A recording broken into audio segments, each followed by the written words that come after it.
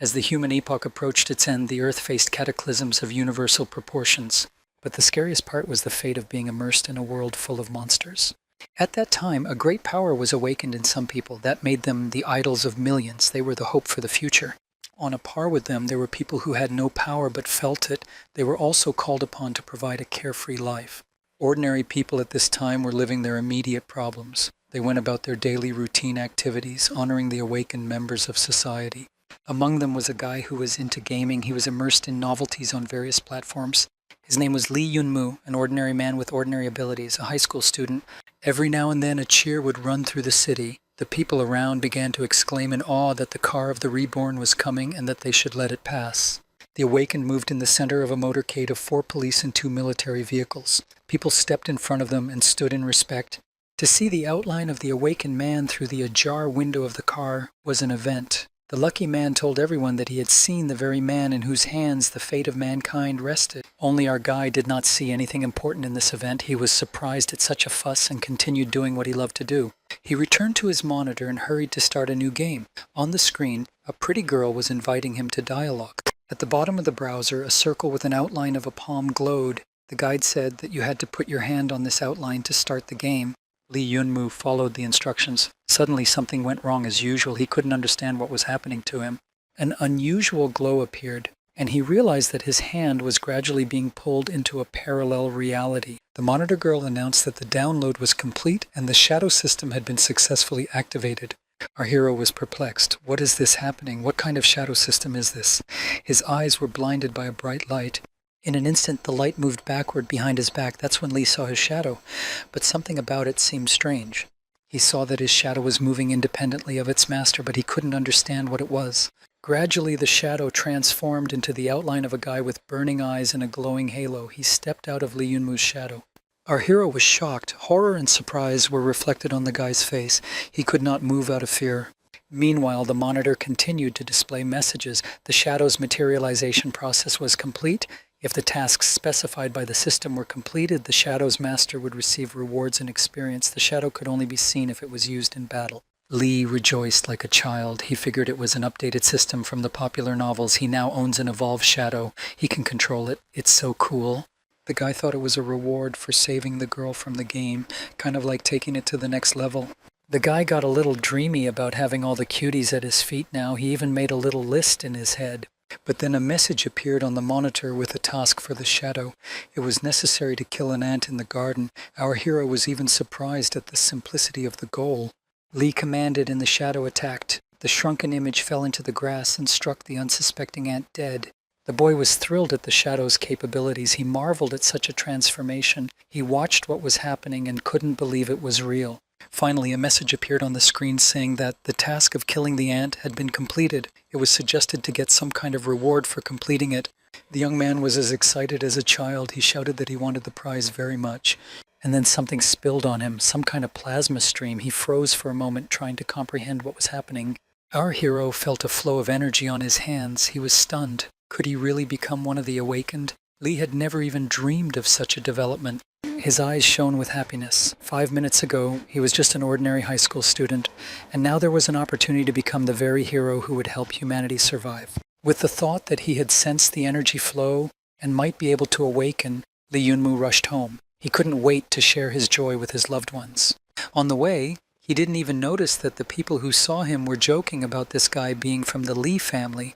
They were saying among themselves that he was so happy and came here because he didn't know the latest news yet. As he ran to the front door, he didn't even notice the cortege of police and military vehicles around the house. He flew into the house without seeing anyone around. He pushed the door with force and started shouting to his mother from the doorstep that he had done it, that he had succeeded. Joy filled his eyes. But instead of his mother's delight, he heard her anxious cry asking him to run away. Only now he saw that the room was full of military men. He froze in bewilderment. The boy saw that these were the awakened ones, but what did they want with his family? Why his mother was handcuffed? His stupor was broken by his mother's shout for him to run away. But the moment was lost. He was grabbed firmly by one of the military men, claiming that no one had been released. Already lying on the floor with a gun to his head, the guy screamed what was going on and why the hell all these military men were breaking into a peaceful people's house. Apparently, the senior present explained that during the mission, Yunmu's father had deserted. Because of that, his entire unit was destroyed. They are now investigating what happened. The boy couldn't believe what he was hearing. His father couldn't do that. He always protected people without sparing himself. This couldn't have happened. The awakened man went on to say that an investigation was underway, and if his father was innocent, there was nothing to worry about, but his mother would have to go with the military for a while. Suddenly, the young man was so furious that he couldn't seem to control himself. The energy surged to the point where it seemed to overflow. The awakened one sensed it and was very surprised by this outburst. The boy managed to free himself from the onslaught of the military man. In an instant, he snatched the pistol that had recently been held to his head. The young man pointed his weapon at the awakened man and demanded that his mother be released. In response, he saw a smirk on the faces of the military. It turned out that such a gun could only be used by the owner of flow energy. His emotions overwhelmed Lee, and he shouted with all his might not to hurt his mother. He shouted, and a stream of unprecedented energy burst out. Now the men in uniform panicked. One of them shouted that it was flow energy and the guy had to be stopped. The transistor on the weapon went off. The energy was so great that the guy couldn't control it. It enveloped him from head to toe. The gun went off. The bullet flew straight at the awakened man. The plasma waves seemed to pierce through him. That's when Lee saw that the bullet didn't hurt the military man, and he realized what's so special about superhumans. The leader continued the conversation in a calm and confident voice. He said that he had not suspected the boy of having an energy flow. Now the military had every right to detain him. The boy kept saying, as if delirious, that he wouldn't let his parents be taken away, that his father wasn't a traitor. The exhausted mother exhaled and whispered that he should obey the law. Yunmu looked at his mother with tears in his eyes. She said she didn't know about his abilities. She was sorry that his parents would not be able to see how their son would grow up. She told the boy to work hard for his future success. But now he had to take care of himself. As he left, the military officer said he believed Lee's father was innocent, but there are some things that need to be clarified. At last, the confused boy heard that if he wanted to help his parents, he should wake up quickly. Tears welled up in his eyes, and he looked at his mother as she left. Left alone, the boy thought about his preparations. He had only 1 week before the annual trial of the awakened. Yunmu turned to the game monitor. When asked about the experience required for awakening, he received an answer of 100,000 units, which was equal to defeating 100,000 ants in a week. The program said that you can let the shadow go offline, then it can earn experience on its own without the owner's participation. The boy commanded to activate the auto mode. The shadow obediently broke free to fulfill its master's command. The young man decided not to rely entirely on the shadow's experience. He took textbooks from the shelf to practice working with the flow energy. That way the chances of awakening would increase. Memories from the past flashed through my mind. His father had always said he would protect his son, and now it was his turn to protect his family. These thoughts boosted our hero's energy. After 7 days, Lee Yunmu came to the city of Happy Wind, the 16th high school. This was where the stream test called Dragon Race was to be held. The teacher had a standard conversation with the applicants. If they felt the energy of the stream, they could join the army and become heroes. If not, they would work for the good of society. Statistically, only 1 in 1,000 applicants are awakened, and our hero needs to be that lucky one. Lee was a little late for the opening speech. With a shout of permission to enter and apologies for being late, he burst into the classroom, barely catching his breath. The process of testing the younger generation was already underway. Some Wangwajue was told by a computer voice that his energy was still lacking. Our hero managed to get to the last group of test takers. He fell on a chair and tried to catch his breath before the decisive test in his life. Looking around, Lee saw that there weren't many applicants. He decided that the other students had decided to give up on the idea of awakening the cherished energy. Suddenly, he was torn from his thoughts by the words of a tall, blonde-haired guy. He recognized Lee Yunmu. In his opinion, the young man had hoped not to meet our hero at the trial, but he was foolish enough to come after all. This was Chen Fei, a third-year, third-group student. He is the son of the head of a large company in Happy Wind City. Chen Fei's henchmen began to mock the boy. They talked about how his father had betrayed his army and fled the battlefield, and how he, Lee Yunmu, even dared to come here. They called him a clown, saying that he would never become a fluxer. The young man listened to all the attacks in silence. It was bitter and hurtful, but he didn't dare to say anything against it. The thought that he had once hoped to be friends with Chen Fei because of his father's connections in the army kept running through his mind. Suddenly a bold shout was heard from the crowd. It was Zhang Kai, Yunmu's best friend. He shouted loudly that Chen Fei couldn't admit that the girl he was dreaming of was dating Yunmu, so he advised him to go home and be jealous instead of barking at the guy. The others had gotten a bit of a kick out of it too. The boy remembered that not long ago they had all crawled on their knees in front of Yunmu, and now that the guy's family was facing problems, everyone was ready to throw a stone at him. Shame on such people. Faye said in a half-whisper that it was worth it to see how long a friend would be at Lee's side. He ordered his pack to get out of here. After taking a breath, Jiang Kai felt a pleasant sensation of being right. Sometimes saying everything that had accumulated was a very peaceful thing to do. Our hero heartily thanked his friend for such a tirada. Kai supported his comrade. He asked how things were going in the family and what he had heard about his father. Li Yunmu dryly replied that the investigation was still underway, and quickly turned the conversation to the approaching testing queue. At that moment he heard a girl call out to him. Turning around, he saw the same young beauty that Qian Fei and Lin Li were arguing over. She is the goddess of the school and our hero's girlfriend. The girl thought that the guy had come to support her in the test. In order not to disturb the couple's conversation, Kai's friend tactfully withdrew. He referred to the need to take his friend's turn. Yumu announced that he would also be undergoing the trial. Lin Li sympathized with the difficult situation in the guy's family, but the conversation was not so simple. Lin Li reported that she felt the flow energy a couple days ago, and now this is her only chance to see the world. Although she realizes that it's selfish, but she's not going to miss it, so Yunmu should forgive her. The girl froze with tears in her eyes, waiting for the guy's reaction. The dumbfounded young man only managed to squeeze out a chuckle. Resentment, confusion, and anger raged within him. The thought that his father's name had brought him only pretenders who had previously been considered friends. The boy didn't understand where that pure childhood love could have gone. Is it possible that everything exists only as long as the families are equal? If the fragile equilibrium is shaken, the world collapses like a house of cards. You can't know what's in another man's heart. Perhaps that was his mistake. He should have looked at the world soberly from the start. Lin's voice interrupted his musings. The boy cut her off halfway, wishing her a successful exam. He turned around and went about his business. His thoughts were muddled as he wandered down the corridor. As he passed the line of applicants, he had forgotten his mission, but a friend called out to Yunma and showed him where he stood. A voice from the admissions office announced that Qian Fei was the next to pass the test. The boy walked briskly to the monitor, excited about the long-awaited event. Just as suddenly, Qian Fei was abruptly pushed away by someone. It was Li Yunmu, shouting, "Get out!" The guy cleared a path to the coveted monitor with a single movement. Lying on the floor, Qian Fei shouted, "Why the hell is Li Yunmu climbing out of line? He should know his place." The young man approached the monitor, feeling the power boiling up inside. He shouted that he dared because he was awakened, and confidently touched the monitor. Everything around sparkled from the flow of energy. Threads of plasma developed around our hero, striking everyone with its power. Lin Li froze in astonishment. The only thing that came out of her mouth was a scrap of a sentence, that he really was. Xian continued to sit on the floor, surprised and amazed at what was happening, thought about how Yunmu was indeed awakened.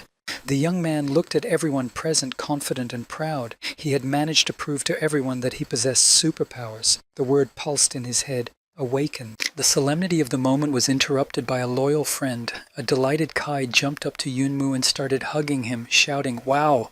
An experienced man was watching from the sidelines. He said faintly that now no one would dare to look down on this guy.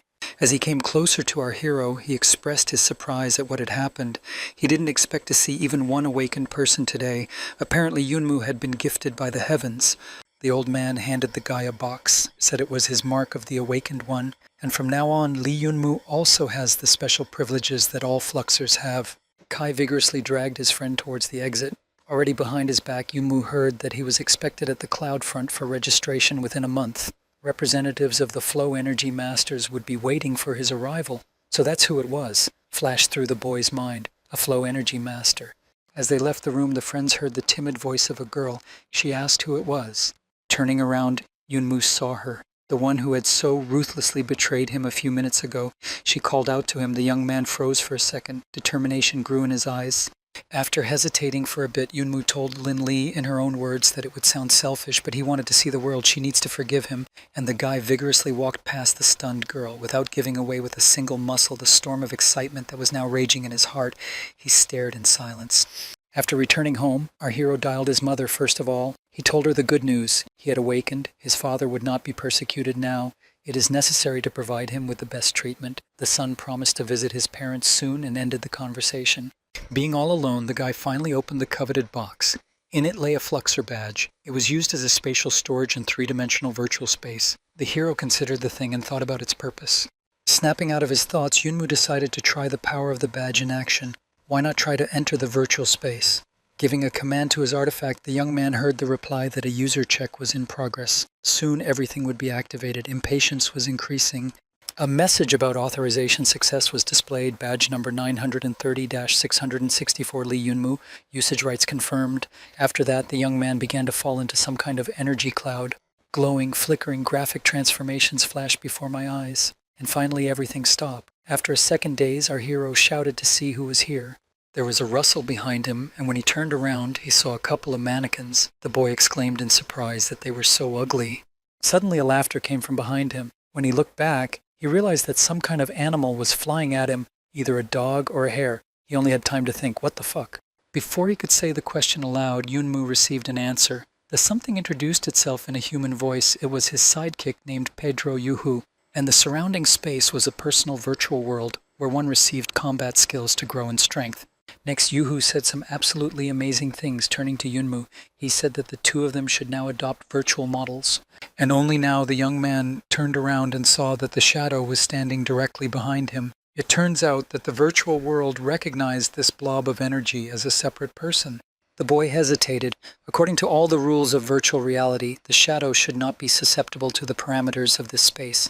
Yuhu interrupted his reflections with a call to create virtual characters.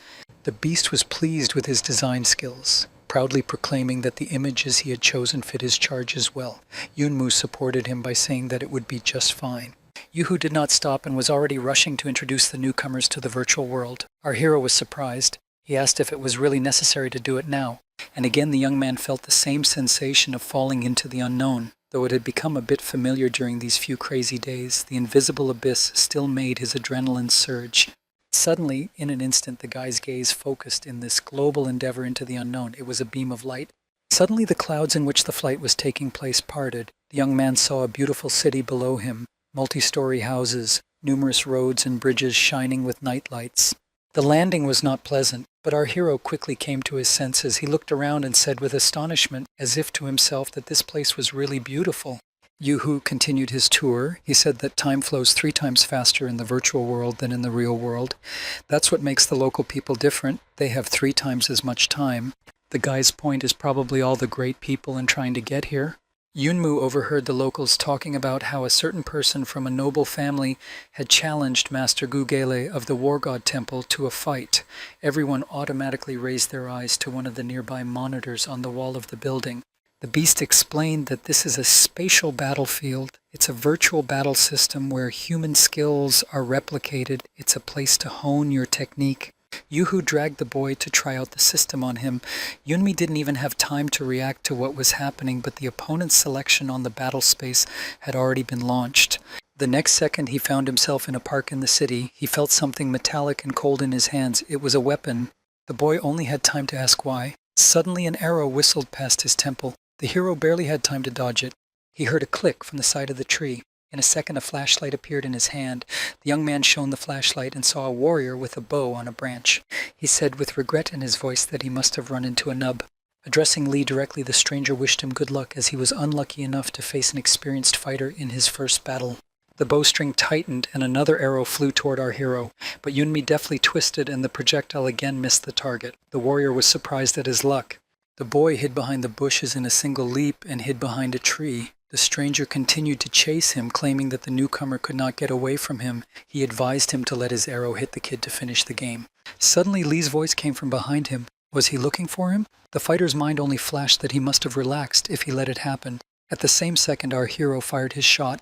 Looking at his opponent, the young man said that even a cornered beast would continue to fight. He shouldn't have underestimated his opponent just because he was a beginner. He shouldn't be so overconfident. The enemy's hologram slowly evaporated as the guy noticed that something fell on the path, some glowing balls. In the moonlight, it was impossible to see what it was. Suddenly, these objects rose into the air and crashed into our hero's chest with furious force. He even fell to his knees from surprise and pain. Yunmu sat on the ground and touched the spot where the something had gotten in. He touched his chest, realizing that something had entered his body. A service message appeared in the air. Turns out the guy absorbed the entity. It's a reward for defeating the enemy. And now he's getting an A-rank Admiralty cover. Puzzled, the hero rose to his feet. He was informed that the essence is received for defeating the master of flow energy. It is a currency in the virtual store. You can buy techniques or a skill. Techniques meant ancient martial arts from the Dark Ages. Each message pleased our friend more and more. His damage was now reduced by 30%. With each new victory, his enemy attack would increase. The young man wanted to try out the new power as soon as possible. Yunmu summoned his assistant Yuhu and asked him to load him into the fight once more. A new selection began. Now the hero was transported to a Chinese city. He thought that it was rather tiring to be in a completely new environment in 1 second. He saw in front of him a lush-breasted beauty, armed and very determined looking. Li started talking about not fighting with girls. But he drew his weapon and fired. He said that if he wanted to win, there was no other way. The girl barely dodged. In an eerie bewilderment, she began to yell at Yunmu that it should be shameful for a man to attack sneakily. Facing his opponent head-on, Yunmu kept saying that he only intended to win, and in a battle, all means were good. His eyes radiated excitement and confidence. The fight continued with an attack from the beauty. In the process, she shouted out that Yunmu must be from the common ones. The guy was a bit confused, asking what kind of simple ones. Continuing to repel the onslaught of his rival, our hero tried to pry out who the simple ones were. The girl announced that it was time to end this fight. She took a deep breath and a halo of red energy appeared around her. Li was stunned. The new acquaintance struck her victorious blow. Our hero froze. Only a slight moan escaped his lips. Proud of her victory, the girl began to talk about her unique attack technique of 1,000 cuts of 36 shapes. But suddenly her monologue was interrupted. Yunmu, gathering his last strength, struck back at his opponent. She was already dissolving into the hologram, and she wondered if he had an essence. The guy proudly, with a hint of vanity in his eyes, laughingly said that it hurt, and he thought he was going to lose. Left alone in the middle of the city with his sword in hand, the young man pondered that probably the opponent's technique belonged to attackers from ancient cultivators. It was a good thing that the past Admiralty Cover Award was able to repel some of the onslaught. Just like after the last battle, a message appeared in front of the hero about obtaining 70 space elements and understanding the Blade of Violence technique. He realized that the more skilled the opponent, the greater the reward he could get for winning. Li called Pedro over and asked him to load him into the game again. He rather wanted to try his hand at everything. Meanwhile, in the virtual reality city, a couple of people who were watching Yunmu fight on the screen were chatting. They were talking about some rare defense technique since he was able to resist the 1,000 cuts. 3 days later in Heavenly Cloud City, Li Yunmu was walking around with a basket of guests in search of a hospital. Things had gotten better. His father had come to the big city for treatment, but the boy couldn't find this backwoods hospital his father had chosen, and he was worried about whether it was a place that could really provide proper care. Suddenly our hero heard a speech of an obviously bull-headed type. It was addressed to the girl, who tried to avoid continuing the dialogue in every possible way. 3 guys stopped a fragile girl in the alley and started harassing her, talking about her father's illness and lack of money. They offered to have a drink with them and more, but the boldest one's phrase was cut off abruptly. A basket of fruit flew into his head, the same fruit that Yunmu was carrying to his father. The boy suggested that the hooligans choose another place to have fun. Our hero complained that the fruit was spoiled and told the 3 boys that they would have to pay for them. The girl quietly called out to Yunmi. The guy got between her and the bullies, covered the girl with himself, warning her that they might do something else, and he was right. The main bully pulled out a knife, yelled out if Yunmi knew who he was messing with. Our hero did not hesitate and taught the hooligans a lesson in good manners in a language they understood. He also charged them financial compensation for the spoiled fruit. The ringleader asked me to let them go. He said he wouldn't always protect her, so why was he playing the savior? The young man was confused. He said, "What nonsense, what kind of savior?" It was his sister. Her name was Liu Ruyan, Li Yunmu's older sister. Our hero complained that whenever he meets his sister, she's always in some kind of trouble. Does she really have a lump in one place? Although this time the meeting helped to find his father's hospital, so the brother is not so angry. One of the beaten youths intervened in the conversation. He said that Li was a tough student of the stream, gave him his card, guaranteed he'd come to his aid at any time. Our hero threw it in the nearest trash can. The conversation with his sister continued.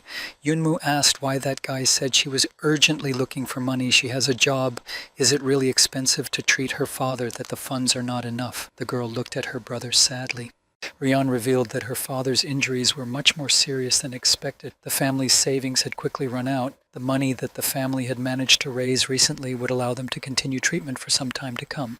The young man was at a loss. But pulling himself together, he gave his sister a little encouragement. He said that she had already done too much. Now he would take care of the medical expenses. After all, money was not a problem for the awakened. Heading towards the hospital, Yunmu commanded Ruyan to go to his father's room. while he went to pay the bills.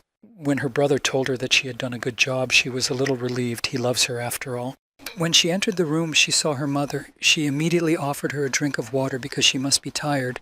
The father echoed his wife's words that they were tiring their daughter with their care. She had to run around and fuss all the time. The daughter was against such words. The girl started to say that there would be no more problems with money. Her father cut her off at the halfway point, saying that it was not in vain that he had sent her to his co-worker for help. At that moment, a satisfied Yunmu looked into the room and said that he didn't recall serving with his father. The parents became enthusiastic. He began inquiring about his old man's health. The father said that everything was normal. He was just lying there and had no legs. The son was stunned. He was shocked at what he had seen. He had not expected this.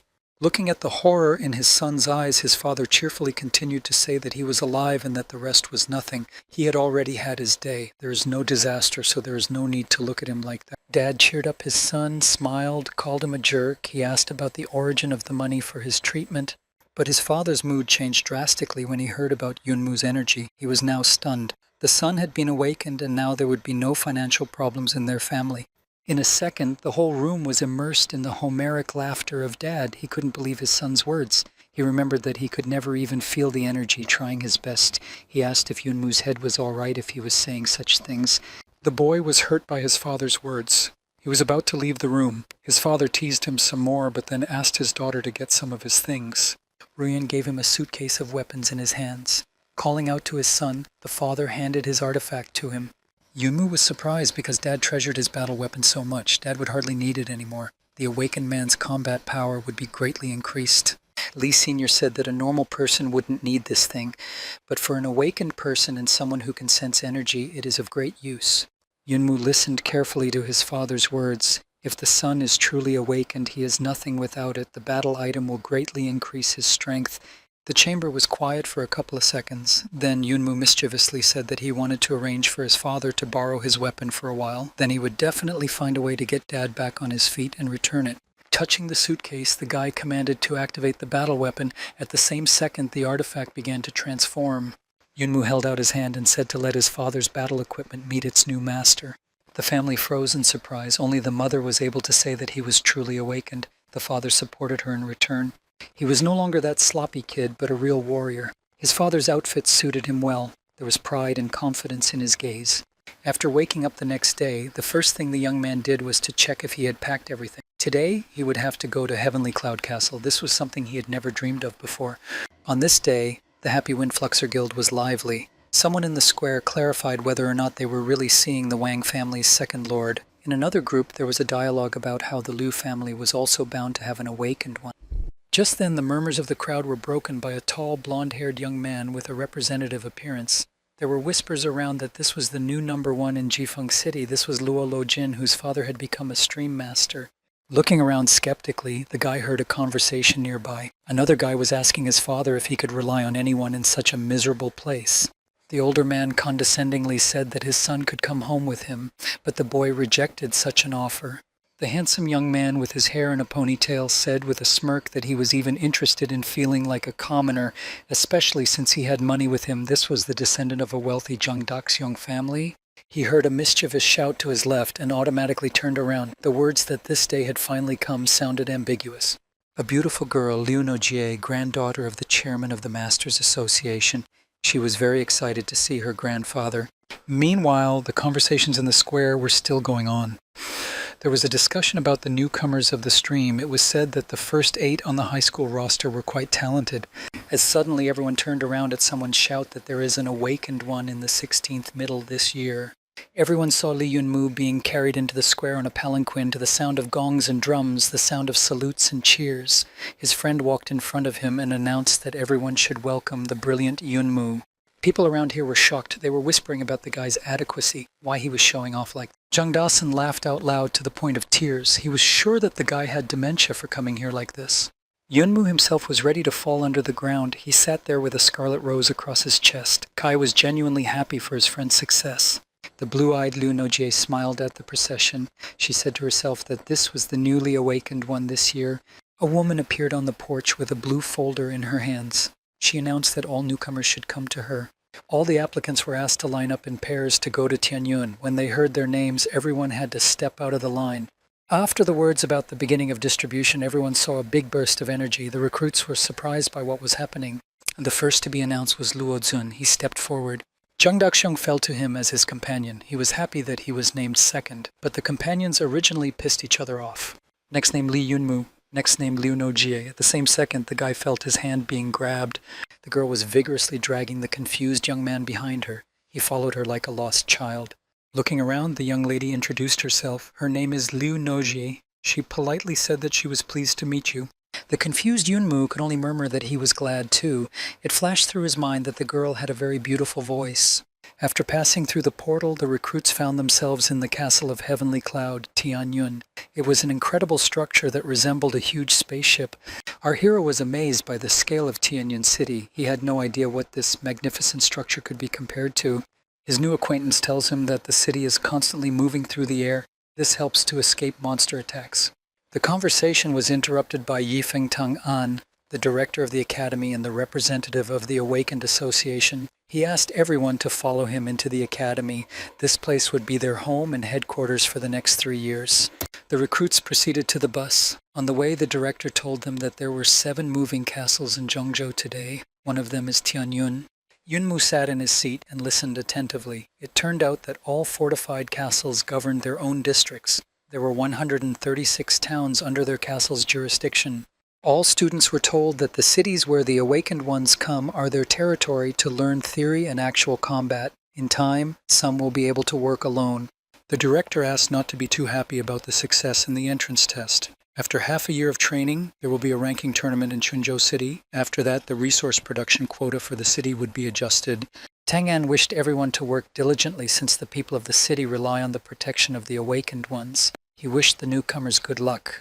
The bus pulled up to a red brick building with a large clock on the wall. The director said that all the life of Jifeng City takes place here, and in case of questions, everyone could approach him directly. After getting off the bus, Yunmu called out to the principal to ask a question. He was very curious about what kind of girl he was able to defeat in the trial battle. The only signs he knew were the firepower energy. Tang'an was shocked by what he heard. It turns out that the newcomer had defeated the awakened one with dark flow energy. Luo Xin heard this conversation. He froze in place. He couldn't get enough of the news that this kid was able to deal with dark energy. The guys nearby also heard the dialogue with the principal. They began to call Yunma a braggart. After all, this is a very difficult task. Even #1 disciple Luo Xin can't do such a thing, let alone a rookie. Our hero scratched the back of his head in confusion. Is it such a rare power? The principal confirmed that basically such an encounter was impossible for a mere rookie like Li Yunmu. A new acquaintance of mine joined the conversation. She told me about the destructive power of dark energy. It creates fire inside. That's something that's beyond the reach of ordinary people. It's a 1 in 1,000 occurrence among the awakened. She said Yunmu was really tough to overcome such a thing. The boy looked at the girl confusedly. She really believed he wasn't bragging. Her philosophy asserted that one cannot assert a person's weakness until one sees his real strength. Even a mere man cannot be a weak a priori. Our hero's musings were interrupted by the principal's words that they should go to the dormitory, their new residence, Fengling. This place was luxurious. It looked like a resort. The students were invited to choose their favorite room. The boy was considering the dormitory building. The rest of the crowd in the courtyard gave the right of first choice to Luozi as the strongest. It so happens that in a family or dormitory, the right of first choice goes to him. Yunmu interrupted further conversation. He said that while everyone was pondering, he had already chosen. He had envisioned a room off to the side. It allowed him to learn to control the shadows. Our hero's musings were interrupted by some older guy from the group. He began by claiming that there were certain rules and he couldn't choose before Luo Xin. At this moment, Zhang Daxun uttered in a loud voice that he wanted the room closest to him. The indignant young man was shocked. No one had expected such arbitrariness from the newcomers. Upon entering his room, Yunmu was pleasantly surprised. His apartment was even better than his home. The young man couldn't wait to practice. He commanded the shadow system to activate. But the system reported the need to update after the change of residence. The guy was annoyed, but nothing could be done. The next morning, barely opening the door to the auditorium, our hero wished everyone a good morning. A resounding cheer resounded back at him from the empty classroom. It was the same cheerful Liu Nujie. The boy wondered why no one else came to the first class. Could it be that the whole class had decided to skip it? A friend explained that the first classes were theoretical. They were used to teach the newly awakened about the peculiarities of the system and basic concepts. Most of the newcomers had familiarized themselves with this information before arriving at the building. The young man was upset. He was frustrated that the whole training process was probably built for the two of them, the foolish beginners. At least he had a companion. Just then, Teacher Lee Bowen walked through the door. He was pleasantly surprised that at least someone had come to class. However, he was very surprised that Liu Nuji was here. The girl started chatting sweetly with the teacher, who was inquiring about the health of the teacher, part-time her grandfather. To say that our hero was surprised was nothing. Nuji showed the teacher the newcomer. She said to Lee that despite his talent, he should study hard. Wishing her friend good luck, the girl walked away with a smile. A bomb went off in my head. It turned out he was the only fool on the stream. The teacher looked at the boy. He lay down on the desk and sank into his heavy thoughts. The teacher himself reflected on the realities of modern life. There are few honest people today who rely only on their own strength. Especially this guy is on good terms with the teacher's granddaughter. It's worth paying attention to him. The teacher's voice pulled the young man away from his desk. He suggested that the empty classroom should be replaced by another place. They went up to the roof, where they had a leisurely conversation. The teacher found out that the boy knew nothing, but had managed to get the power. He doesn't know anything about it either, by the way. Yunmu, sitting on the ledge just above the teacher, listened attentively to the new information. It turned out that the level of the awakened one's power progression had its own stages: black, silver, gold, and rainbow crystals. The teacher talked about overcoming all these levels on the way to Flow Master. Yunmu flipped around and jumped off the ledge. He landed near the teacher and asked him to tell him how to overcome his limits and develop energy. According to the teacher, overcoming one's limits is only possible through awakening one's vital points, 12 in all. Awakening points in the feet and calves enhance dexterity. Points in the palms and hands develop strength. Points located in the head sharpen thinking, reflexes, and the 5 senses. The teacher said that the awakening points could only be awakened after reaching the black crystal. The young man persisted. He wanted to know how to induce these points. The teacher replied that it was not so difficult. To awaken, one must defeat enough monsters and absorb their flow energy. Yunmu pondered over what was said. 3 days later, the courtyard was very crowded. No one could understand why everyone had been called here early in the morning. What could have happened? Our hero heard whispers in his direction that he went to theoretical classes every day. It turned out that everyone else was attending the director's training at the same time. One guy was clearly pestering Yunmu. His questioning about how he was different from the others in terms of his level annoyed the young man. The teacher came to the rescue. He put the offender in his place, saying that he was always giving him trouble in class. Lee Bowen announced a practicum class in class today. For this, students need to divide into pairs and go to different places to practice. With a stern look at the students, the teacher announced the task of the lesson. 10 monsters must be defeated. You have to rely on your and your partner's strength. Therefore, we must divide into pairs. In case of a dangerous situation, the teacher will help. Lee Yunmu became animated. He rejoiced at the news. After all, this was exactly what he had been waiting for. At this moment, Luo Xin called out to Liu Nojie. He offered the girl to be his partner. The girl hesitated. Lo was strong, but she didn't want to be paired with him. Yunmu came to the rescue. Holding out his hand to her, he offered to be his partner. The girl sighed in relief and agreed. Their team was sent to Ruin Number 7. There was once an outpost here created by the people of the 5th dimension, but that was before the ferocious monster attack. Left alone with the girl, Lee Yunmu wondered why she didn't go to Luo Xin's team. He's strong and the test is easier to pass. Liu Nojie replied that he was arrogant, always putting his own priorities before others. And she doesn't like people like that. She thanked Yunmu. He literally saved her from such cooperation. He in turn replied that he had no other options for the team. While the friends reasoned that the resulting command suited them both, neither noticed the approaching danger. The boy sensed something wrong. He turned sharply and saw the monsters approaching. They watched as the lower-level monsters approached them. The young man reasoned that they needed to be careful. Usually groups like this have a ringleader, only he can't figure out where he is. The girl looked at her companion and stunned. He had a huge monster behind him. The girl looked at her companion and was stunned. Li Yunmu managed to dodge as the monster delivered its first blow. The girl froze, stunned by the power of the blow. She managed to recoil as the monster struck in her direction. In midair, she noticed her opponent's clumsiness. Noji rushed into the attack with a shout that this monster was not her opponent. It was scary, though. At the moment of battle, she realized that it was of the middle level. In the next moment, the monster swooped down on her, opening its huge maw. The girl was stunned with fear. That's when Yunmu appeared. He put his arm around his friend. He cheered her up by saying that she was the best in their group. How could one monster scare her so much? With a snide smile, the young man asked the monster who he was going to eat, and for the ruined sleeve of his school uniform he owed him a debt. Yunmu unarmoredly attacked the monster leader. A couple of blows were enough to send him to his death. After the battle, he was surprised that a mid-level monster wasn't that strong in reality. The girl froze in a daze. To bring Nudzi back to his senses, the young man shouted that his arm hurt. His partner came to his senses. When she realized that her friend was fine, she gave him a skeptical look and made it clear that she didn't believe his stupid joke. Suddenly, she said loudly that she knew about his high defense skills. The boy was confused by this statement. It turns out that the girl Yunmu defeated during the trial fight, the one with dark energy, is Liu's friend, and she saw them fight. The fact that Yunmu was able to resist a strength like Xiaoyu's said that he was not an easy person. The girl thought that her partner didn't want to show his full strength since there were many ill-wishers around. The young man listened to her and realized that he didn't really know anything about his strength. He didn't show his defense technique because of his family situation, but the girl guessed it. His thoughts were interrupted by the monsters that had arrived, and the battle continued. The monsters screamed at the students' onslaught. Our friends were victorious. After finishing off the last opponent, the guy asked if it was possible to obtain dark energy like Noji's friend. In response, he heard that it was a secret. But my friend decided to tell me about a possible way besides innate to become the owner of this type of energy. To do this, you need to defeat the kings of monsters of different levels. By absorbing their crystals, you can theoretically become the owner of the dark energy of the stream. But this information is concealed so that the strongest awakened ones do not die in an attempt to defeat the kings. Seeing the excitement and genuine interest in her friend's eyes, the girl warned him that he shouldn't even try to do it. You'll die. The boy began to deny that he wasn't even going to do it. The teacher was excitedly waiting for his students to return from their assignment. Noticing the outlines of Yunmu and Nojie, he was very surprised that they were the first to practice.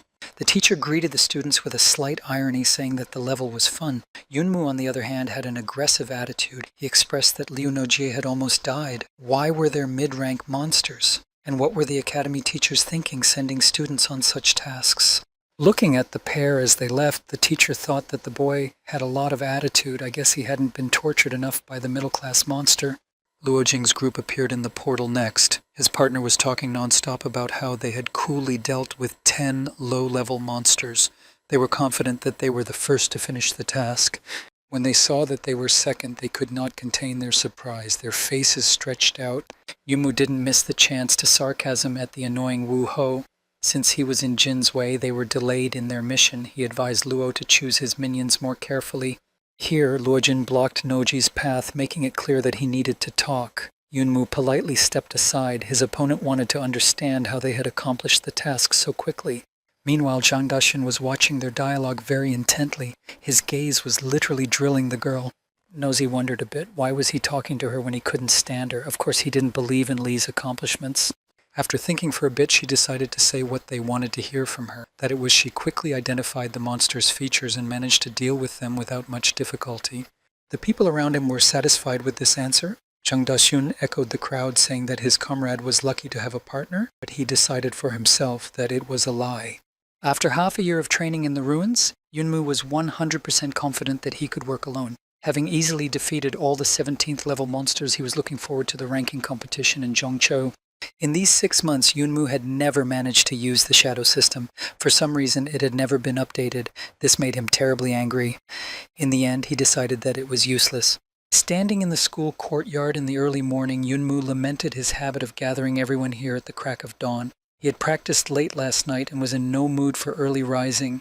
The principal came out to the students and announced that there would be an important competition in a week's time. Their castle would be staying in the Lamu River area. Teams of 5 people from each town will have a chance to fight monsters on the river. Yunmu listened attentively. His fatigue faded away. After all, this was exactly what he had been waiting for. The battle points would be credited as a ranking and would determine the grade in the academy. The principal continued that there will be 24 hours of cameras, drones, with the students at the moment of release. Therefore, every action will be monitored by all the people in all the cities. This is a big responsibility. Chimera stared intently at our hero, and the director went on about the need for armor to increase the chances of survival. After the meeting, a team had to be formed. Our hero was 100% sure of his armor, but with the team, he went to find Noze.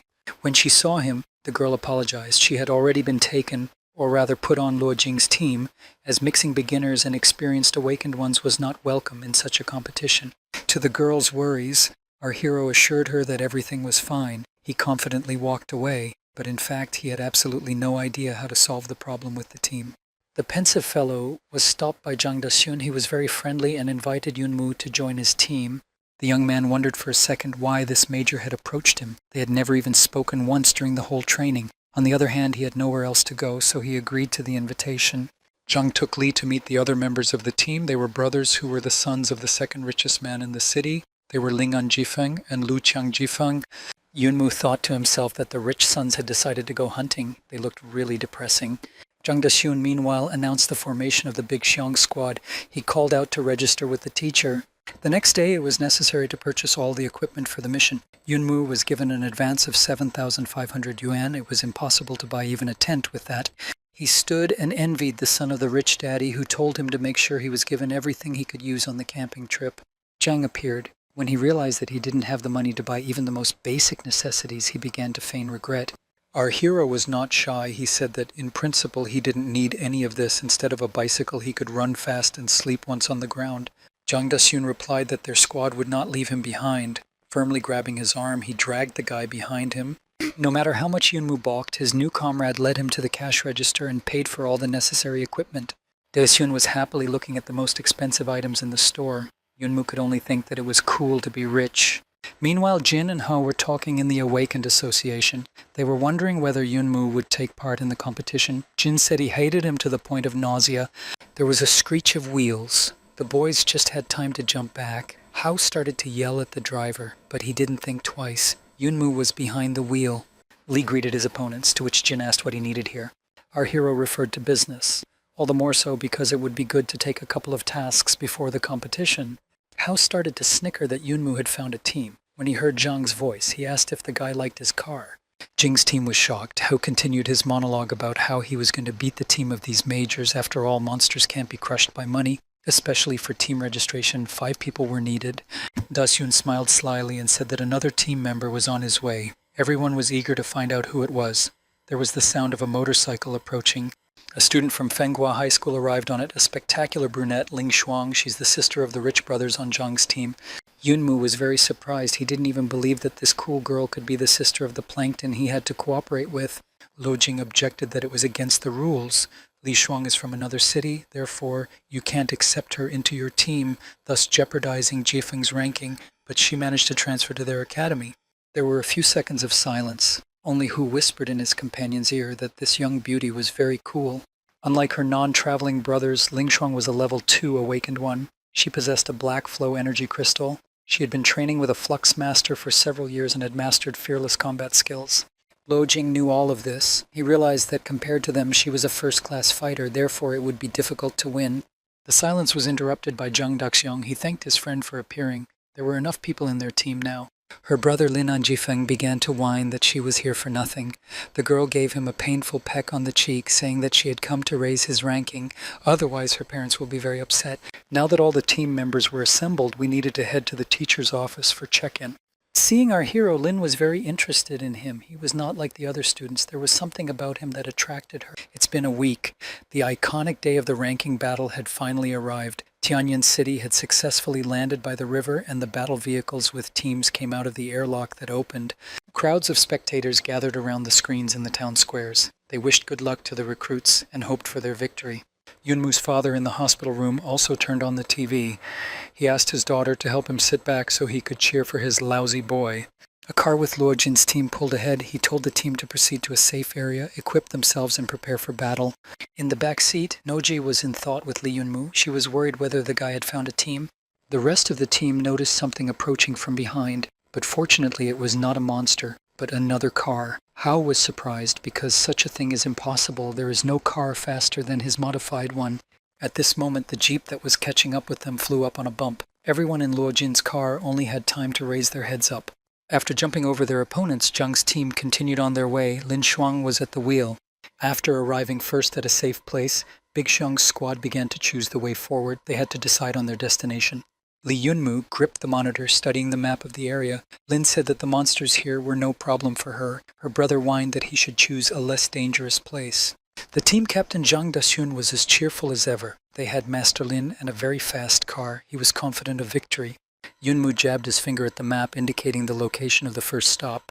Lu Changjifeng's brother Lu Jiefeng said that it was the home of the most dangerous monsters, the Ayu demons. The girl told her comrades that if you meet one such demon, he is not strong at all, but they all live together. They are very smart and hate humans. They attack in groups, and if they surround you, there won't be a human left alive. Li Yunmu hesitated for a moment, but Zhang, with his usual self-confidence, decided that this route was suitable for them. Since no one would go there, it was worth it to go and earn all the points. The major brothers howled in fear. They didn't want to go to such a dangerous place, and they discouraged Zhang in every possible way. Ignoring the others, Yunmu looked intently at Ling Shuang and asked her advice. The girl was not timid. She left it up to the guys. In a vote of 2 against 3, the Ayu demon's habitat won. Our team took off and rushed forward. After getting out of the car, everyone put on their equipment. Zhang Daxun had the executioner's armor. His weapon was a speed cannon.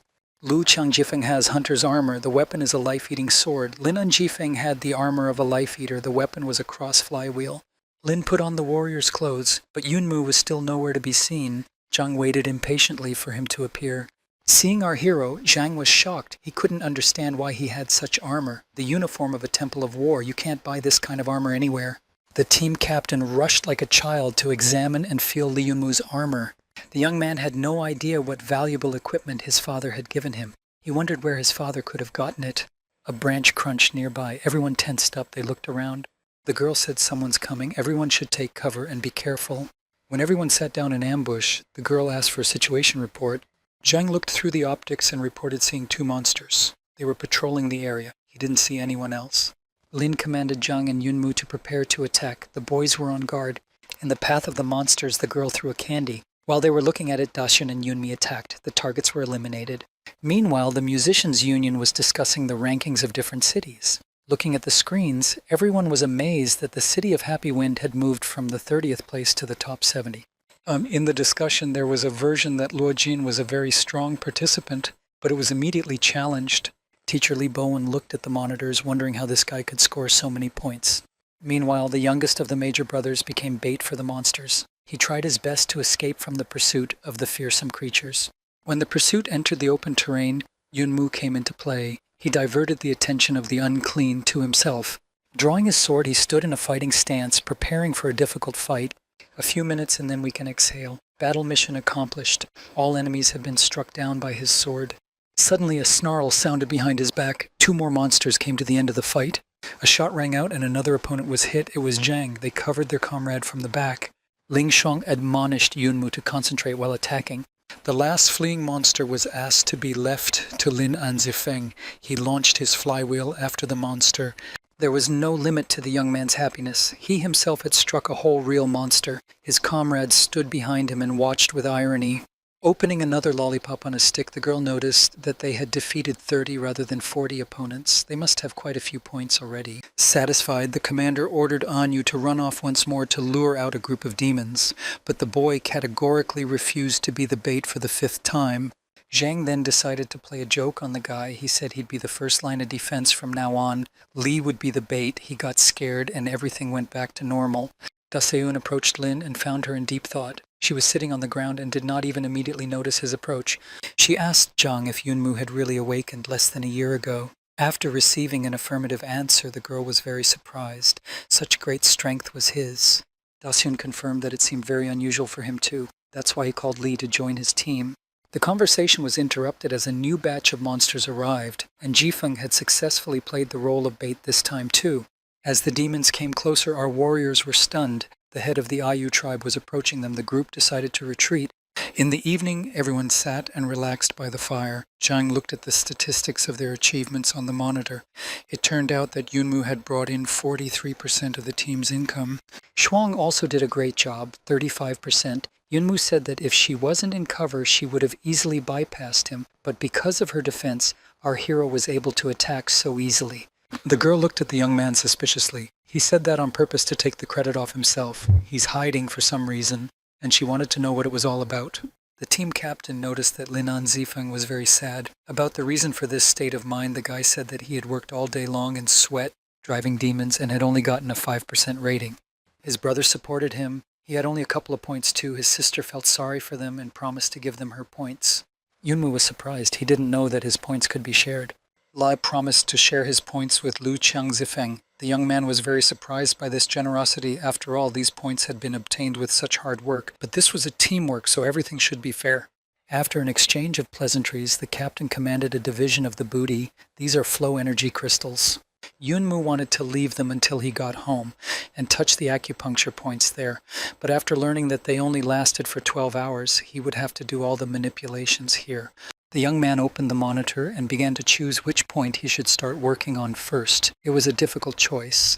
After contacting the teacher, he was advised to work on the holy point. The only flow point in the head could be developed much faster than the others by the power of thought. The boy decided to start at the head. He brought his hand with the crystal above his head and broke the artifact in one sharp movement. A stream of energy traveled toward the point of the holy. The screen showed 15% progress. One by one, the boy used up all 5 crystals he had gotten. He didn't feel very good after all the manipulations.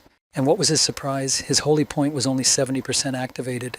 The young man became frustrated at the thought of his data being so bad. Suddenly, the monitor informed him that the shadow system had been updated. That was already good news, and he immediately launched the application.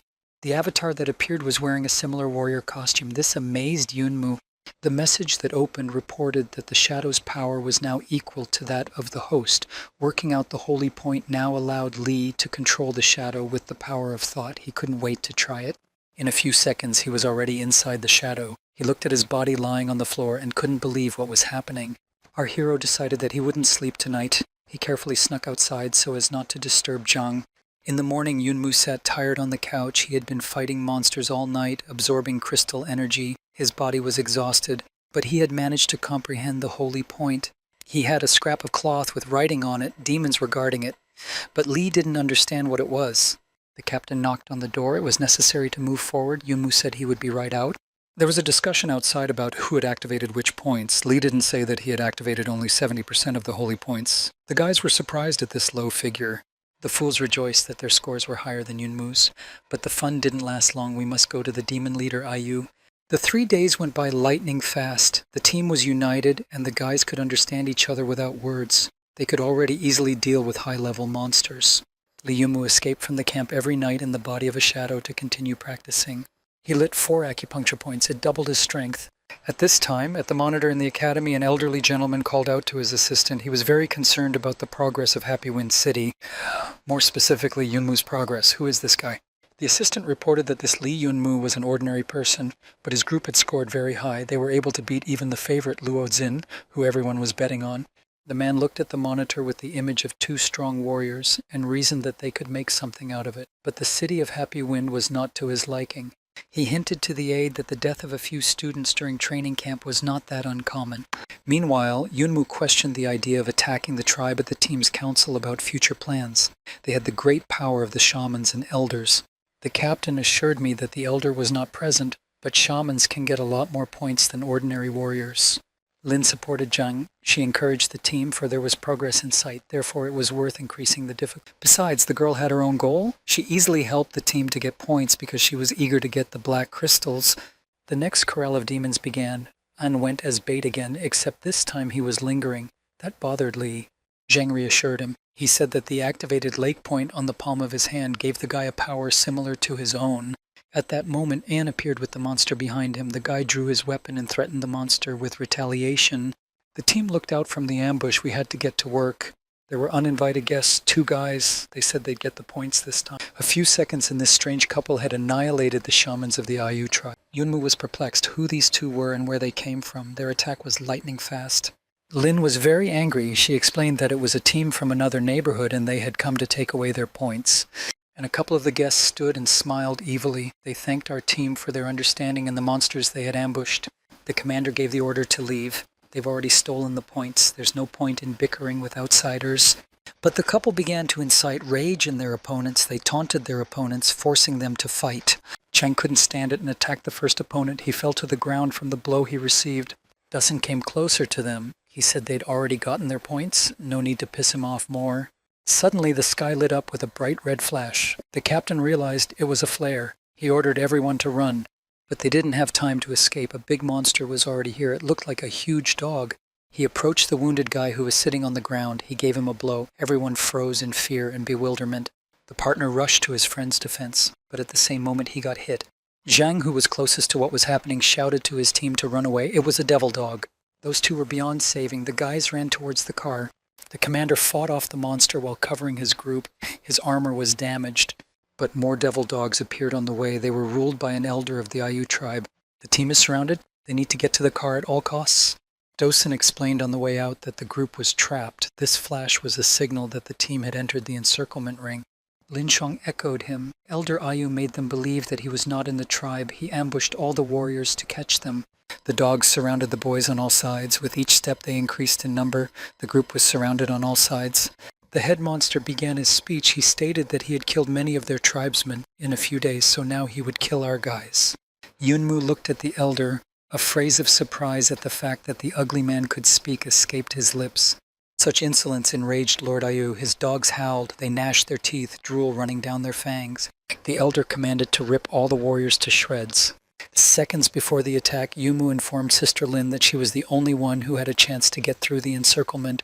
She needs to run to the car and then pick them up. The girl doubted that the group would be able to wait for her arrival, but Yunmu advised her to hurry. In the next instant, he drew his sword and dashed forward to cut a gap in the monster's surroundings so that Lin could slip through. One of the dogs had already caught up with her in a leap. She saw the huge paws approaching. Her brother An took the blow. He managed to cover his sister at the last second. His armor shattered from the impact. He threw himself into the fight, yelling to the girl that if she didn't make it in time, no one would survive. A hard battle began, where comrades defended each other from the last strength. Everyone realized that it was important to live until the moment when the car would arrive. Yunmu saw the increasing number of demons. If the battle continued with this balance of power, no one would survive. One of the dogs was already killing the defenseless Anzi. The team couldn't resist such an onslaught. Yunmu realized that something had to be done, otherwise the boys wouldn't be able to escape. After analyzing the situation, the young man realized that the dogs were ruled by an elder of the Ayu tribe, therefore we should start with him.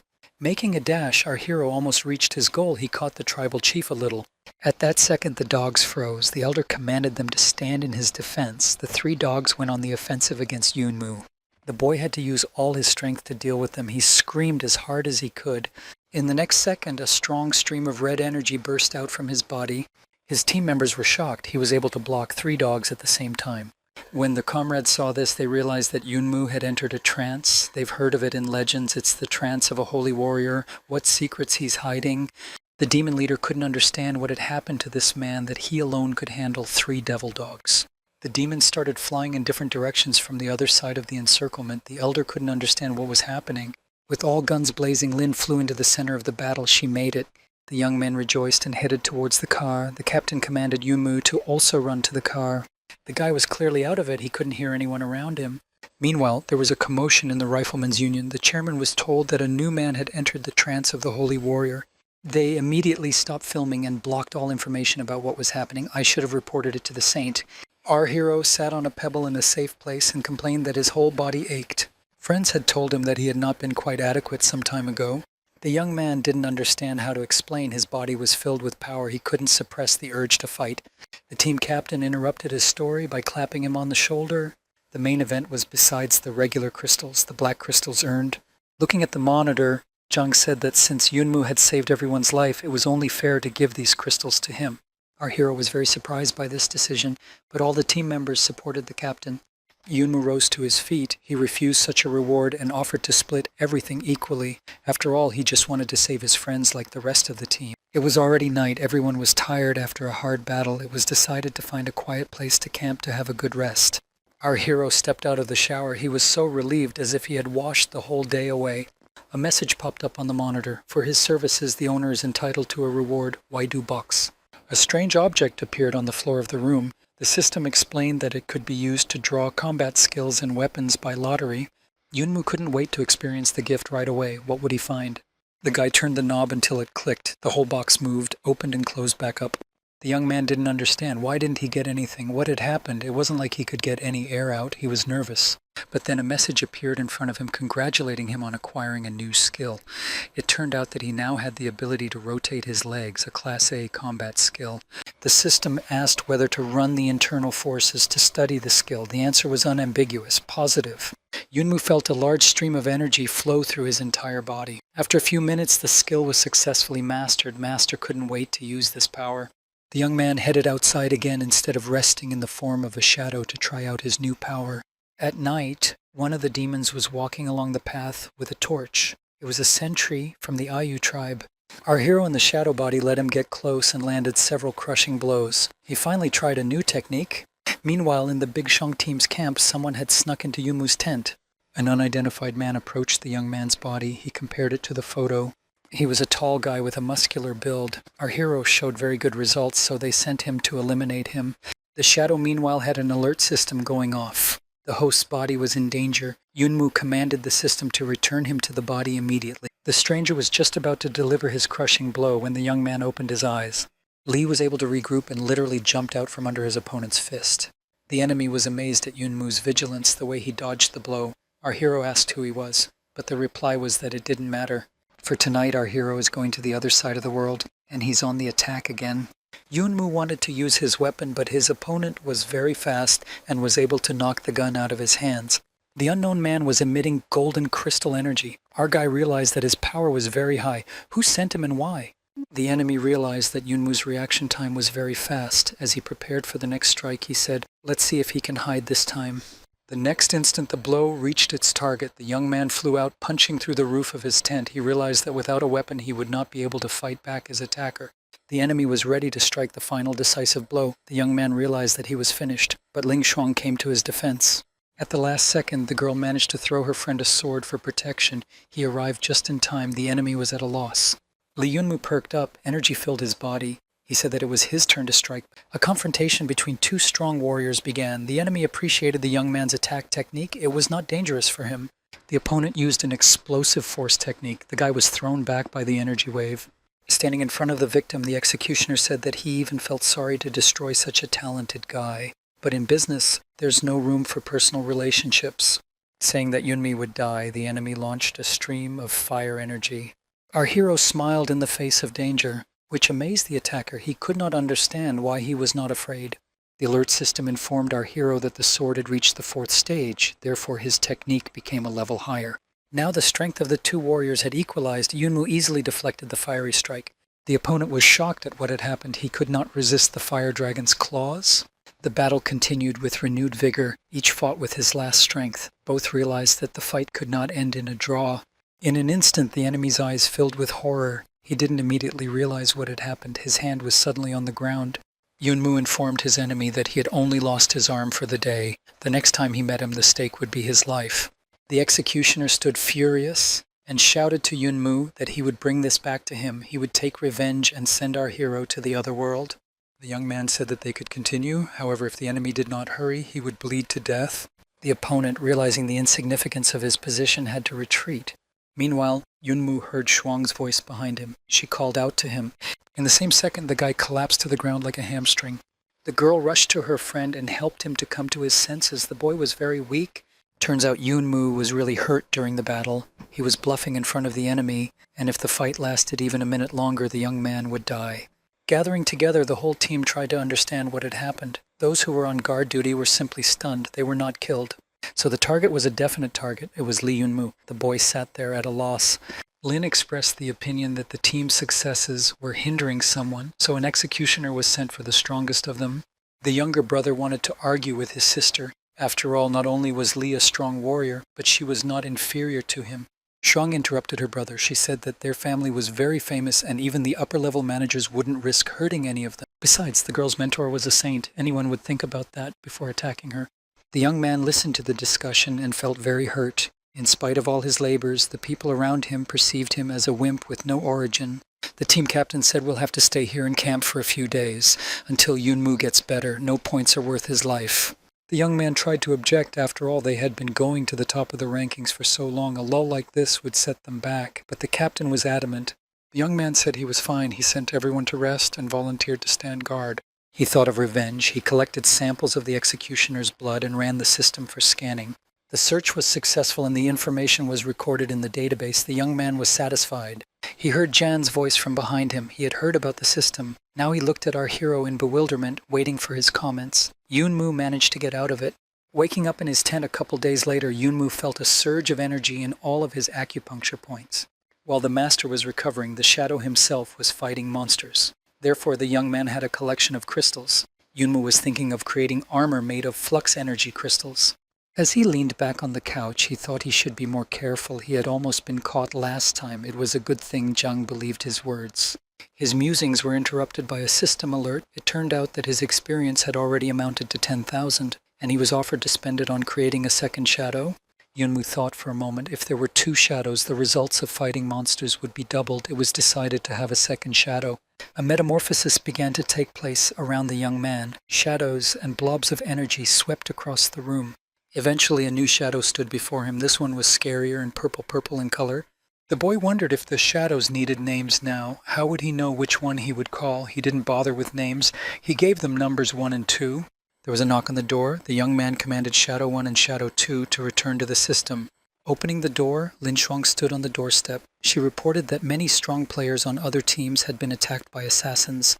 Among them, Luo Jing was also injured. Yunmu was worried about the condition of Liu Nojie's friend, but Lin reassured him that only Luo was seriously injured.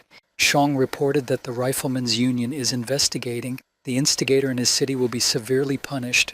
And then it hit Li. Why isn't Shuang at practice with the whole team? In response to this question, the girl hesitated a bit. Blushing slightly, she admitted that she'd seen a real man in the guy over the past few days. That's why she'd decided to stay to talk to him alone tonight. Our hero was so embarrassed for the first time in his life. I wondered if Sister Shuang had warm feelings for him. The girl clung to the boy's arm, but the next thing he said knocked him completely out of his rut. Lin offered to fight. She wanted to learn sword technique from him. The guy was even more shocked. She's unhinged. The stubborn girl was already ready for battle. Yunmu agreed. The training had begun. Each of Shuang's punches was fast and accurate. The young man couldn't find her weakness, but he wasn't going to admit defeat either. The girl also noted the pluses of her opponent. He was very fast and strong. It was impossible to let your guard down. The battle was fierce. Everyone was giving 100%. The first stage was overcome, then the second stage. The girl realized that after the second step, where you could combine techniques, she wouldn't be able to stand for long. Lin decided to be cunning. He began to retreat so that he could see what the enemy's technique was. So they passed the third stage, then moved on to the fourth stage. Suddenly, the girl caught her opponent's sword with her hand, said that if each blow made the guy stronger, she would finish him off with one. She threw one single victorious punch. The guy was in a stupor. The winner emerged. Holding Yunmu's sword by the blade in her hand, Lin brought her sword up to the guy's neck. After a moment, she shouted that she had won. The shocked guy had no choice but to state the madness of the prodrug. When the rest of the team returned, they were surprised at the bandage on the girl's arm. In response to all the questions, she said that she had just scratched herself. Zhang said that the 3 of them went to scout the Ayu tribe. After the last battle, they had become much more vigilant. Even with a recovered Yunmu, they are unlikely to be able to attack in the same fashion. But the indomitable commander announced that he had come up with a new strategy where Sister Shuang would help. The next morning, when the things were loaded into the car, everyone was waiting for Sister Shuang to come out. A fragile girl in a fitted dress appeared before them. She was embarrassed and so different from the belligerent Lin. The guys were surprised at this transformation. The guys were surprised at her embarrassment and encouraged her that such clothes were part of military tactics. Last night it had been very difficult to persuade the girl to such a venture. The commander had suggested seducing the demon elder Ayu. Our hero didn't like the idea at all. He was against using the girl's appearance as bait.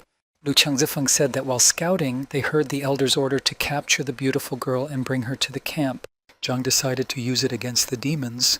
To destroy a tribe, you have to start with the leader. So they decided to take the enemies by surprise and finish them off. And now they were standing near the path that the demons were patrolling.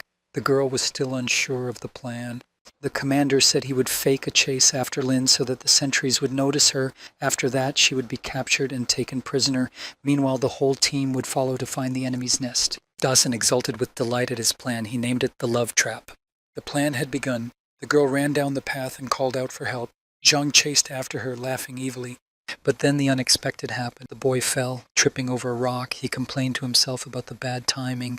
At that moment, the demons, instead of Lin, grabbed and dragged the young man to their lair. The whole team was shocked at what was happening. Shuang stood in the middle of the road. The story took a fantastic turn. A few seconds and the comrades realized that in principle and the plan changed only the bait, so we need to follow it. Sister Shuang logged onto the network and tracked Zhang's whereabouts. Yunmu said that one should stick to the plan and act together with Big Xiong. Then the task of destroying the Ayu Demon King would be accomplished. In a dark dungeon in strong shackles hung our lad, dressed in the costume of an oriental beauty. The warders informed the king that the girl was here. Joyful in his suit and flowers, he went on a date. He ordered the servants not to disturb him in any way.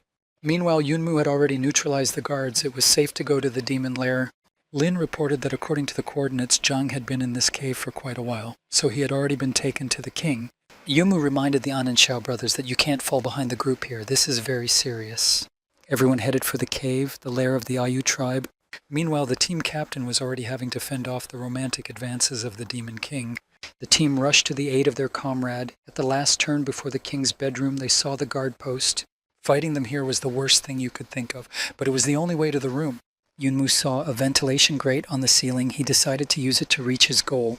In the bedroom at that moment, the monster unlocked the shackles from the wall and offered the prisoner a game. She runs away. He catches up with her. He said that resistance made him even more aroused. The demon commanded the start of the game and lunged at his prey, but he was a little stunned. The young man did not run away. He went on the attack, jumping on his captor. The confrontation lasted for several minutes. Zhang was eventually able to use the chains to twist the Demon King. Joyful, he blurted out that the game was over. But the monster broke free, and the battle continued with renewed vigor. When the monster was already sitting on top of the beauty, the ventilation grate opened, and Yunmu jumped out, freeing his friend. The rest of the team followed. Dasyun sat on the floor and was happy. He said that if they delayed even a minute, he would lose his innocence. The demon stood up and angrily said that the fucking humans had tricked him with the help of such a beautiful girl, hit a nerve. Then the pretty girl pulled up her dress and informed him that he was actually a guy, and what's the big deal that he was tricked?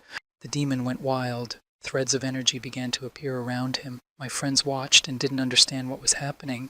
The flow of energy kept growing, and finally there was an explosion that blew the entire cave apart. Yunmu was thrown to the surface by the wave. He was amazed at the demon's strength. The monster itself had increased in size by leaps and bounds. He stood on the highest peak of the ruins and asked if the humans were ready to die. Meanwhile, in the gunnery center, all the computers issued a danger message. There's been a big commotion. Turns out Demon King Ayu has activated a spell of extreme magnitude. He's gone to the level of Demon King. That was a very big problem. Such magic could kill everyone involved. Messages have been sent out to everyone that the competition has been stopped urgently. All groups are to be recalled immediately. Gold crystal shooters were ordered to be sent from the evacuation, but our hero knew none of this and watched as the demon approached him. The monster's body became even more terrifying. It raised its weapon. Enormous power oozed out of the enemy he prepared to strike. Yunmu looked at him like he was mesmerized. He realized that the group couldn't handle such power. The demon Ayu raised his sword and sent a devastating blow at our hero. At the last second, Lin yanked the guy out of his seat. She shouted that it was time to get ready, not to fool around. Throwing her friend aside, the girl rushed to attack the monster. Sitting on the ground, overcome with trembling, our hero tried to gather himself and begin to act. He called out to his brothers, but they were unconscious. He realized that he would have to go to the rescue alone.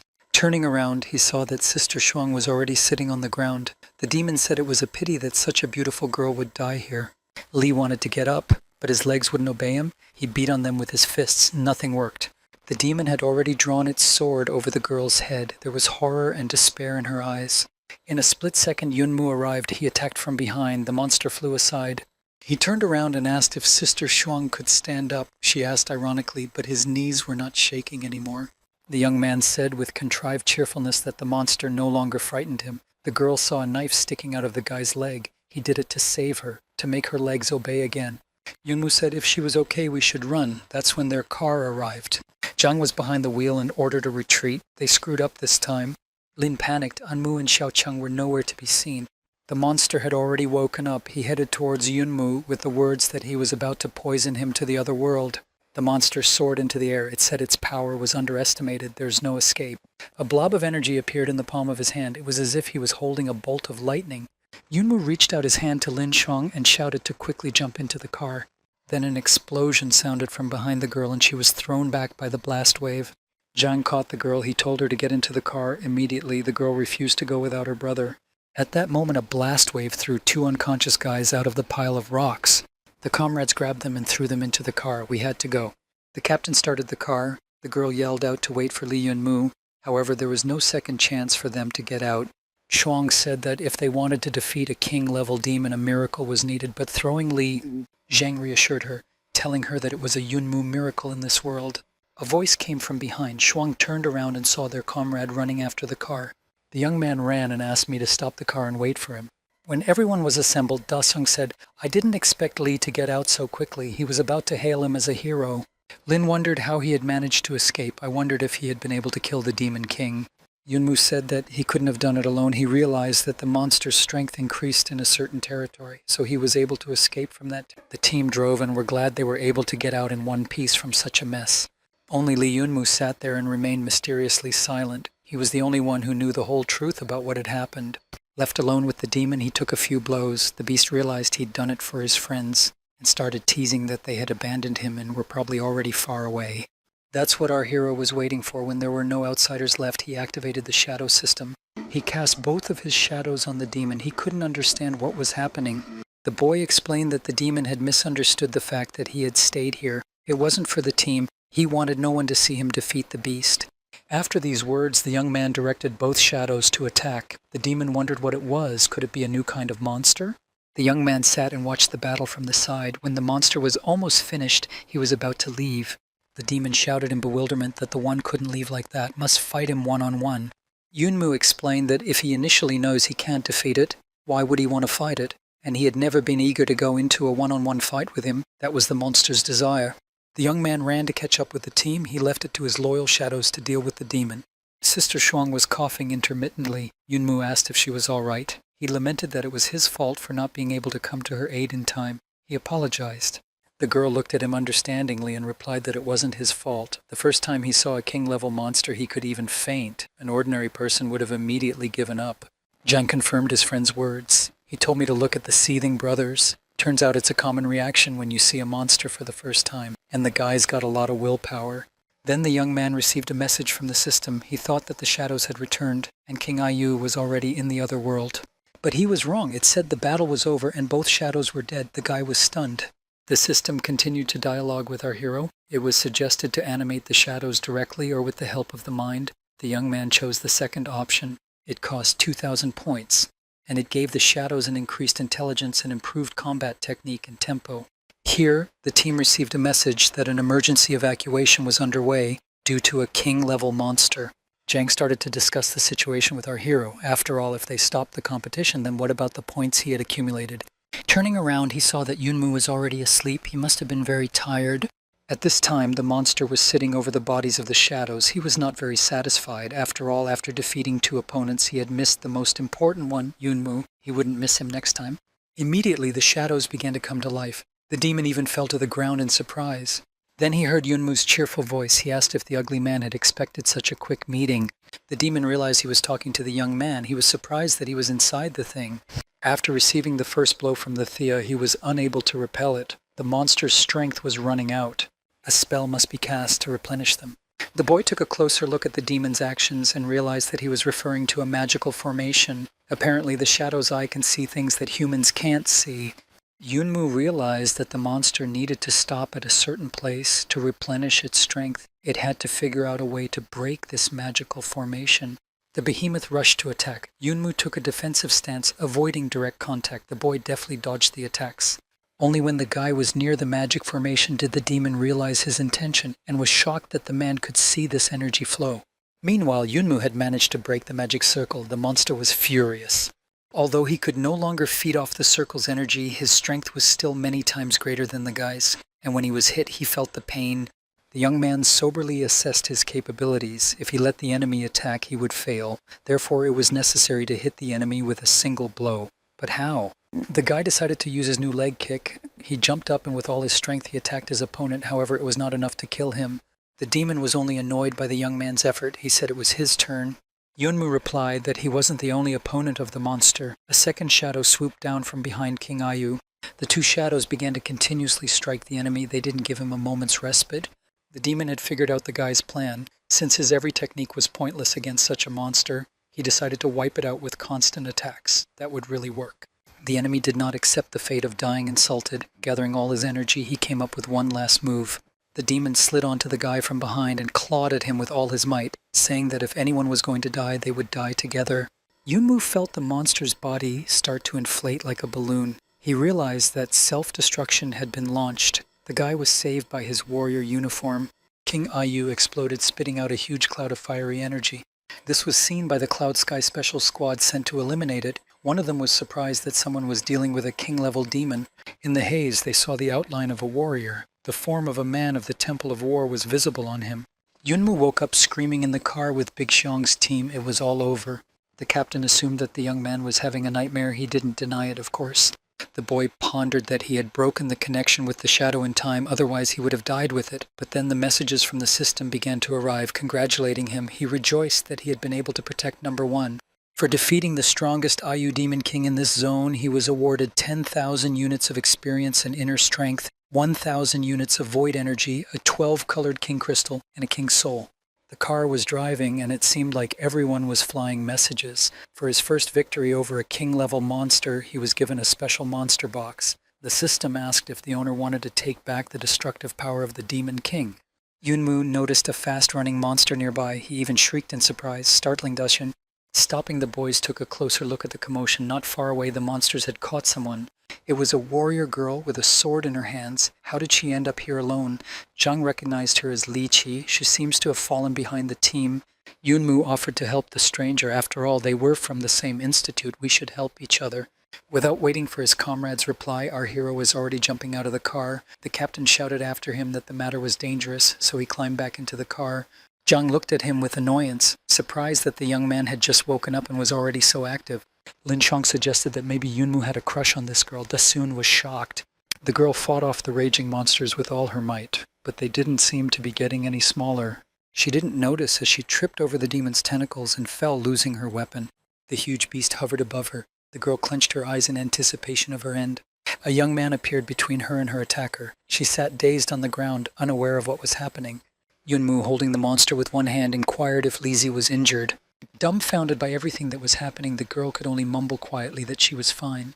The young man easily dealt with all the uncleanness. Lizzie watched and thought that this was Li Yunmu, and he was cool. Zhang skeptically observed and said that it was time to get out of here already.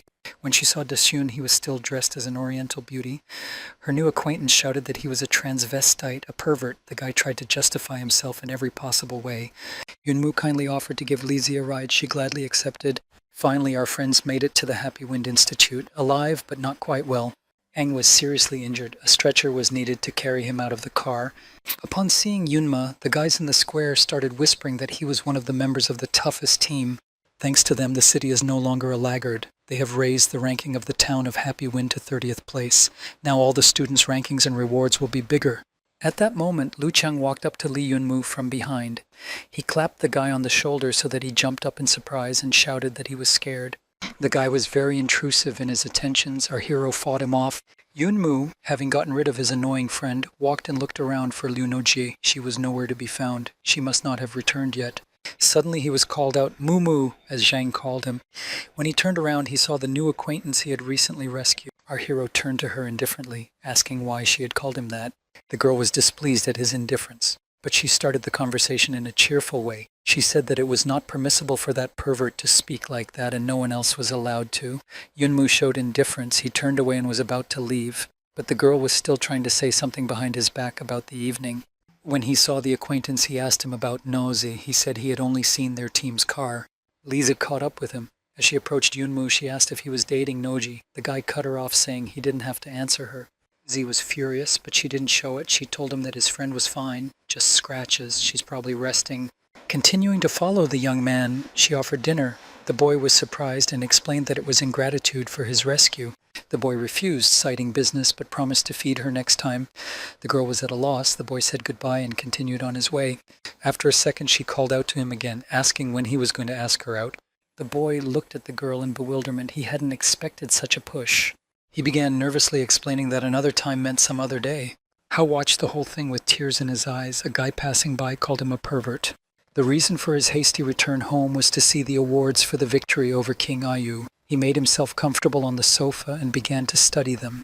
He was interested in a blue-colored stone with a hieroglyph, the Waidu stone. I think he'd seen a description of it somewhere. Going through a stack of books, he found the right one. In it, he saw this information. Waidu stone is a very valuable treasure. Once perfected, it can create a whole separate world. The person who perfects it will be able to control the created world. The boy cheered. There was a reason the Demon King had blown himself up. Yunmu now possessed the real treasure. The young man turned to the system to upgrade the stone. The response message said that 30,000 experience points were required. The guy resented the high cost of the service. He even said that the system wanted to rob him. A little calmer, he agreed. 30. So 30. A couple of seconds later, he received a message that the improvement had been successful. The boy went to see his world. It was an open space with many stars around it. The young man was enraptured. Such a starry sky. He had never seen anything more beautiful in his entire life. After a few minutes, elation was replaced by disappointment. Although there is so much space around, the guy can only be on a piece of slab about a meter by a meter. He tossed with annoyance at the slab where the crystal sat, and the platform grew larger. Turns out it was growing, feeding on Vaidu's crystals. Since that was the case, the young man decided to greatly increase the area of his world. He began to scatter crystals around him.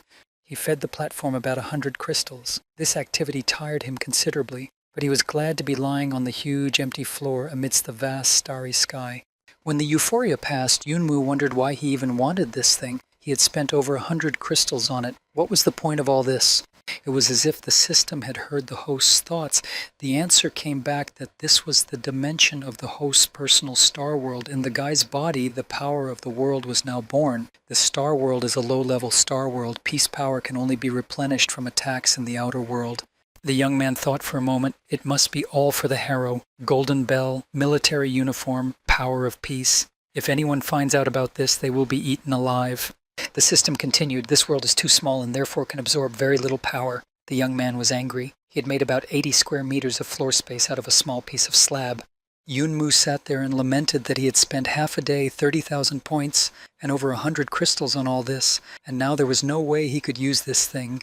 He lay there and pondered whether to spend more crystals on this starry world. Then he felt panic that it was a bottomless abyss, which was not enough. A long time passed in such an empty dilemma.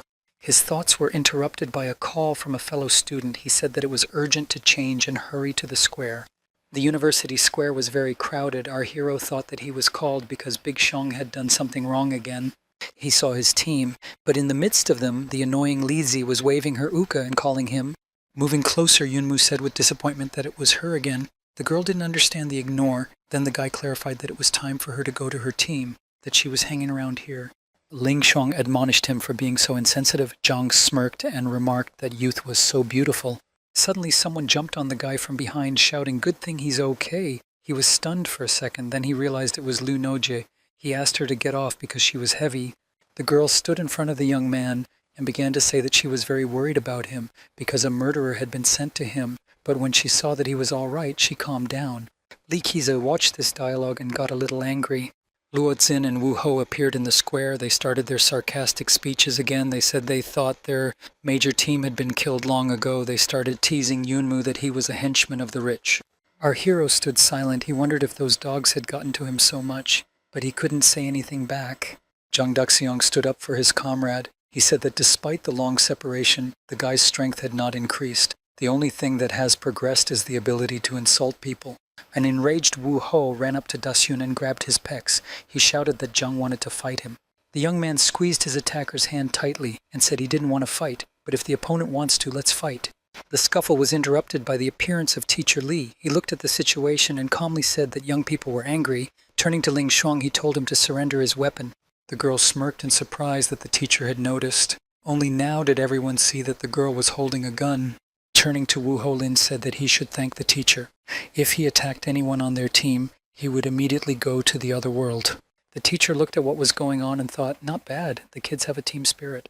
Turning to all the students, the teacher announced that the competition ranking had come up. Happy Wind City entered the top 50 and ranked 48th. This is of course a credit to his students. He is pleased with them all.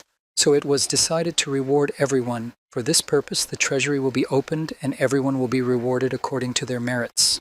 The square froze in surprise. No one had expected such a thing. In a second, everyone was cheering. The teacher said Tanan would take everyone to the treasury. There, everyone will choose a gift for themselves. As they approached Happy Wind's treasury, everyone was surprised by its size. It was a multi-story building. Yunmu wondered aloud at such a large building, to which Jang said that it was almost as big as his house. The director announced that all teams would enter the treasury one by one according to their ranking, and presented the order of seats to everyone. Everyone was surprised to see the Big Xiong team in first place in the result table. Luozin's team members couldn't believe their eyes. How could it be that they weren't the first? Dasun was happy that they were the first to go and choose presents, but Yunmu didn't like the situation. He thought it was not good to attract the attention of many people. His thoughts were interrupted by Wu Ho's shout. The guy couldn't calm down. He lamented that Yunmu had only awakened a year ago and couldn't have scored so many points. The young man was taken care of by Lizi. She said she saw the boy's technique, so what if he's recently awakened? Don't bother him. The restless young man pushed the girl away and demanded that Yunmu not hide behind the broad's back. As he approached our hero, he gibbered that he relied on Ling Shuang in the competition. So is Yunmu talented after all, or is it just words? He challenged the guy to a fight. Li Yunmu remained silent. He looked at the girl who was sitting on the ground. She was in pain. To Hao's continued attacks, he replied that he would fight him. The Big Xiong team members watched the altercation. Zhang and Lin were discussing how unlucky Ho was. He could have gotten to anyone, but he had to get in touch with Yunmu. Anne and Chung cheered, encouraging their favorite. With words that he had been enduring for a long time, Hao launched an attack on our hero. Yunmu calmly recoiled from his explosive stream. No matter how hard the opponent tried, he couldn't hit Yunmu. He shouted annoyedly as he jumped like a flea. It was about time to strike. It seemed like Yunmu was just waiting for those words. Answering that, he said, "Then get it." One apt strike and the enemy flew to the ground with a clatter. Gawkers were shocked that the guy flew off with one punch. Yunmu's cheering team cheered, shouting out words of encouragement. Yunmu was about to leave, but Ho stood up saying he wasn't giving up. He gathered all his energy and threw himself into the attack with a menacing shout. Yunmu calmly watched. A second later, the face of the offender met our hero's fist, and he flew back a few meters. Wu Ho was completely defeated by the people around him. They began to gossip that Yunmu was tough and Wu Ho was not so strong. The director interrupted the conversation. He said that if we had found the winner, it was time to go to the treasury to get the reward. Li Yunmu agreed, saying that they had already wasted too much time on this boring stuff. He called Xiong into the treasury. But then Hao appeared behind him with a knife in his hand. The director froze in a stupor, only managing to shout, "Watch out!" The young man managed to dodge the attacker's blow. He grabbed his hand with the knife and broke it. Whispers spread across the square again. Everyone was surprised that Yunmu had broken Hao's arm. They said that he was cruel and it was best not to piss him off. Yunmu silently looked at his opponent who was lying on the ground, squirming in pain and shouting threats at him. Hao complained to the director about his broken arm and promised to go to the union to be punished. But he didn't get any sympathy. Tang An said he wanted to kill his comrade. It's good that his arm was only broken. But the director will definitely report Hao's behavior to the union. The boy was at a loss. After all the confrontations, the team, for once, went to the treasure trove. On the way, Lizi said that Ho was certainly not a good man, but wasn't it too cruel to break his arm? Yunmu replied that if he wasn't taught a lesson, the attacks would continue again. The guy looked at the girl with a look full of fire and explained that one should never leave the enemies with the opportunity to counterattack. Meanwhile, the team approached the Class A vault. Everyone waited impatiently for the doors to open. In the vault, the shelves were full of artifacts that couldn't be bought anywhere for any money. Everyone started looking at weapons and other military items, trying them on for size. Yunmu was called out by Lin Shuang. She had found something interesting. The guy headed towards her. The girl explained that it was more interesting than any swords and knives. It's a technique transfer ball. Handing the guy an orb, Lin told him that it concealed the Northern Lights killing technique. It strengthens one's sword skills. And if it is combined to Yunmu's fighting style, it will be excellent. The young man seriously thought it was worth choosing this technique. It felt like it was made for him. The system sent a message that a scan of space had been run. A valuable object has been found that the owner should not miss. There was a bow hanging on the wall near the guy. That's what caught the system's attention. Yunmu put the orb back down. He said he wanted to take a closer look. The young man walked over and took the bow off the wall. It was very old and covered in dust. There were pictures of birds painted along the shaft. The boy said confidently that he would take it. Shuang was shocked, akin to rage. She couldn't understand how she could trade a strong battle technique for an old bow. Yunmu didn't expect such an attack. He mumbled that as soon as he saw the bow, he immediately felt that he wanted it, and distracted his sister from complaining. Asked her what she chose. Was the Northern Lights technique really a good match for Yunmu? The girl angrily shoved the orb into her brother's hands and walked on, and only scratched the back of his head, not understanding why. Our hero contentedly headed for the exit when he was called by Zhang. Captain asked, "He took the prize and already wants to escape."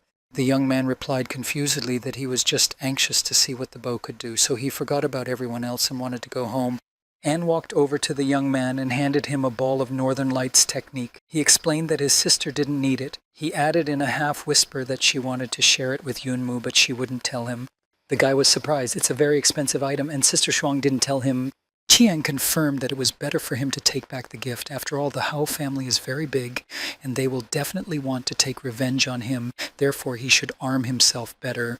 Dashun was also supportive of the team, adding that they are partners. Everyone will help him. The young man accepted the gift. He felt so light at heart. It had been so long since he had felt the warmth of friendship. As soon as he crossed the threshold of the house, the boy collapsed on the bed. It had been an exhausting day. Already lying down, he ordered the system to learn a new technique. The system again told me to spend experience, this time 4,000 points. What to do? The host agreed.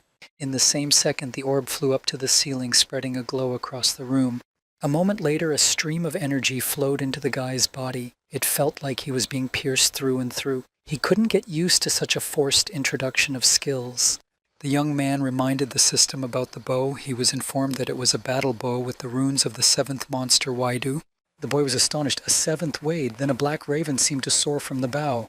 Yumu was surprised. The system said that this bow contained the soul of a warrior whose hands grew from the wrong place. The boy assumed that the vision was the warrior calling out to him.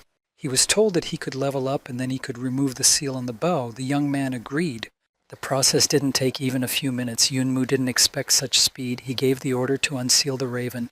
The guy seemed to hover in space. Everything swirled in front of his eyes. Some circles appeared. The young man found himself in front of a huge cage. He didn't understand what was happening. An unfamiliar voice called out to him, asking him how he had gotten here. Yunmu turned around and saw a man chained up. The young man asked if he was a raven. He said he had come to free him in exchange for his strength. The interlocutor laughed, saying he was talking nonsense about his release. Yunmu commanded the system to break the seal, but a message came in that he didn't have enough internal technology. The stranger told him to use all the equipment. Let him have as much as he had. Equipment pickup has begun. When the internal technique level was at 0, the young man heard the sound of a chain breaking. The prisoner smirked at Yunmu's advances. He said that he talked a lot but could do almost nothing. Turns out he was shackled with 3 layers of seals, and right now only the first layer had broken. The boy felt like a delinquent schoolboy. It had been a long time since he'd been so embarrassed. But for his efforts, the raven did share a small portion of his power with him. The prisoner sent him 3 ravens who would do all his bidding, and he said that if he released him completely, he would get much more. Yunmu was very happy about such a gift. He promised to definitely free the raven. After all, it would also help himself. The prisoner confirmed their agreement. Citing fatigue, he ordered the boy to get the hell out. After jumping through the spatial vortex, the guy found himself in his bed again. He felt very tired. After resting, our hero went in search of Van Wen's house. There's a pawn shop there. When he found the right address, the young man was very surprised. He did not expect that such old buildings still existed. A little old man called out to him. He inquired what had brought the young man to his pawn shop. He immediately advertised his establishment as a place with a lot of things. Yuma replied that he had no intention of buying anything, but he had heard that the owner dealt with smuggled goods. The old man smirked and invited the boy inside. You don't discuss such matters on the street. After offering tea to the young man, the old man started talking about the case. He asked what valuable thing he had decided to sell.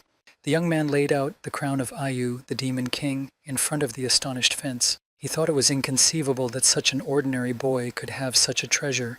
When asked about the cost, the old man showed a 1 on one hand and a 5 on the other. The young man thought that meant 150,000 and said it was worth more than that.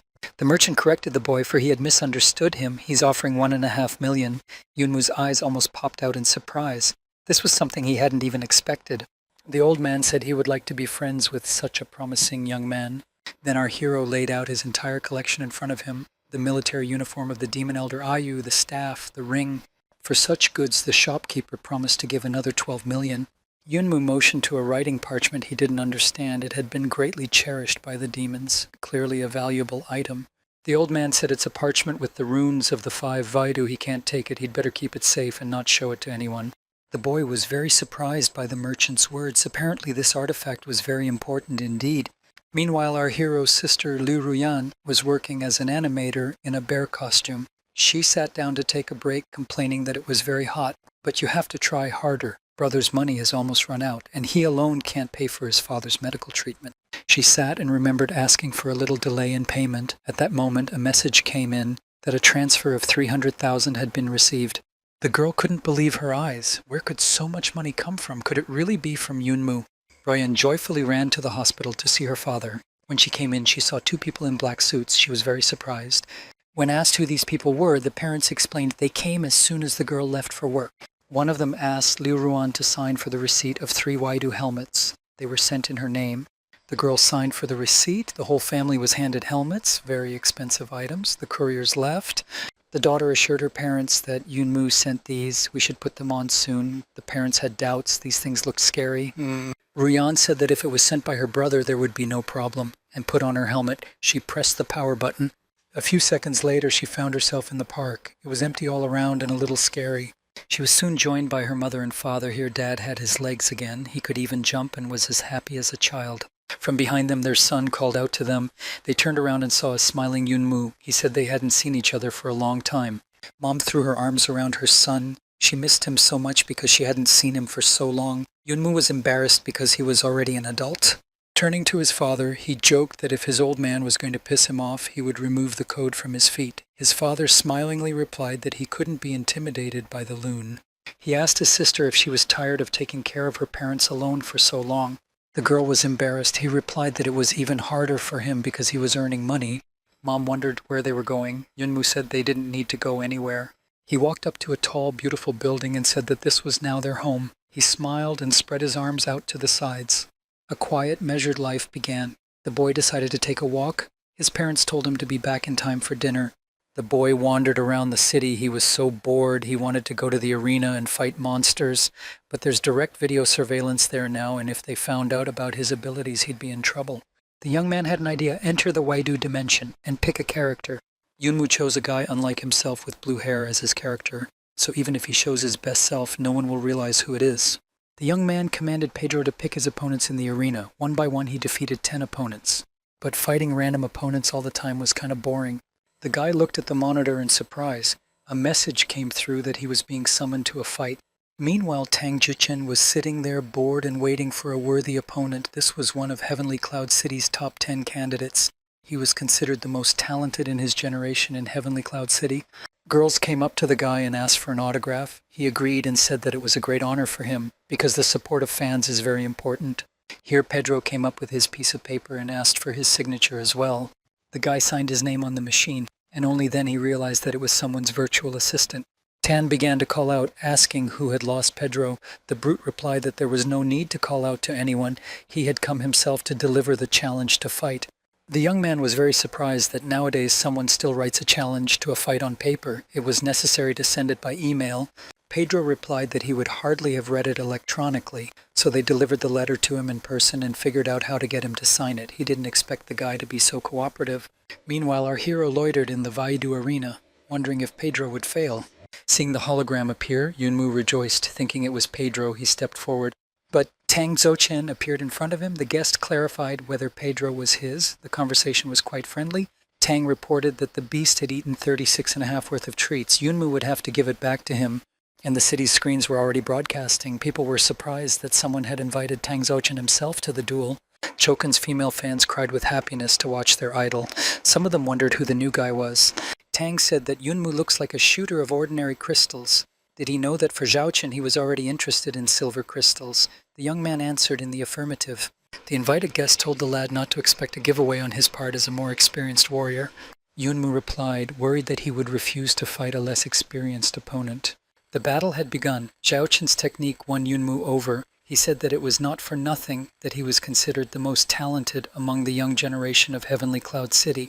In a pause, Yunmu expressed his delight at his opponent's talent, saying that he was very cool, and Tang asked if the opponent was really fighting at the level of simple crystals.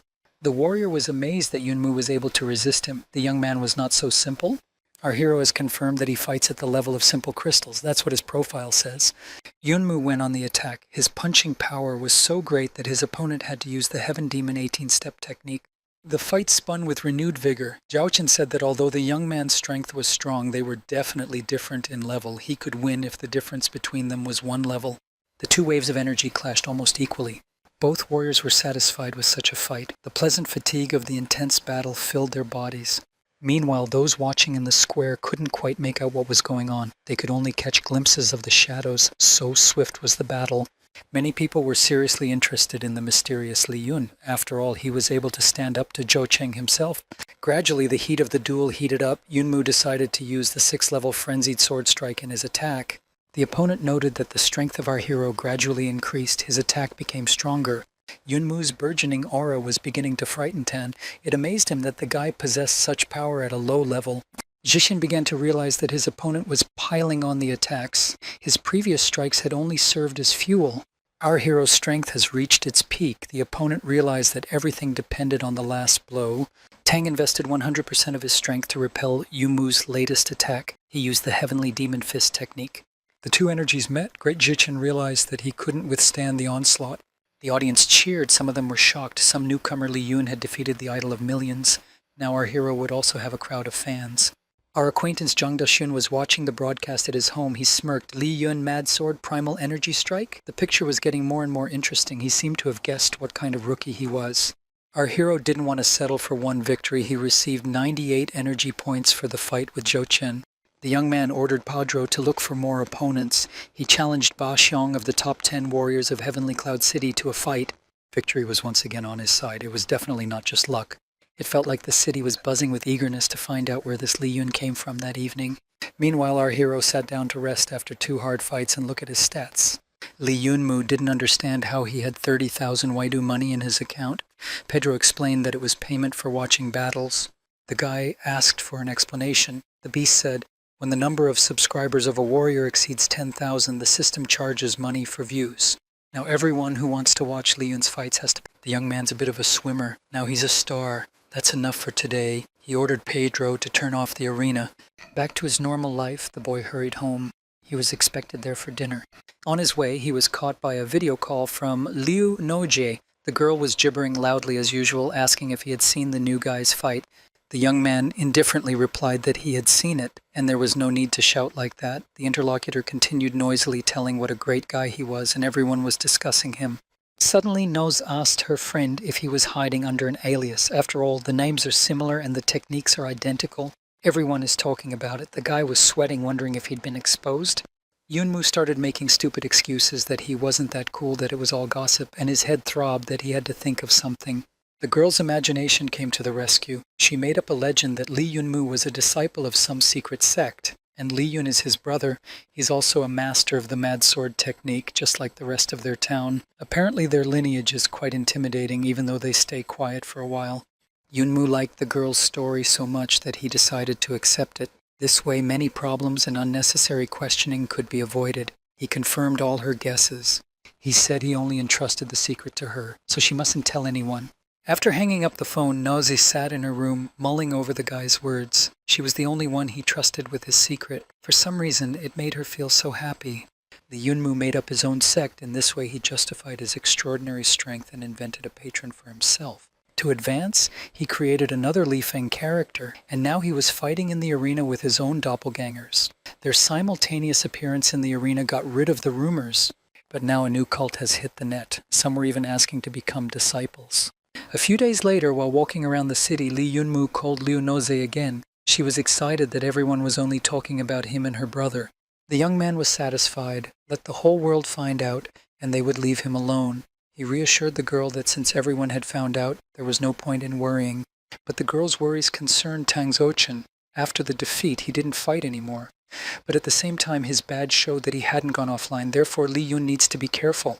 The young man wondered. After all this time, Thane had challenged him to a fight. He had refused. He hoped that he would finally calm down. The guy noticed some commotion. He said goodbye to his friend and went to find out what was going on. Near the store's cash register, behind which his sister Rian was standing, some guy was trying to sell black crystals. She refused. The young man persistently intended to invite the girl to dinner. Yunmu intervened. He said that the store closes early today. If you have any questions, come back tomorrow.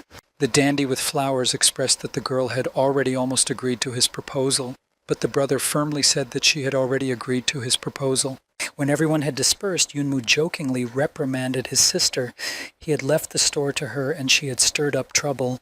The girl began to apologize. Her brother explained that he did not blame her for what had happened. He just didn't think that she would be so popular in the virtual world.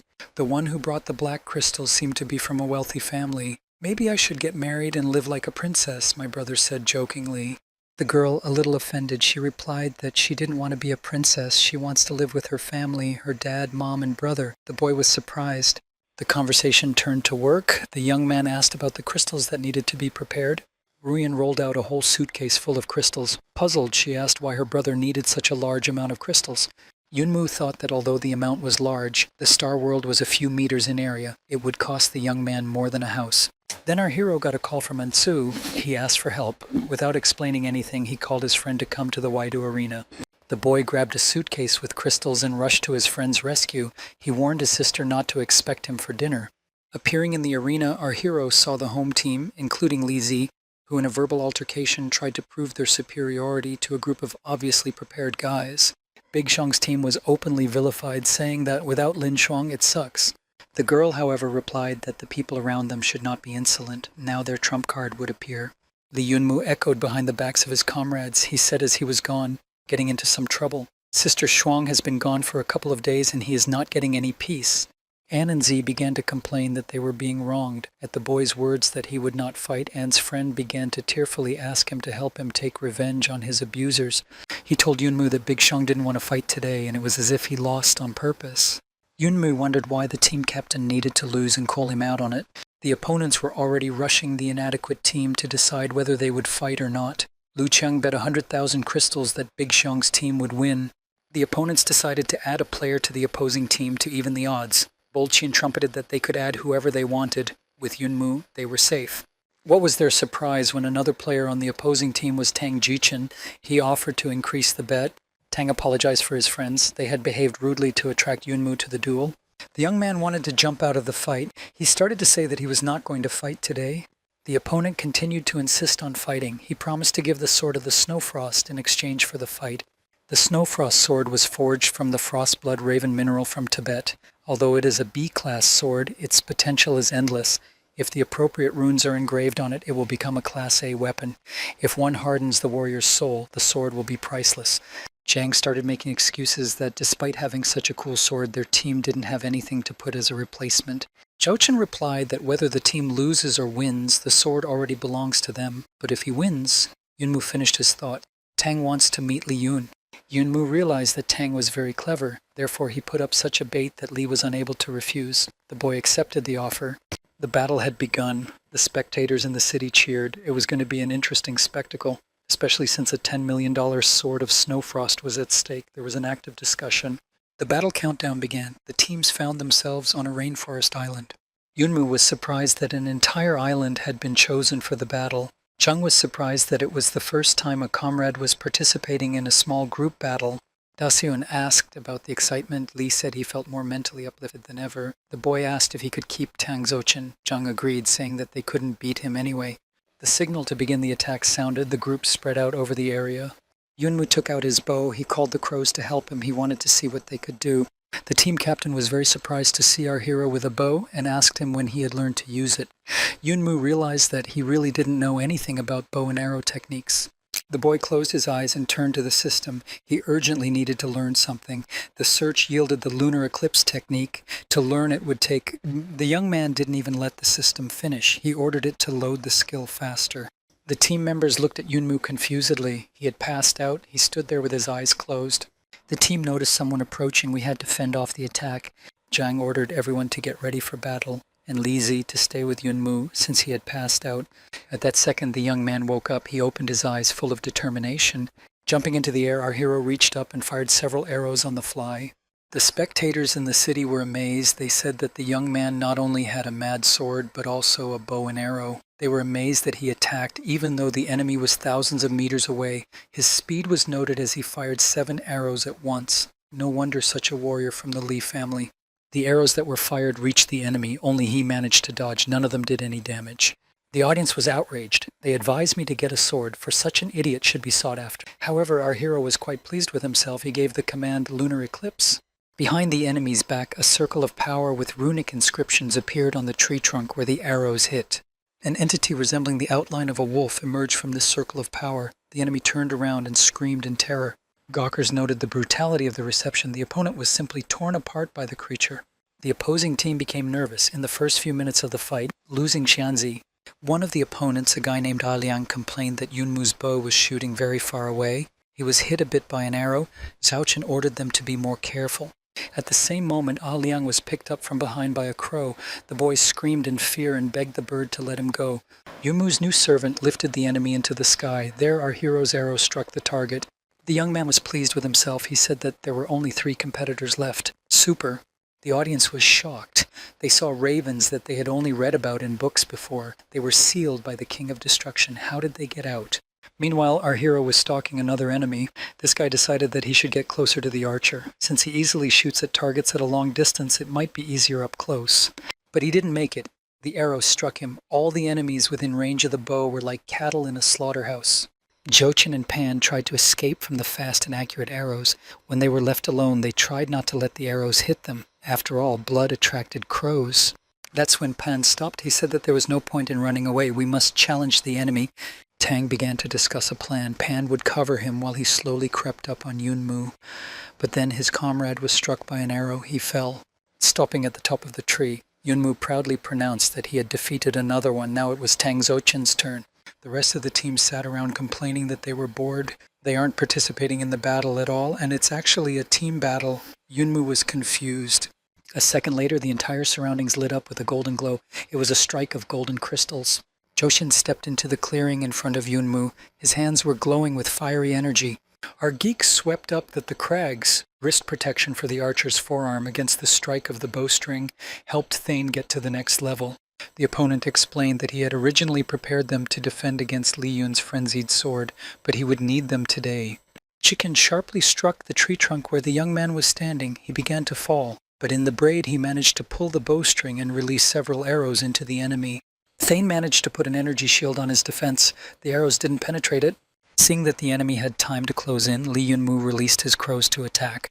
The enemy, seeing the annoying crows, said he would wipe those birds into powder. Tang Jikin commanded the frenzied beast to come out. Everyone saw something grow out of the cloud of fiery energy. Everyone was amazed at what the hell it was. Zhang said that if he guessed correctly, it was a warrior's soul. A huge pig-like creature emerged from the cloud of energy. It was dozens of times the size of its master. Yunmu watched and was amazed. How cool. This is the soul of a warrior. It was the first time he had seen such a thing.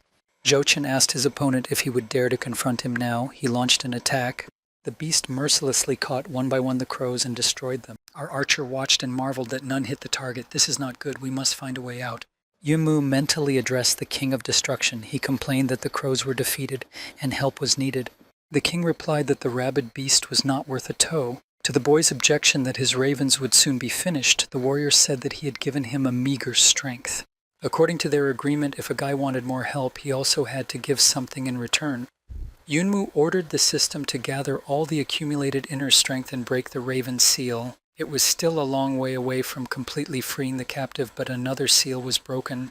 Raven sent his power to the young man as promised. Yunmu plunged into the stream of fiery energy that permeated his entire body. Meanwhile, the enemy was jubilant that he had already destroyed the last third raven. Our hero looked at the enemy with a smirk. Saying he thought there were only 3 of them, he ordered an entire army of birds to flog the enemy. Zhao Chen continued using his monster to crumble the crows into mincemeat. Yunmu turned to the king of the ravens again. He asked what to do next, for the ravens were being defeated. The raven advised him to leave it to him. The remains of all the ravens merged together, glowing with a golden halo. It was the glow of golden crystals. Everyone stood and watched what was happening. In shock, no one realized what it was.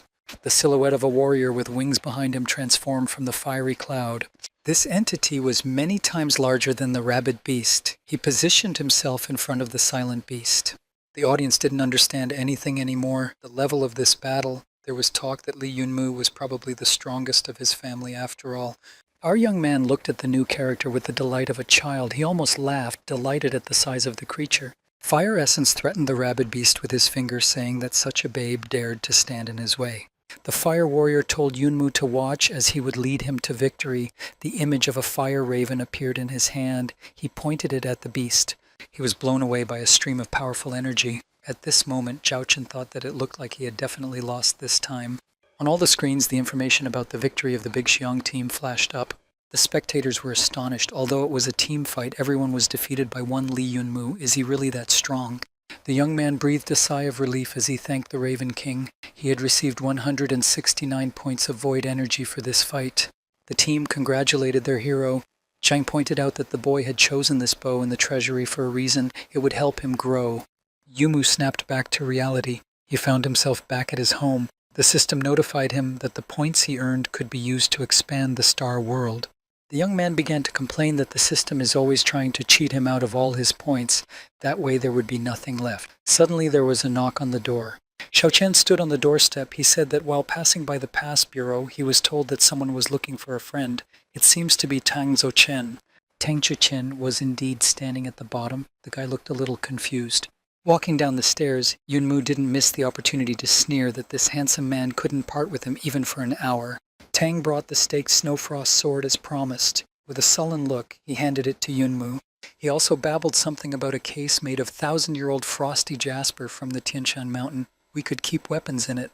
Yunmu inquired this was all to see Li Yun. Tang confirmed and asked for forgiveness. The guy couldn't calm down in any way, as he wanted to learn his frenzied sword technique. He admitted defeat and got ready to leave. Our hero looked after the guy who was leaving. He was so depressed. I guess losing really hurt him. Tang's not a bad guy. If he doesn't deal with these thoughts, he'll be stuck in one place. Yunmu felt sorry for Zhao Chen. He called out to the young man and said that he could fight him using the frenzied sword technique. Thane rejoiced. He couldn't believe that he was so lucky. The Gawkers had already begun to gather around. They realized that the battle was about to begin and began to guess who would win this time. Zhao Chen was worried that they were going to fight in the real world. There were a lot of people around and one could accidentally hurt them. But Yunmu had an orb with a protective barrier for this case. He activated it. The boys went inside, ordering no one else to come in. The Gawkers weren't happy, so they wouldn't see anything. After an hour of silence, the people around them noticed some movement. Everyone was wondering who would come out of the balloon. To everyone's surprise, both warriors emerged from the protective barrier at the same time. They supported each other in a friendly manner, though they were both badly bruised. Li Yumu told his opponent with a satisfied look that it was much more interesting to fight in reality. A similarly enthusiastic Tang Zhicheng agreed with his opponent. The young men were surrounded by spectators who had waited so long for the result. Everyone asked who had won after all, but they never got an answer. They sat on a bench on the street and talked like old comrades. Yunwu joked that he was being rewarded for fighting Tang for so long. He replied that Li was a great fighter himself.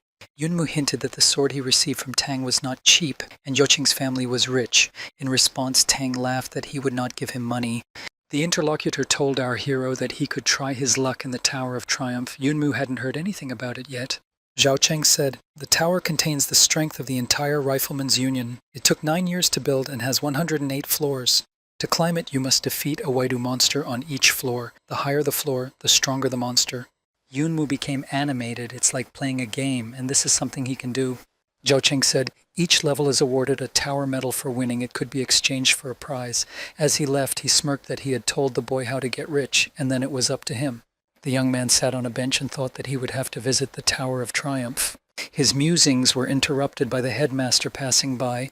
He said that in a few days the Heavenly Cloud Fortress would go to fight in the demonic bullfield. It would be there for 1 month. It would be good for the young man to practice and gather useful data. It would be a shame to miss such an opportunity. 3 days later, in the library, our hero sat deciphering some runic symbols. Unfortunately, the text was impossible for him, so he was very nervous. It turns out that the day before, Tang Zhicheng had given Yunmu a map of the secret entrances. They are located in the Demon Bullfield on the Devil Mountain in the Dark Zone. Thane heard that his new friend was going there, figured he could use her. The young man could not understand anything written on it. Tang replied that they were ancient writings, and whether or not Yunmu could decipher them was up to him.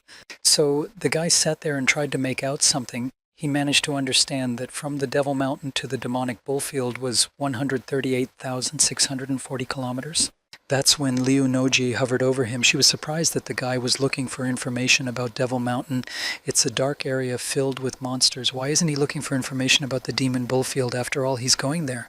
Yunmu tried to justify that he had just heard about this place and was curious, but the girl didn't believe him. Noji screamed so hard and almost cried. She said that even with his strong defense technique, being a disciple of a hidden world sect, he couldn't just go to such a dangerous place. Yunmu was taken aback by this reaction. He calmed his friend down, stroked her head, and apologized for always making her worry. He's a dummy and likes to take risks.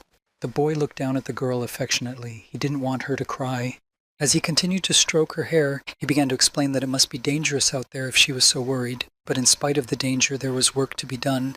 Smiling, he said that despite all the danger, he would come back alive for her, and he held out his little finger, the way little children do, to make up. Liu wiped away her tears. She mumbled that she didn't care if he came back or not, but held out her pinky finger. The guy replied that he would assume she smiled. After all, she has a very pretty smile. Parting on the porch of the library, Nosy asked him to contact her if he had any business to attend to. He agreed. The entire Big Xiong team was watching. Some of them marveled that the boy had brought Nosy to tears. Some said that Yunmu was handsome, and Lizi was furious at what she saw. Our hero, after seeing his friend off, went back to his books. He thought seriously, the Devil's Mountain must be a very dangerous place indeed. After a while, our guy decided to enter the Tower of Triumph. He filled out a registration form. At the registration desk, he was told to leave the form here and pay the participation fee of 500,000. The boy lamented to himself that it was very expensive. If he didn't need the ancient runes to temper his sword, he wouldn't have come here. At the same time, two girls entered the room. They were Lin Li, our hero's ex-girlfriend, and her friend Chu Qingyu. They looked around and chatted that there were a lot of silver-level shooters here. Yunmu had just started trying to bargain for a discount near the front desk and was paying his entrance fee. Seeing him from the back, the girls assumed that this guy was clearly at the entry level. The girls continued to talk, but one of them thought the guy looked familiar. She had a strange feeling she wanted to hit him. Chu Qingyu called out to the young man. The unsuspecting boy looked around and was shocked. Why would there be two girls here who hated him? He was confused what to do. Yunmu made as much of a face as he could and turned to the girls. Changing his voice, he started talking. The girls were surprised at such an unusual appearance and apologized for mistaking him for another person. The young man tried as best he could to bore and threaten the old acquaintances to get them to leave quickly. His plan worked. The girls hurried away from him. One thought he looked like the freak who had once made her look like an idiot. Yunmu was glad that they had withdrawn. His face had already stiffened. It almost remained skewed forever. It even made him sick to keep his eyes rolled for so long. The young man's attention was attracted by a girl handing out leaflets. She was advertising souvenirs from the Union. He went and bought a fish mask. Walking further into the building, wearing a fish mask, the hero marveled at what a huge star world they had created here. Someone tapped him painfully on the back of the head. A girl's voice asked what he was hanging around for. Had the starry world of the shooter's founder stupefied him? It was Chu Qingyu. She worked here. When he asked about the founder of the archers, she told him he was the first person to awaken the power of an archer. In that dark time, he was the hope of all mankind. The boy asked if the founder was alive now. After all, he is more than 200 years old. Chu replied that he was fine. The girl, realizing it was his first time in the tower, cautioned Yunmu, "You never know what you'll die of here. Not only are there 108 floors above, but there are just as many floors below. That part is called the Fall Tower. Only those with a Dark Zone pass can get in." The young man hesitated. After all, he was to enter the Dark Zone in the near future. The girl led the hero to the entrance of the Tower of Triumph. To him, the construction seemed very strange. Chu Qingyu left him and told him to rely only on himself. Yunmu resolutely stepped through the door that opened. Next, a fork of 3 different doors awaited him. Sacred shooters, shooters, and super shooters. Our hero couldn't figure out what it was. The system sent a message. The super shooter has already exceeded the level of the shooter. The sacred shooter is the one who has exceeded the level of the super shooter. It turns out each door has a different rating. Yunmu took off his mask and began to study the information. It turned out his friend had been here before. Then he definitely wouldn't lose to him. As he headed for the door, he received a message from the system. He was in a dangerous location. The system began scanning the tower. We'll have to wait a little longer. Our hero took his time. He sat down to wait until he got the system data. Messages sprinkled one after another. The map in the shadows was loaded. The tower was divided into 3,333 Vaidu spaces. In the event of death, the tower would take all of the warrior's energy. The young man was shocked by the information. It's a training tower. Why would anyone die in it? Could it be that the best shooters are brought here and then use their energy to expand this world? There was no way in his mind that the founder of the tower, the hero of all mankind, could come up with such an insidious deception. Yunmu ordered the system to scan the tower and find where the founder himself lived. The system carried out the order. It turned out that the master and demons of Waidu made up the incarnation of this tower. It seems that the master sent his consciousness into oblivion to become a deity of the 12 stars. The tower is now run by a being with basic intelligence. The boy realized that his every move was now being watched. It turns out that the host had already collected 7 stars by now, 5 more to go. How can a man who is considered a hero by everyone not shy away from killing people to become a deity? It's disgusting. Then, said the young man, since you like to use people, I will use you myself. He ordered the door to be opened and stepped boldly forward.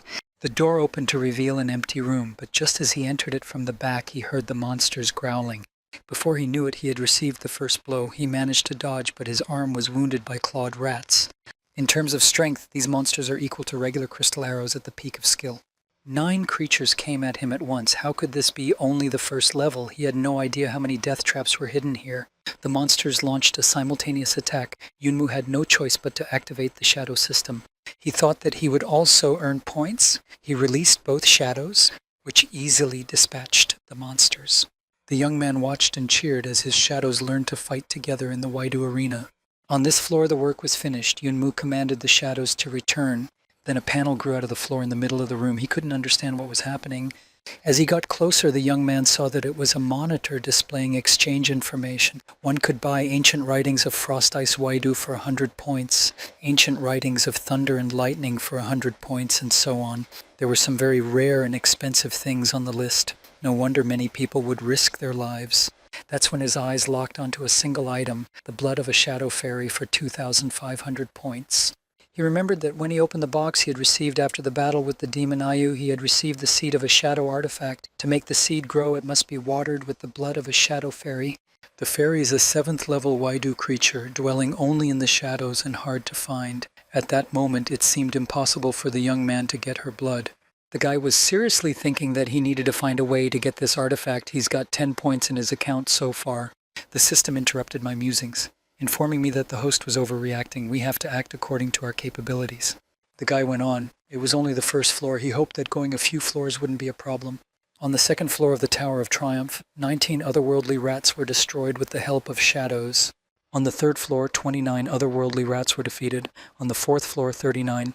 Once on the 5th floor, 49 otherworldly rats and 1 rat general appeared in front of Yunmu. He was many times larger than his rats. The young man rushed with the shadows to attack, but the general was not so easy to hit. Even the shadows couldn't deal with him. Since close-range attacks didn't help, Yunmu turned to the power of the King of Destruction. The boy drew his bow and used an eclipse attack. A huge stream of energy burst into the room, revealing a wolf. He attacked the rat general, and then there was a big explosion. Yunmu was thrown several meters to the floor. When he got up, he realized that the fight was over. Many tower coins were flying around. The young man didn't know that this rat would be so fat. As he looked around, he realized that the shadows had finished off the rat warriors.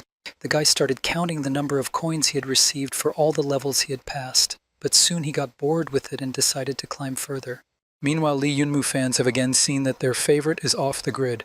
And so are the characters he invented. An argument between fans of different warriors even broke out in a cafe. But then an urgent message appeared on all the screens in the city. Congratulations to Yunmu of Zhongzhou, an ordinary crystal level archer, for successfully entering the 10th floor of the Tower of Triumph. Knowledgeable people were surprised that an ordinary crystal level shooter was able to do such a thing. At this moment in the capital city of Zhongzhou, someone called an assistant to his office. He reported that he had brought the materials that had been requested.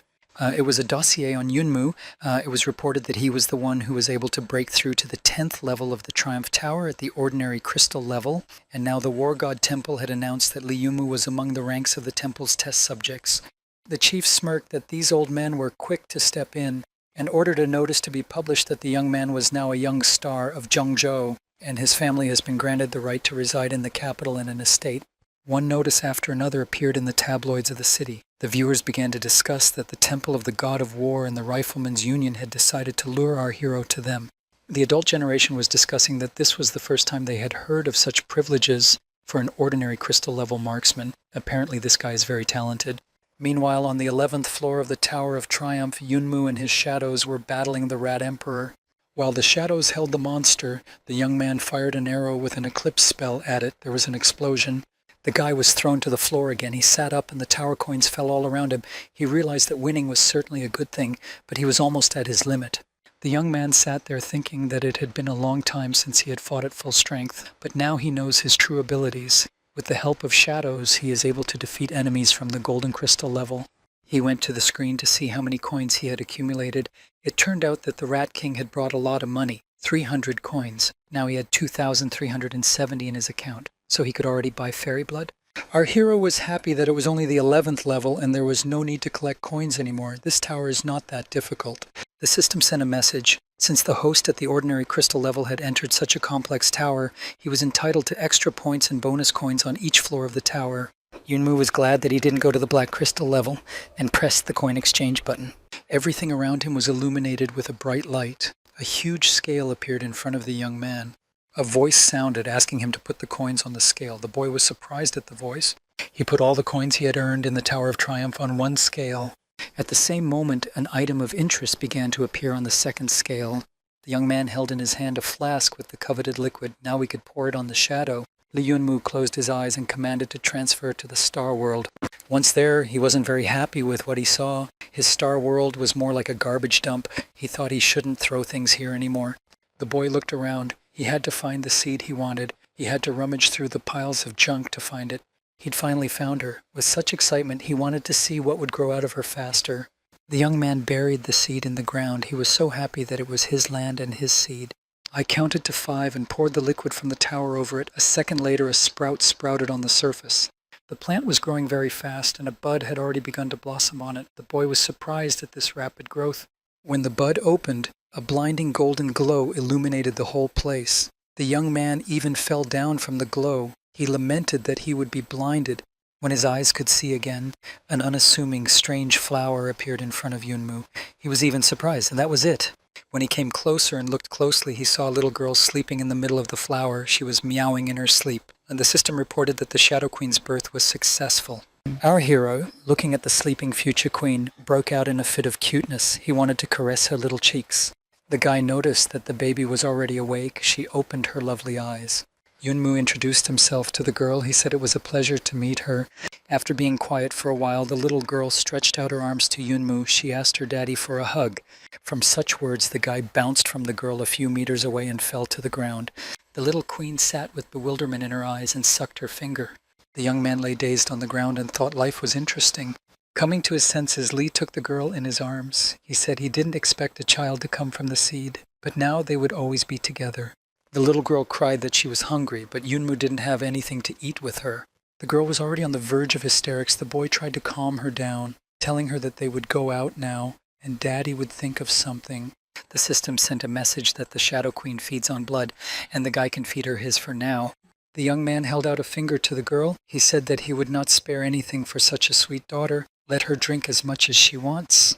The girl eagerly ate the food offered to her. Yunmu smiled at first and thought she wouldn't eat much. Gradually he howled that such blood loss would not be tolerated by an elephant. The system replied that the quality of his blood was low, so a large quantity was required. Half an hour later, the satisfied girl was playing, and our hero lay on the floor with the feeling that all the juices had been sucked out of him. The guy went to urgently replenish his energy with goji juice and brown sugar, while saying that he couldn't imagine dying while nursing a baby. Out of nowhere, a baby girl appeared on his shoulder. She clasped her small arms around his neck cheerfully. To the young man's surprise, the system replied that the Queen of Shadows could move freely in space, and if she didn't want to, she wouldn't be seen by others. Yunmu noted that it was quite a convenient option, and started playing wasps with his ward. The system continued the story. The strongest skill of the Queen is to copy the strength of shooters of Saint level and below. The young man's question that the little girl could be stronger than he was answered that he could put as much power in her as he wanted. After gathering his thoughts, Yunmu picked up his little girl. It was time for them to get back to business. Emerging from his star world, the irresponsible daddy found himself in the Tower of Triumph on the 12th floor. The Queen of Shadows sat obediently on his shoulder. This time the opponents were not hordes of rats, but feathered witches. We had to figure out how to fight them.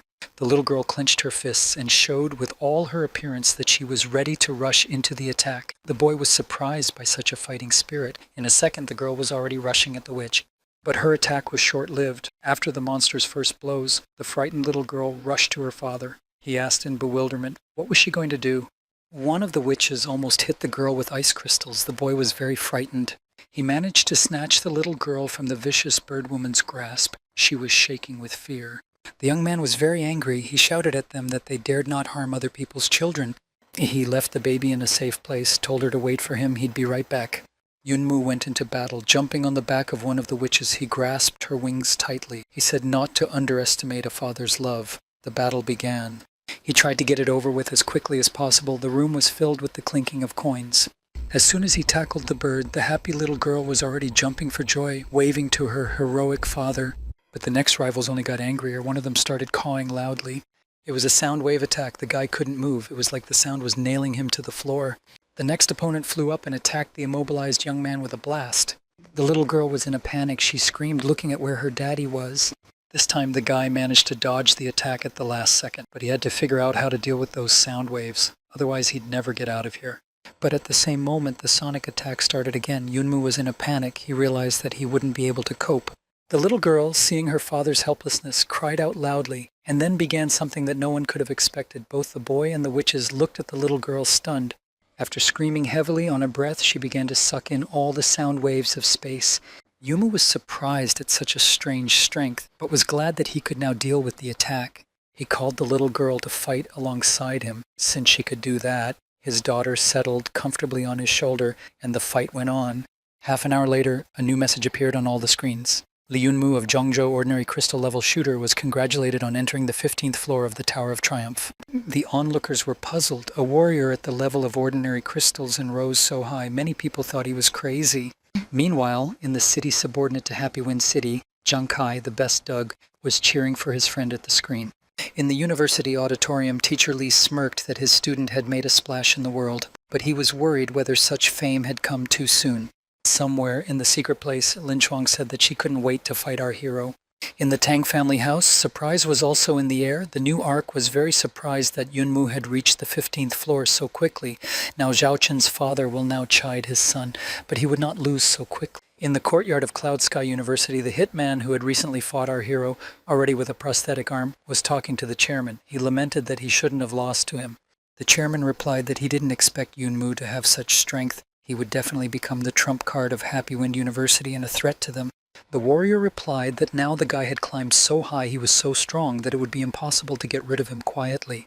The chairman partially reasoned to himself and replied that it was still unbelievable to reach such a level at the ordinary crystal stage, but only if he didn't have the blood of a holy warrior flowing in him. The interlocutor was surprised, and the man told me to spread the word. The more people who knew, the better. The boy perked up. He understood the chairman's plan. He said that he would wipe him out. Tired, our hero had already reached the 20th floor of the Tower of Triumph. By the way, he remembered that one who got to this level would automatically be ranked among the top warriors. The system wrote that it was possible to hide the number of floors traveled so that the name in the table would not be reflected. Yunmu felt sad that he hadn't done it earlier. He had already created a sensation. He pressed the offered button. Now he could go on fighting and not worry about excessive attention to his achievements. The people of the city had already started discussing the appearance of Li Yunmu's name on the ranking list. It was the first time since the construction of the tower that someone had been able to squeeze into the leaderboards like this, but the guy's name disappeared from the monitors. Some began to panic that disappearance meant the warrior's demise, but those around him warned him that it was possible to conceal his position. There was a guy in the crowd who said that he received a message that said Li Yunmu has the blood of the holy warrior flowing in him. The onlookers calmed down, writing off all of the young man's successes to the power of the holy warrior's blood. That was why his skill was growing so rapidly. One of the boys on the street reacted unusually to the information he had heard. He thought he should go back to the clan as soon as possible and report it. Li Yunmu had been in the tower for a very long time. When he went outside, he was happy to see such fresh air. He walked on, glancing at the backpack behind him. This time he was happy with his harvest. He'd pulled out a lot of amazing things.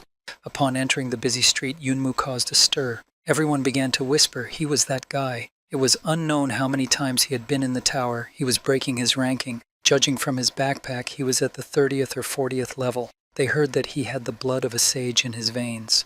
The guy walked and couldn't understand whether everyone was staring at him or whether he was imagining it. Meanwhile, two people were waiting for our hero at the exit from the virtual world, a guy and a girl. They were talking about whether he might be dead if he disappeared from the rating. The young lad is the son of Tianyuan City Mayor Chu Qingyang. He said that since he, the young master, was waiting for him, there was no way for him to die. Next to him was the mayor's adopted daughter, the same Chu-Ching-yu. She replied that her brother was devaluing her father's work with his whining. Lee Yunmu finally emerged from the portal. He was walking and muttering that he was angry that the transfer fee was too high. The girl called out to the young man. He was very surprised to see her here. He quickly pulled out his fish mask and put it on. In response, he shouted back to her that he was aware of his uniqueness, but there was no need to chase after him like a dog. To which Chu-Ching-yu demanded that he stop this nonsense. As she approached Lee, she explained that she wasn't in the mood to pester him today. She had orders to take the boy to the mayor's house. Chu-Ching-young, meanwhile, looked at the guy taking off the fish mask with a smirk and said, "Is this idiot really that warrior?" Yunmu didn't miss the opportunity to reply with an unflattering remark. The guys got into a threatening altercation. They were about to get into a fight. A girl intervened. She said that our hero should go with them. Yunmu was stubborn, saying he didn't know who they were or what they wanted to do to him. While the sister was trying to calm her brother down, Yunmu called Liu No-jie. She was hysterical, screaming that she thought he'd been killed somewhere in the tower, and here he was, alive and well. She couldn't stop crying. The young man was confused. He asked why his friend was crying and how she knew he was in the tower. He heard that the whole world already knew. Just then, Chu-Ching-yu came over to the monitor and said hello to Liu No-jie. She explained that her father asked her to bring the guy to their house, but he doesn't want to. Liu explained to the young man that this is her best friend and she won't hurt him, therefore he should go with her. To which the boy tried to argue, but he couldn't resist the crying girl. Turning to Chu Yunmu, said that he agreed to go. At the same time, he called her a beauty. This phrase infuriated the girl. She threatened that if her father was here, she would kill him. Chu-Ching-young intervened in his sister's altercation. He asked Yunma not to play around. He thought to himself that he was really annoying. When he approached the mayor's mansion, he was amazed by the beauty of the place. He said that it was a worthy place for the Lord of Heavenly City. The girl said he could take some ideas to decorate his Qinglong mansion. The young man looked at her very surprised. It only came to Chu-Ching-yu. He had no idea what was happening in the real world while he was in the tower.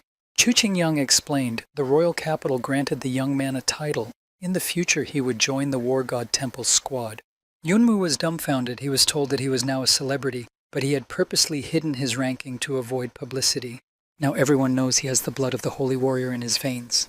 She realized from the guy's reaction that he didn't know what she was talking about, so she started to tell him. A holy warrior is the highest stage of development of a ruler's spiritual and physical strength. The direct descendants of people involved in holy warfare most often have a powerful lineage called holy blood or sage blood. It turns out that the better the pedigree, the higher the likelihood of receiving the sacred dignity. And now the world's strongest are thirsty for our hero's blood. Yunmu was indignant. What sacred blood and lineage? His father is a factory supervisor. The girl replied that it was not for him to decide whether that blood flowed in his veins, and opened the massive door. In the room behind the long table, the guy was already waiting. It was a whole delegation, a descendant of the heavenly city, a rain lady, a heavenly dragon, a heavenly rebel, and a western commander. The commander started a conversation, invited him to sit down. He said he had been waiting for him for a long time. Our guy didn't hesitate, sat down, and he said to speak directly as he had many other things to do besides this meeting. The interlocutor continued. He said that the city ruler and the guild leader were two opposing forces. They are equal in power, and there is regular friction between them, but both maintain a balance within the city limits. Yunmu ironically remarked that despite the change of eras, the object of humanity's struggle remains man. The commander continued, lately the balance has been on edge. The situation is spiraling out of control. That's why he was invited here. He said he hoped that the Lee sect, which patronizes the guild, would agree to join the city faction. As long as the sect cooperates with the city forces, they will promise the boy support and protection. The young man thought he had come so far toward his goal. After a few seconds, he turned down the offer. There were attacks from those present that he was a nobody and didn't realize where he was, which he did. But the boy didn't hold back. He replied that he was a member of the Lee family. If he needed protection, the family could take good care of him. At the same time, the young man pondered, if the faction is asking the Lee family to join them, doesn't that mean that she herself means nothing? The musings were interrupted by a rebel. He offered 10 chits for his agreement. Yunmu replied with a sarcastic remark that it was exactly what their family lacked. On the other side, there was a proposal to send the Acropolis to the Lee sect. Yunmu was silently amazed that this gathering was still going to make concessions to him. He thought after such insolence the conversation would be over. One of the girls present made a counter condition. All tax revenue would belong to the Lee family and should not affect Heavenly City in any way. This was the maximum they could agree to. The guy replied to the dumbfounded interlocutors that since they were making such conditions, they had their own plans. In the mind of our hero began to form a picture of what was happening. They are making sure he has a steady stream of money and an autonomous city under his control. But how can just 6 people control an entire city? The bottom line of this conversation, Li Zong is a fake. Yunmu started to refuse again, saying that the offer was tempting, but here he was interrupted. The young man who met him exploded with indignation. He shouted that he'd had enough of his arrogance. He didn't realize who he was talking to. He called him trash. He said if he took a good look, he'd be disappointed in himself. Just then, several guys appeared in the doorway. Chu Qingyu shouted to her brother what he was doing. Chu Qingyang said that since the guy was so bold, refusing to cooperate voluntarily, they would send him to a neutral territory. They will hand him over to the dominant clan. In exchange, they will gain their loyalty. Li Yunmu fought off the attempts to grab him. The people gathered around the table were discussing that they thought it was an ordinary kid from Li Zong's gang, but ordinary ones don't have that kind of strength. One of them noticed that he had never encountered an advanced level opponent. Maybe his combat power has already been depleted. After all, even for a sage's blood, there are limits. But no matter how many people attacked our young man, he fought back. They tried to surround him from all sides, but nothing worked. Chu Qingyu shouted for Chu Qingyang to withdraw his men right now. No one would let him do such a thing. As there was no response from her brother, the girl began to demand the commander of the Western Front to stop the massacre. But the latter cited that since Yunmu disrespected their offer, he wanted to see what he was really capable. The girl stared in shock at everything that was happening. It was as if everyone around her had gone mad. Qingyang yelled that there was only one black crystal left. Clearly he couldn't be an ordinary child. Having disposed of all of Qingyang's minions, Yunmu rolled up his sleeves and headed towards their leader. A fire of rage burned in his eyes. There were bursts of energy all around him. He said, turning to his opponent, that now it was his turn. Without helpers, the guy turned out to be a coward. He fell to the floor and begged our hero not to touch him. He started yelling that he was the mayor's son. Chu Qingyu saw the power of the thunder attribute in Yumu's hands. He didn't use any special skills in the arena. She wondered where he got it from. Meanwhile, our guy was confidently going to attack the offender. He sat on the floor with tears in his eyes and wailed pitifully that he should not touch him. The young man didn't have time to strike. A shot rang out. The boy had time to bounce. Everyone was stopped by the Rain Lady. She shouted that this guy really is gifted with such power, and it seems like there's more to him than that. The whole place went silent, and through the loudspeaker, everyone heard the voice of another person who had not been in the room earlier. He said mockingly that the boy had managed to take control of all the 6s. There was no need to worry about him. The voice said that he had something to show for it as well. One person in the audience asked if that was the mayor's voice. Was he the one doing the shooting?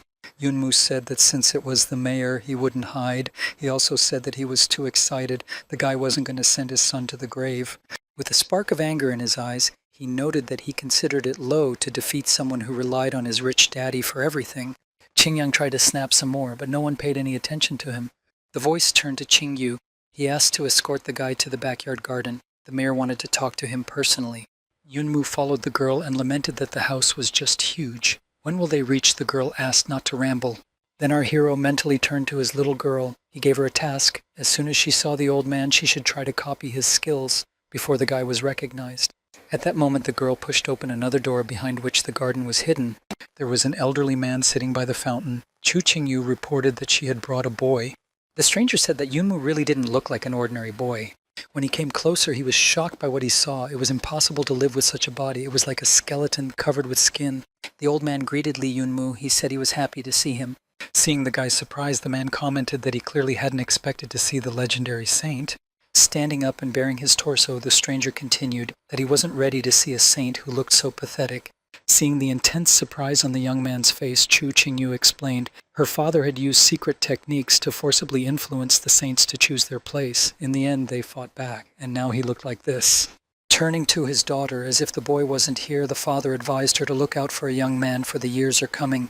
The girl was furious about the subject. She started to say that it was nothing, but her father interrupted her and said that he was worried because she still had no one.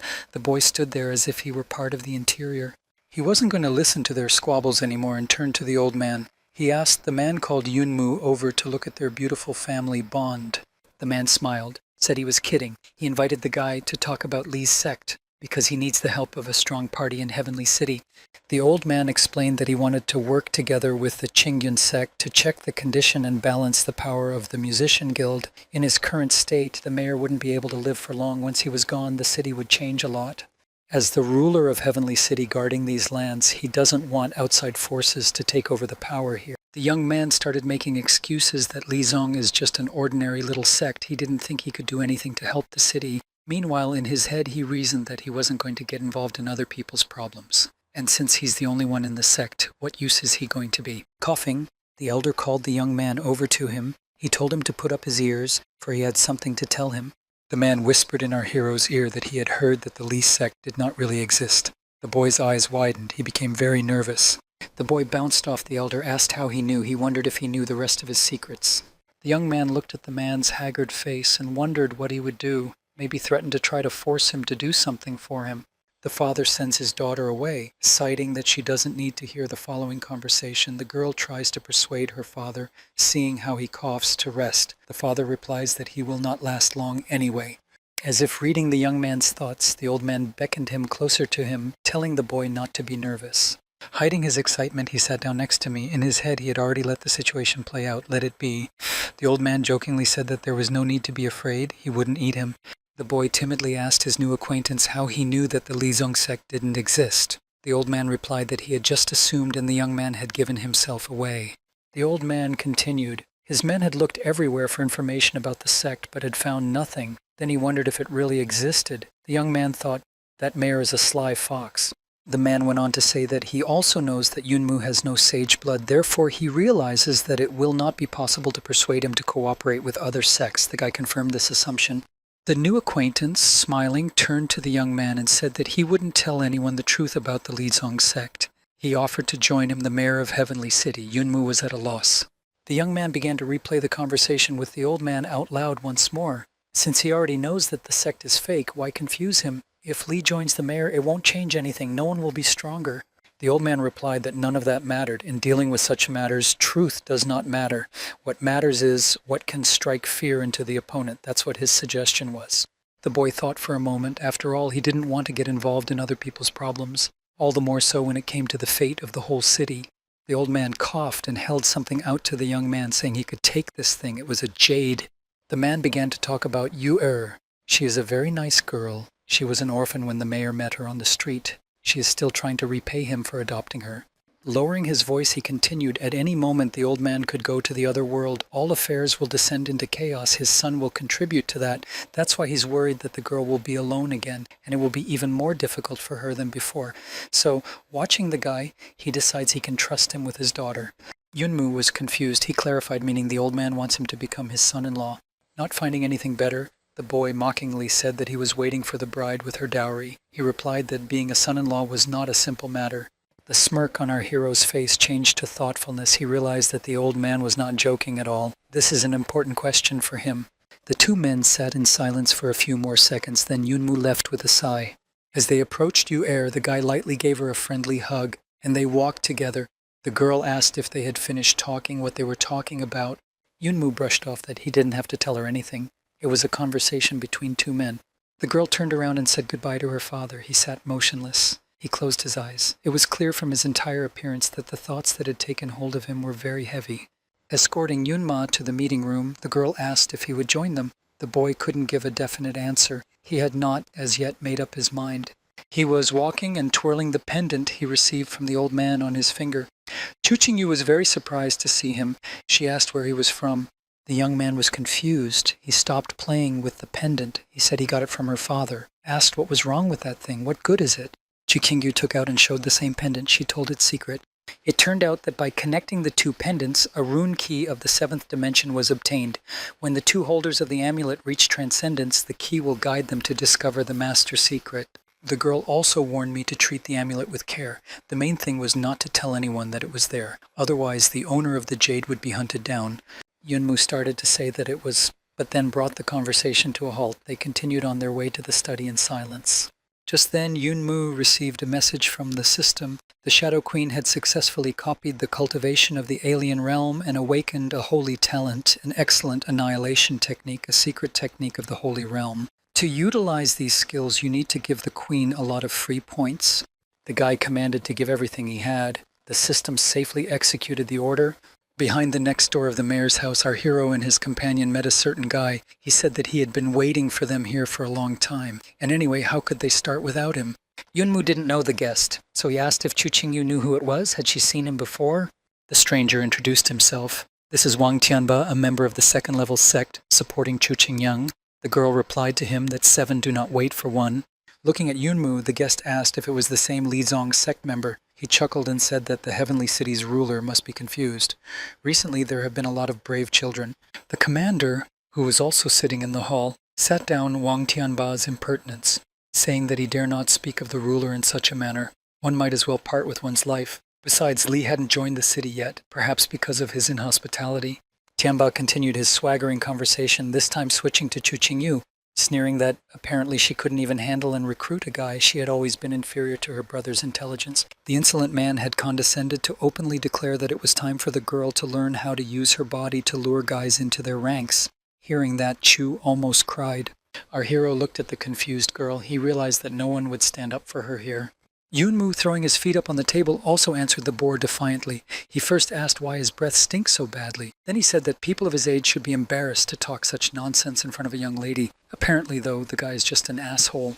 The interlocutor was furious at this treatment. He was trying to hurt the guy by saying that his sect had no rights here at all. It was not proper for a stranger to interfere in a conversation between two representatives of Heavenly City. Annoyed by Wang Tianba, the guy objected that he couldn't see any outsiders, since from this day forward, he, as a representative of the Li sect, officially joins Heavenly City. After saying that, Yunmu was shocked at himself, but turning around was no longer an option. The interlocutor clarified he did agree to join. Our guy explained that after talking to the city's ruler, everything fell into place, and he decided to agree. And then our hero was stumped. Since everyone here is an outsider, he was asked to introduce himself and the Li family in detail. The attack from Wang Tianba continued. He cited that he didn't know if they could get along with the sect elders, since the whole family is joining, not just Yunmu. The opponent clarified that the decision to join still requires the consent of the elder. Then the commander said that now there was a possibility of a face-to-face meeting with Li Zong. He asked me to prepare the car. Our hero quietly turned to his shadow, and then, to everyone's surprise, he asked for 3 incenses to be prepared. The people around him were astonished, but they brought what he asked for. Yunmu danced with incense and hummed a song he had just made up. The impertinent interlocutor began to tease him. He said that maybe he would call his little sister here. At that moment, our hero announced that the wishes of those around him had been granted. A portal appeared in the room. A beautiful girl came out of him. Li introduced her as the youngest daughter of the Li Linglong family. Everyone was shocked. What a cultivation technique.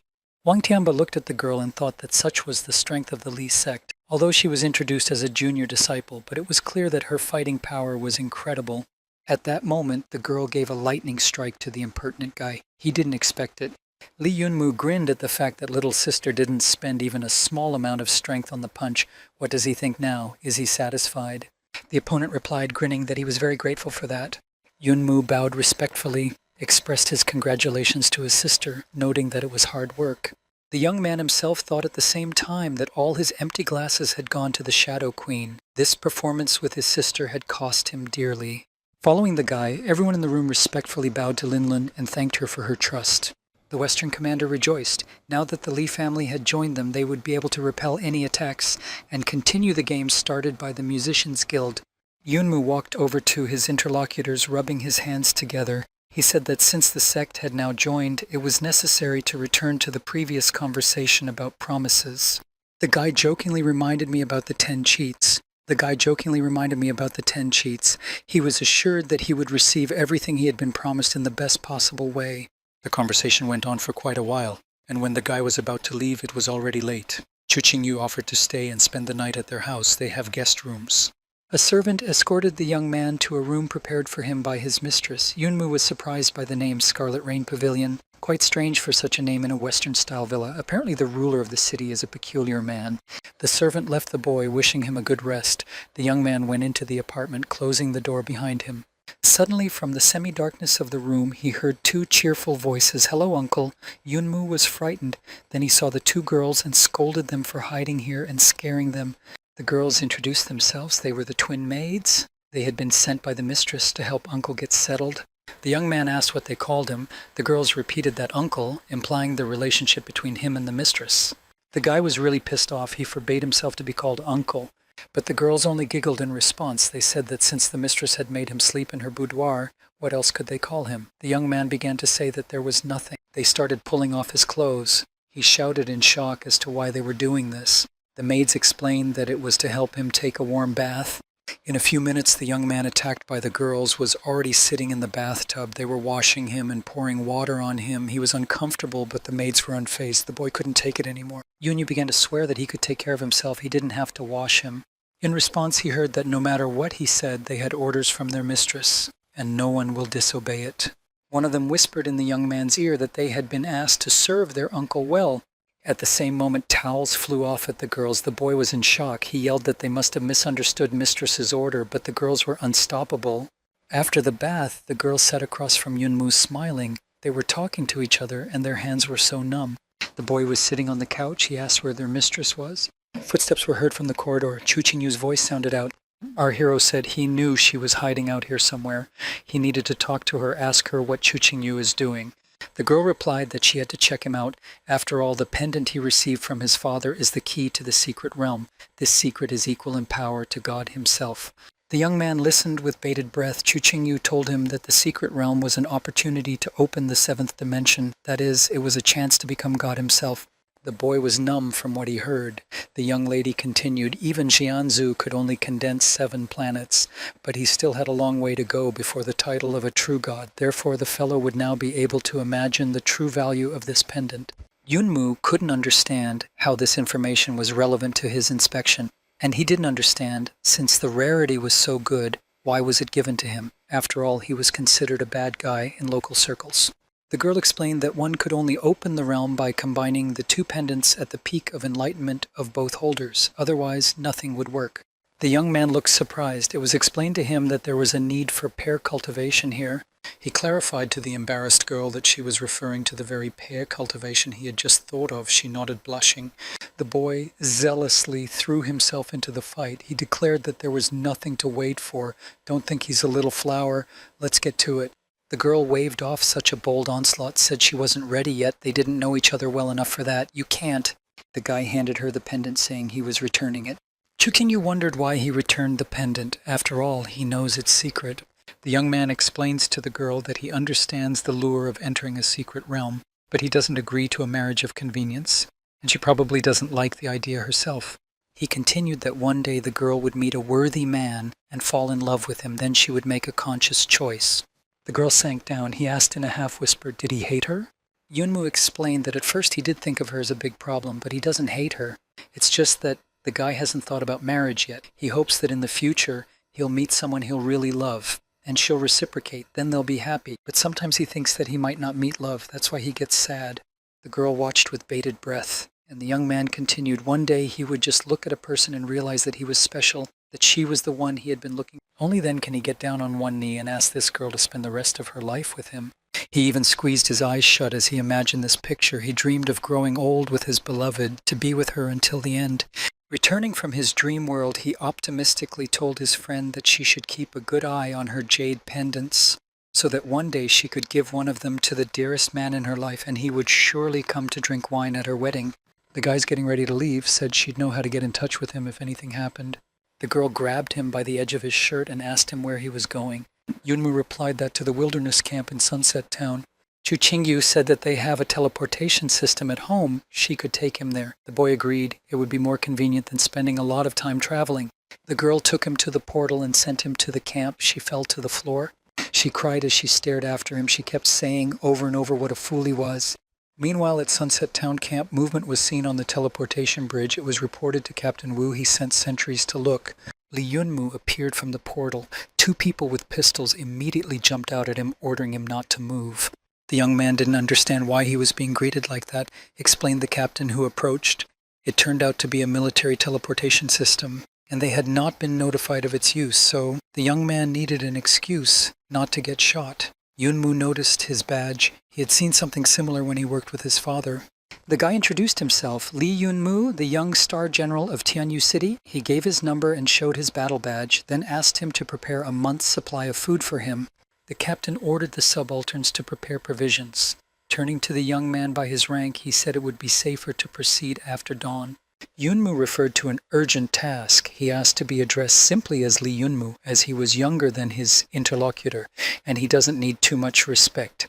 They talked some more about the affairs of the camp. The captain reported that armed soldiers were patrolling the area and ready to fight in case of danger. Smiling, the military man said that if they relaxed for even a minute, they could lose their lives. The boy looked at the commander and thought to himself that this was the kind of life his father had lived. When the supplies were gathered, Lee decided to leave immediately. Captain Wu gave him his vitality pill in case he needed it. Yunmu wished him to be careful. At the gate, Yunmu handed Uncle Wu one of the crystals he had earned, which could be used to pay for anything. He said that he worked every day to buy food for himself and his brothers, so let them buy themselves something to eat, and he went on his way. The man was yelling after him that there were 10,000 to take the crystal, but Yunmu waved his hand and said that they would see each other someday. The captain looked at the young man with tears in his eyes. He wondered how he could become a general at such a young age. Well done, boy. After moving a bit away from the base, the guy encountered monsters on his way. He thought he should have listened to the captain and why all the beasts came out here at night. He remembered that he had bought back something interesting from the tower. Perhaps he should use it today. The young man took out a wind wings artifact from his inventory. These were the wings of a true six-dimensional wind zone creature. It would be more convenient for him to move around now. Our hero struggled a bit. He couldn't figure out how to install them. Finally got it. The boy shrieked with delight. He had never felt so different before. His wings had grown. Everything looked much better than he could have imagined. But here's the rub. How to use them. Do I need some kind of spell?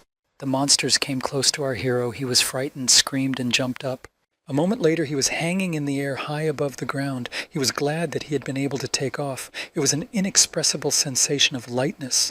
After spinning around a bit, he figured out the flying skills. It wasn't that difficult. Flying in euphoria, he thought that since it was a long way to go, these pair of wings would be his salvation. Suddenly there was a strong impact. The young man didn't even notice that there was something there. He sat on the ground and could not understand what had happened. Coming to his senses, the young man looked up and saw something that looked like dragons. He remembered the lesson at the academy where they were told that it was a mystical Yalong beast. It is among the silver-ranked monsters. Its attacks are fierce and fast. Therefore, hunting it is extremely difficult. He rejoiced, as their skin and internal organs are highly prized, and he just needs to get rich. The boy released the shadows, and the battle began. He flew towards the dragons with sword in hand. To the young man's surprise, the dragons turned out to be fire-breathing as well. Yunmu dodged to shield his wings from the fire. The shadows rushed to attack, and he used his technique of acute madness.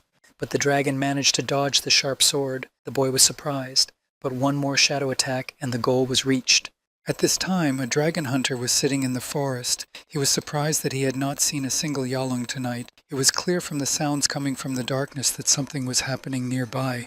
Suddenly, a dragon carcass fell in front of the guy. He was startled by the surprise that he even shrieked.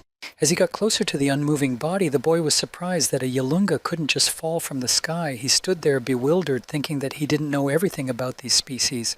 Looking up, the hunter saw something even more unexpected. The dragons were flying away from someone flying. It was our hero who was trying to catch up with the frightened monsters. He urgently needed to earn money, so he tried his best to catch up with them. The hunter even raised his glasses. How many years had he hunted dragons? But he had never seen such a thing, a problem when trying to catch a Yalung. After a successful Yalung hunt, our hero visited an old acquaintance from the pawn shop. The old man was pleased when he saw Yunmu. Their cooperation was beneficial to both of them. After chatting jokingly about the goods for a while, they got down to business. The young man showed a photo of the dinosaur carcass and asked the old man to set a price. Sipping tea from a mug, the man said that he could give 1,200,000 for this product in a complete set. The boy was pleased with these rates. After all, he had 23 more of them. The old man choked on his tea when he heard that, and our hero said that he wanted to get a string of rock crystal for them. Yumu also said he had 12 more but randomly broken carcasses. The receiver offered 150,000 for them. At the end, the guy left a unique lot, a live baby dinosaur placed in a capsule. The old man almost fainted from surprise. This is a wild beast of the first class. He stammered and offered 50, then 65 million. Yunmu, satisfied with the productive trade, headed for the exit. He said that he liked working like this. He expects money as soon as all the goods arrive. Already at the door, the guy looked back and told the shopkeeper not to delay the sale, because he'd be back soon. The next item on our hero's to-do list was to improve his star world. Yunmu dragged a suitcase full of crystals and complained that he felt like a laborer. All the money he had earned through blood and sweat was going here. It made me sick to my stomach to think about it. This time, he brought 100 million mountain crystals. He really hoped that there would be enough for reinforcement now. The work began. After working on perfecting his astral world, the tired guy sat there and wailed that maybe it was some kind of mistake, why even 100 million wasn't enough. He sat and pondered. No wonder Xianzu had founded the Tower of Triumph. If you want to reach the very top, it's unrealistic to rely only on yourself. The young man made himself comfortable and asked the system what astral power he could use now. In response, he received a message, the power of the astral world. And it can also absorb damage from a full-blown rock crystal string strike. After a little rest, he thought it was not time to relax. He got up and ordered himself to continue. Meanwhile, morning had come, and it began with a commotion in the Heavenly City Mayor's mansion. Chu Qingyu's room was where her brother was trying to get into Chu Qingyu's room. He was angry that the twin maids wouldn't let him in. He was furious. Why couldn't he even stick his nose in where Li Yunmu was? Hearing the shouting at the door, the girl allowed the maids to let Chu Qingyang in. As soon as he entered the door, he began to scold his sister for leaving this rustic man in their house for the night. Is she out of her mind? He couldn't calm down because she herself didn't trust this guy a few days ago. Now her father was confused and she was acting weird. The girl sat with a confused look. She took a sip of soda from the can and said quietly that her father had already left. The boy was surprised at what was said. He did not immediately understand the real meaning of the words. The first thing her brother asked was, "Where is the jade pendant?" Chu Qingyu couldn't believe that after such news her brother would only have thoughts of the pendant in his mind. She looked angrily at the boy and told him to forget about him. One half the father gave to her, the other to Li Yunmu. The young man couldn't believe his ears. His sister kept saying that the pendant would not do him any good anyway. His awakening was the result of a large amount of resources expended. With such talents, he has no chance of entering the higher realm. As she passed by, she quipped that Qingyang should obey his sister to continue living his life as the young master of the city. The infuriated guy grabbed the girl's arm. He shouted that he was the master of the mansion, the heir to the Lord of Heavenly City, his only son. In his mind at that moment, all the resentment surfaced. When they had laughed at him, saying that if the mayor's son hadn't awakened, there was no need to waste so much effort on him. Qingyang pushed his sister to the floor. The girl fell down, and he shouted that the jade pendant was his, only he could possess it. Memories from her childhood flashed through the girl's mind. When the Lord brought her in and told her this was her home now, she was greeted by a shy little boy. He immediately called her sister. How could he turn into such a monster? Qingyang pounced on Chu Qingyu with words that Li Yunmu wasn't the only one who could help her with her paired cultivation. She belonged only to him now. The girl tried to get away, but the guy said that since she had been drinking, she didn't have the strength to push him away. He laughed evilly. Now the sister would be his woman. At this moment, the maids intervened in what was happening. One of them punched the guy that he flew away from Chu Qingyu. The defender asked the young gentleman to watch his behavior. The exasperated guy kept yelling, insulting the girls that he was a young lord, and they would all go to the other world. The second maid, wrapping her mistress in plaid, inquired whether the mistress was much frightened. After coming to her senses, Chu Qingyu ordered the twins to take the young master to the secret room. The young man fell to his knees and begged his sister not to do this to him, but the girl's eyes were filled with rage, and she was adamant. Meanwhile, in his star realm, Yunmu held the last remaining crystal. He had spent all the money he had gotten for the dragons. He decided to keep one crystal just in case. But then by accident he dropped the remaining crystal. It was swallowed up. The boy cursed that he was now penniless. But then the earthquake started. He didn't realize what was happening. Something flashed above his head. Something appeared among the stars in the sky. It was a bright, fiery planet. Now something resembling a sun had appeared in his star world. Then grass began to sprout here and there on the platform. The boy was dumbfounded. It was as if someone's life energy had spilled out here. Yunmu received a message from the system. His astral realm gave birth to a planet. Now it is becoming a star realm. The boy's eyes lit up. At last his work was bearing fruit. He asked how much energy he could mobilize now. The answer raised his spirits even more. He was now able to completely absorb the Musicians Guild's attacks. The boy questioned whether he was really able to withstand any blows from the militant guild without anyone's help or amulets. Scrolling through the system messages, Yunmu saw a red dot, an alert. Walking in, he saw a call from Zhang Dexun. A joyful guy received a call from an old buddy. He started the conversation by saying that they hadn't seen each other for so long and missed each other. But he was interrupted by Liu Nojie, who was in the car next to Dasun. She said things were bad. She was trying to find out where he was. The young man asked his friend what happened. Where are they now? He was interrupted by Zhang. He told him to stand there and listen carefully. This is very important. The former commander said he needed to find a safe place and lay low. He can't go anywhere, trust anyone, not a single person. Yunmu was dumbfounded. What could have happened? Why did everyone get so excited? Sitting in his prison, Chu Qingyang wasted no time. Angry at the world, he thought of a plan for revenge. He could not allow himself to be looked down upon. He promised that because of his stupidity and arrogance, everyone would go to the other side of the world. Walking into her brother's room, Chu Qingyu kicked him to the ground. She shouted that he was out of his mind. The guy laughed evilly. Then he said that it was Li Yunmu and the jade pendants that drove her crazy. The girl looked at her half-brother and couldn't believe what he had become. He told his sister it was too late to talk sense into him. He had already managed to tell the world about his father's death and about the pendants. Now everyone knows that Chu Qingyu has one and Li Yunmu has the other. And now all he wanted was their destruction, and he laughed evilly, looking at the confused girl. Meanwhile, the news of Heavenly City Lord's demise appeared on every monitor in the country, and also about the key to an ancient secret. These words excited all those who sought great power, and no one cared about the fall of the Heavenly City anymore. Everyone went in search of Li Yunmu for the treasure, the jade pendant, which should go to the most deserving. Everyone had a clue as to our hero's whereabouts. A few hours ago, a video circulated online. There, Li Yunmu flew carefree against the background of the sunset in search of dragons. Therefore, the location of the young man was not a secret to anyone. All the powerful went after the prey. Meanwhile, at the mayor's house, Chu Qingyu was attacked by a mob. They demanded the secret of the ancient art of self-knowledge. Her arguments that it was all her brother's machinations didn't help. The jade pendant was demanded from her to be kept in a public place. Her twins interceded for the girl. They pushed back the onslaught of the crowd. But the crowd of infuriated guys started shouting that they would easily massacre the three girls. And they already wanted to attack to catch Chu Qingyu. A grown man walked through the open door, a little shabby. He asked if a bunch of kids thought it was a good idea to bully three young ladies. Shame on them. Chu Qingyu looked at him and thought, why did this person come here?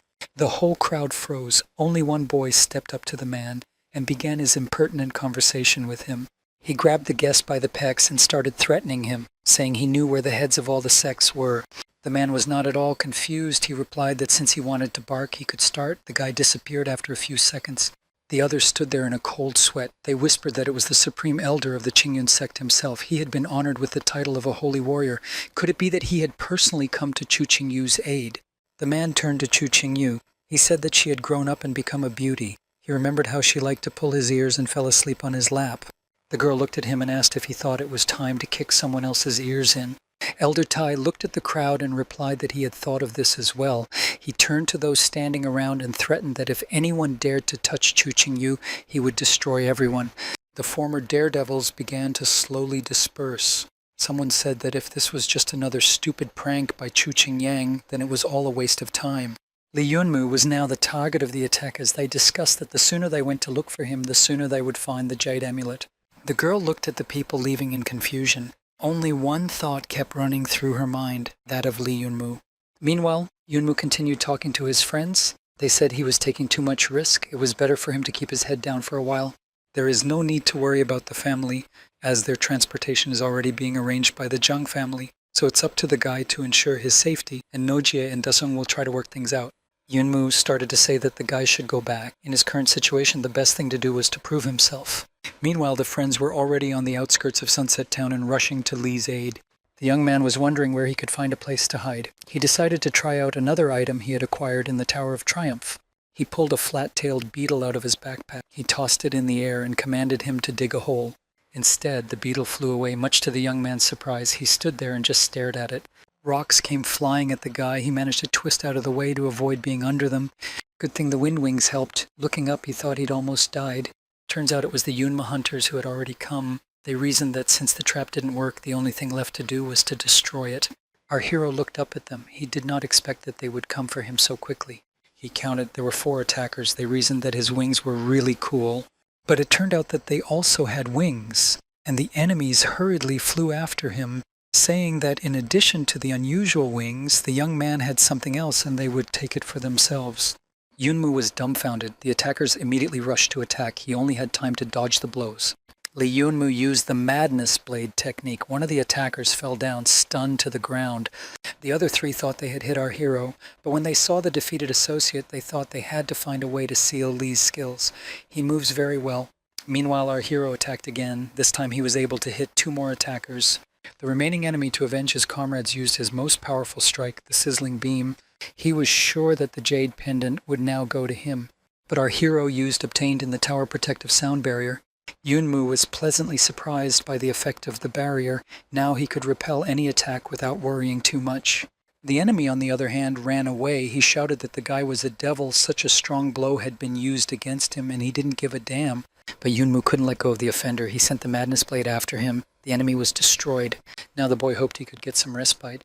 Then came a message from the system. For defeating a member of the Musicians Guild, he received a box with a surprise. The young man decided to find a secluded place first, and then he would open the box.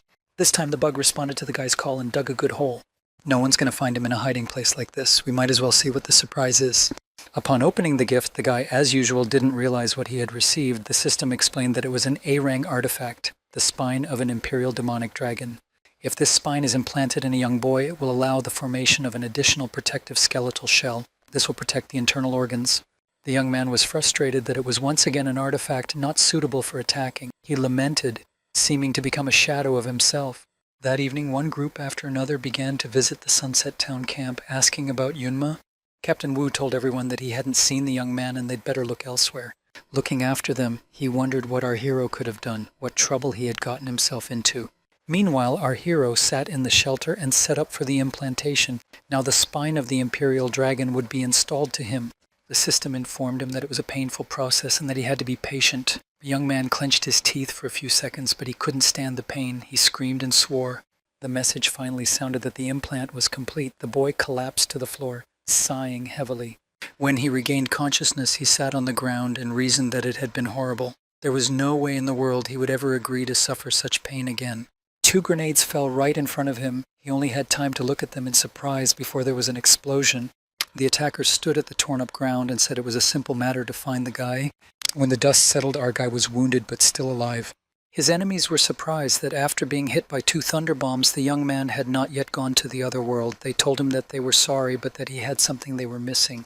A fight broke out. 4 healthy guys attacked 1 wounded young man. Finding himself on the ground after another explosion littered with boulders, the young man considered his chances. This group worked cohesively. They understood each other without words. This time, it wasn't Yunmu who controlled the duel. In such a situation, it was hard for him to think of anything.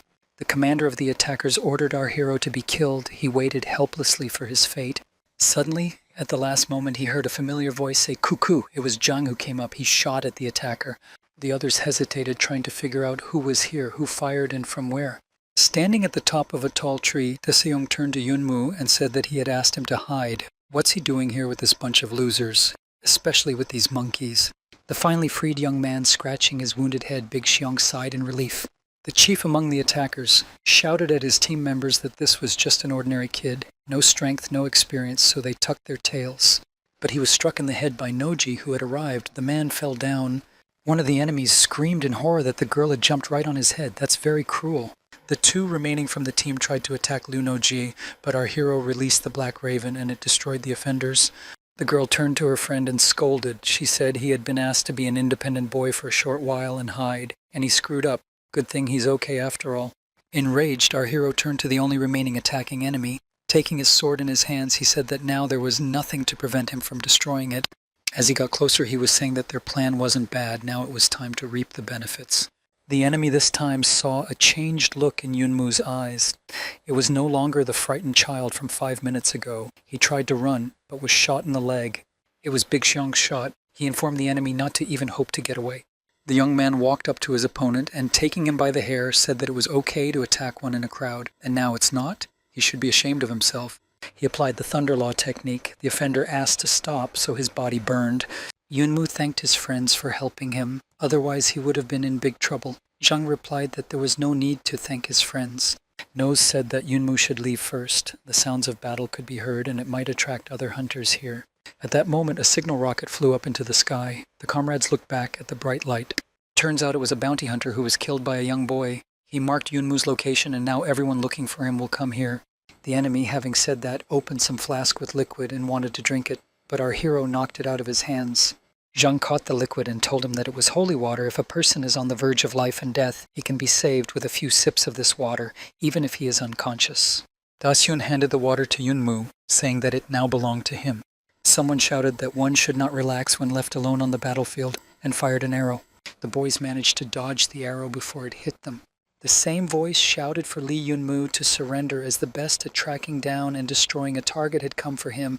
There was no way for him to escape now. Liu Noji stared into the darkness confusedly and quietly said that it was another hunter. Zhang Dasyun said, "There are too many people here who want to take Li Yunmu's life. It seems like they have more guests." The earthworm Dilonggu from Changfun, the snow maiden Ying Shui from the Seven White Queen sect, and Lu Jing from the Giant Lion clan appeared in front of the friends. Our hero was in a panic. The best bounty hunters on the continent had come for him, and they're not the last ones who want to kill him. It felt like the sky was shaking.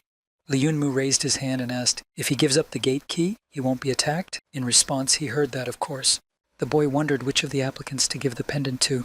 One of the warriors said that if he got the key, he could provide the lad with shelter. Snow Maiden Ying Shui objected to her buddy not thinking because of Yunmu's suggestion to back out of their arrangement. Our hero threw his hands behind his head and said thoughtfully that the evil woman was questioning his decision.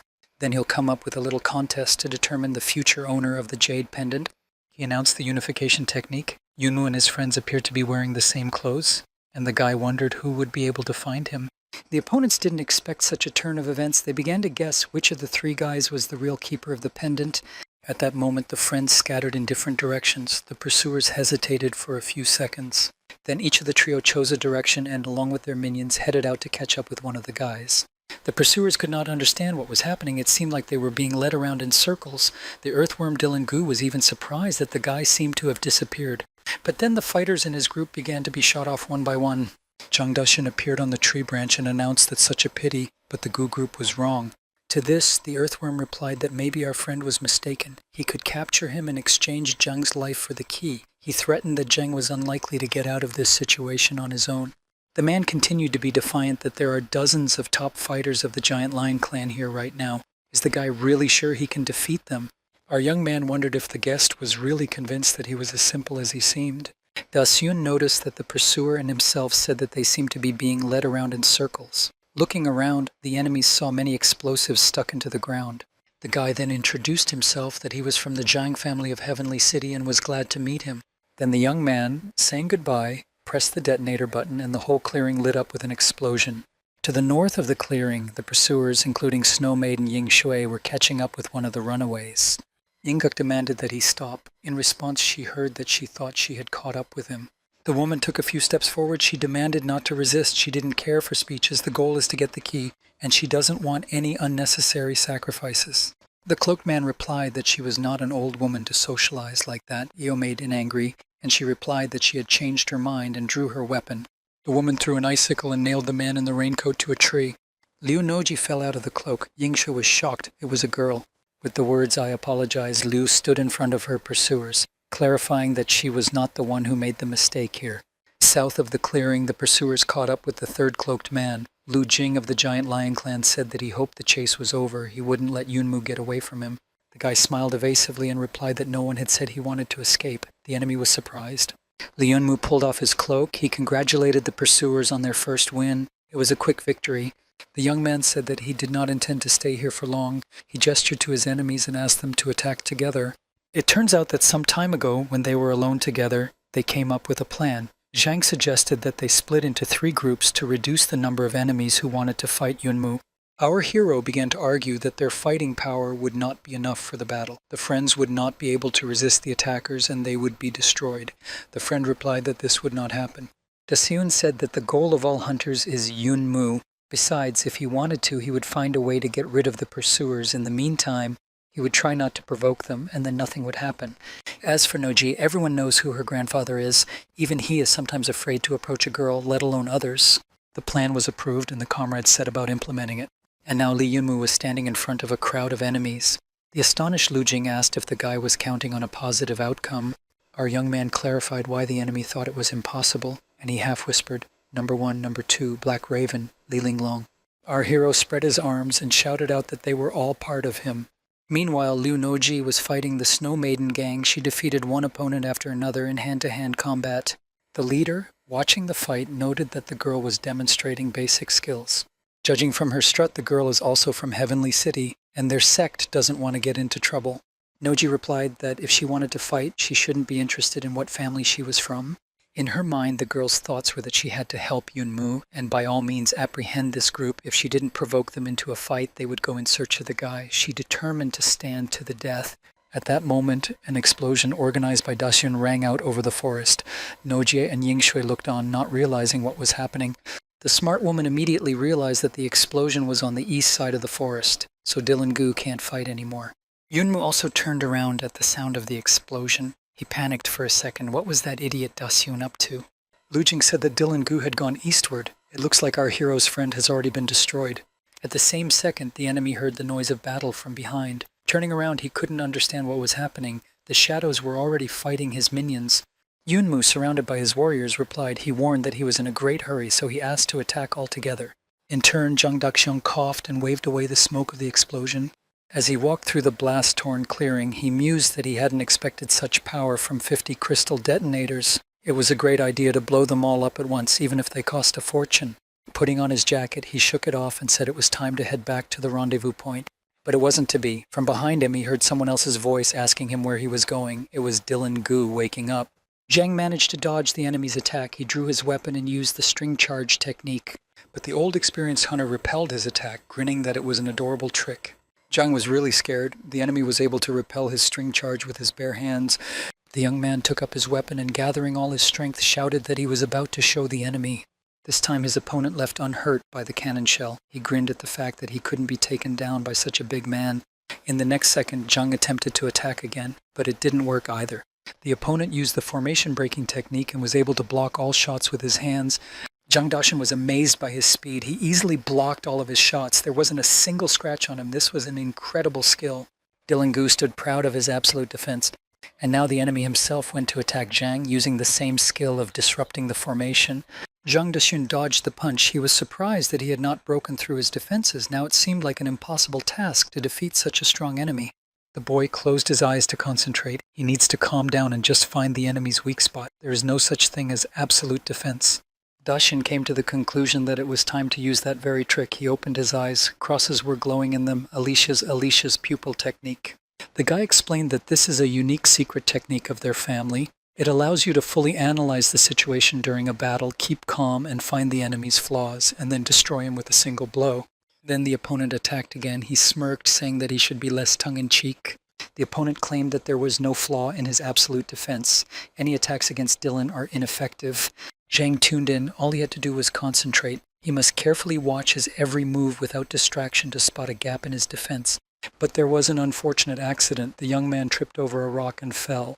The opponent laughed. He called the guy an idiot and teased that he had a lot of attitude, and went into a final attack.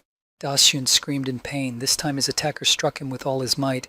At that, the snide enemy began to mock our friend again. He told him to show his trick and find his weak spot.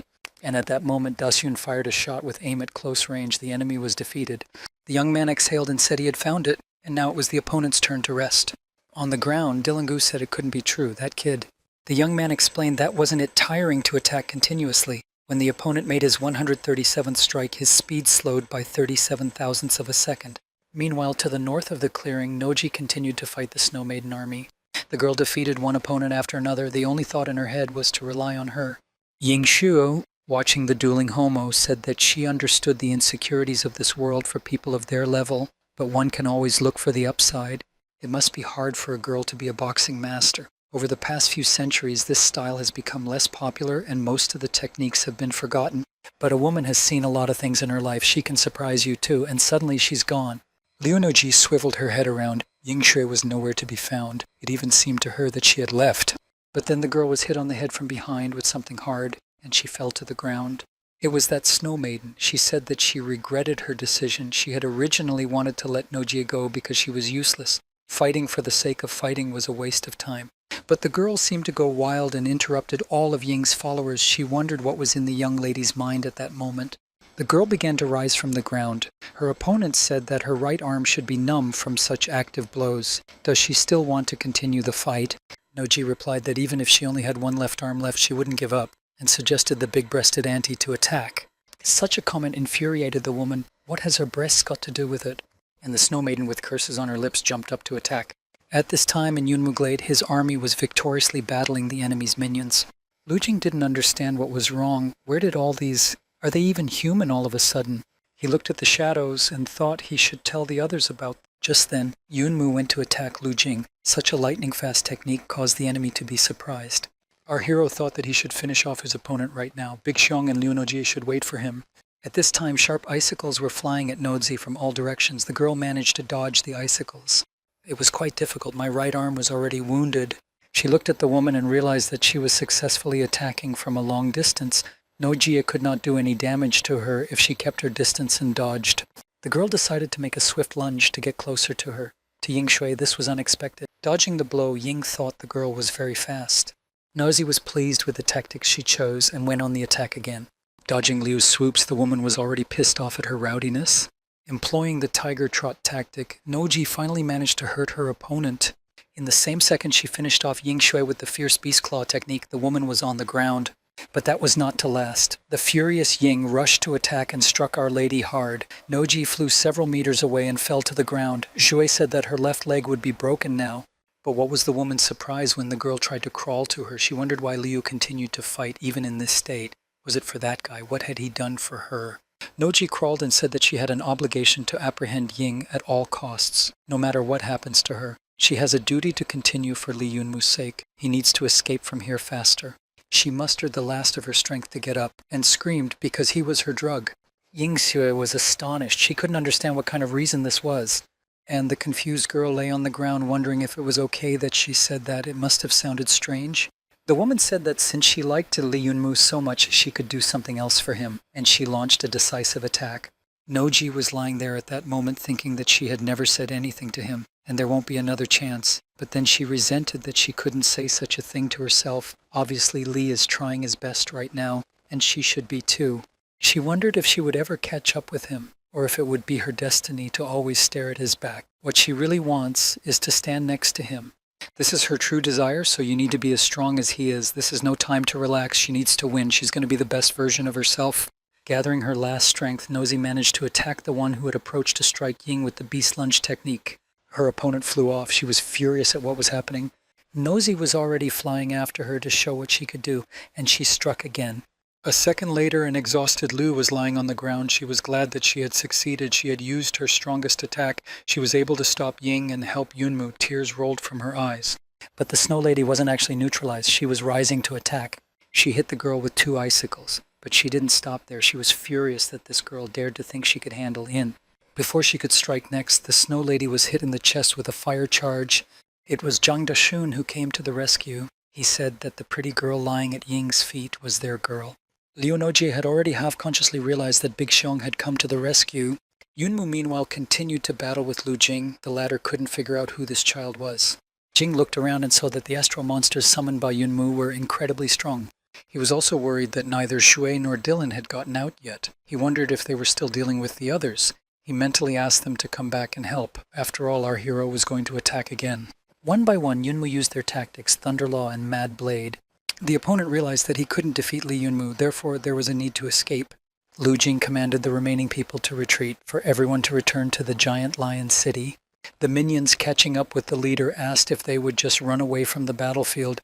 Jing replied that leaving on time was also a victory. One must act wisely. They will return by gathering the best hunters.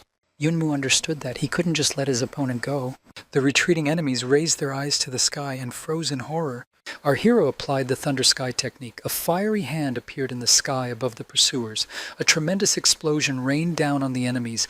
When the dust from the impact dispersed, the guy was greatly surprised. Lu Jing wasn't dead, although he didn't look very good. Yunmu said that in a normal situation he would have let the guy go. But since he had seen his shadow spirits, he must carry this secret with him to the other world. But then someone uttered a command, sizzling Dunway cannon, and Jing was defeated. Our hero turned around. There was an outsider standing behind him and said he was surprised. The strangers from the giant lion sect dared to compete for the jade pendant. The stranger introduced himself. His name was Lin Jiang, and now the sacred pendant will be his. The jade pendant belongs to Kaochinzong. Yunmu looked at the enemies that had arrived. I thought they were from some powerful clan. It's a pain in the ass. Our hero turned away from the arrivals and began to gradually withdraw. He said that he was in a hurry and had no time for these games. Lin Jiang clapped his hands together. He said that he wouldn't let Li escape. No way. Our hero looked up and saw several people hovering in the air above him. He was told he might change his mind and was shown some kind of artifact. Yunmu was surprised and asked if it was an aerial ballet. In response, he heard that it was a sacred artifact of the Kyochenzong school. The attacker cast the spell Void Theory and Cancel. Our guy was watching and didn't realize what was going on. A second later, an energy dome came over him, very dense. Lin Jiang moved around the dome and didn't fall into it. He said that the guy wouldn't escape now. He should hurry up and hand over the jade pendant. Realizing that he was being trapped, Yunmu drew his sword and used the frenzied blade technique to break the shell, but nothing succeeded. The young man was surprised. How could it be possible that there was not a scratch on the dome? The enemy was still standing there, not even moving. Lin Jiang advised our friend to conserve his strength. This is an unusual spell. This barrier is an enclosed space created by the sacred artifact of the Chaotic School. It cannot be destroyed. Yunmu panicked. He was trapped and had no idea how to get out of it. The friends were also not in a good situation. Jiang carried the injured Noji on his back and tried to run away from Ying Shui's attacks. The guy was carrying his friend and bemoaning how she'd managed to piss the woman off so badly that she'd almost cut her to pieces. In the next second, they were almost hit by the Snow Lady's attack. Jiang barely had time to get his feet away. The guy ran and thought, they are wounded and will not be able to fight, so one way to get out of this situation is to run. Then the woman, mad with anger, caught up with them. She demanded that Dushan give her the girl. The young man looked into the face of approaching doom and wondered if it would end like this. But suddenly someone shot the stalker. The guy didn't even realize what had happened. Turning around, the friend saw a guy in a courier's uniform. He introduced himself as Dingfeng Express. He said he had a package for Li Yunmu. If they don't know where the friend is, he asked them to sign for him. Zhang froze for a few seconds. He realized that this guy was very strong since he was able to eliminate Ying Shui so quickly, and yet he still remained so cold-blooded. The messenger, meanwhile, was already holding out the package to Zhang, asking him to sign for it. After all, he was Yunmu's friend and could take the package for him. There was nothing left to do, so the boy signed his name. He was afraid that this man might be an enemy. The courier said that since the documents had been signed, the goods had been received, he could go. Asked to give 5 stars for the delivery service. Dushin shouted after him to see if he was here to help. The guy turned around and said he was just a courier. He wasn't interested in overtime. Zhang looked at him and wondered to whom such couriers came, and what kind of package was this? After reading the data on the box, Dashun's eyes widened with surprise. The specified address, Temple of War. Meanwhile, Yunmu had a battle brewing inside the dome. He summoned his aides. The attackers were shocked at how monsters and a girl could appear in an isolated dome. Lin Jiang, watching from outside, was amazed at what was happening. A moment ago, Yunmu was alone under the dome. What a mysterious child. How many more secrets is he hiding? The enemy pondered that it was not for nothing that he had brought a few of his sect's artifacts with him. Jiang pondered with a smirk that it was impossible to escape from under the dome. Therefore, they could deal with the young man, although it would be a bit of a pity since he was so energetic. The leader commanded his warriors to take one of the artifacts.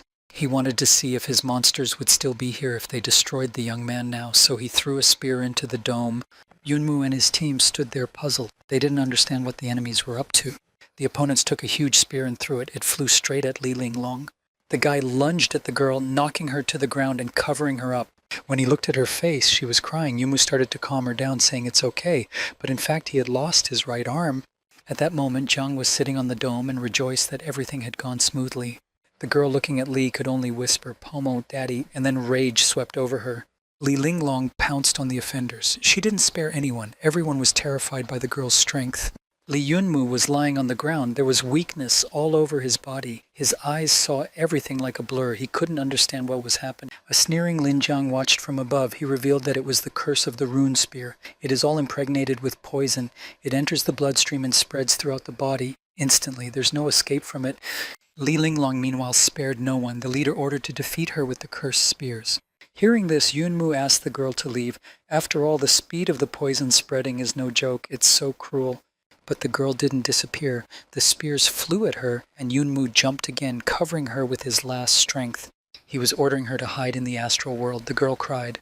The young man told her not to worry. He wouldn't die. His father had taught him not to fall before any lowlifes.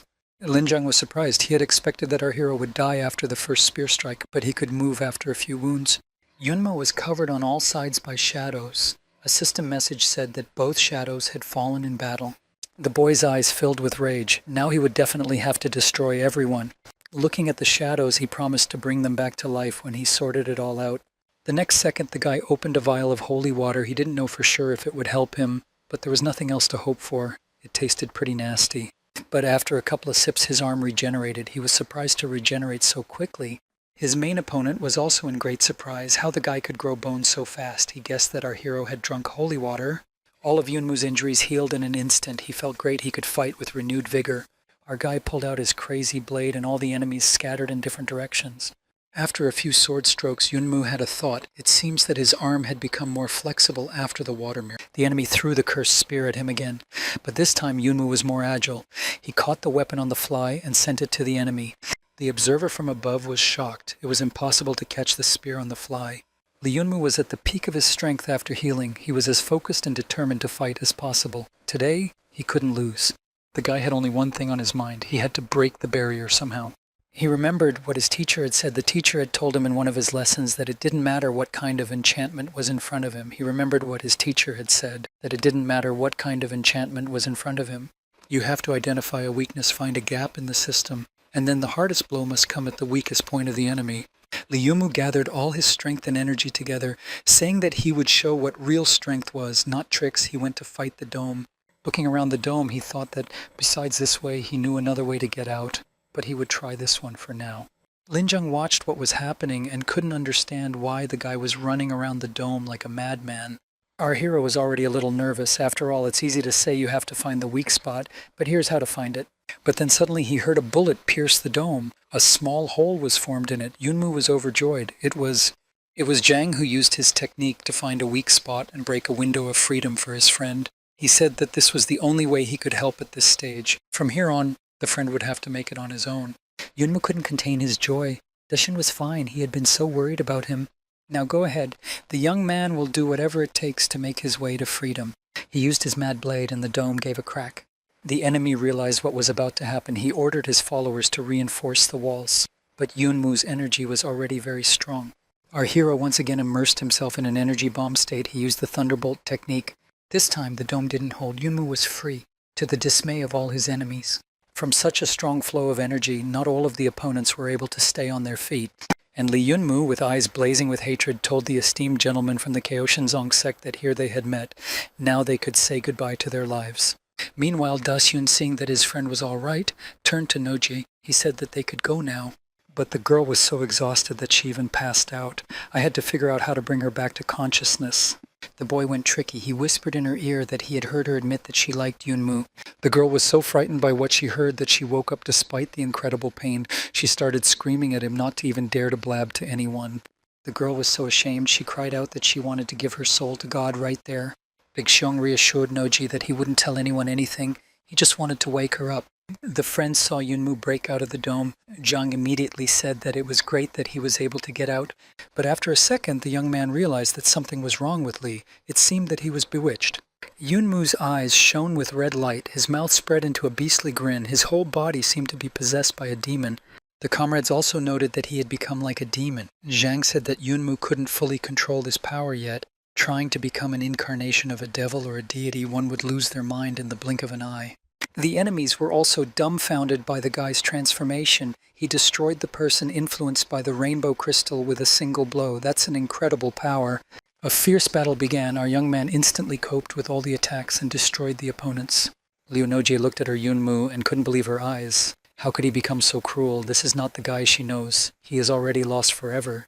Ling Jiang looked on and couldn't believe his eyes. Dozens of his men had fallen at the hands of some boy.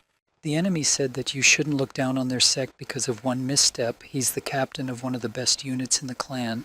Full of confidence in his strength, Jiang declared that he was going to defeat Yunmu and join the ranks of Kaotianzong's strongest warriors. The battle began, but the enemy miscalculated. Using an attack of thunder and lightning, he defeated the enemy.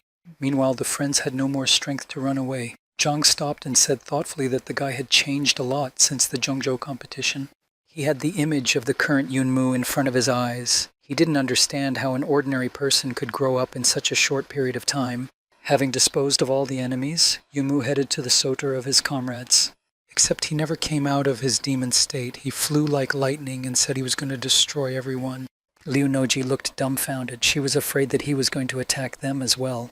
The girl didn't know what to do. She started to shout to the guy to come to his senses, that they were his friends. But the words didn't reach Yunmu. And that's when Dasun got involved, saying that it was time for a friendship palm. He gave a good slap to Lee. He passed out and fell asleep. Noji wondered if Xiong could have pacified Yunmu's inner demon with a single slap. They looked at their friends sleeping peacefully. Dasun said that the girl was reading too many comic books since she decided to shout to the guy's heart, and he already had experience in how to bring Lee to his senses. At this time, many warriors were missing from the lists in the Musicians Guild archives. Lee Yunmu really caused a lot of trouble. An aide approached the president and said that several major clans had sent letters with the latest news. A conference with the clan heads began. All complained that their warriors were dead. They demanded an explanation from Tudor. The president calmly explained that apparently the people selected were weaker than Lee Yunmu, and the result was obvious. They had lost the battle. He asked if that was the end of it, or if there were any more questions. He informed everyone that if they were going to continue chasing the young man, he would not stop. One of the callers replied that it was out of the question. Even the members of the strongest Kaoshin sect couldn't withstand such a beating. None of them were worthy of becoming part of the secret society. Todd was praised for finding a great seedling. He smiled wryly, saying naturally. Yunmu finally woke up after fighting so hard. He didn't understand what was going on around him. He asked his friends where the people from Kaoshinzong were. Nosy instructed him that he had destroyed everyone, and then he tried to attack his friends. They could barely fight it off, but it was crazy scary. Our hero thought for a moment. When he realized what had happened, it was as if he remembered something important and rushed to the battlefield. Zhang and Liu looked surprised at the fleeing young man. Nojie only had time to shout, asking where he was going, but there was no reply. The young man ran to the battlefield and started searching for something. He finally found it, the sacred artifact of Kaochinzong. Apparently it now belonged to him. Zhang watched in bewilderment as his friend walked around the battle site collecting the opponent's artifacts. Dasun came closer and asked if the boy was so well off that all his thoughts were only of profit. Yunmu replied that now he had to collect all the cursed spears.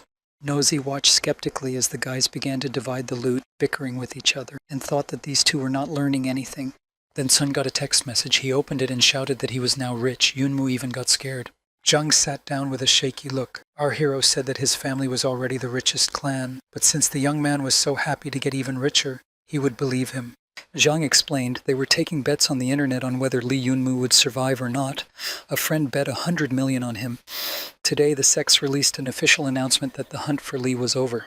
In any game of chance, the odds of winning are between 1 and 300. This time, it turned out that Zhang had won 30 billion.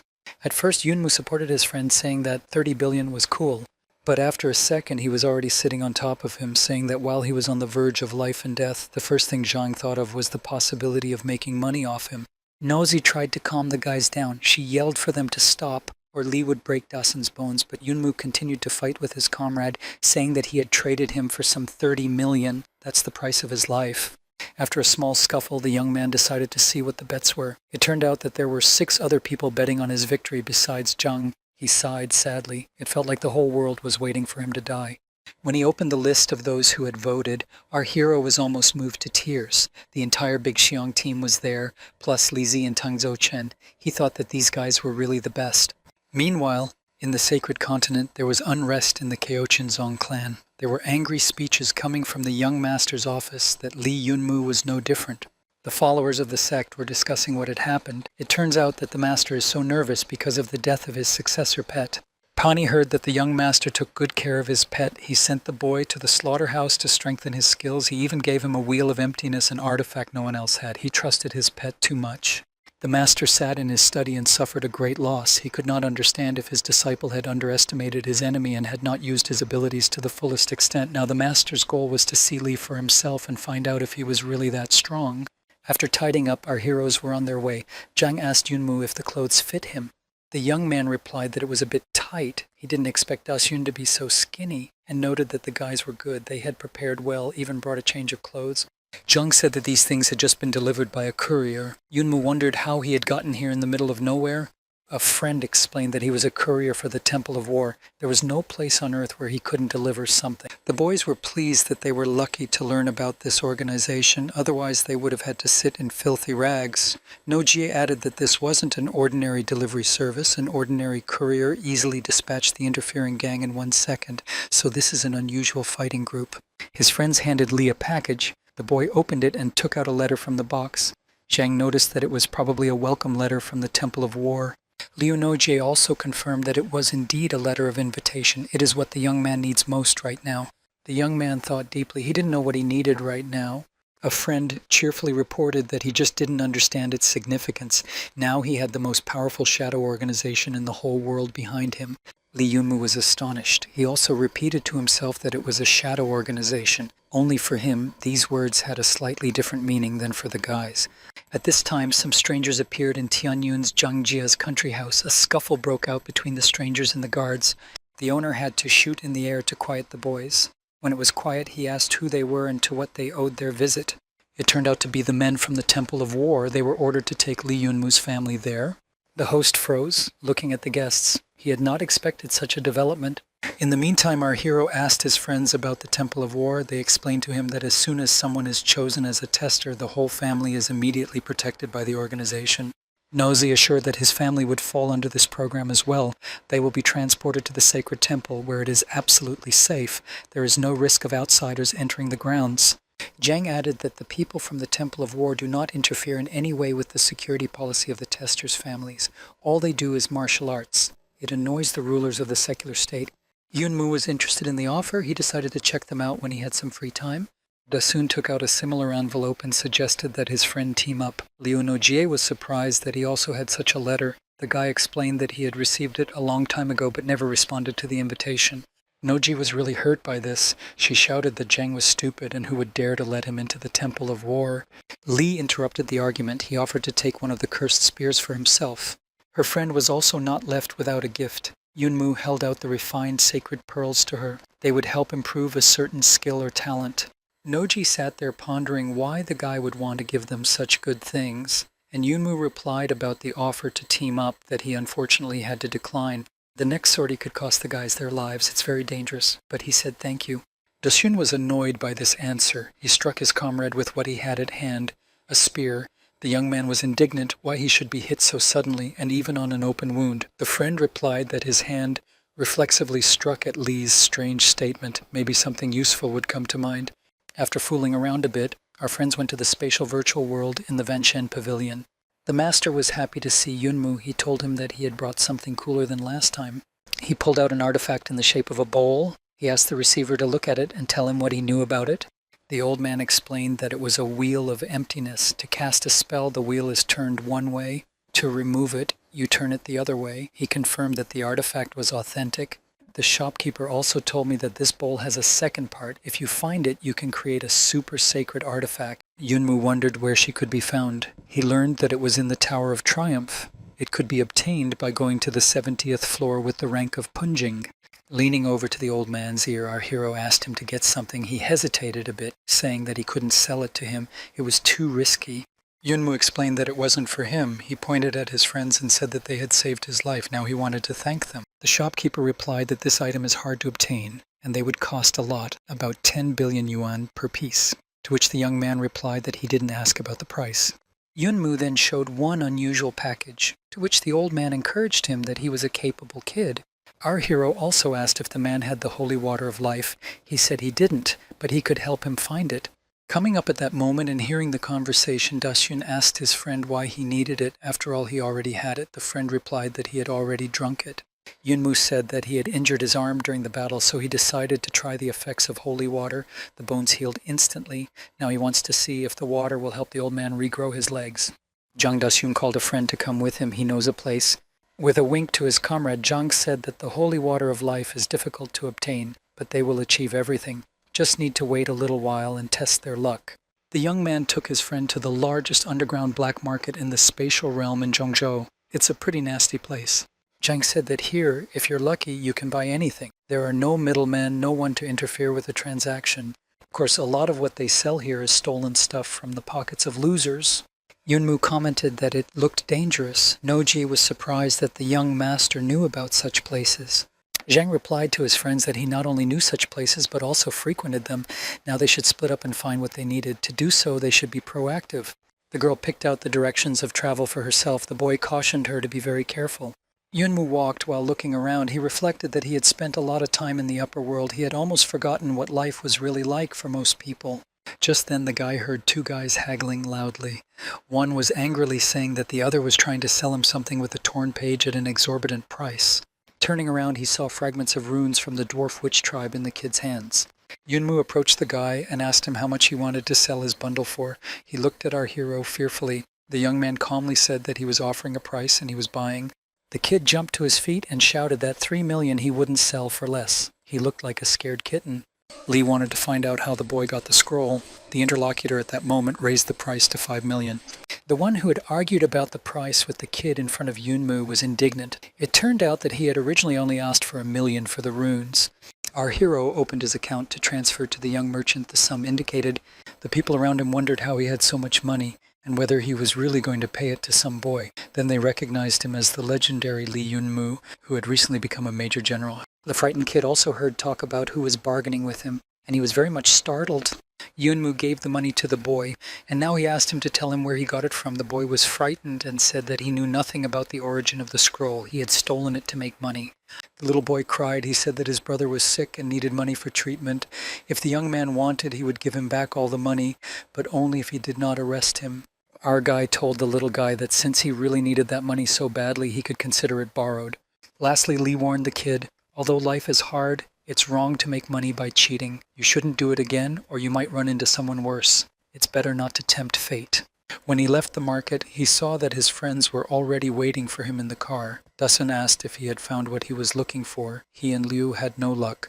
Yunmu replied that he couldn't find any. He showed his purchases, a 3-dimensional celestial eye and some tattered scroll. The girl was surprised that he had bought only one scroll. There must be a whole collection of ancient records. What was the point of one? Yunmu laughed. He said he had 2 of them and pulled out another one. Zhang sighed skeptically. In a couple of seconds, our hero was already sitting sad on the ground. Friends asked about the reason for such a sudden depression. The guy replied that he had spent the money for nothing. After all, he didn't even know why he wanted the scrolls. His comrades cheered him up. There's no need to be upset. After all, they're going to the Dark Realm. Maybe the runes will be useful there.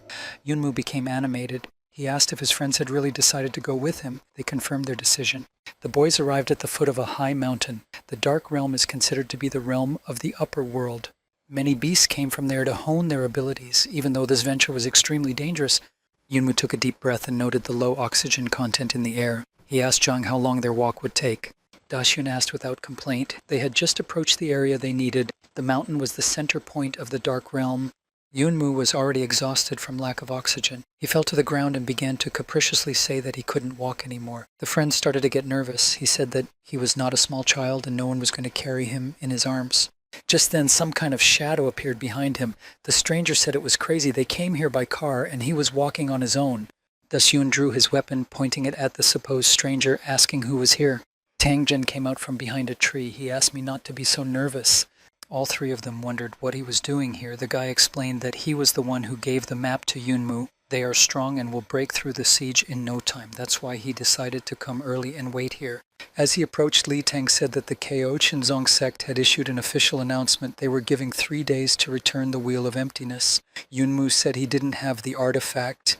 Walking down the path, Nojay said that it was rumored that the sect wanted to collect all the sacred artifacts to form a special purpose squad. Their master Yeqing is quite young. He had achieved the same success in the Tower of Triumph as Yunmu. That's also where he obtained this bowl. Thane got a little nervous and coughed. It was obvious that he didn't know how to start. Poto turned to Yunmu and said that his little sister, if the guy had a couple of minutes, he could ask her out on behalf of Yoken. Our hero even turned white from the sudden rush of emotions. A second later, he was standing at the nearest tree, beating his fists on it. When Zhang asked him what was going on, he said that for some reason he was in a bad mood and wanted to hurt someone. The boy's mind was filled with passion. He imagined he was pinning Tang Zouchen to a tree. He thought he had accepted him as a brother, and he had decided to lay eyes on his sister. As long as he lived, Tang should forget about her. Yunmu drew his sword and chopped down the tree. So much resentment boiled up in him. Everyone looked on in bewilderment. Only Yoken said, "Why is he acting like a child?" He was even acting childishly. Yunmu gritted his teeth and told him to leave him alone. Then a snake crawled out of the bushes towards our comrades. The boy jumped back, shouting that it was huge. Tang was the first to react. He struck the monster with the Heavenly Demon Emperor Dragon Strike. When he got to his feet, he told the others to be careful. There are many of these monsters in the local forest. It's no time to relax. Our hero noted to himself that he hadn't seen the guy for a few days, but in that time he had managed to pump up quite well. Along the way, the guy thought that there were several groups of high-level large beasts that were considered shadow companion spirits. Moving through the dark forest, the young man commanded the system to resurrect his shadows. The system said it had spent 2,000 points to do so. Taking a moment to rest, Lee pulled out the runes. He said the ghosts would only appear when they could decipher this pile of incomprehensible symbols. He hoped he hadn't wasted $5 million. His comrades called out to him. They suggested that he get away from his papers and eat some meat. As the young man set the runes aside and turned to his friends, some paw was already reaching for his papers. Turning around, Yunmu saw that the monkey already had the writing. He beckoned it to him to return the manuscript. In response to his manipulations, the guy was slapped. The animal started to run away. The young man began to chase after the monkey, shouting curses. Tang followed him and said that they were not going to wait long. His friends watched what was happening and mocked his comrades, saying that he had nothing else to do and decided to play with the monkey. A young man in pursuit of the animal reached the waterfall. He threw the spear and the monkey released the scroll from his paws. The boy finally picked up the runes. He wailed that he shouldn't have run so fast and far if he was going to give him the scroll. Our hero saw the monkey disappear in a stream of water. He guessed that there was something behind the waterfall. He followed the animal and found a cave going deep into the mountain. It was very dark. The boy walked for quite a while and realized that it didn't look like a natural cave, but monkeys couldn't have dug it either. The boy thought he saw the outline of a person nearby. When he looked into the darkness, he realized that there really was someone there. The boy came closer and asked if he could recognize. The next second, panic gripped the young man. A skeleton was sitting in front of him. Lee shrieked in surprise and bounced away. He sat down on the ground. As he came to, he reasoned that it was definitely a man, and it looked like he'd long since given his soul to God. He noticed a glowing orb next to the skeleton. He thought that the owner wouldn't need it, so he crawled over to grab it. Footsteps were heard. The young man panicked again. Someone was coming in his direction. A second later, the furry paws were on his face. The boy screamed in pain. Turning to see who had come, Yunmu didn't immediately realize who it was. He was wearing a mask, apron, and bracelets. But when the mask was removed, it turned out to be a baboon. Li Yunmu began to resent him for being so fast. He asked why he had appeared so suddenly. Then he exhaled and replied that it was useless to ask the animal. It would not get an answer anyway. And then the baboon put on his mask again and rushed to attack the young man. The fight began. The monkey wrestled on par with Yunmu. The boy was very surprised. That's not a fighting stance. It's a technique similar to the string men. The beast attacked again. Our hero realized that he couldn't just survive. He drew his sword and used the thunderblade technique. But for some reason the sword didn't work in the cave. It looked like an ordinary piece of iron. Out of nowhere, a monkey jumped out at Yunmu again. The guy shouted out in surprise that it pissed him off. And he got a slap from his new acquaintance, so much so that he flew off. As he hit the wall of the cave, Yunmu noted that his opponent was strong. He knows how to fight. The monkey must have deliberately lured the young man into the cave. Here, for some reason, his sword doesn't work, so the boy summoned his shadows. But then the system informed me that the shadow spirits had been summoned for the first time since the resurrection. You would have to wait 2 hours to use them. The young man was clearly annoyed by the news. And the menacing baboon was already flying towards the boy in a new attack. Yunmu only now realized that he had gotten himself into a risky business. But the guy had one more trick up his sleeve, and he went on the attack saying it was his turn. The monkey flew away from our hero's powerful onslaught. The young man followed, saying that he wasn't finished yet. The baboon started to defend himself. The guy was shocked how he knew this technique. The ape's physical attributes were top-notch. The defense was so good that Yunmu couldn't inflict a scratch on the beast. Finally, one of the maneuvers reached its target. The guy succeeded in breaking the mask. Yunmu looked at his opponent and hoped something must change. But he saw a bestial grin and sheer determination. The young man shouted that he had hit it so hard he couldn't feel his leg, but the beast was still alive. The monkey shouted one word, punishment, and began to emit a huge amount of fighting energy. The boy realized he had to retreat. The cave might just not be able to withstand such an energy surge and collapse. Yunmu told the baboon that if they kept fighting, the ceiling would collapse on them. They should stop and save themselves. He headed for the exit, but the monkey, turns out she just wanted to protect the skeleton, and now she was heading over to pull it out, but it was too slow. The guy rushed after the baboon. He told him not to try to save the dead man, tossed him to the exit. He started pulling out the monkey's treasure. The animal was able to get out in time, but there was a cave-in. The entrance was blocked and began to flood. The baboon rushed to shovel the rocks. A powerful blow followed from the side of the cave. It was Yunmu who was breaking his way out. Yunmu appeared out of the hole with a skeleton on his back. He handed the treasure to the monkey, saying that he was returning it. The baboon was so happy that he began to dance. Our hero looked at him and did not understand the meaning of his exclamations. It gradually came to Yunmu's attention. This is the brother of the Destruction King. He is also a spatial beast, so he should be able to understand the baboon language. Then we need urgent help to translate. The boy turned to the lone king. He was a little indignant, saying who was the young man that the king himself should translate for him, but then he began to help. This skeleton belongs to the baboon's master. But he was his friend, first and foremost. He never treated the beast as a pet. He trained him in kung fu, and even told and showed him how to use the power of strings. A few years ago, the master became interested in one of the practices and moved to the area to study it. Everything was fine until one moment.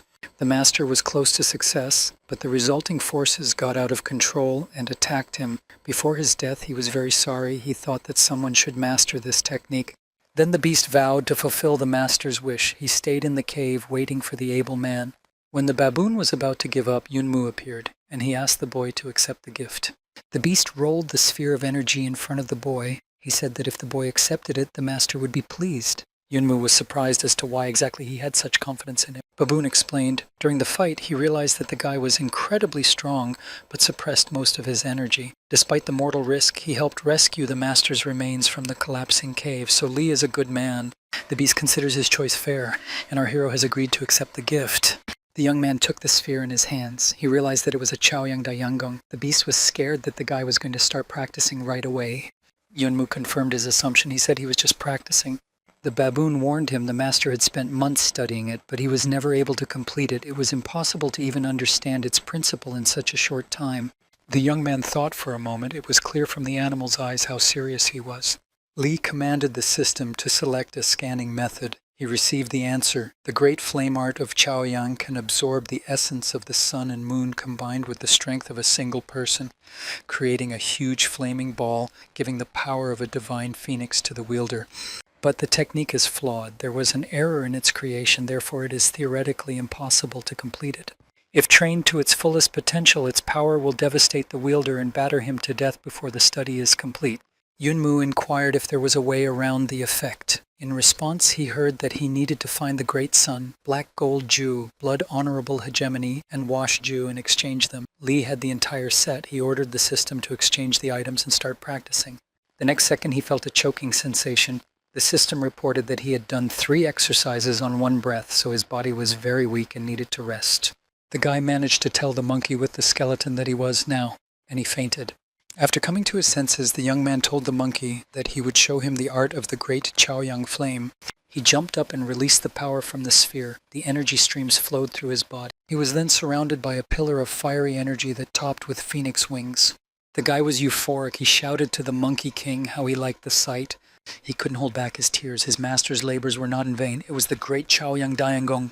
Yunmu and his new acquaintance built a ritual bonfire and bid the master a proper farewell. The baboon said, "Thank you very much for everything." Li Yunmu replied that he was no stranger to respecting those who raised and trained us. He thought that the master had risked his life and trained hard to leave something important for future generations. Now he has gone quietly and both of them are free of this burden.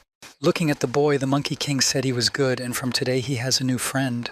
He also decided to give the young man 2 more things. He didn't know what the liquid in the bottle was, but he said that the master had treated it with great care, and the sign is a kind of token that identifies its owner, so it should be taken too.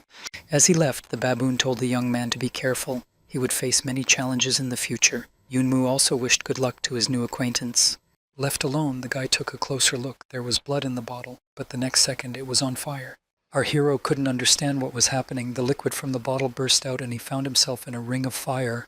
After another second, the flames soared upwards. It was then that Yunmu saw what it was. It was indeed a phoenix. It stood a huge pillar of fire in front of the young man. He was amazed. He reached out his hand to touch it, but he didn't have time. A sharp slap on the back sounded from behind. It was Zhang coming in. He had already searched for his friend and sternly asked what he was doing here. Yunmu shouted in excitement for a friend to look, but when he turned around, he realized that the bird was gone. The guy hung back a little. He was trying to figure out if she'd flown away or if it was just a hallucination. Dasun called out to his comrade. He said, "That enough of this nonsense. It's time to go back to the others. It's not safe to walk around here." For the next month, the team fought various spatial beasts and monsters, practicing and gradually getting stronger. Liu Nojie and Zhang Daxiong joined the ranks of Jin Jingshan's fighters. Li Yunmu had not forgotten about his old friend Zhang Kai. Coming from the lower city, with the least combat experience, he was able to progress well under Li's guidance, so he arranged for him to be a household manager at Qinglong Xinjiang Mansion. But Yunmu himself didn't want to advance in rank. He stayed as a crystal fighter. However, he was able to successfully create a third shadow spirit. It turned out to be a woman. The boy couldn't wait to experience the new shadow. He packed his backpack and said goodbye to the team. After informing his team that he was going to the tower to retrieve the sacred artifact, he set off down the path. He told everyone to just practice and wait for news of his new triumph. Reaching the border of Sunset Town, the boy was unpleasantly surprised. The teleportation array was under maintenance. Captain Wu confirmed that teleportation between tiers of the tower was prohibited. Li started to persuade because maintenance would have to be completed, so why not do it right now? The captain admitted that the real reason for the ban was equipment problems, and maintenance is just an excuse. He told the fellow that he himself had seen one of the travelers the other day just burst inside a pipe. Immediately an order came down prohibiting teleportation, and it is not allowed to spread about it. In fact, the employee is not thrilled about it either. He doesn't want him, a small man, to have to give up this job. Yunmu said he had something for Uncle Wu. Oh held out a token to the man. If he wants, he can find a manager named Zhang Kai in the Qinglong family's main estate. He will give him a well-paid and relatively safe job, and Wu can finally be reunited with his family. The man was overjoyed. He thanked the young star general. The captain prompted the young man to go to Vegas City. There is an independent teleportation array in Taya. It might work there. Standing at the huge statue erected near the city gate, the guy thought that the owner of the city obviously likes to exaggerate everything. Before he could appear in the city, the young man had already become a local star. He was immediately recognized. When he turned around, he saw a beautiful girl with blue hair. She said that a gentleman wanted to invite the boy to have dinner with her. The boy was surprised to be recognized so quickly. He realized that the city lord was looking for him. Yunmu remembered Uncle Wu's words. He said that the lord of the city was a legend. She was just an ordinary weaver. But one day a strange power awakened inside her. Thanks to that, she became the holy warrior of the city. The girl hasn't forgotten her troubled past and called herself the Warrior Weaver. And with that, the city was renamed Weaver Girl City. It's the friendliest of the major cities in Zhongzhou, and the city lord is well liked. Sitting in the car, our hero asked why the city lord was looking for a little-known boy from a foreign land. The girl driver replied that he had his own considerations. He would find out in person. Yunmu was brought to the lord of the city. At this moment, the girl was taking a bath. She didn't turn to the boy. The young man looked on in amazement. If this was the holy warrior. There was a halo of unknown energy around the girl. The boy thought that this was the strongest person he had ever seen with his own eyes. She started talking. She said she could feel his power in her back, but the bloodline has nothing to do with the holy lineage. The boy was astonished. She was able to determine that the rumors of him belonging to the holy lineage were false. She is indeed a holy warrior. Meanwhile, the girl has already moved from the bathroom to the chair. She goes on to say that you don't get the title of Star General for pretty eyes. That's impressive. In response, the guy asked what the reason for the audience was.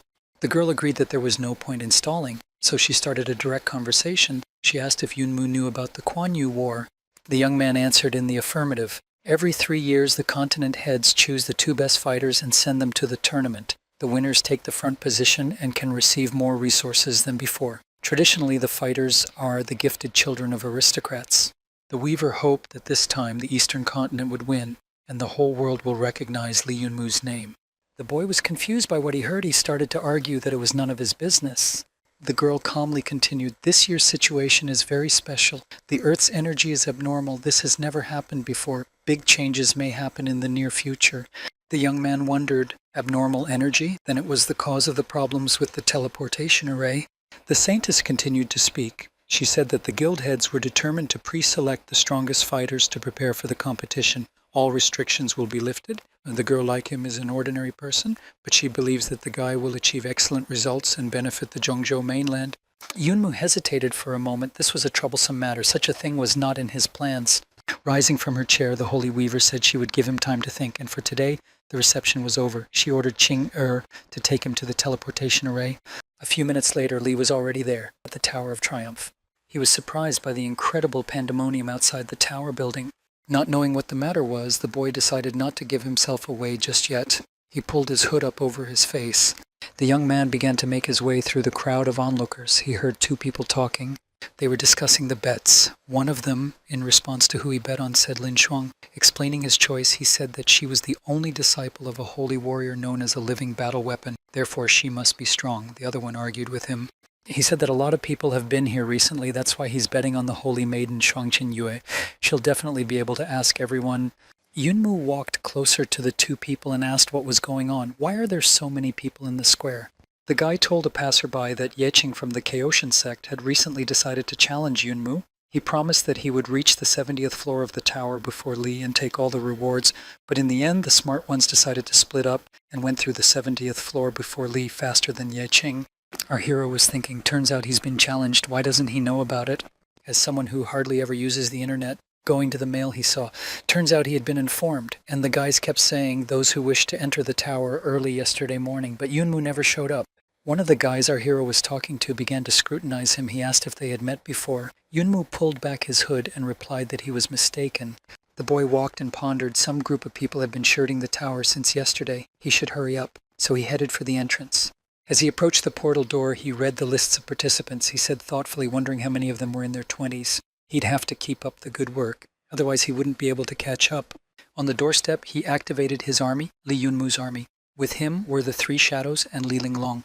The people at the foot of the tower were avidly watching what was happening inside. They were discussing Yeqing's progress. A message popped up that he had climbed to the 45th floor. Some believed in his victory, while others said that it was complicated.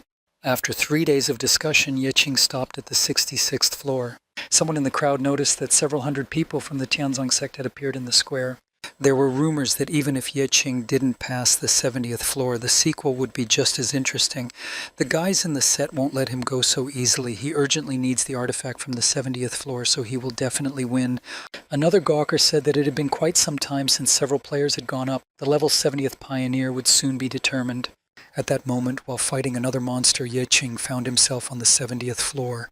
A huge octopus monster stood in front of him. The master was shocked. It was a nightmare. It was such a difficult test. He was setting himself up that he couldn't give up. He had undergone long and arduous Pujing training to reach this level. There are also those here who have been demoted for failing missions. The young man used the Promethean flame technique, but the monster did not retreat. The heated battle continued. Meanwhile, an emergency notification flashed on the tower screens. It was Li Yunmu from Zhongzhou mainland congratulating him. He had successfully passed the 70th floor of the Tower of Triumph. Yeqing couldn't believe what he heard. Suddenly the monster exploded. He was thrown back by the blast wave. Lying in the ruins, the master thought that this strongest artifact must be his. Lin Shuang also heard the message. She was surprised that he had managed to grow to such a level in a few months, a real monster. The onlookers could not believe the message. They didn't understand when the young man had managed to enter the tower, and he was the first one to make it through. At this time, our hero was slowly coming out of the tower door. Someone in the crowd shouted that there he was, the one mentioned in the notice. He was the first person to receive the artifact from the 70th floor of the tower. Yunmu was annoyed. What kind of notification could there be? After all, he had purposely hidden his name from the table. What had happened? Somebody yelled that the guy was leaving. Hurry up and follow him. The young man boiled up. He tried to assure that it was some kind of mistake, said he wanted to leave, but even the hood didn't help him hide. Suddenly someone put up a fire barrier near the young man. The Ko Tianzong sect members approached him. At the head of them was the northern elder. He wouldn't come for nothing, and since his best disciple Yeqing had lost, he was trying not to lose face. The man proposed an exchange, 2 artifacts from the Tower of Glory for a matching spar. Li refused. He sent the elder to try his luck on the black market. He added that he had no idea who in their right mind would buy such terms. Then the elder said that since the peace talks had failed, the young man should not be offended, and he launched a great flame to attack. At first the young man didn't realize what was happening, but then a fireball flew at him. He barely had time to dodge it. The man started threatening our hero, asked if he expected to run away from his attacks forever. It is enough to give him the sacred artifact and everything will stop.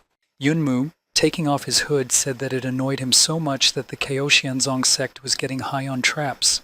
Smiling with a wicked grin, our guy said since his mother didn't teach his attacker not to play with fire, he was out of luck. Our hero said since Grandpa likes to play with fire, let's have some fun. Yunmu used his supreme mastery of fire. One of the sects shouted that the entire dome was on fire. The energy pressure suddenly changed so much. The young man shouted for the opponent to watch him destroy the barrier and summoned the karmic flame technique. The elder looked at the guy and thought that he was strong for dodging all the attacks so quickly. The dome did not yield to Yunmu. The absorption worked. Everyone started laughing at the young man. They were expecting a super reception.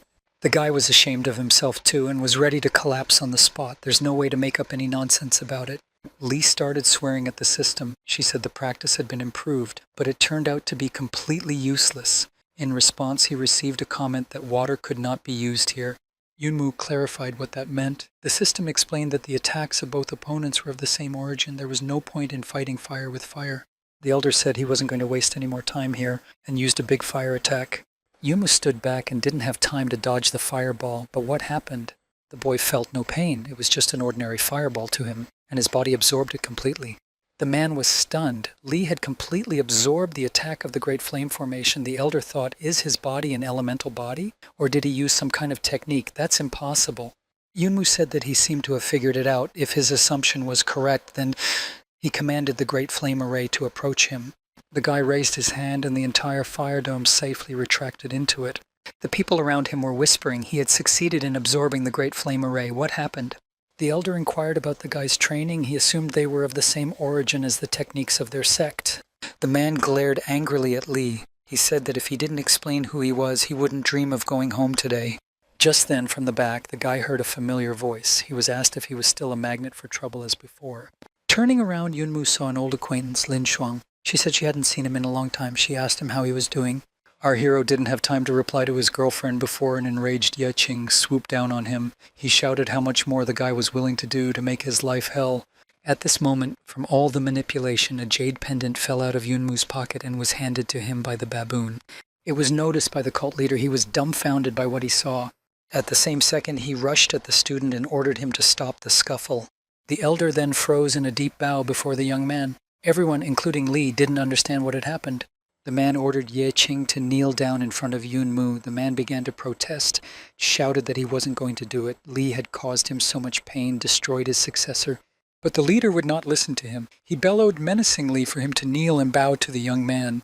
The teacher forcibly took the naughty student by the head himself and pinned him in a bow. The man began to say that they had acted recklessly. He never thought that Yunmu would become the master. The boy asked what he was talking about. The elder explained that his jade pendant was an identity card. Yunmu looked at the artifact, so this was what had happened. The man said that Shizu had once gone on an endless journey around the world to practice the great Chaoyang Gong. He never came back again. The elder did not expect to hear about him and see a receiver who had learned this intricate technique. The boy looked skeptically at the people around him. He didn't expect that this old man and that skeleton baboon would be from the same sect. It seemed that this clan was really complicated. The sect leader continued, if the young man has Sisu's jade pendant, he is therefore the new Sisu. The man knelt down and bowed his head. He asked the master to return to his clan and help his disciples complete the great flame practice. Yunmu replied that he didn't want to hear it. First they attacked the innocent, and now they are asking for a favor. Ye Qing was angry at the young man's arrogance. He challenged our hero. He offered to go with him to the Kuan Yu War, and there everyone will see who's really good. At the Tower of Triumph, Lee was a few minutes ahead of Ye. If he had been quicker, things would have turned out differently. Our guy replied that he was sorry about that, and teased Yi a little bit. In response to the invitation, the young man cited that he did not want to get involved in the war between the states. Lee, smiling, looked into his opponent's eyes, said, the one claims that Yunmu a few minutes was faster, and in fact he entered the tower a day later. The elder intervened in the conversation. He shouted at the disciple not to be rude to his elders. However, Ye Qing was not deterred. He threatened our hero that one day he would find him and destroy him. Free from unnecessary conversations and unnecessary attention, Lee went for a walk. He bought a bottle of soda from a vending machine and just wanted to open it, as again he was called out. The guy almost dropped the drink. It was Lin Shuang. She had also decided to wet her throat after visiting the tower. The girl noticed that Yunmu was talking to the Zhongzhou sect head in a rather arrogant manner. He could keep his face. The young man responded by saying that he was a vindictive person and wants to find out who ratted him out. He asked Sister Shuang if she knew why the notification that he had passed the 70th level came to everyone, although the name in the table was hidden. It turns out that by passing the 70th floor, the participant is automatically authorized to participate in the worldwide battle. Each winner appears in a new ranking. There is no point in hiding your name. The guy sighed. It's not easy to remain anonymous like this. Shuang clarified indeed Li would not go to Kuan Yu's war. The young man confirmed, commenting that it was a problem. He replied that there was too much talk about the tournament this year. There might be a conspiracy behind it. After finishing his drink, Yunmu announced that he was going to Jifeng. there to join Dasun and Nojie. He suggested that Lin go with him. The friends would miss him, but the girl could not, as she had not yet finished her preparations for the tournament. The young man arrived in Jifeng at the end of the school day. There were no more students and the teacher was cleaning the blackboard. Appearing in the doorway of the classroom, Yunmu asked why he was washing the blackboard himself. During his apprenticeship, the teacher had assigned Lee to do it every day. Walking up to the teacher, Yunmu took away the rag. The teacher said cheerfully that he had finally had enough and decided to come back. He asked why ours was his. Wiping the blackboard, the young man replied that the teacher had traveled the world in search of adventure. He had to see for himself that the boy had finally returned home. At the teacher's smirk, Yunmu sneered, "Isn't that what all first-class fathers expect?" In response, the man said, laughing, that the boy had really grown up. Now it will be easier to clean the board. Putting the brush on the table, Yunmu began to tell his older comrade that strange things were happening to Earth. The teleportation array was failing and travel was difficult. The man commented on everything that was going on. It turns out that a cosmic crack has recently appeared. Powerful energy is continuously oozing out of it. The teleportation array is exposed, so it is not stable. Yunmu inquired where the crack was located. The teacher didn't know. The young man asked if the ruins were still open. The teacher said that the freshmen were still practicing in them. The boy said he had some free time and would be happy to practice. The teacher asked if he thought he wasn't strong enough yet. After all, Lee is at the top of the rankings among his peers. Yunmu replied that it never hurt to get stronger, especially since he had something else on his mind. Lying on his bed at home, the boy sank into thought. He wondered if he was taking on too much. He can't trust people after the situation with his father. He needs to make himself realize that the only one who won't quit is himself, so he has to try to become a better person than before. He recalled his teacher's words that he did not want to rely on others. When he was in trouble, he solved problems on his own. But now he had friends who were willing to sacrifice themselves to save a friend. The man stated that no matter how strong a person is, it is simply impossible to do some things alone. You need to give yourself some rest. You need to try to trust your buddies more and rely on them more often in times of need. Teacher Lee didn't sleep that night either. Just then, a call came over the walkie-talkie. He was told under the codename Night Dog to leave immediately.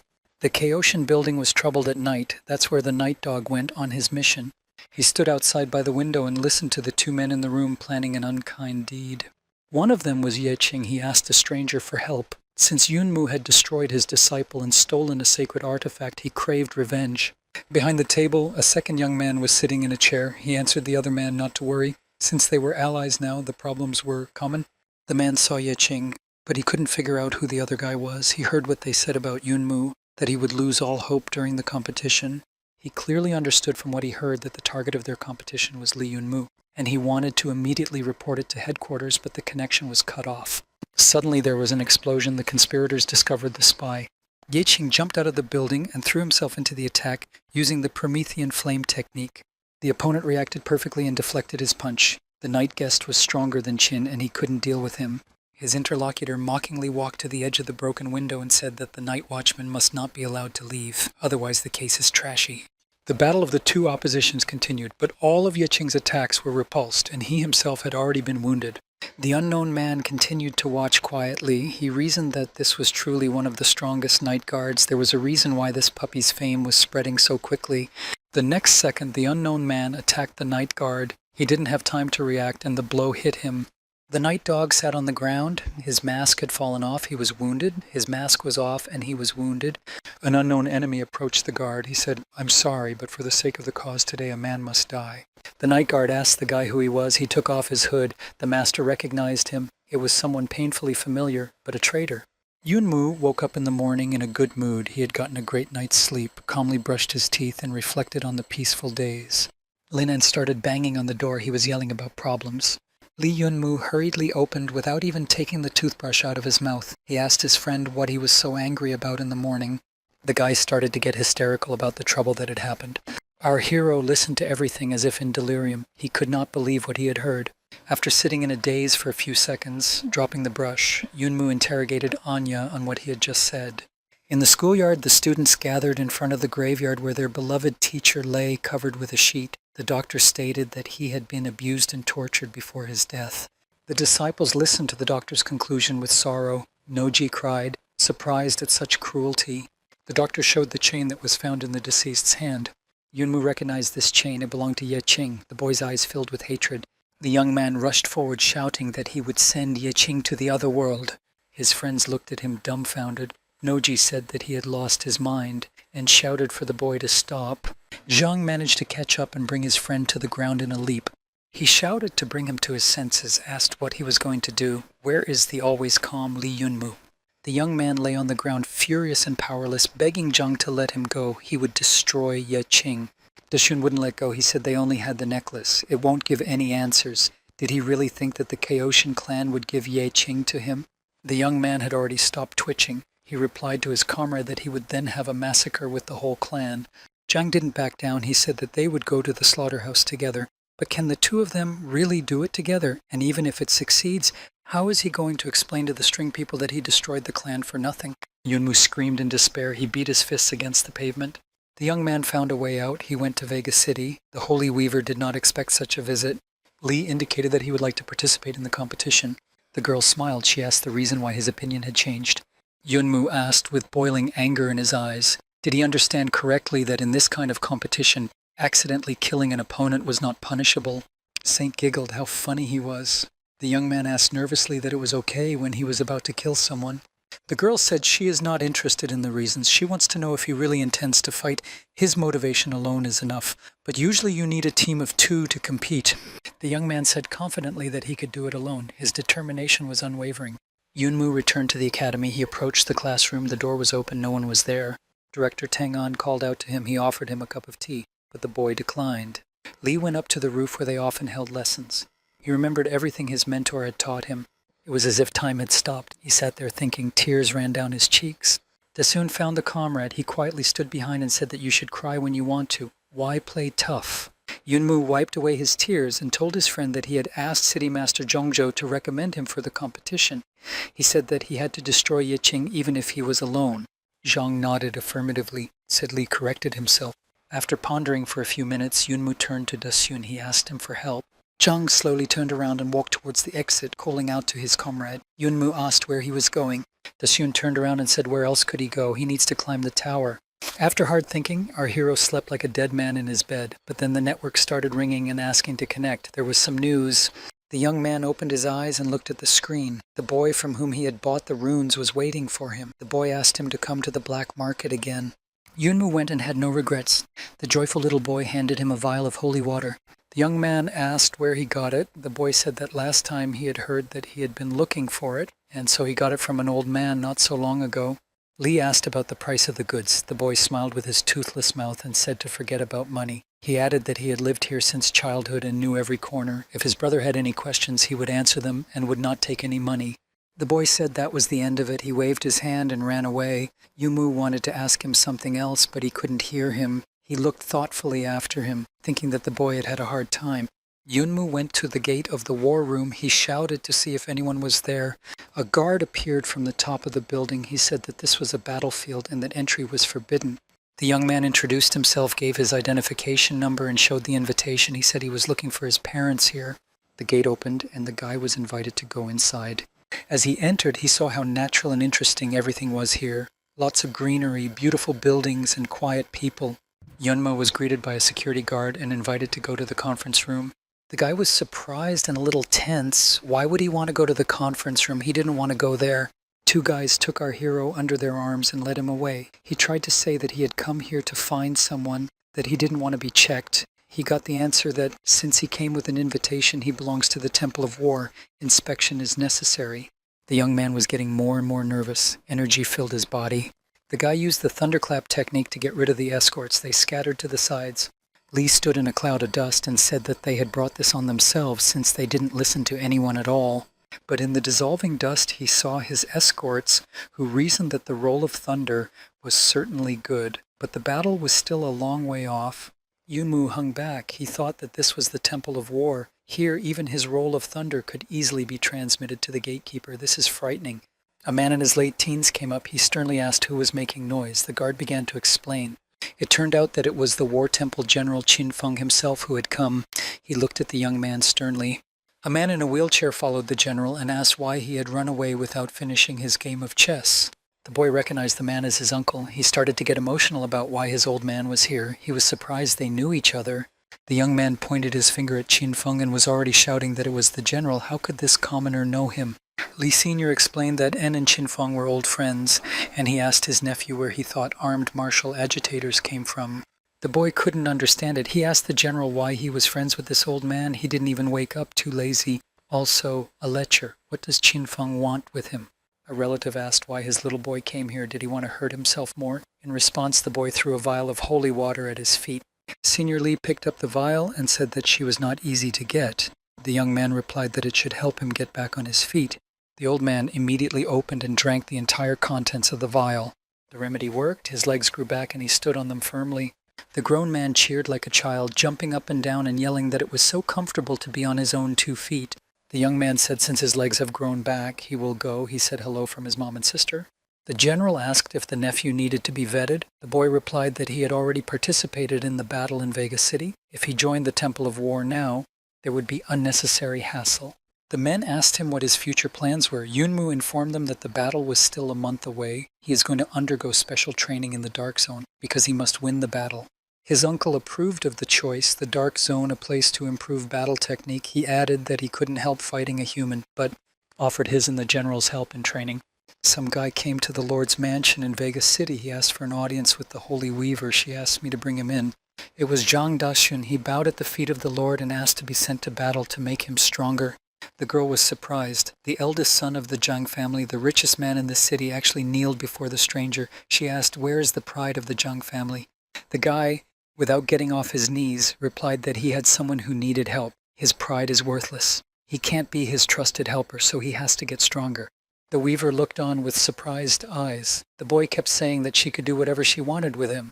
Lord replied that her training can be very hard. He has to keep up. As she left, she informed me that special training starts every day at 3 o'clock. You have to be on time. Meanwhile, there was a stir in the Temple of War. The boy approached from the back of the crowd. Everyone was cheering someone on, wishing them luck. They were saying that if he lost, he didn't need to lose face in the Temple of War. This guy was John Wuya, the representative of the War Temple. He was puzzled at what was happening. He approached one of the crowd and asked what was going on. He said that there was a boy who had already defeated 4 from the temple. Jan Wuya was very surprised to hear that the stranger possessed light magic. As he got closer, the young man saw Li Yunmu fighting in the makeshift arena. Our hero looked at yet another opponent whose specialty was ice. He noted that the guy really had a hidden talent with his standard equipment. Since the enemy had ice, our Li had nothing to fear. He used the solar flame technique. The battle began. It was ice and flame. The older comrades watched with interest. Uncle noted that it was very difficult to control thunder and fire. Where did he learn to do that? Meanwhile, all of Yunmu's opponent's ice had melted, and the guy used the devil flame technique to finish him off. The people around him marveled. He had won again. Where did he even come from? John Wuya was skeptical. The general told Old Man Li that his boy is no ordinary kid. He has an innate talent. The same one, without taking his eyes off his nephew, pointed out that his features were at a low level. And after a moment's silence, he added whether it was possible to resist the will of heaven. His boy stood alone on the battlefield, jubilant that he had defeated yet another foe. The young man, laughing, turned to the general and asked if this was all that the students of Herm of War were capable of, and called for the next one. Jan Wuya rolled up his sleeves. He said that he would escort him to training. Our guy heard from behind that he needed to find a couple new guys to train with him, and then the warrior would be ready. Looking around, Yunmu was taken aback. A relative was coming out to him on the tatami. Yunmu replied that he had not moved his buns for a long time and ordered him to play with him. Yunmu started to argue that he hadn't awakened yet, but the man didn't want to listen to his excuses. Old Man Li, warming up, was waiting for the battle. The guy told him not to get angry if he broke his bones. The battle began. Yunmu moved around the ring like the wind. Senior Li noted his high speed. A couple seconds later, the young man was already behind his opponent's back, whispering in his ear as his speed. The general bantered with his acquaintance. He chuckled that Old Man Li had said that the little devil was nothing to him. The elder Li managed to twist out from under the guy's fist, striking his heavy blow with the words that fatherly love is like a rock. It turned out that he was the strongest unawakened person. The young man flew away. Lying on the ground, the guy said it was hard, and he admitted his defeat. He also lamented that how dare he beat his relative to a pulp. He threatened to tell his grandmother. Uya looked at the man and didn't realize what kind of uncle he was. He couldn't sense the man's string power, but he beat the guy without any effort.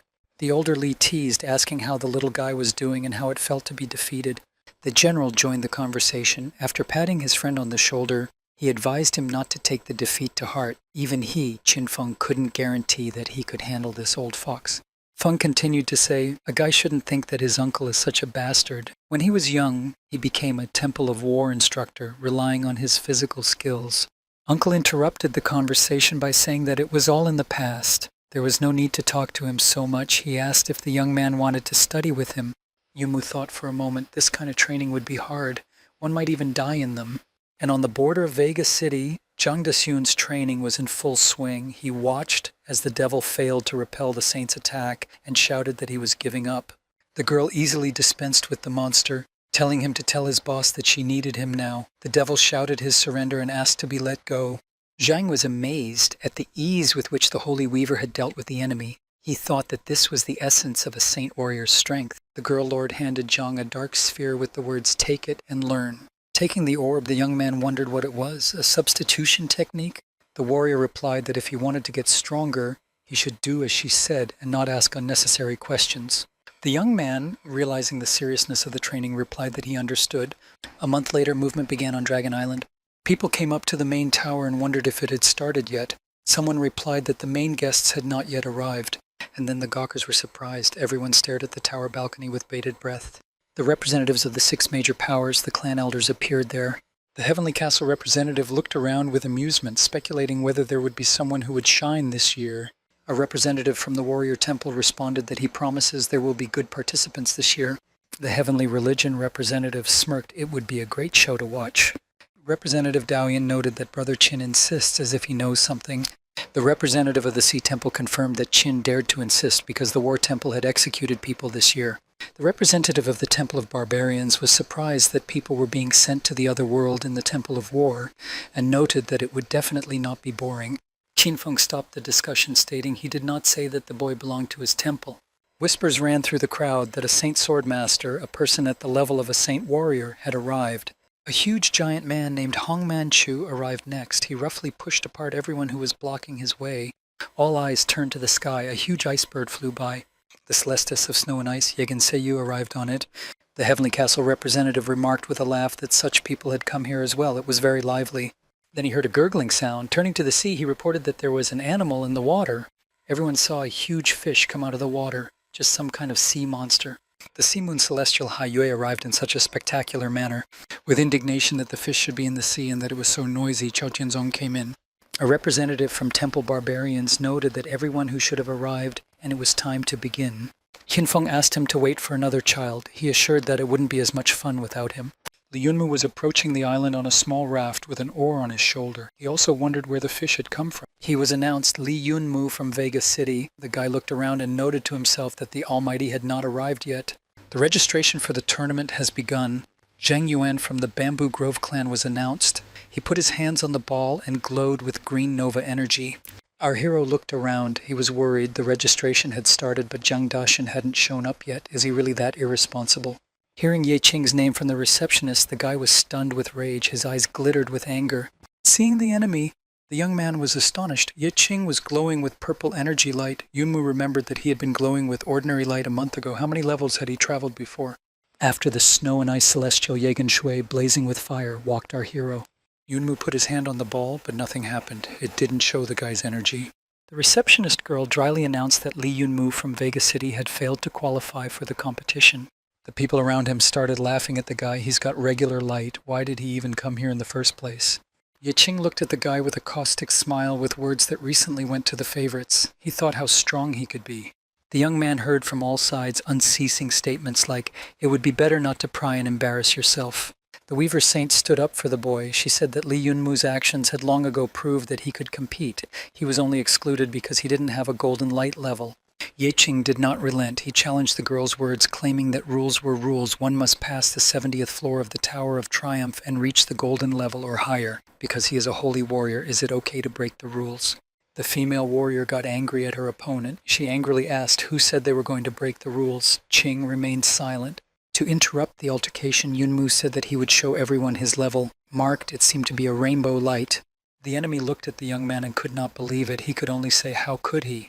Yunmu replied that he would show you how it is, and slammed his fist into the ground. There was an explosion. Ye Qing was furious. He looked at everything that was happening and thought that this couldn't be happening. A silver light shone around our hero. The opponent was tearing and thrashing. Yunmu had come so far. How could such a thing be possible? The Saint Weaver replied that the boy used to suppress his strength, but now he wants to become stronger. He needs to find a place to gradually pass all the levels, and he needs to wait. He's not finished yet. The young man shouted golden string, and now his halo shone with a golden hue. Yiqing stood in shock. The young man had overcome 2 levels in a row. Finally, Li shouted rainbow light, and the halo glowed, shimmering. Even the general didn't expect this from the guy. He reached the rainbow light in one breath. It's just a legend that should be written in textbooks. The representative of the heavenly castle, with an unchanging smirk, remarked that this small one was quite interesting. Our hero stopped in front of Ye Qing and wondered with a smile how this could be. Looking directly into his opponent's eyes, he wondered if he had anything else to say, or if he still needed a show of force. Yunmu took off his hat in front of Yi and mockingly said that it was boring to destroy him like this. As he passed his opponent, Li whispered to him that he knew what he had done and he would pay for it. Li stepped aside and continued to scold Daxian to himself. Where does he go? Because it will be too late. He had already promised himself that he would kill him. Then a helicopter hovered over our hero's head.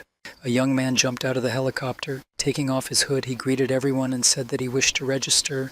The guy introduced himself, Zhang Daxun from Vega City. He looked at his friend and smiled. Yunmu was pleased, but he called his comrade names and asked how he dared to be late. The young man replied that he had gone into the reading room and lost track of time, but he was here now. Yunmu saw his friend's rainbow level. He hadn't seen him for only a month, and he had changed so much. Not only had he reached a new level, but he had also cut his hair. Zhang replied that it was not convenient to have long hair abroad. At that moment, someone jumped on Li from behind. It was Li Zi. The girl replied that Liu Noji had asked to team up with her to represent Tianyun Bao. The guy replied that he didn't expect to see them here. A voice from behind commented that the young man was surrounded by beautiful ladies. Turning around, Yunmu saw Chu Qingyu. He hurried over to his old acquaintance to see how things were going. The girl replied that it was not bad. On recommendation, she took her father's position and became a city lord. And then she snapped and complained that the smelly old men had said they didn't need help and had gone to the Acropolis. The young man confirmed that the Acropolis brought in a lot of revenue. Lin Shuyan stood behind our hero's back and looked at the conversing people with a smirk. At this moment, the head of the string guild, Lord Tude, appeared on the stage. The giant man laughed. At such an advanced age, and he still likes to be the center of attention. The guild leader opened the games with a welcoming speech. All players were invited to take part in the 54th full-scale battle. He, as the organizer of the competition, wished everyone good luck. As the speech continued, he lost a line from the cheat sheet written on his hand. Lizi nervously whispered that if she couldn't find it, let her forget it. Noji couldn't understand what was wrong with the head, and the man, not confused, ended with general phrases, "Let's have fun." The old man said that the 54th full-scale battle is open. The spectators were jubilant. They couldn't wait for the games to start. The first challenge, Savage World, was announced. Noji stood next to our hero and panicked. Her string power had disappeared for some reason. The girl couldn't understand what was happening. Yunmu reassured her. It was the old man who had now activated a special technique, therefore everyone's string powers were suppressed. After commanding the start of the battle trials, the gate of the barbarian demons opened. Liyumu was amazed. Outer space. This was the guild leader's abilities. Lord Toad told me that there was a demon with sharp claws behind the door. It's the most ferocious wild beast of the contestants' level. The first challenge is to go in there and destroy the ferocious beast. Lee listened intently. The Lord said that the participants would not be helped by string power in this test. Their bodies and skills are all they need in a battle like this. Many participants were surprised by such conditions, therefore everyone was given a moment to think whether to go there or not. The guild leader once again said loudly that it was up to the participants to decide whether or not to participate in a full-scale battle. Then he turned to the first participant, Gu Tianqing. He asked if he would continue the battle. He said of course he would.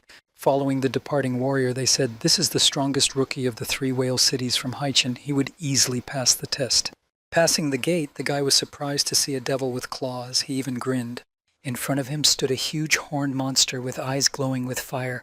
Lord Toad offered to look at the situation from the inside. He took out a remote control and pressed a button. The audience discussed among themselves that there was nothing to see. Gu will go easy on this trial. Yunmu heard the peevish responses and turned to look at the screen with everyone else. The picture was not favorable. The boy had already been struck by the monster with his claws. Everyone was surprised at what had happened. After all, Gu was a master of rainbow light. It was announced that Gu Tianqing had failed the test. Gao Wei Zhou is called up next. The guy who was named refused to participate. He shouted out what kind of battle this was, and many people rushed out after him shouting, "Save yourselves." The guild leader looked after those fleeing and laughed that these fools only knew how to rely on the power of strings.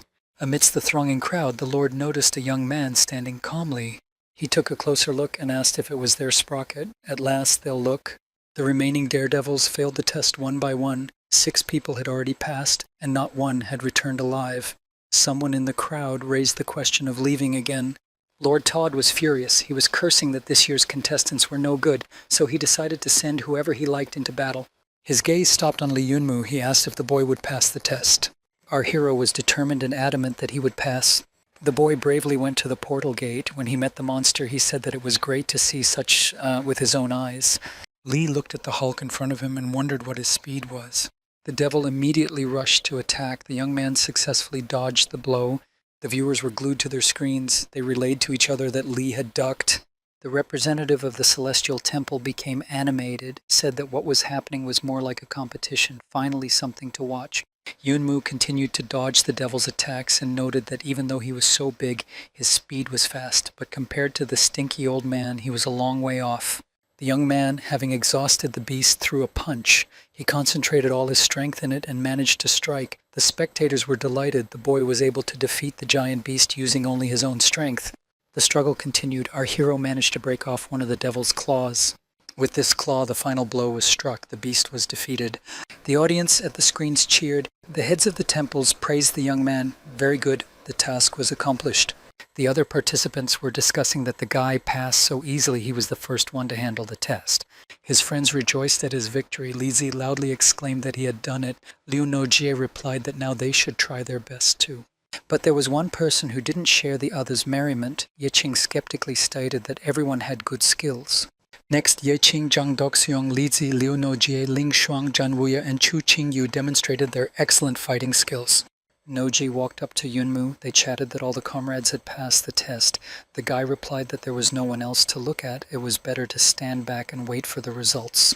Taking a few steps to the side, Li heard Zhao Yanfan of the Heaven Clan successfully pass. The guy even staggered. His friend, noticing this, asked what was wrong with him.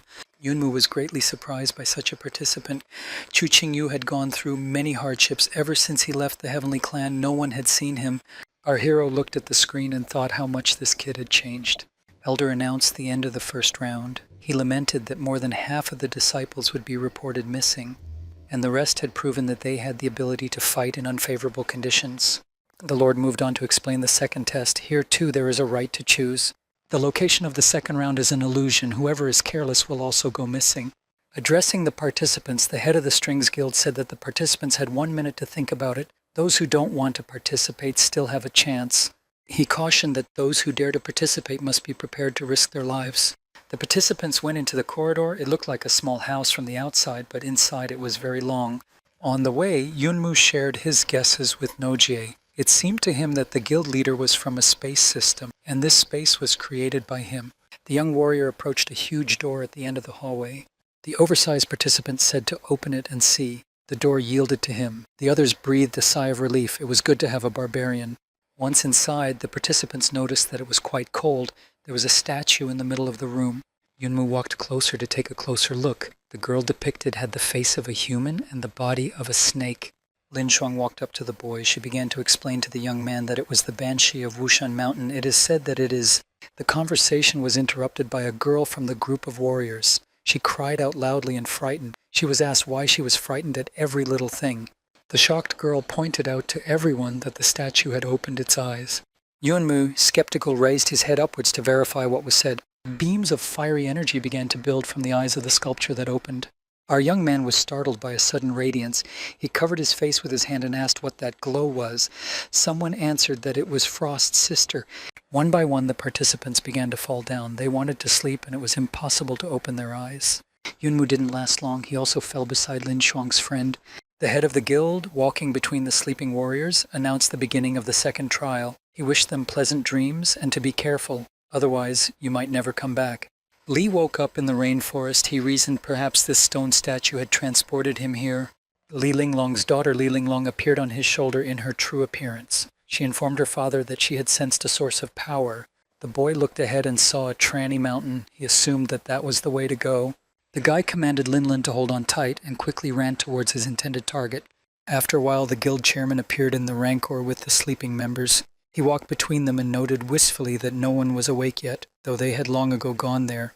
After a few seconds, the young warriors began to come around. The Lord noted who came back after how many seconds. But Li Yunmu was lying on his back. Ling Shuang came to her senses and called out to the guy. He didn't respond. After half an hour, the situation with Li had not changed. The friends began to worry. The boy should have come to his senses long ago. Lizzie tried to shout to the guy in a panic, asking him to wake up, but nothing worked. She wanted to rouse the sleeping man and had already reached out to him.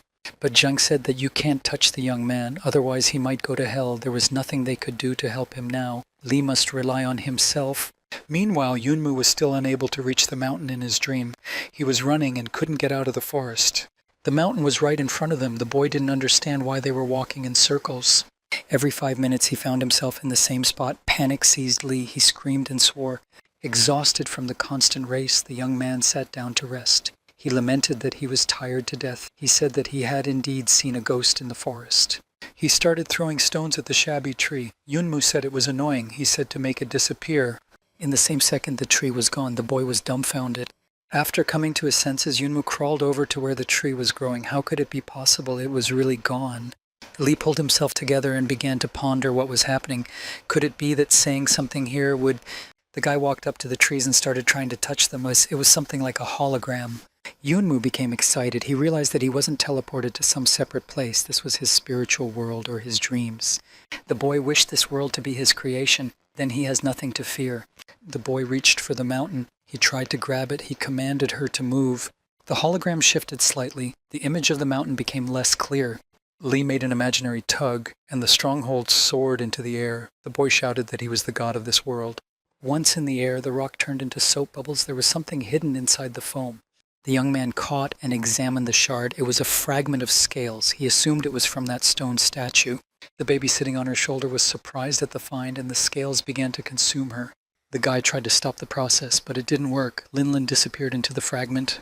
Yunmu looked at the empty hand. He could no longer feel the energy. He had lost his connection with the little girl. At this point, the guy woke up. He had a severe headache. Dajun reported that the friend had slept for more than half an hour. Everyone thought that he would not come to his senses at all. Zheng helped the young man up. Yunmu asked how things were going. The comrade said that the second stage was over, and the others had already passed the third stage. The guy said they had to hurry too, and went ahead. At that moment, Dashun called out to Li and stabbed him in the back with his sword. Our hero only had time to think, why? The sword broke off and remained in the Gyunmu's shoulder. He asked Zheng why he had treated him like that. What had he done wrong? Dasyun, throwing away the sword shard, smiled evasively and said that the guy was too disgusting. Yunmu could barely stay on his feet and listen to his former friend. He went on to say that he had disliked Li from the very first day at the academy. It turns out that Daxiang decided to get close to our hero to choose the right moment to finish him off. And now Yeqing has also made a lucrative offer to make the Zheng family a top sect. Lastly, Zhang revealed another piece of news. He was the one who sent teacher Li Bowen to the other world. How could the latter even think that Yeqing could do it alone? Yunmu was in a daze. His opponent drew his gun and asked Li why he was sad. It's not like he really considered him his best friend. Zhang is the son of the richest man in the world. How can he be friends with someone like our hero? Daxin pointed his muzzle at Yunma, but then the guy confidently told him back that it was all nonsense. Yunmu looked at Zhang and said that he was a fake, because firstly, his friend always called him Xiao Mumu. Secondly, one could be fooled by pretending to be someone else, but Zhang Deshun was the only one who couldn't do that. Li Yunmu said that this was the only guy he could trust unconditionally. The guy summarized that this was it, the end of the second trial. He hadn't woken up yet. The boy woke up from his dream again. He couldn't understand what was in front of him, a hologram or reality. Then he saw all his friends playing cards, waiting for him to wake up, and he realized that this was reality. Yunmu walked over to the players and said that they didn't seem to care at all. They didn't care if their friend was alive or not. Lin Shuang replied that there was nothing to worry about, as he would definitely have no problems. Now that everyone is all gathered, they can stand back and wait for the results. Daxin, walking beside him, clapped his friend on the back. A chill ran down Yunmu's spine. He said he was scared. Zhang walked forward and showed Li his hand with his thumb raised upwards. When Yunmu equaled the statue, it crumbled into pieces. From out of nowhere, a guild elder appeared. Examining the pieces of the sculpture, he reported that someone present had fallen into the second dream and had successfully passed the test. The Lord went on to say that this kid took his scales. Who could it be? Yunmu remained discouragedly silent. He thought apparently these scales were the source of the statue's power. It turned out that since the statue was destroyed, those who didn't wake up in time would sleep forever. Everyone else successfully passed the second test. It was announced that the final test will be held tomorrow, and now everyone can go to their resting places. Lying on the bed, Yunmu examined the scales. He wondered why Lee had penetrated it so easily. She also changed her appearance. Dasyun came out of the bathtub. He offered his friend something to eat before the shower so that he wouldn't faint. The boy agreed to eat some noodles. Just as he started to eat, the Holy Weaver entered the room. She said that tomorrow was the final test, and she had come to tell the boys the true purpose of this competition.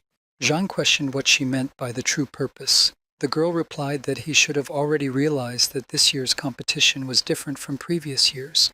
The Weaver explained that there are cracks in the space. Yunmu, meanwhile, continued to eat his noodles. Dasyun inquired about the cracks. The guest explained that the highest level the strings players have is Holy Warrior, but that's only for those on Earth. According to records from a century ago, one man made a crack in space. Inside it is a powerful kingdom. It doesn't belong to this world. There's something that doesn't belong to this world, and experts can't explain its purpose. One day, one of the saint warriors from the strings entered this crack and released a tremendous amount of power. He surpassed the level of a holy warrior, and the main purpose of the competition was to choose the one who would be sent to this space. Lee was finally done with his paw and finished listening to the girl. It turns out that cracks appear once every 100 years. A lot of people don't expect them to show up anymore. Our hero summarized what was said. The participants are wanted to give back what they had in that world. If it was so valuable, the heads could get it themselves. The girl continued, "The spatial rifts are very unstable. Once a person who crossed the rift reaches a level above the rainbow level, they will encounter a tremendous force. The force of the strings and the energy between the cracks will intertwine. A person can tear." The Lord said it was very dangerous and she would not force the young men, but they need to know things aren't easy to help her. It's about their future. The girl handed them the container, said it was made for them. If they dared to enter space, they could use it. Arnie couldn't understand what it was, a silkworm pupa or something. The next morning, participants who had completed 2 levels of challenges waited for the third phase to begin. The head of the string guild, Lord Tood, came out to them and asked if everyone had slept well the night before. Looking around at all the participants, the head noticed that everyone had such a frightened look on their faces. Then he proceeded to announce the last test. He pointed to a cave. The terms are, whoever goes through it wins. There are no restrictions. In an ominous voice, he informed me that there were no rules inside at all. You could do anything, even destroy people who stand in the way. The crowd began to resent the statement. To this, the Lord explained that if you do not destroy the enemy first, he will destroy you. You have to pick a strong opponent first, and that's like harboring a snake. The participants were given 3 minutes to think. At the end of it, everyone is welcome at the entrance to the cave. A heated discussion started among the participants, who and what they think about it. Everyone wants the reward, and if they're from the same clan, aren't they from the same family? Some people, thinking it was inhumane, refused to participate. Yunmu heard that Yeqing was about to enter the cave with his comrade. That's when Dasyun and Nojie came over and asked if they would come in now or wait some more. Lee looked into the darkness of the cave and felt a powerful energy emanating from there. It's not going to be easy. The young man suggested that he and Shuang and Dasyun go scouting first. And Chu Qingyu, Liu Nojie, leads you should wait outside for a while, then come in. By the time they arrive, the first 3 will try to eliminate as many enemies as possible. Yunmu made a special point to be careful because spatial beasts were not the main enemy. It's the humans that should be feared. The whole team was in agreement. Everyone without agreement trusted Yunmu completely. Zhang Daxun noted this to himself as well. Looking at his friend, he thought that he did not know exactly, but he could feel it. He had made a good leader. In parting, Li Yunmu told the comrades that the next test is the last one. Do not perish. The 3 strongest fighters set off into the unknown of the cave. The participants walked and reasoned that spatial monsters weren't that easy. They have quite a high level. Ling Shang cautioned her comrades. She felt someone's breath ahead of her. A second later, someone's scream came from the darkness of the cave. Yunmu withdrew on automatic, shouting that he was coming. Everyone was creepy, but moving forward was necessary. As the participants walked into the depths, they saw a huge dragon. It completely blocked the passage. The friends stared in a daze at the warrior already defeated by the monster. They couldn't figure out what it was. Zhang pointed out that they wouldn't be able to defeat such a monster, even with 10 men. Meanwhile, the 3 girls from their team, Nojie, Qingyu, and Zi, had already entered the cave. They were walking in total darkness. It was impossible to see anything. Then some armed guy jumped out of the darkness. He was happy to see that the team was made up of only girls. Without hesitating for a second, Lizzie gave a victorious strike to the offender. Noji said she didn't think the girl would be so determined in battle. Z replied that it was Yunmu who had taught her to never give her enemy an opportunity to counterattack. Noji pouted. She realized that Lizzie also liked Li Yunmu. She started shouting that she was not the only one who wanted to be by her boyfriend's side. The girls squabbled over which one of them liked the young man more. Qingyu was surprised at their boldness. Meanwhile, the first part of the team was thinking about how to overcome the dragon. Yunmu noted that hard steel was useless here. They saw Ye Qing and his companion dead under the monster's clutches. Dasyun suggested that there must be an alternative way to pass the monster. Zhang used his arcane technique to scan the cave and determined that there was a passage behind the dragon. Comrades need to figure out how to get past the dragon and then you can continue on your way. There's no need to defeat it. Li Yunmu rejoiced at this information. If so, then the news is great. The young man came closer to the dragon and said that although he could not defeat the dragon, it would also take a lot of effort for the dragon to overpower him. The monster let the guy meet it with clubs of fire. Our hero remarked that if he could play with fire, he should be kicked in the face.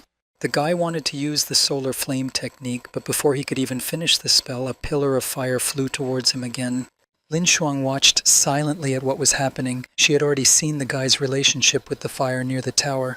And Dasyun was in shock. He was screaming at what he was doing. Yunmu advanced through the tongues of flame, cackling at the monster's unwillingness to let even him finish. Upon approaching the dragon, the guy said his behavior was appalling and asked to be allowed to pass. The dragon gathered the full power of its flame and once again tried to sizzle Li, but he only heard the words to give up as it was useless. The poor beast was in shock. He began to doubt his powers. Walking down the aisle, the guy turned around and shouted to his friends to hurry up. It's not hard. Lin snapped that it was easy for him to say, but not everyone is like him. Dasyun replied that it was useless to complain. We have to get through somehow. Zhang once again activated his secret technique, Eye of Alicia. He calculated the timing of the dragon's attack and the human's attack. He calculated one way to run past the monster. The guy was moving in a loop, leaping as if he were attacking. He was already glad his plan was perfect. But at this moment, the dragon attack accelerated by 0.2 of a second, and Big Xiong's business was not good. Lin Shuang screamed in panic that a friend would be burned by a monster, but Dasyun jumped out unharmed. He happily announced that he enjoyed fighting worthy opponents. It turns out that Zhang always allows a miscalculation of 0.5 of a second. That's why it all went around. Landing on the dragon's head, he apologized for stepping on it. A couple seconds later, the young men were side by side. Yunmu encouraged his friend that he had passed, said Dasyun's eyes were easy to use, asked if he could see through everything. The comrade smiled and replied that of course, it doesn't matter if it's heart or tricks, he sees everything. Yunmu was amazed at his comrade's talent. It turned out that Zhang could see everything. Now Dasyun on the other side of the dragon was already beckoning Sister Shuang, shouting that it wasn't difficult. The girl mentally lamented that why on earth did she go with these two? They have such abilities. But there was nowhere to go. The one called Big Sister must protect her little brother. With these thoughts, Li Shuang set off, looping and performing somersaults past the monster. She was already at the finish line and saw the eyes of the guys, thought she was done. But at that moment, Li shouted for her to be more careful. There was danger behind. Turning around, the girl saw that the dragon was about to release a stream of fire. This was bad. Yunmu rushed towards her, held out his hand and shouted for her to grab on. The fire was already following the flying Ling Shuang. She was reaching out her hand towards the guy. In a second, she had already grabbed him and twisted around, ending up at his back. Apologizing, she set her companion's head to the stream of flames. The boy only had time to think that it was her unique ability to frame her brother. The young man mumbled about what his girlfriend had done to him. The girl apologized. She justified that it was an emergency situation, to which the offended friend replied that people are not ready to die just like that. And he almost died. There were voices coming from the side of the cave where the entrance was. Someone was shouting to his opponent not to dare to challenge him. Just then, two angry individuals rolled out of the darkness in a puff of dust. They were bickering, oblivious to their surroundings. Qingyu walked behind her friends and thought that she wanted to act as carefree as them. Yunmu stared and didn't understand. Aren't these two on the same team? What's going on? Having guessed the essence of the argument, Dasyun made himself comfortable to watch the long-awaited show. The argument was interrupted by the dragon lightly nudging the girls with his paw. Qiong fell down. Noji instantly reacted by using the Iron Mountain technique. The attack had no effect, and the girl shouted in rage, which he stood up like a stumbling block. It didn't matter whether he died or not. The rival, standing behind her back, added that he was sticking his nose in other people's business. The dragon drew in a full breath to attack the screaming girls with fire. They both fell silent, realizing they were about to be roasted. Yunmu was afraid for his friends. He shouted for them to run away or they would die. The girls stood in a stupor as the fireball approached them. The friends on the other side of the cave were frightened that they had suffered an attack from the monster. When the puffs of smoke cleared, everyone saw that Chu Qingyu had saved her friends. She took a breath and said that they had been saved. A little more time and it would have been too late. Qingyu told the comrades to move on. They withdraw from the competition as they couldn't pass the dragon with their own strength and barely kept alive. The girl looked at him and said she would take care of her. He thanked her. Lizzie, hanging on Chu's shoulder, kept saying that she would not give up. The girl had worked so hard to become stronger. She wanted to catch up to him, and the results are still bad. It's not fair.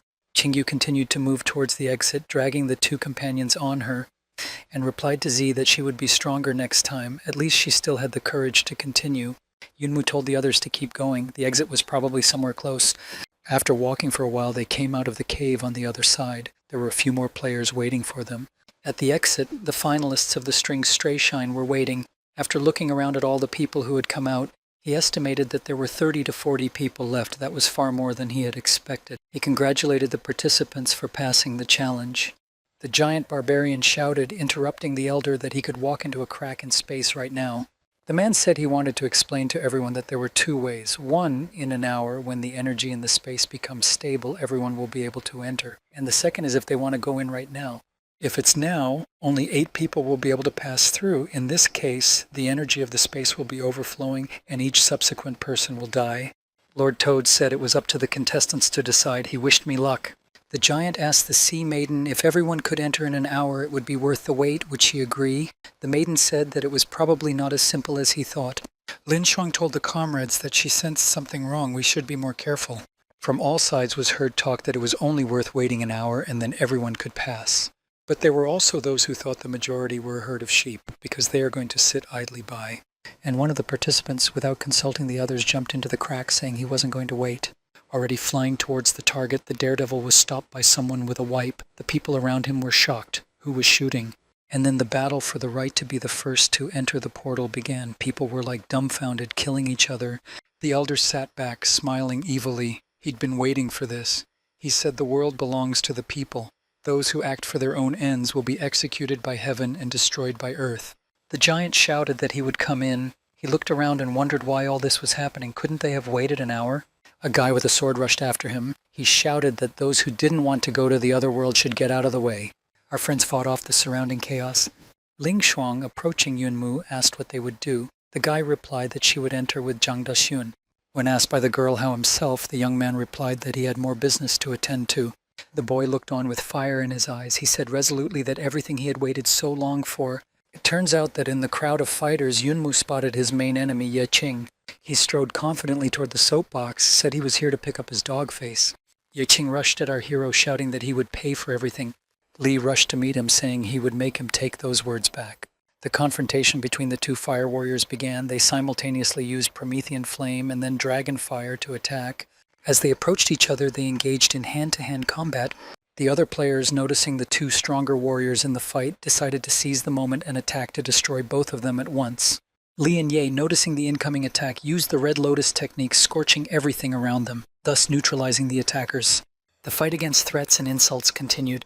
As the fight continued, the guys used a few more techniques identical to each other. Ye Qing said that Yunmu was repeating everything after him.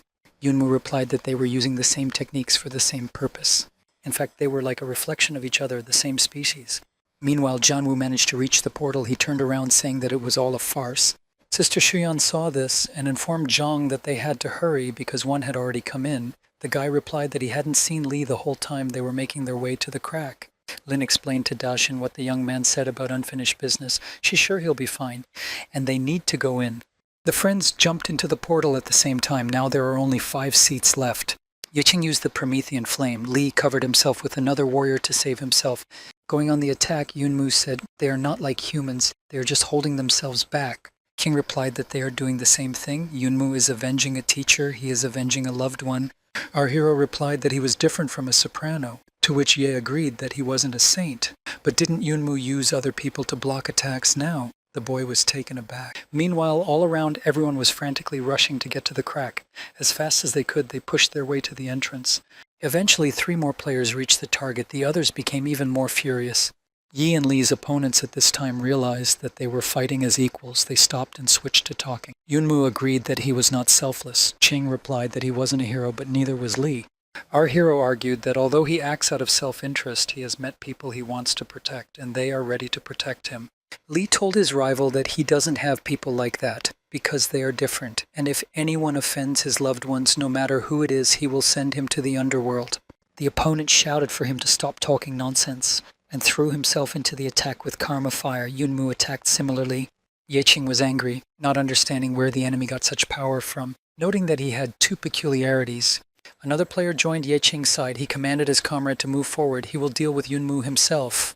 The opponent began to tell. From the first stage, he felt that there was something wrong with the guy. Couldn't he hide his true nature? Our hero informed him that he would never become a member of the Heavenly Clan, simply relying on his ability Yi's relationship with Yeqing. In response, the enemy laughed, saying that Lee is a funny kid. He also wants to say, stop pretending. As he finished his negotiations, the outsider noted that he now had a worthy opponent. Saying that it was stuffy in those clothes, the enemy threw off his mask. And in front of Lee was a completely different person. It was a representative of the sacred religion who looked very similar to Dasyun. The enemy said that his name was Cape von Esmeralda. He looked at the guy with multicolored eyes. Turns out our guest was a Catholic priest. Yunmu replied, how could a big shot like him show up here?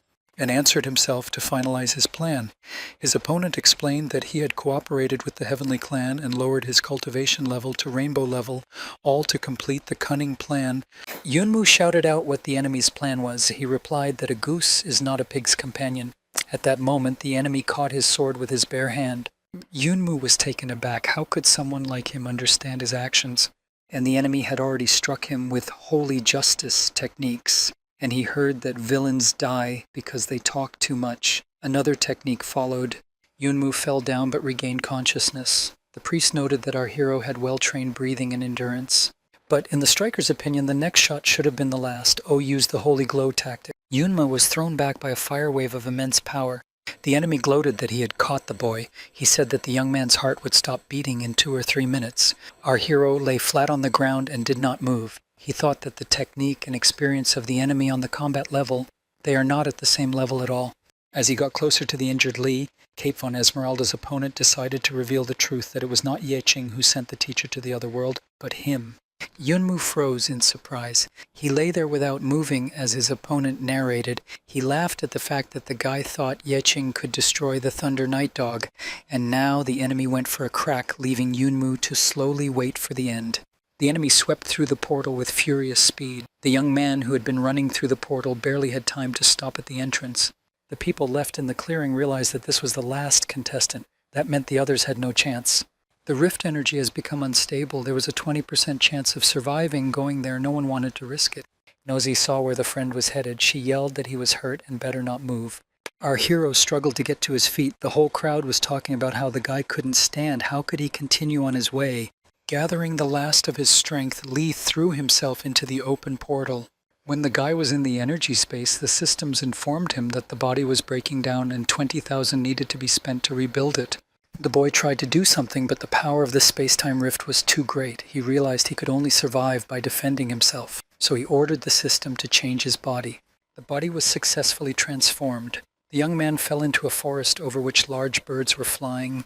Yunmu sat looking around. He reflected that it was very dangerous, almost getting killed. The young man only had time to think that it was strange why he was here alone. And then something came at him from behind and grabbed him in a sack.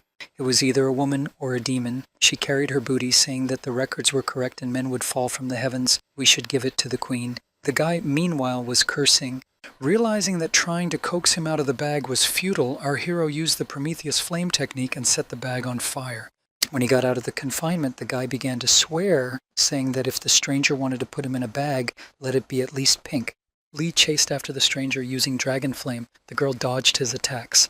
In the midst of the fight, the guy overhears a new acquaintance say that the records weren't lying. Men can use magic. Yunmu froze. He asked if there was a man or woman here who couldn't do sorcery. And in that second, he got kicked in the jaw.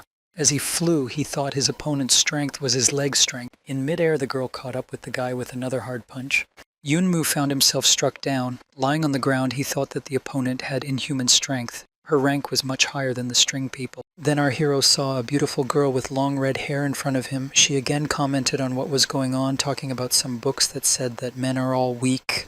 Lee Yunmu said that he didn't have time to deal with the unknown girl. He used shadow number 1 to destroy her.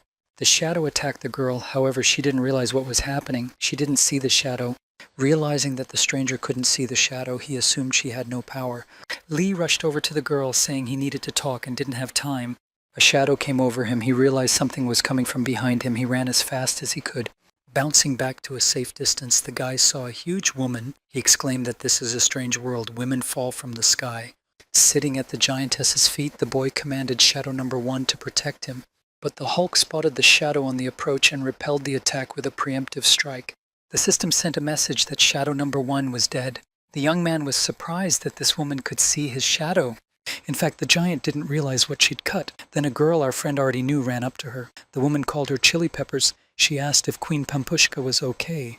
Yunmu wondered at the strangeness of the names. It was also unclear who they even were. But it was clear that they were too strong and it was worth it to slip away quickly. Turning around to escape, our hero ran into 3 girls. One of them surprisingly and joyfully stated that it was a man. Another, calling her Luke, informed her that you shouldn't talk to men so carelessly. The books say they are rude. Bo approached Lee sitting on the ground and ruffled his hair. She told Sister Current that he was very obedient. The guy got angry. He got on all fours and roared at the girls. Bo was frightened and cried.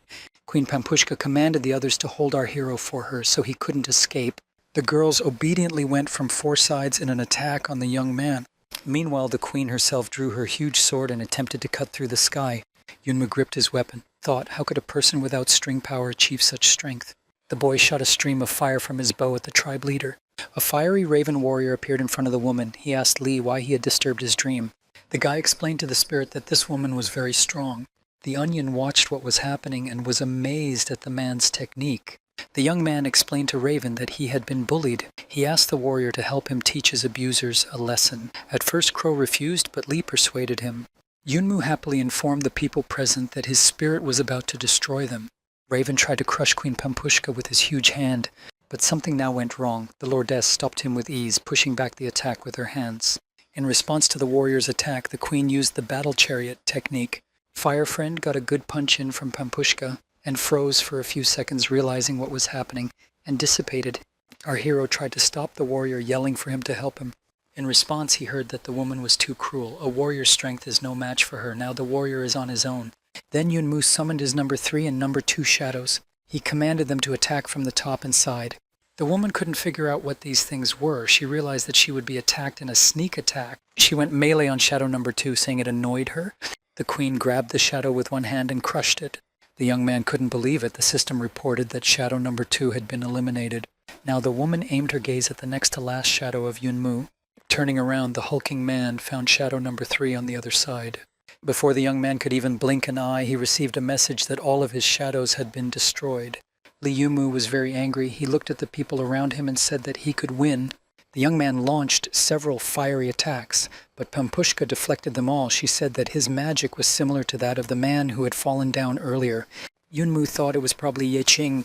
The boy went on the attack, at least a little, but he was able to throw the queen off her seat. She fell to the ground, summoned the Hell Sword technique, and shouted at that strange man. She said that she couldn't destroy him. Suddenly her anger was replaced by a state of amorousness. She thought what a strong man this was. Yunmu intended to continue the battle, but something went wrong. The huge woman screamed that she couldn't fight anymore. She gave up and fell to the ground. The queen lay there wailing that she couldn't move. The guy's really good. His magic is so strong that it caused her internal injuries. She said she would sleep soundly until the prince's kiss woke her. She asked our hero not to spare her delicate flower and to act. The guy thought the woman was sick. He declared the fight over. He was going to leave. His path was blocked by Current, telling him he couldn't leave. She explained that since he had won the queen, the plan was to marry her. Yunmu's information about the impending marriage came as a furious shock. The guy replied skeptically, "Who would want to marry a huge queen? Is that a joke?" But the huge woman stood up and said that if he didn't get married, he would go to jail. The young man shouted that she had actually said she couldn't move. He kept yelling that he wasn't going to marry her anyway. He'd only marry for love. The woman took him by the scruff of the neck like a kitten. The guy couldn't do anything about it and only shouted for the bad woman to let him go. The bride told him to think he was babbling. Meanwhile, in the city of women, a girl was rushing around. The Shaoqing girl joyfully ran to the queen. This time she had a serious conversation with her. The people around her looked at her with smiles. After the death of the material, the girl became a government official, even though she was a child. Our hero was shackled and thrown into prison. He started shouting to be let out as he had a very important matter to attend to. From behind, the guy was called out, and the neighbors in the confinement informed him that it was useless to shout. They didn't care about him. Yunmu saw some acquaintances participating in the competition, Giant and John Wu. They were sitting on the floor. One of them said that if they didn't shout, they might get out of here. They threw the newcomer a key to remove the shackles. Releasing his hands, Li inquired what the boys were doing here. They told him that they had been defeated by Queen Pampushka. A young man from the Temple of War asked how Yunmu ended up here. The guy told him that he had won the battle, and then he was told that the winner was obliged to marry the queen. The interlocutor breathed a sigh of relief that he had lost. Our hero looked around, noted the place was strange. We need to find a way out of here. There was a girl guarding them. The young man tried to get the guard's attention by offering her a lipstick kit. The girl came closer. They were Lee's sister's favorite lipsticks. He wanted to give them to her, but he decided to trade them for information. A girl tried one of the lipsticks and was pleased. She said it was much more comfortable than what they use. Yunmu promised to donate the whole box. Only she has to tell me what this place is like, why it's all girls and no men. The guard informed me that this is the kingdom of Manhwa, the great goddess of matchmaking and marriage, creator of mankind. They have no men. Even if children are born, they are girls. But every 150 years, men fall from heaven to them, so they always stay here to catch a man in time. The young man did not understand how then they have newborns. But the girl did not answer his question. Instead, she told the prisoners a secret. The bigger the breasts, the stronger the woman, and the weak can only watch the prison cells. Our hero went on the sly. He said he could help the girl enlarge her breasts. Meanwhile, the queen was picking out an outfit for the bridal room. Shaoqing walked into her room. Dumpling didn't expect to come so quickly. The girl asked why the queen was looking for her. A woman said she went out to catch men today. She fell in love with one. She planned to remarry, but he refused. So she asked a smart girl to persuade him. Suddenly something exploded outside the city wall. Everyone was at a loss as to what could have happened there. The queen thought that behind that wall was the Fuxi tree, deity, lord of the east. Pampushka said she had to hurry. There was something going on behind the wall. To the girl, she entrusted the area inside the wall. There were puffs of smoke around the tree. There was a scarlet glow around the crown. Next to Fuxi's tree, there were some girls lying down. They were trying their best to protect him, and next to them stood someone in a cloak. It was our Li Yunmu's nemesis, Cape von Esmeralda. He grinned at the defeated warriors, said that they were much stronger than he had expected. The guy wanted to destroy the tree and had already taken a step towards it, but then Pepper Chili appeared behind him. A battle had begun. The enemy reacted quickly and attacked the girl, but she managed to dodge. The young man noted that the same was true of ancient writings, but she had proved to be so strong. She had not yet awakened her powers. The enemy attacked Pepper Chili with the Holy Glow technique, but she again managed to bounce back, saying that she was blown away. The girl accelerated for the throw. She said Cape is pretty fast, but she doesn't know how to lose. Pepper rushed forward with her Nuwa fighting technique. The body of an ordinary person can't keep up with her speed. The enemy noticed that she was really strong. But he wasn't alone. His accomplice Yeching was already approaching Chili from behind. He channeled his energy flow and applied the blank shot technique. The attack caught up with the girl. She was seriously wounded. Without letting one attack recover, Cape von Esmeralda struck with another divine attack. Looking at the girl lying on the ground, the enemy said that she deserved to be the queen of the Nuwa clan. Strong. He asked if she didn't want him to destroy her. The wounded girl grinned. He thought she was a queen, but she's just a captain. The queen was already seated behind the unexpected guest. She commented that he was also the weakest captain. Li Yunmu at that moment was still trying to bribe the guard by showing her a vial of magic remedy. He promised to give it to her only if she told him what was going on. Someone came up behind them from behind. The girl guard was called and told that she could go. It was Mrs. Xiaoqing. She said she had a word with the prisoner. Yunmu became nervous. Another devil. He had almost succeeded in unscrewing the page already.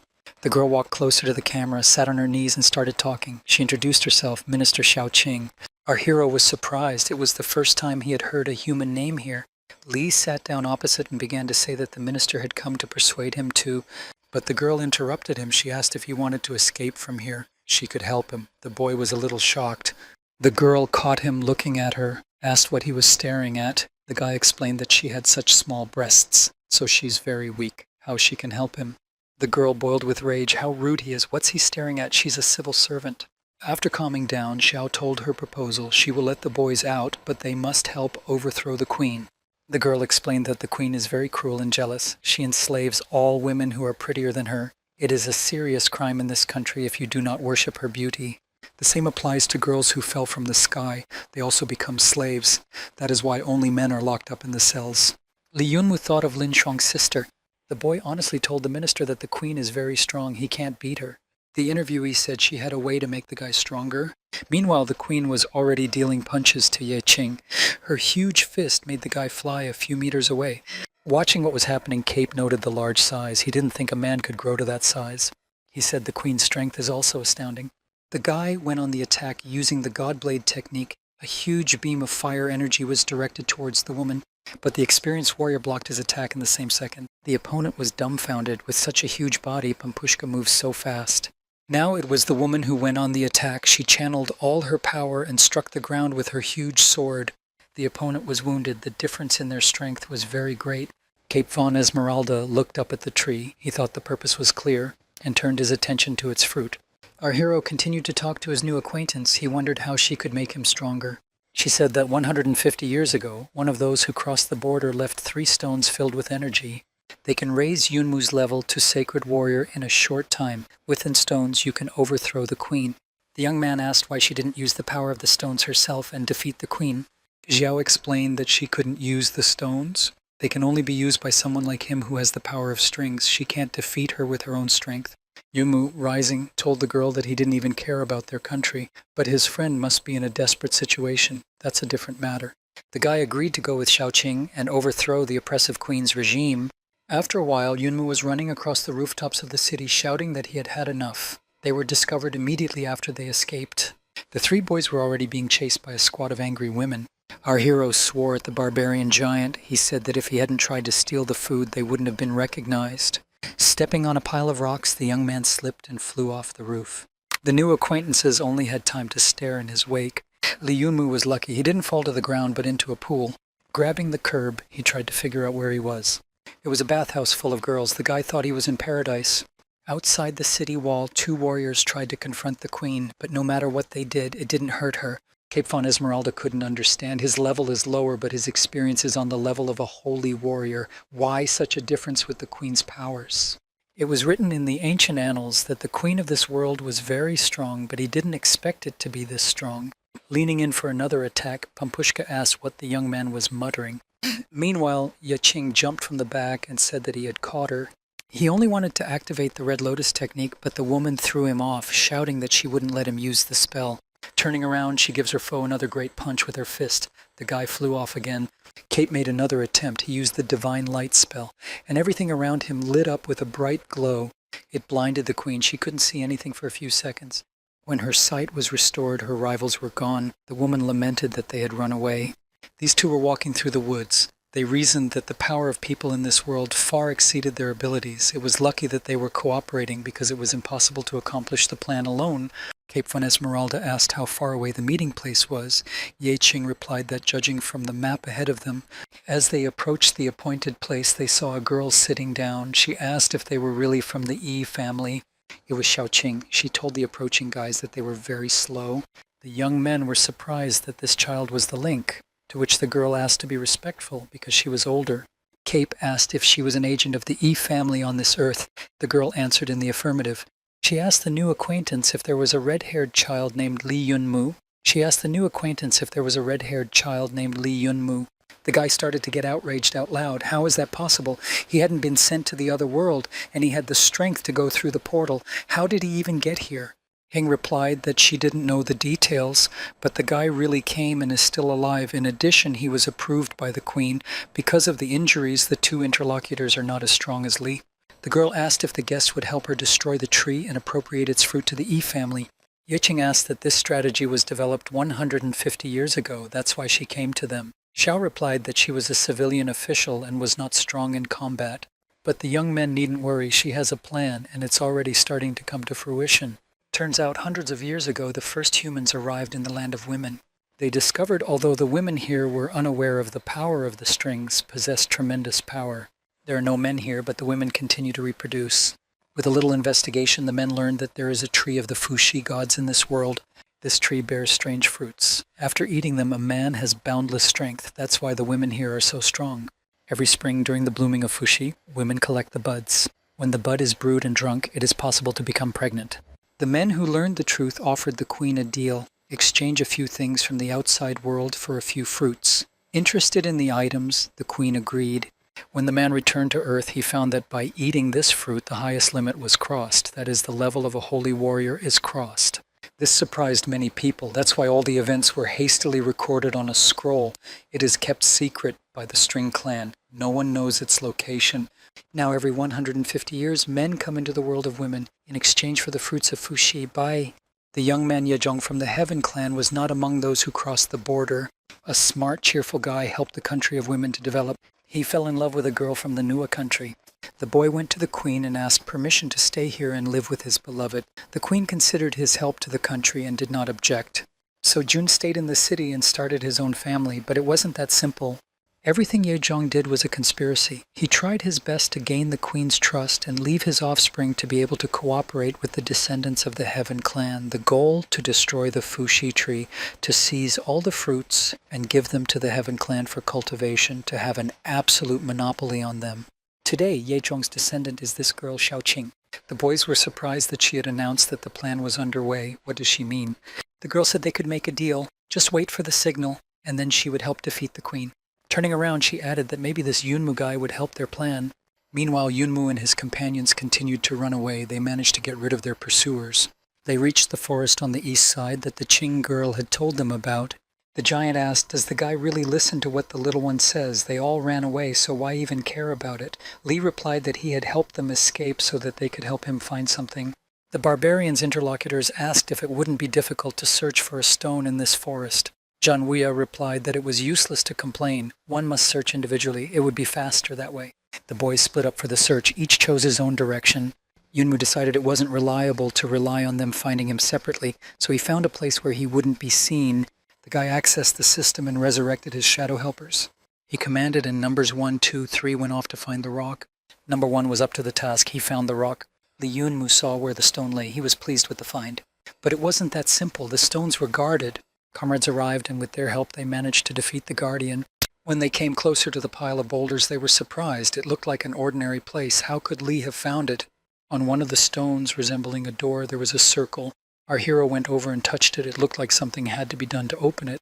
Li looked around and saw a stone fragment with 3 holes in it. He looked around and saw a stone fragment with 3 holes in it. On the stone is written, "First, sing guard. Second, money is power and strength. Third, why are you so strong?" The young man couldn't understand what it was, some kind of riddle. While they were thinking of searching individually, a huge guard crept up from behind. He launched an attack. His large sword landed a few centimeters away from Yunmu.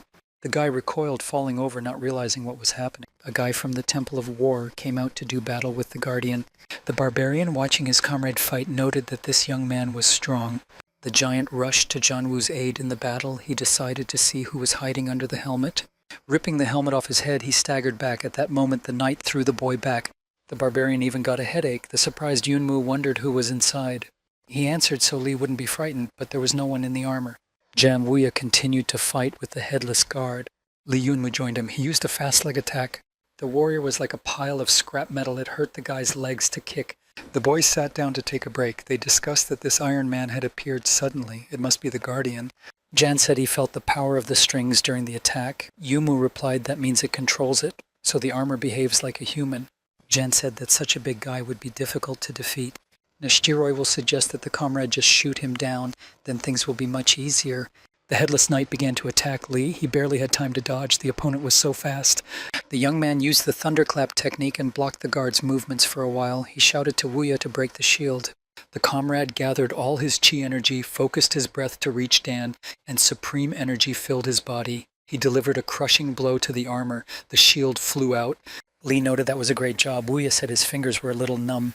To the guy's surprise, the armless knight stood up again. John said that since there was nothing alive in the armor, the Guardian couldn't feel anything, and as long as it can move, it will attack. Our hero had already put his fire energy into action, saying that we couldn't give him a chance.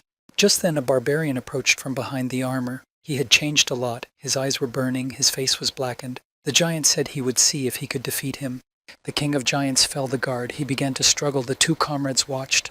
The giant was victorious. He put on his guardian armor. Turning to our hero, the barbarian handed him the guard's plaque. He walked over to the stone at the entrance to the cave, inserted the plank into the first hole. It fell in. A second later, a column of light burst out of the hole. I guess that's right. Yunmu hesitated for a moment. They had received the trustee's certificate.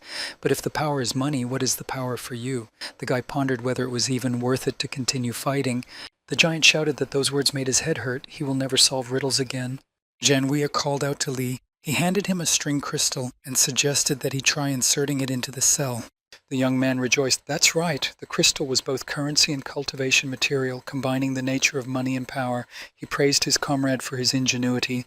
The crystal in the hole also glowed. It all fits. There was only one hole left. Yumu asked his friend Wuya to rack his brain. He replied that there were no clues. Lai remembered Xiaoqing's words and realized that only cross-border people could do this. The answer must be something that doesn't exist in this world. The young man pondered some more. It's not in the world, but it could make them stronger. It could only be one thing. Paris shouted string power and launched a charge of energy into the third compartment. The stones creaked. The round lock on the cave twisted. The door opened. The giant was surprised. The boy was indeed able to open it. Li called everyone inside to find what they needed. The cave was very dark. The companions walked a little way and saw a chest on a pedestal. When we got closer, we saw that there was something engraved on the lid. Yunmu read the writing. To my descendants, I have spent my life for this thing. I will help you in your great endeavor. Destroy his body, magnify his aura, and send him to the god realm. But that could ruin everything. You can't see anything from behind. Li wondered, descendants, who are they? The boy looked at his comrades. Janwuya told him to promise to leave as soon as he found what he needed. Yunmu explained that Uya had already fulfilled his promise. The next test is a dangerous one, and he will take it upon himself.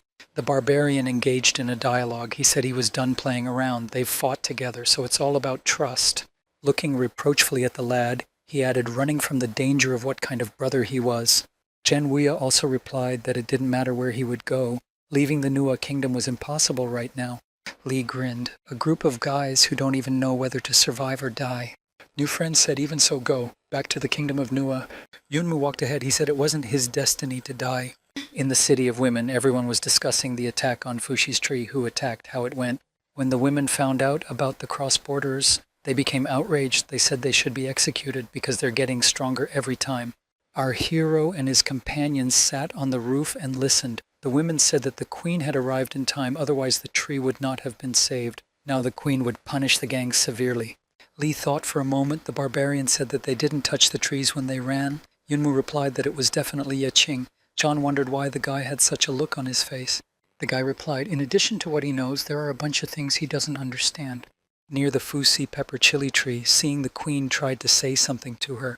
The queen cut off her speech. She told her not to speak if she was seriously injured. Medical assistance has arrived. Everything will be all right. The tree is fine, so the warriors can be sure to recover from their wounds. Looking over the wounded girls, Pampushka scolded. Men had done such things to her people. She promised that even if she had to dig, they would pay for what they had done in blood. In the town, meanwhile, the locals were mildly confused. They could not understand whose huge child was walking down the street. It was 3 guys dressed in women's costumes walking through the city, trying to blend in with the crowd. Yunmu reassured his buddies, whispering that they were the most beautiful now. The giant wailed that we should end this. Li replied that there was nothing wrong with pretending to be a woman. The guy approached a local resident, asking where the women who had crossed the border had been taken. He explained that the queen had asked them to ask a couple of questions.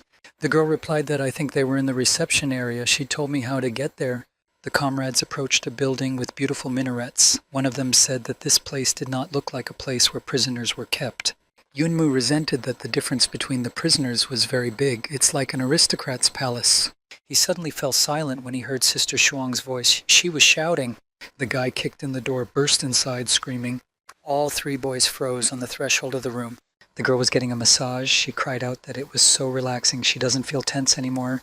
Zhang Dashun was also there. He asked his friend why he was with the guy from the war temple, and also why he was dressed up like that. Yunmu was furious. He threw off his wig and shouted that he was working hard. Why is Dasun chilling out? The young man replied that he didn't know. As soon as he arrived, he was sent here. Maybe he was mistaken for a girl again. He added that Ye Gangshui and Hai Yue were also in the pool in the backyard. Yunmu was surprised that there was such a resort place in such a remote place. A local girl explained that it was 100 times better than the queen's bedroom. Though they are backward in their world, they respect foreigners. And squealing that it was the right thing to do, she threw herself around Zheng's neck, calling him young master. Dasun explained that it was a waitress. Her name is Pomegranate. She already knew he was a man, but she promised not to tell anyone. He told her many things about his world. Yunmu promised that her brother would give her many things from their world if she told them about hers. All the friends gathered in the room and listened attentively to the girl. She told them everything. Yunmu summarized, "The sacred Fuxi tree is the source of everything here, and it seems that what they need to bring back is the fruit of the tree." After gathering all the information and comparing it, the guy still had some points of contention. The main one is Xiaoqing. Lin intervened in the train of thought. She said that she had met Xiao when they first arrived. She was not only interested in everyone's identity, but also in the situation of things on Earth. Sis was curious as to why she wanted to know so much about the situation on Earth. Gangshu and Han Sui entered the room. They asked the new arrivals why they were dressed like this, like a group of perverts. Li explained that they were looking for a way to get some fruit and get out of here, asked if they were with him. The girls replied that although it was very nice here, they were already tired of the place. The baby waitress, upon hearing the team's plans, began to whine pitifully that her brother wanted to get out of here. Dasun stroked the little girl's head and explained that it was inevitable. He would go to his world sooner or later. The friends traveled to the city gates. One of the comrades told Yunmu to look ahead. He was taken aback. The queen was entering the city. She had returned after fighting for the Fuxi tree and searching for enemies.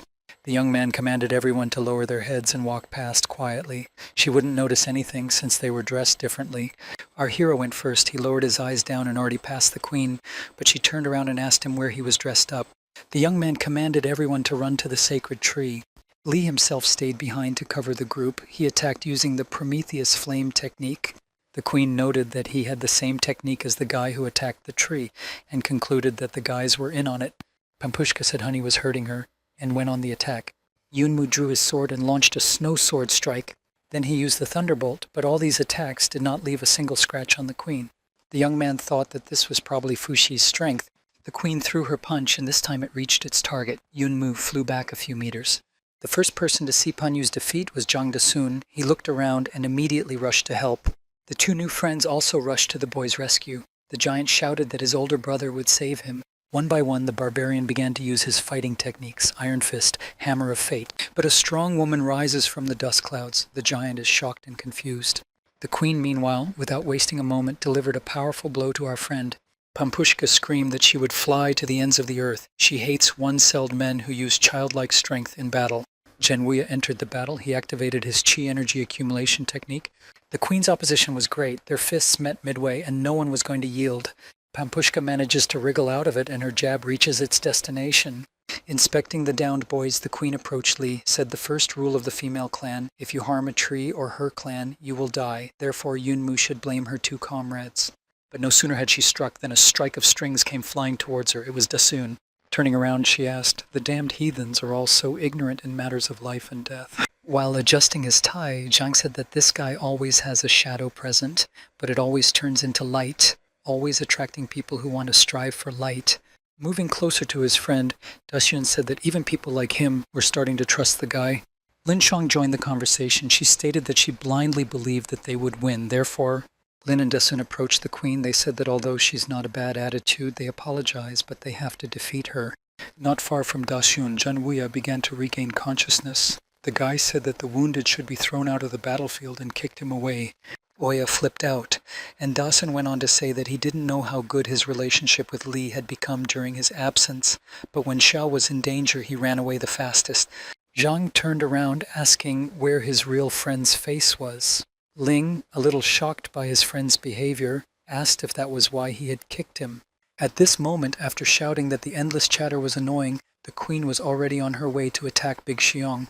The guy answered her with a shot from his huge shotgun. Following close behind, Lin Shuyan was already flying into the attack. A huge explosion resounded in the air. Dasun, looking from the ground, noted that the battle was fierce. The queen is indeed a beast. At the young man's feet, Shuyan's wounded sister fell down. The next moment, Pampushka had already flown up to him. She shouted that he had no time to worry about the others. A second before the blow, Yunmu came up. He caught the queen's sword and saved his friend. In his hand, he held a flask of Chun energy. Saying the words from the engraving, break the body, increase chi energy, the guy broke the cap on the flask with his teeth, then uttered, approached the realm of the gods. Gangju and Hansue were already running toward the sacred tree. They ran so fast that they did not notice that the rest of the group was missing. Meanwhile, Yunmu had already opened the third flask of energy. There was a fiery glow around him. It blinded everyone around him. Queen Pampushka couldn't understand what was happening to the young man. The guy was unlike himself. Energy was radiating from his body all the time. Li commanded Zheng to take everyone to the sacred tree. In response to his friend's objection, he said not to worry. She would definitely die this time. Dasyun saw that frantic look in his comrade's eyes again. He hurried to get everyone away, shouting to Li to hurry up. Yunmu went to Queen Pampushka. He asked if she wanted to go to the sacred tree, but she won't go through. The woman looked down at the guy and said her heart was breaking at the thought of hitting him. The queen went on the attack with the earth-splitting technique and struck with her huge sword. Li Yunmu made a dog sign with his palms. The queen commanded, "Let's go," and wanted to head for the tree. But she was held back by a tremendous power. She wondered why the young man's spells had become so powerful. Our hero depicted the Chaoyang cow sign with his palms and gave the command to fire. The queen was unable to fend off such a powerful flame. It threw her several meters away. Pampushka was lying on the ground screaming that she was dying of burns. Yunmu said they weren't finished and jumped up. The young man used a blade spell. The ground beneath him exploded. The guy was jubilant. He said it was done. He'd never been so strong.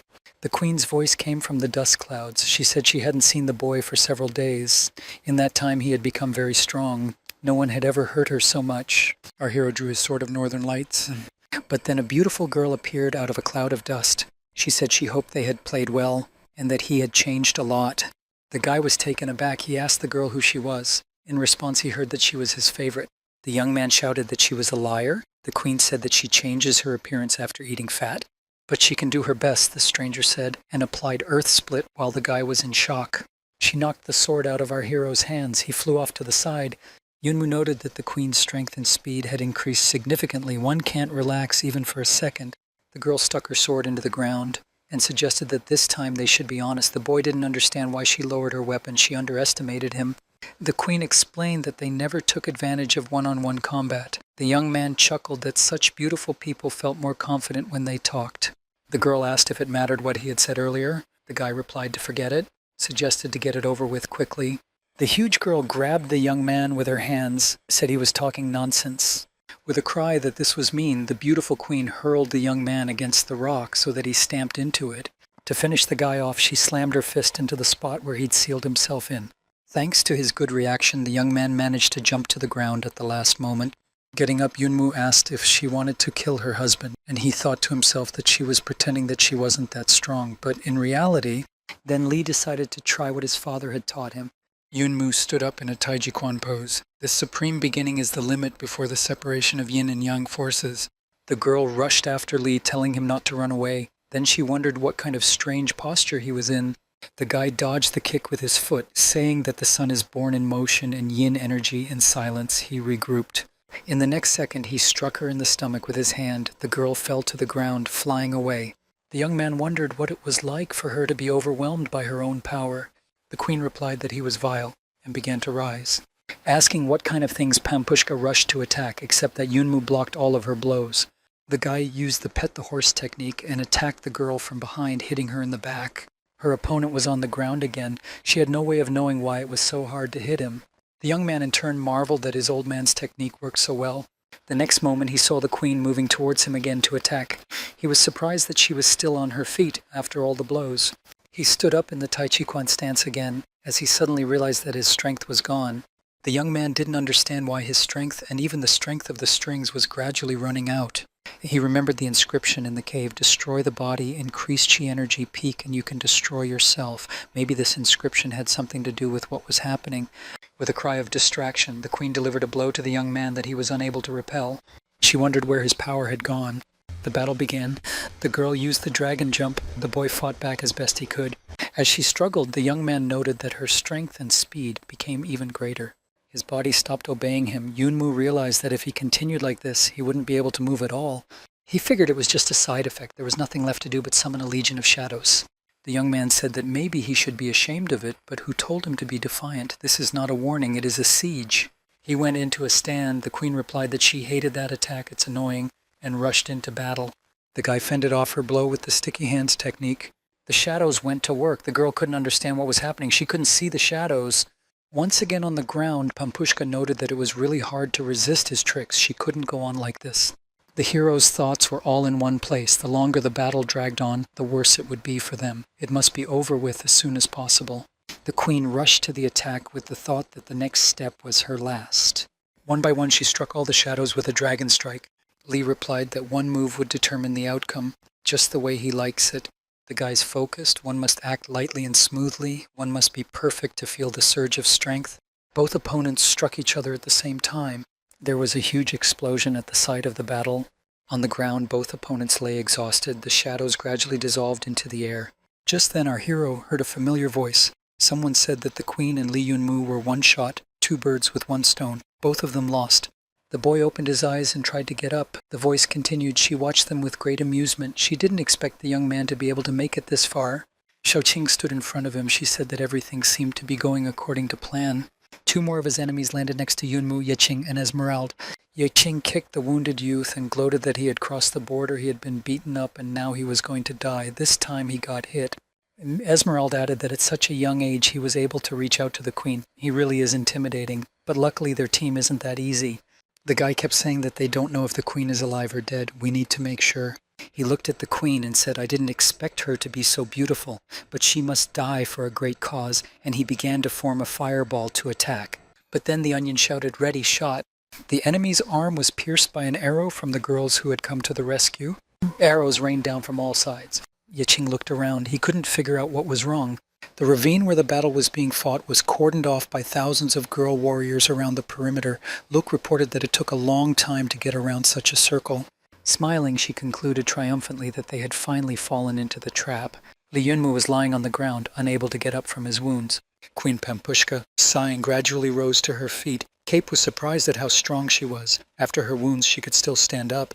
The queen walked, and her enemies remarked that her strength was greater than that of the holy warriors. Another would have fainted long ago. Soyaching said that the person in front of them is a great person. She is the strongest queen in the history of their country. A woman is a queen. Yeqing shouted at the girl for betraying their family. Xiao replied that she hates her family. She is sick of her own last name. Li Yunmu lay there and silently listened to the girl's story. She began to tell him that she could have grown up peacefully and happily as an ordinary child. But the Ye family had destroyed her and her family. Head Yi only married her great-grandmother because she was weak and obedient. He controlled her completely. After the baby was born, he beat his wife, locked her up, and wouldn't let anyone in. A few years later, the woman passed away. After the father brainwashed the daughter and she was influenced by the Yi family, she had to pass on the will of the family from generation to generation. So he turned into a demon who continued to bully everyone. And the girl did not escape this fate either. If she started to resist, she was beaten. When it became impossible to bear it, she made a decision. She destroyed the demon with her own hands. She wants to get rid of the Yi family completely. Bo commanded the archers to prepare and fire. Clouds of arrows flew toward the conspirators. Li Yunmu was lying down and only had one thought in his mind, that he must die. The queen and Xiaoqing stood aside and watched. The girls said it was the end, but the queen said it wasn't. The Acerol took Wu Qing's back. He hid behind his comrade during the attack. Dismissing his former associate, Cape complained that the latter had assured him that his plan was perfect. The injured Yeqing lay on the ground and remembered how much ridicule he had endured. They said it was a waste of time. After all, he was no match for his brother. The Lord was ashamed when a person with such a low level of strength was born. The guy has been told since he was a kid that it would be great if he felt confident and worked hard to get stronger. He was hired a trainer to make him the strongest in the new generation. That was Lin Jian. Yixing began to win. He defeated the strongest rookie of the clan and hoped that his father would be proud of him. But then the news about Li Yunmu came out, a dark horse among the newcomers. Yunmu defeated Lin Jiang when he chased him for the jade pendant. Yeqing vowed to avenge his friend, so he went to Cape von Esmeralda. So he could help. Yeqing told him everything about the female queen and the secret of the Ye family. And now lying on the ground, he saw Lin Jian come to take him with him. Li Yunmu stood up and walked over to Yeqing. The queen and Xiaoqing were very surprised that after everything the young man could still stand. The guy said he didn't expect it to end this way. If it wasn't for this world, they could have been friends. Yunmu shouted to the wife that they had even fooled him, so he asked for a favor. The last enemy he would deal with himself, said Li, and pulled out another flask of string power. Looking at Cape von Esmeralda, he reiterated once more that he would sort it out himself, and that no one else should interfere. Xiu shouted that there was no way he should use the third portion of energy. His body wouldn't be able to withstand it. But it was already too late. The young man had already activated the power of the strings. Seeing the fire whirlwind, Kep was amazed. Such string power, how powerful it was. A second later, Yunmu was already behind the enemy's back and struck. Esmeralda fell to the ground. He used the ball of light technique. But for our hero, any fire techniques didn't hurt. The enemy, unwilling to surrender, shouted that they weren't done yet and threw fireballs. Lee did a double hand strike, tacked on a fire attack, and hit his opponent with his own weapon. The guy flew off and fell to the ground. Yunmu walked over to Esmeralda. He asked, "The guy is ashamed to be beaten by someone like him. What would be left of him if the title of Holy Warrior was removed?" But then Lee reminded his rival that he was no longer a holy warrior. And as for their well-planned case, Yunmu walked up close to Cape, who was lying on the ground. He remembered the doctor saying that the teacher had been bullied before his death, and Lee had told his opponent that it was time for them to settle the score. The kid avenged his teacher's death. He said that when he sent the teacher to the other world, he should have known that day would come. So Cape lay down and threatened Yunmu that his clan would take revenge on the guy. But our hero replied that no one would even know that he had dealt with him. Everyone will think Esmeralda died exploring the crevasse. When he looked back, the young man saw his team. He asked the boys why they were back. He told them to run away.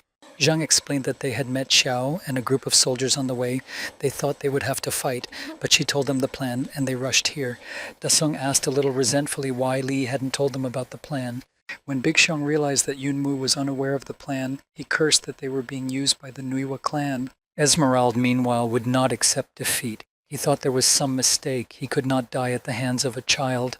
He took a needle in his mouth and spat towards Yunmu, saying he would take him with him. Sister Shuang noticed the attack, shouted for Li Yunmu to be careful, and covered the guy with herself. The needle hit her. No one realized what had happened. Everyone turned around at the scream. Ling Shuang was hanging in Yunmu's arms. She said that the needle was poisoned. Cape, lying on the ground, shouted that this poison was the only one of its kind of the heavenly clan. There is no cure for it. Our hero threw himself fiercely upon the unkilled enemy and ended his journey on this earth. Friends tried to save Shuang, but nothing worked. The poison wouldn't leave her body. Yunmu approached her friend and said that he would try it. Zhang replied that it was useless because the poison would spread quickly through the body. Li said he didn't care and commanded the system to run diagnostics. Da Xun figured the guy shouldn't be allowed to use the system in plain sight. Scans showed the poison had spread throughout his body. Yunmu began to heal his friend. The system said that if he continued healing, he would only hurt himself. The guy shouted that this was nonsense and ordered him to continue. Hansui looked at what was happening and didn't realize who he was talking to. Dasyun looked at his friend and noticed that once again he had a different strength than the strings. Zhang also wondered what kind of creatures had manifested behind his buddy. But then the boy felt the power disappearing again. He realized that he was in a bad way. The side effects had begun. His eyes began to darken. He heard Dasun call out to him, Xiaomu. Yumu woke up in some building. He heard the speech with his mouth full that he was finally awake. Turns out he'd been asleep for 3 days. The boy saw the former queen by his bed again. He shouted at her not to eat. She had gotten fat again. She replied that how could she keep her beauty if she didn't eat? The young man got out of bed and was disturbed by the strange sounds coming from the street. He asked if it was the enemy. The queen reassured him and suggested he look outside. Pampushka told him to look at how their country had changed. There was a feast in the street. Everyone was rejoicing, drinking, eating, dancing, including his acquaintances. The queen said it was a victory. Yunmu inquired about Sister Shuang. How is she? After a little silence, the queen led him along. The boy did not understand what he saw. He asked Pampushka what it was. The queen explained that although they tried to cure the girl, the poison could not be removed. Her body was completely destroyed. Only with the nutrients from the tree could she fight the poison. She is on the verge of life and death. But once she leaves the tree, the poison will consume her completely. Yunmu walked over to Ling Shuang, touched her head and said that he would definitely find a cure and bring her back home. The most important thing was that she would wait for him. He asked the queen to leave him alone. Meanwhile, Xiaoqing was sitting by the lonely cross. She was saying that he had lost. She didn't think that she could ruin a plan that took 100 years. The girl said confidently that from today she would no longer be a shadow and would live at her own pleasure. Yunmu stumbled upon it by chance. He asked the girl who was buried here. Xiao replied that it was her mother. Yunmu realized the rudeness of the situation. He apologized and said he would leave now. The young man had already started to leave. The girl asked him to wait. Li sat down next to Qing. She began to apologize for dragging him and his friends into such a dangerous situation. The young man replied that he had realized long ago that the girl was hiding something. She was surprised and asked how he had guessed. The guy explained that as soon as he heard her name. The others have product names instead of names. Later he heard that the tree was under attack, and Captain Chili was defeated. Only the queen was able to protect him. It seems that only the queen could stand up to Esmeralda. Then the girl asked him to overthrow the queen, which is very suspicious. Xiao wondered how he knew she wasn't together with Yeqing. The guy replied that it was the power of the fruits. In fact, Yezhong had left his descendants fruits so that they could defeat the queen. But the girl didn't give them to the conspirators. It wasn't hard to tie everything together. He assumed that Xiao wanted to fake the queen's injury to lure the enemies into a trap. Xiaoqing said that a person like him is scary, but it's over. They've gotten their revenge. The guy became the hero of this world. Yunmu became sad. He said that because of these warriors, he lost his teacher who became almost a father and his sister Shuang, and Xiao lost her mother and her childhood. After that, she thinks they won. The girl replied that she really should hate her mother, but her face before her death. She said that the daughter should live only for herself and apologized. The girl felt sad. Yunmu backed up the sign. He said that after all, her mother was also a victim. She should be happy that she escaped reincarnation. The girl cried. The young man asked her what she had done wrong. She replied that even though she had been called a hero, she had not always done the right thing. Li looked at Xiao and said that everyone makes mistakes, but when one gets on the right path, one has hope. It was time to go back. The whole town came out for the send-off. The queen said that the dear one was leaving so suddenly she allowed me to take some fruit from their tree as a special gift for them. The friends replied that 5 berries were enough. Yunmu explained that today's energy fluctuations were the best for opening cracks. If they don't leave now, he doesn't know when they will, but he promised to come back for sure. Pepper Chili opened the gate, and a huge column of energy pierced the sky. The queen said it was like a dream. Zhao replied that they should go on living. As he flew through the portal, Zhang asked his friend if he thought there was too much fruit. It was a pity because they had let him take more. As she got closer to the tree, the queen was shocked. She said that the brat had really taken the fruit. It was as if Li Yunmu heard her voice from a distance. The guy smiled and replied that he hadn't. On the ruins of the heavenly realm, the sprout of the fuxi tree began to break through. It was reported to the president that there are energy fluctuations in outer space. He was glad. He said reflectively that he was finally back. He thought the players had been wiped out long ago. He gave a mission to inform the other clan representatives of his return. At the exit of the portal, the group was met by a representative of the celestial realm. He noted that Yunmu had become much stronger in the few days he hadn't seen him. The Heaven Realm representative looked around waiting for Yeqing. Li, noticing this, told him not to look for him. He was the last one to leave the portal. The man was in a panic. He took our hero by the shoulder and asked what he was carrying. How is there no one else? The young man pushed his hand away, repeated that he had said no, they were all dead. The man became furious with grief. He grabbed Yunmu by the chest and started screaming at him to tell him clearly how this could be.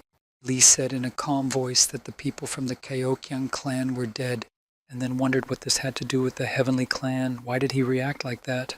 The representative of the celestial kingdom came to his senses. He let the boy go. He apologized, said he wasn't himself. Lord Toad said the battle is over this time. Everyone did well. He was very happy for them. He said that the participants must be tired, so a car has been prepared to take them to rest. After a second, he added that everyone except Li Yunmu. The boy was surprised. The principal said he would go with him. The Lord took the young man to his office and started the conversation with a question: did he destroy a member of the Heaven and Kaoshan clan? The head of the strings put his hands behind his head and continued that these two had enjoyed life for too long. Their ambitions were great. Even if you didn't, it would destroy them sooner or later. Li looked at the president in silence. He continued to say that the Kaokyang clan had been completely destroyed, but the Heavenly clan would immediately send someone to investigate after the leader disappeared. The guy will fall under suspicion, so he suggested that Li Yunmu join the Night Watch to inherit his teacher's title of Thunder Night Dog and promise to protect the boy. The young man exploded with indignation. He shouted, how could the leadership send one man to perform such a dangerous task? What were they thinking? Lord Toad stood up and said that they had acted unwisely that time. Then they lost a brilliant talent. Therefore, they hope that Li can inherit his place. He is a great student. Yunmu realized that the old man was using his teacher to lure him to them. The young man replied that the head of the strings must first answer his question. He agreed. The boy wanted to know if there was any way to return to that world. The cunning old man said that if Li joined the Night Watch, he could open a crack for him. Yunmu was very angry, but gritted his teeth, thinking that it was an old fox. The guy said he needed to think it over, headed for the exit. The old man wrote something on a piece of paper. He called an assistant and asked him to give the letter to the Heavenly clan. Left alone, he said that Li Yunmu shouldn't blame him. After all, no matter how good the quality of the jade was, If there was no ring, it would be nothing more than an empty stone. Meanwhile, Yunmu has already received a punch to the jaw. The next blow threw him back a few meters, but the guy didn't defend himself. This was Anzi's reaction to the news of what had happened to his sister. He couldn't believe what had happened. He asked Lee, why did this happen? What is he saying? Isn't he strong? Why did his sister Wedby every time Yunmu saved them? Why not this time? Daxian intervened in what was happening. He took An's fist and said that he was also there. If he wanted to continue, Jung would also fight. The sobbing young man turned around and walked away to relive his grief. Lee watched from the trail and could only ask if Anzi was all right. Lu Noji came up behind Yunmu. She pulled the guy by the bottom of his shirt and told him not to blame An. In his eyes, Lee is omnipotent. Our hero twitched that the t-shirt slipped out of the girl's hands. He told her to calm down. He didn't blame his friend. Then, saying he had to go, went about his business. The girl looked after him. The young man sat at home and thought that he was still too weak. In front of people with great strength, he still can't do anything. He had to improve quickly to compete with them. The young man commanded to open the shadow system. He evaluated the possibilities. With the help of shadow spirits, the speed of power improvement would quadruple. After thinking about it, he decided that 4 times is slow. He doesn't have time. It needs to be faster. Then he needs to collect more shadow spirits. If 4 isn't enough, he'll collect 10. If those aren't enough, he'll collect 50. He started yelling that if 50 wasn't enough, he would collect 100. A month later, Noji and Li Zi's friends were talking. Zi said that they haven't seen Li Yunmu for a month. He blames himself for the situation with Shuang. Liu Noji replied that the guy locked himself in the dormitory. The incident with Lin hit him hard. Li Zi stated that as soon as they returned, Zhang had gone to Vegas City for special training. The girl flipped through the latest news on the monitor. Her calm tone was replaced by an excitedly surprised tone. She shrieked that if it was Li Yunmu, we wouldn't be able to catch up with him. She had read on the news page that someone had challenged Bai Zirui. Who's so confident? Li Yumu's picture popped up on the screen. At this time, Bai Zirui was already talking to our hero. He said that Li Yunmu was quite brave for challenging him. Even though he is handsome, it won't narrow the gap between their strengths. Li replied that he knows. He just wants to see how much progress the practitioner has made in a month. The interlocutor grinned that it was presumptuous, then he should put him in his place. The gawkers on the streets of the city said that Yunmu had gone mad. Bai Zirui is the best master. He's superior to the boy in every way. He can't be defeated. String energy levels are divided into 3. Super strings, extraordinary level, and transcendental level. Bai reached extraordinary very early. Li Zi and Liu Noji stared at the screen in a stupor. They were very worried about their friend. Bai Zirui said that since Li Yunmu insisted, he would not hold back. The guy rushed to attack, explaining to Li that his unique technique was to spin his legs and create wind. Yunmu asked if the legendary fighter was so slow. The young man rushed into a counterattack in a second and caught up with his opponent. He was dumbfounded. Looking into his opponent's eyes, Li said hopefully he didn't intentionally lose. Ziri didn't realize how his opponent was around so quickly, but he said out loud to the guy not to be so cocky. He just wanted to see what he could do, and he wouldn't give in again. Yunmu replied that it wasn't worth wasting his time. The opponent replied, preparing to attack, that the kid needed to be more careful or he would turn his life into a nightmare. Bai performed a lightning-fast shadow strike. This was his crowning skill. The impact sent huge puffs of smoke billowing around them. The stones flew in different directions. When the dust cleared, Bai saw a completely uninjured Yunmu. Li asked what was this cheesy ability. He had expected more. The guy said he didn't have time for wimps. It's time to call it a day. So he used the rising flame technique. The enemy was shocked by such flames. He had nothing to counter it. Yunmu stood in front of him, surrounded by fire, but the fire did not harm him, but seemed to emanate from him like a glow of energy. Meanwhile, the streets were once again bustling with discussion. Was this guy really able to reach the string level so easily? Why is he so strong? He's going to crush Bai Zirui like a bug right now. He doesn't stand a chance. Our hero analyzed what had happened in the battle. Not only his speed, but also his defense had improved. Even the temperature of the flame is much higher. This fuxi fruit is really good, except 10 days ago there was already a fruit-bearing tree in the heavenly realm where the sprout had once sprouted. Our hero stood under it and wondered whether or not there was a fetus. There were only 2 of them left. After a short hesitation, he still ate the magic fruit. He needed to become stronger. The berry tasted disgusting. But afterward, the guy felt an incredible rush of energy around him.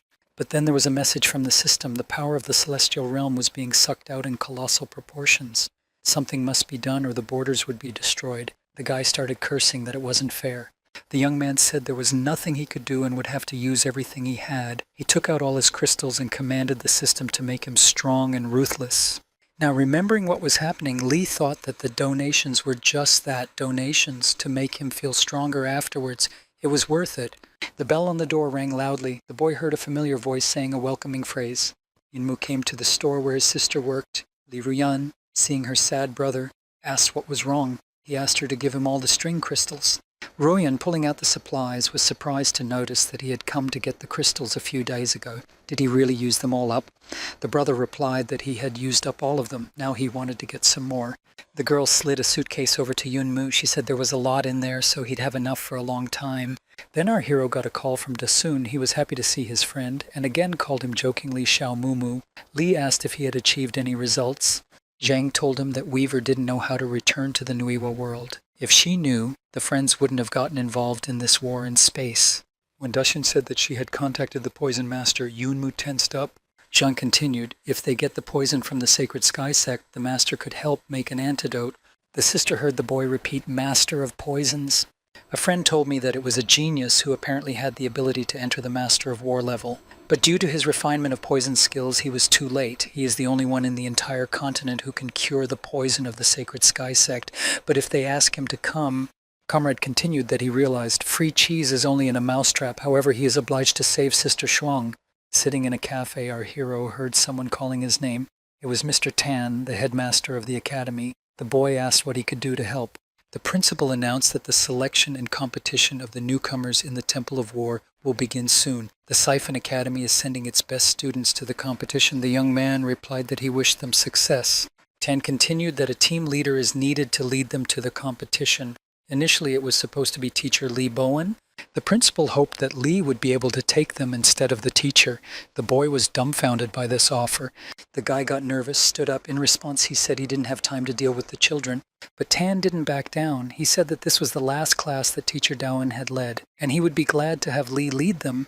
After hesitating for a second, Yunmu said to have a meeting place sent to him. Perhaps he would come, but don't get your hopes up too high. After saying that, the young man left.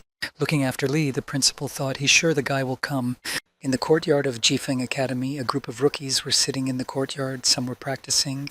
The girl and Lu thoughtfully interrogated Zhao Jiajia's boyfriend, is Senior Lee Yunmu really coming? To which the guy skeptically replied that Senior Lee Yunmu is the best of the new generation. How could he be the leader of their team? Behind them, a muscular fellow named Shen Chen was practicing with a huge sword. He resented Lee being called the best of the new generation. And Lu was angry that Shen Chen had spoken ill of her idol. She was pulled away from the fight by her friend Wei Xinran. Another girl who was reading a book before, Zhang Yujie asked her not to make any noise. Someone was walking in their direction. All the boys raised their heads and saw the very same hero in the sky. Li Yunmu approached the disciples using his wings. Hearing their conversation, he noted that he was not welcome and asked her friend Xiran to pinch her. She couldn't believe it was true. After a strong pinch, she said it was true. Our hero landed, and his admirers sighed at how beautiful his wings were. They fit him perfectly. Walking over and looking around at the kids, Lee asked if these were the best students. A muscular guy stepped forward with said their captain Shen Chen.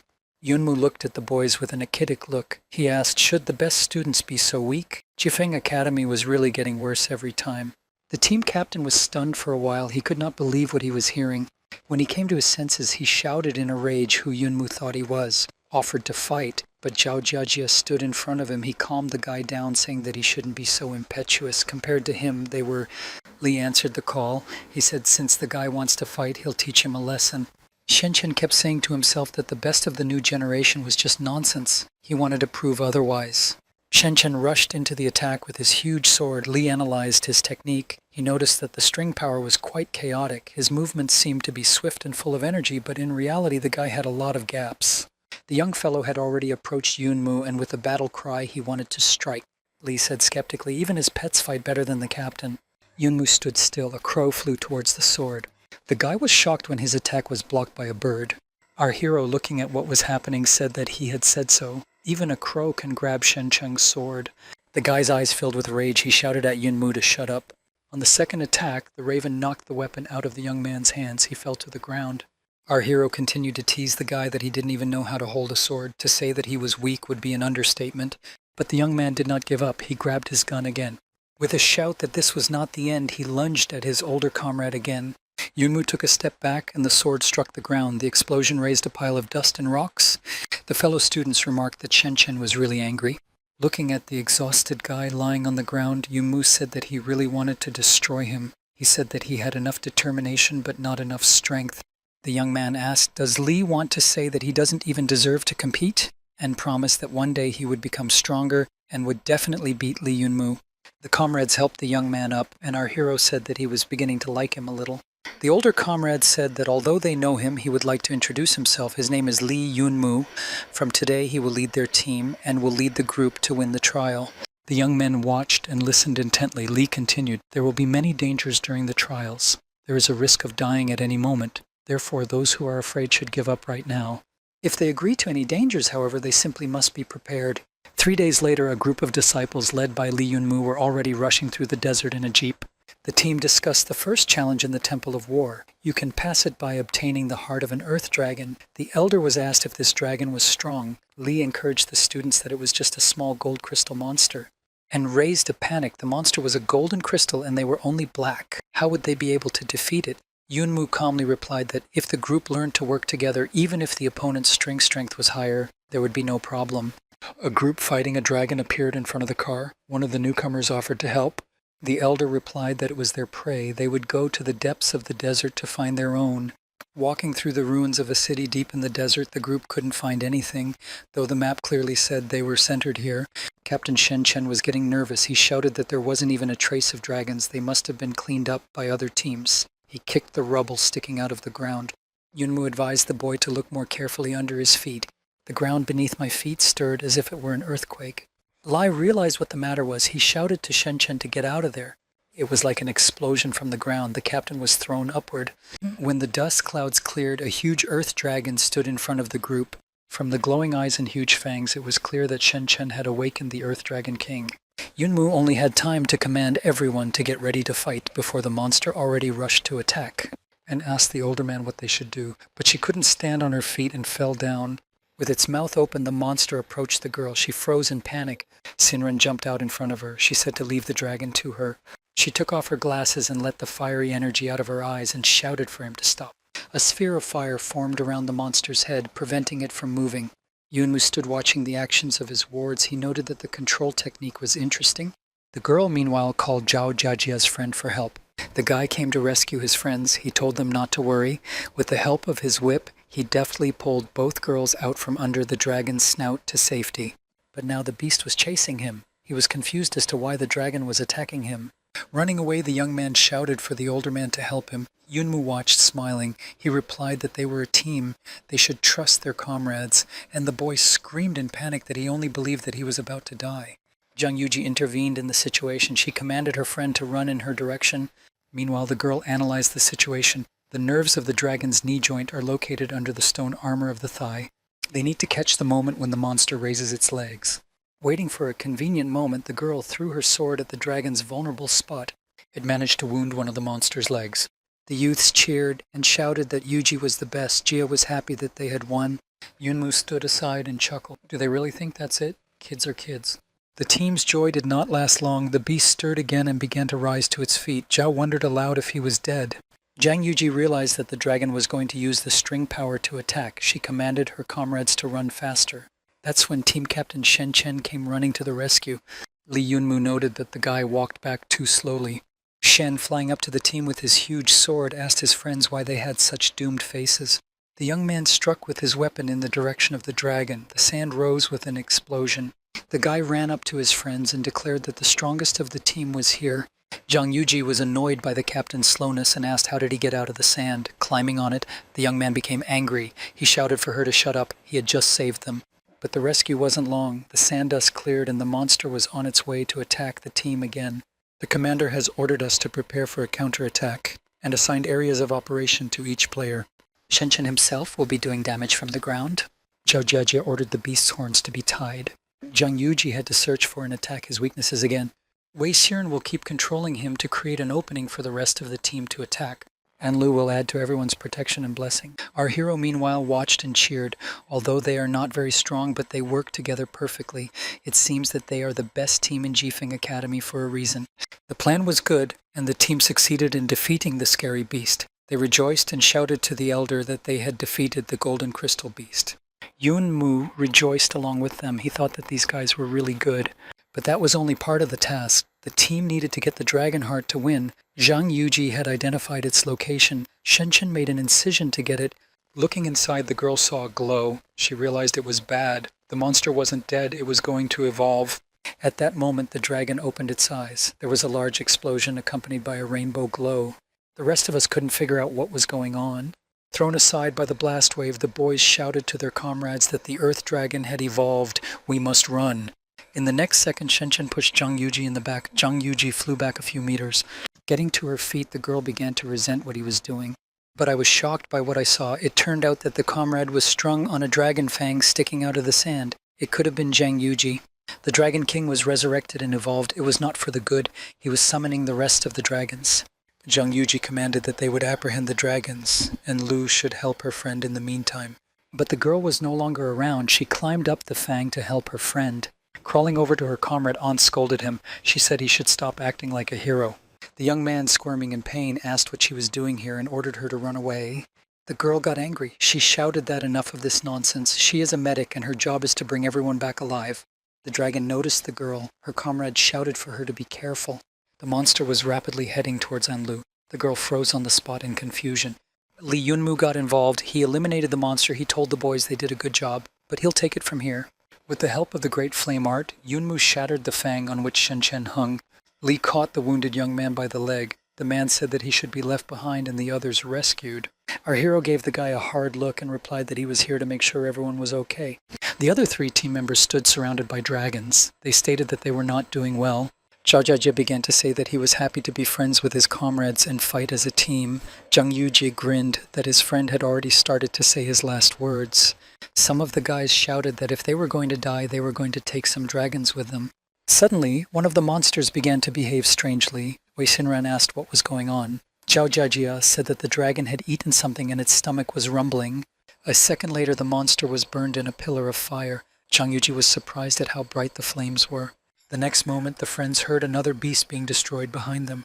Looking around, Zhao Jiajie noticed that it looked like they would still be living. Wei Xinran asked if they would have a problem with the elder helping out. After all, he is their leader. Yumu reassured the children. He said that the reason each group had a leader was to help in emergency situations. He advised his comrades to protect the injured commander. He would deal with the rest of the dragons. The monsters kept arriving. Li Yunmu went on the attack. Zhao froze, watching the older man's actions. Yuji asked his friend what he was standing for, and the guy euphorically replied that Li was so handsome. Admiring his senior comrade's skill, Jiajie dreamily said that in a year's time they could really become so strong. Our hero, meanwhile, was pensive. The Dragon King is worthy of his title. His skin is much denser than that of his normal earthbound kin. The Mad Blade technique doesn't work at all. Li decided he had to change tactics. He got inside the enemy. Zhou shouted that the dragon had eaten the elder, and he was very frightened. Yuji hurriedly reassured the guy. It seems like it's quite the opposite. The Dragon King was attacked by an elder from within. Walking up to the children, Li Yunmu explained to them that the monster only had hard skin on the outside. All this time, Enlu had been trying to help Captain Shenchen and heal his wounds. The guy asked her not to waste her string power on him and save it for the others. The girl was nervous at such words and asked her friend to calm down. Yunmu approached the group and asked sternly what kind of drama they were causing here, and asked the elder to find a way to save Shenchen. Her string power was only enough to stop the bleeding a little. The wound itself she was unable to heal. The young man turned to the system to analyze the method of treatment. The situation was actually serious. Ordinary methods could not help. Holy water was needed to restore his heart. Then Li, looking at the dragon's heart, asked if replacing the wounded organ was possible. The system replied that it could and was possible if the body did not reject it. The young man hurriedly approached the wounded guy. He asked An to step back. Yunmu took the boy's hands in his and warned him that it would hurt a lot. You have to be patient. He decisively and quickly performed several manipulations. Lai then ordered the system to rebuild Shenchen's body. It took 30,000 yuan and 10,000 experience. The rest of the team looked on in amazement at what was happening, and Lu asked, "What kind of power is this? Maybe a medical string technique?" To which Yuji replied that he had never seen such a thing in books. After all the manipulations, the wound recovered. It was really incredible. The first person Shenchen saw after he opened his eyes was Zhao Jiajie. He said excitedly that his friend had finally woken up. Sitting down on the sand, the young man couldn't understand what was happening. He couldn't believe he was still alive. and went up to the comrade and told him that he was alive and well. The elder had saved him. The young man was very surprised. At the scene of the battle, Lee noticed an interesting item. It was something like a brooch or a pin. Scans have revealed that this item contains chemicals that can stimulate the monster's size and increase the chance of its evolution. Yunmu thought for a moment. It turns out that the Earth Dragon King just now didn't die for a reason. He noted that the find was an artificially created object, but there were only a few people near the monster. Could it be? Ayan pushed the recovered comrade toward Yunmu and said that he had something to say. The boy stood in front of the older man at a loss. He even started picking his nose nervously. Our hero asked what he was doing. Turning to the side, Shen thanked Yunma after a moment of hesitation. But then he blurted out that he didn't think he'd saved the guy for nothing. He owes me a favor. He owes me one. And Lu prompted her comrade to just be honest. Our hero looked at what was happening and smiled. This team has exceeded all his expectations. They're very cohesive. It might not be a bad thing to be their leader. Lee Yunmu's gaze became piercing. He looked at the kids fooling around. He realized that there was a traitor among them. The team arrived at the checkpoint for the second test. There were discussions about why the leader should give the dragon's heart. Some said it was the rules. Our guys took a place in line with the other teams. Ong, seeing that Shen was on the sidelines, called him over to the group. The discussion began about what the second level would be like. The team was curious, but also a little scared. Jajia said that since there was a senior, there would definitely be no problem. But our hero did not hear the discussion. O was constantly thinking about what had happened in the desert. A potion that turns a golden crystal into a rainbow crystal, a black crystal level academy team member would never be able to make on his own. The children have no way to defeat the rainbow level beast. If it wasn't for Lee, using this potion becomes fatal for the team. Yunmu was 80% sure that it was done against him. 2 questions remain: who did it and why? Someone interrupted his musings. The young man was patted on the shoulder from behind and addressed like a younger brother. The stranger turned to Lee with a request. If they have an extra dragon heart, could they please share? Their team didn't get the artifact and can't go any further. But the guy asked to take pity on the kid sitting on the bench. Yunmu was surprised at what he saw. It was Anzi. He was sitting deep in his thoughts. The stranger went on to say that the child had suddenly decided to participate in the trial, but he had only arrived today, so he asked for his price for the pass. Lee gave his heart immediately. However, the team was somewhat shocked at what was happening. The team captain went up to his senior teammate and started cursing. He yelled that the only way to get to the second level was with a heart, which the team leader had to give. What should they do now? To all complaints, Yumu replied that he knew they would pass as is. At the jury desk, our team's turn came up. The guy at the table clarified that he was the team leader of Jifeng Academy. He asked for the Earth Dragon heart. The team leader replied that he had no heart. The receiver made an irritably sad face. Instead, our hero held out some sort of sign to the young man and said that this would do just fine. The groggy guy at the table suddenly jumped up and replied that their team could certainly pass, and started pestering Yunmu, asking what he had just shown. The young man replied that it was a letter of invitation. Glancing around the square, our guy noted to himself that there were more people who had passed the first level than expected. Out of nowhere, Liu Noji swooped down and jumped into Liu Noji's arms. She shouted that she had finally found him. Yunmu asked the girl why she was here too. Liu replied that her grandfather insisted that she lead one team. Then the microphone test sounded and everyone turned toward the sound. A voice congratulated all present on passing the first level of the test. The second level was now announced. The chief examiner of the second level was asked to welcome. A beautiful woman appeared in front of the audience. Yunmu automatically, after his adventures in the Nuiwa kingdom, noted that she had large breasts. Standing next to her, Noji became nervous. The woman announced that there was a possession test to be taken at the second level. She is the chief examiner, Zuo Ming. The examiner said they'd start without further ado. She let the red spectrum energy flow around her and said mental illusion. Yunmu burst into flames. The woman asked not to panic.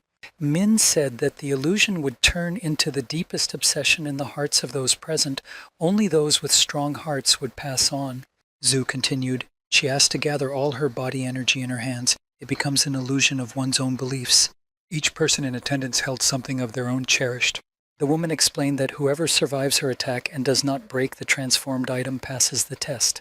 A daredevil emerged from the crowd. He thought the challenge would be difficult, but since it was so easy, he would be the first. That daredevil was the leader of Lingbo City. He should already be at the level of the rainbow crystal. His transformation is a hidden sword. He must pass the test. Zhu Ming replied with a sly look. Good, let's start with him. With the first blow, the fantasy sword in the guy's hands fell apart.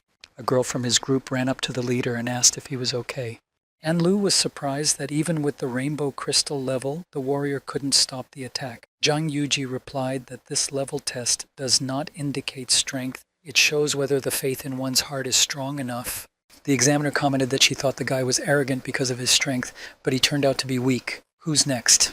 And Lu held the princess dress in her hands. It shattered to pieces. Ming asked, does she think she is playing at home? The next one was Jia. He had a whip in his hand, but it was also too weak. The guy failed the test. Zhang Yuji materialized a book. His defense was good, and the guy passed the test. Shenshen passed the test with a huge shield.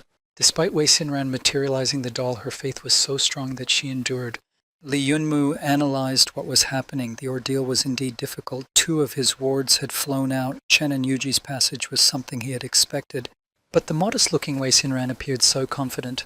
The boy's musings were interrupted by Min's voice. She called out to look at one of the contestants.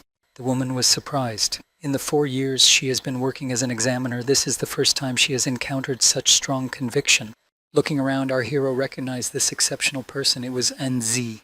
Correcting his glasses, the young man said that his goal was different from the others. Liu Nojie looked at her friend. She recognized his illusion. It was Sister Shuang.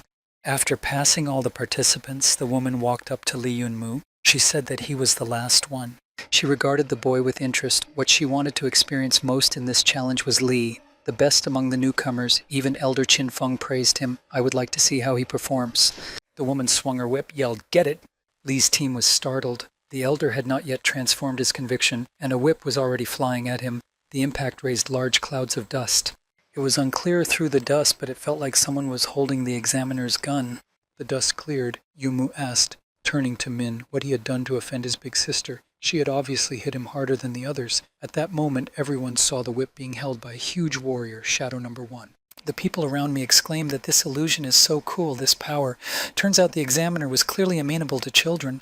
Anzi looked with astonishment at what was happening. He didn't understand why Li Yunmu was here. Zooming released her whip, and it vanished into thin air. She smiled and said that Li had passed the test. She also announced that the top 3 in tomorrow's test would be the winners. Now everyone should rest. The woman noted to herself that she'd used 80% of her strength and hadn't hurt him. He really is a monster. In one of the offices, someone reported that the mission had failed. The Earth Dragon with evolution did not cause any harm to Li Yunmu's body. Looking out the window at the bench where our hero was resting, someone kept saying they would find an opportunity on the 3rd level. The head of the conspiracy replied that it was not safe in the Temple of War. All the more reason for Li to detect the enemy. Our hero was sitting on the bench and remembering what An was like before. The incident with Shuang's sister seemed to have changed him a lot. He approved of the boy's decision to come to the Temple of War. It was a really good choice for him. Many resources and skills could not be bought with money. The team found their leader. The boys asked the older man why he was so glum. Yumu turned to the boys and said what he was thinking. He would have to break his promise to lead the group to victory. His friend had come to take part in the challenge. Getting into the Temple of War is very important to him, and that's why Li will help him win the challenge, even if the next level is to go up against the guys. The young man looked intently at the gathered comrades and said that he was not worthy of being the team leader of Zifeng Academy. The dumbfounded boys looked at the older man. He kept saying that he would go to the academy and tell them everything there. He would find them a new leader before the test tomorrow. Shenshen sat down next to Li on the bench and said that he had had enough. This test is very boring. And Lu started yelling at the guy. She asked what he was talking about. They're already here, and Shen says he's had enough. The young man explained that he would participate in the 3rd trial, but he wouldn't try. Chen turned to Yunmu, said he could do whatever he wanted, could go and help his friend win. Looking absent-mindedly at Yunmu, the guy said that there was no need to mention the new leader. After all, there could only be one Li Yunmu. The guys supported the captain's speech. They confirmed that Jia and Lu had already dropped out of the competition. But the team is not going to fall apart. They should learn from each other. They've only been in the academy for a year and are still very weak. And Lu walked over to Li and took his hand. Smiling, the girl said that the older man should help his friend win. They will all cheer for him. The next day, Zhou Ming met the participants at the start of the final challenge. The boys have to go through a portal door. Behind it is a straight path upwards. The contestants must climb up it. The 3 who cover the greatest distance in 3 hours will be the winners. There are no rules. So leaders need to be careful and protect their team members. The woman announced that the test was about to begin. Yunmu was among the first to pass through the portal. On the other side of the door, snow was waiting for the participants. More specifically, a snowy mountain appeared in front of them. Yunmu thought that this must be a secret place. The wind here has a very strong string force that could freeze the body. Every snowflake here is very sharp. When it hits your skin, it scratches it. Even the Temple of War had a hard time finding a place like this. Man was walking and thinking about the unknown danger ahead of him. Yunmu, looking after him, decided to command first and then follow his friend. Anzi hurried after his team captain. He said that the snowfall was too heavy. It won't last that long. We need to find the leader. He was told that the captain had no idea where to find their leader and struggled to move forward in the blizzard. His comrade reassured him that they were already halfway there and needed to be patient. Then the captain asked what level the newcomer was, black crystal or silver crystal. Hearing that Z was a member of the Golden Crystal, the traveling companion stopped. He was surprised. Turning around, he looked at Anya with frantic eyes and said it was great. As he approached the guy, he grabbed him by the neck with a shout that he was now saved, and didn't realize what was happening, but he felt that the power was gradually leaving him. The comrade was sucking it out. The wily traveling companion wouldn't let go of Anya, telling him that it was his family technique. It allows you to absorb other people's string energy. The boy rejoiced. As long as he could absorb the golden crystal's energy, he could live. Our friend started screaming, but no one could hear him in this blizzard. Energized, the enemy abandoned the young man, saying that he took his share and reached the end with him. He laughed that Anne would become ice and left. Losing consciousness, Tsu saw the back of the receding energy vampire. After a while, and Z woke up, he realized that someone was dragging his leg up the slope. When he opened his eyes, he didn't immediately recognize who it was. He'd lost his glasses. Looking closer, he recognized a familiar silhouette in the outline. It was Yunmu. The young man started a scandal. He asked his friend to let him go. He yelled that they weren't on the same team. He didn't need Lee's help. He scolded, saying that the world doesn't revolve around Yunmu. Now Anne is no longer a weakling and won't hide only behind his back. He was no longer a crybaby who relied on a friend. After hearing everything, our hero replied that he understood his hatred perfectly well. Lee himself hates himself. Although Shuang is Anya's sister, Yunmu treats her like an older sister in his heart. Because of this, Yunmu can't leave the guy alone. If Zazef dies like this, how will he explain it to Lin when she comes back? The young man said instead of hating himself, it was better to hate his own ineptitude. He told Lee that even the blow he had given his friend was just anger at his own incompetence. For the next few meters of the journey, while Lee dragged him, Anne wailed that he was weak, that he hadn't tried before, hiding from his problems behind another man. He must work hard, learn to fight to protect his loved ones. Yunmu walked on, climbing to the top. He replied to his friend that he knew all that was said. Lee told Tsu to stop crying. Tears freeze. The higher the friends advanced, the stronger the wind became. Yunmu noticed the guy ahead who betrayed and took Unzi's energy. He walked rejoicing that he would be the first to reach the top, that he had made it. Approaching the traitor, the unaware Lee asked him to move out of the way. The guy recognized our hero, and after examining his burden, he realized that it was on. Tsu's former comrade chuckled that he seemed to have found a sidekick, suggested that he throw out the trash, Anya, and cooperate with him. The stranger really thought Lee was dragging Anne for money. He offered him a double price for his help if he brought him in first. After saying that, Yunmu finished off his friend's abuser and asked Yunmu to let him go. He said that he had already reached his limit. Our hero hesitated. Even his body began to freeze. It seems impossible to carry even one person to the end with only the power of the strings. In that case, Lee said that there was only one thing left to do. After saying that, he slipped his hand into his portal. The rest of the participants were gradually making their way to the top. Some whimpered that they could go no further. They were encouraged that they were almost there. Some said that there was no need to give up. After all, with the help of the Jing family brothers, everyone had finally made it here. Some of those who were walking behind said that if they hadn't followed their brothers, they would have frozen to death. But there was an obstacle in the way of the group. They all looked up when they heard someone calling them. Yunmu sat in front of the group on the way to the summit. He warned that the road was blocked. The participants recognized the young man, but they were outraged. How come? What does he mean? Lee pointed at Anzi lying behind his back. He said that this guy won first place in this trial, so the end point is here. The trial participants began to resent why that guy had to be first. The young man replied that it was simply because he said so. The group began to be outraged. People scandalized over who Lee Yunmu thought he was. Someone suggested that we all attack him together. Another guy backed him up, saying, so what if he's the best rookie? He may not be able to handle it alone, but when it's all together. The Jing brothers looked at the outraged heroes and chuckled, saying that they were fools. Yunmu called upon the great art of fire to help. One of the Jing brothers even marveled at how in an instant the 4 people had turned into ashes. Lee turned to the brothers, asked what the 2 of them were going to do. Do they want to become like their comrades, or do they want to stay here? They asked him if he thought the boys were just as scum as the others. and they replied that the two of them were much stronger than the others. Yunmu replied that since they were so confident, it was worth checking. They could try it. Lee himself thought that these guys were really different from the rest. Perhaps they had even reached the level of super strings.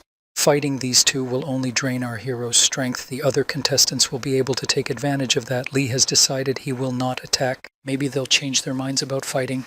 One of the brothers interrupted our hero's thoughts. He said that there was no choice. There was only one option. Our hero's eyes lit up with rage. The thought flashed through his mind that the battle had not been avoided.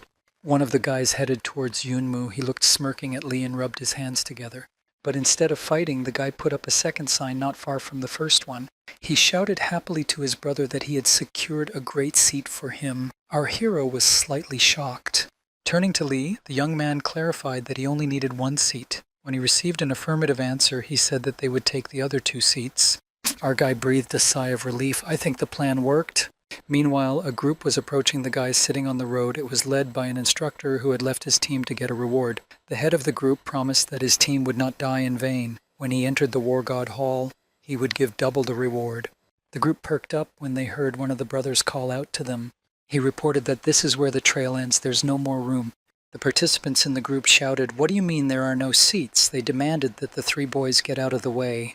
The other brother apologized. He told the newcomers that that guy pointing to Lee had blocked the road and there was nothing they could do, so they had to settle for second and third place, and they should come back. One of the group shouted that enough of this nonsense and called the others to all attack together. The boy's eyes lit up. He replied that they didn't seem to listen to advice. And in a second, he was already flying into the attack with his two swords. He was lightning fast, and a couple of men had already fallen at his hands.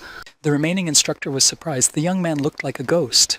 Yunmu, looking at everything that was happening, thought that it was fortunate that he didn't have to fight the brothers. They are indeed very strong. If there had been a fight, it was unlikely that Lee would have been able to defend Anzi for the rest of the competition. Now these two are providing protection for Anyut. Lee doesn't have to waste his strength. Watching the battle unfold, Yunmu informed his friend that they had won. When it was over, a friendly team of new and old friends were celebrating the victory. Only our hero was dissatisfied why everyone had gathered at his house. Everyone congratulated Anzi on her first place, and they discussed that it was all thanks to Lee Yunmu. Our hero's dad came up to Anja and said that he, as a former member of the Temple of War, could help him a little. The boy agreed, but our hero advised him to refuse because he doesn't know what he's agreeing to. Yunmu turned to his father, and Riley said, "It's strange that he's even with them. He's usually out of sight." His father threw the boy to the floor and held him in a vice-like grip. He shouted that he dared not speak like that. All he does is run around and solve problems with his enemies. Dropping the boy, the elder Lee left, and Yunmu was approached by Sister Ruyan. She said that you shouldn't think about your father like that. He's actually very worried about him. She said her brother knows that with a temper like their dad's, it's impossible to relax at all. To keep his son out of trouble, he stayed at home and did not go outside. Seeing the frowning old man every day, Ruyan even felt sorry for him. When Yunmu is gone for a long time, his father goes to see someone every day to find out news about his son. The boy sat listening to his sister with a blank stare. He had no idea that the person who worried about him the most was his father. The teleportation area was lively this time. Friends and family came to see Lee and his group off. Sister said that she would take care of her parents when she said goodbye, and Yunmu needs to take care of himself. The elder asked Wei Sinran to activate the teleportation. The girl pressed the lever. Anzi, seeing his friend off with a glance, said that Xiao Mumu should wait for him. He would definitely become stronger as soon as possible and would be on par with him. The group teleported, but for some reason the destination was far from Jifeng Academy. Shen told the guys that apparently they had been teleported somewhere in the forest. Maybe there was a problem with the port. Li Yunmu guessed that they had been sent here on purpose. Someone must have changed the location of their teleport. A voice came from somewhere above and said that Li was right. He should be commended for his ingenuity. The original plan was to destroy him while there was panic. But it seems that it wasn't as simple as the enemy thought. Yunmu recognized the attacker as a member of the Sacred Heaven sect. The young man withdrew, saying if the heavenly sect had gone to such lengths to bring him here, he was told not to pretend. He understood why they were looking for him. The man with anger in his eyes said it was time to avenge their leader. Li continued the dialogue with a smirk on his face. He expressed doubt that they would be able to scratch him, but the enemy was already approaching from behind. Out of the corner of his eye, the boy noticed the glint of a weapon and managed to dodge. When the dust from the attack began to clear, Yunmu said, "Here comes the traitor." He was very surprised. The girl cutting off her hair said he was really hard to deal with. She thought that the Earth Dragon King would be able to destroy the young man, but he was able to defeat him easily, and a change of strategy had to be made. Fixing her hair, the girl went on to say that although it took a lot of effort, she had finally accomplished her mission. Ambilou, flapping her eyes, could only utter, "How could this be?" It was Wei Xinran. She said she was tired of pretending to be a good girl. Captain Shen shouted that enough of this nonsense, demanded that she return to them. The girl looked at him with a smirk, apologizing, but she had already played the team. She advised to find someone to accompany them and waved goodbye. And couldn't believe it. She rushed after, screaming, "Aren't they best friends?" From the traitor's attack, Anlu closed with his sword Chen. A frightened An sat on the ground and couldn't believe what was happening. Xinran's eyes were full of determination and anger. She shouted for Shen to go away. The boy couldn't believe what was happening either. He wondered if Wei was joking.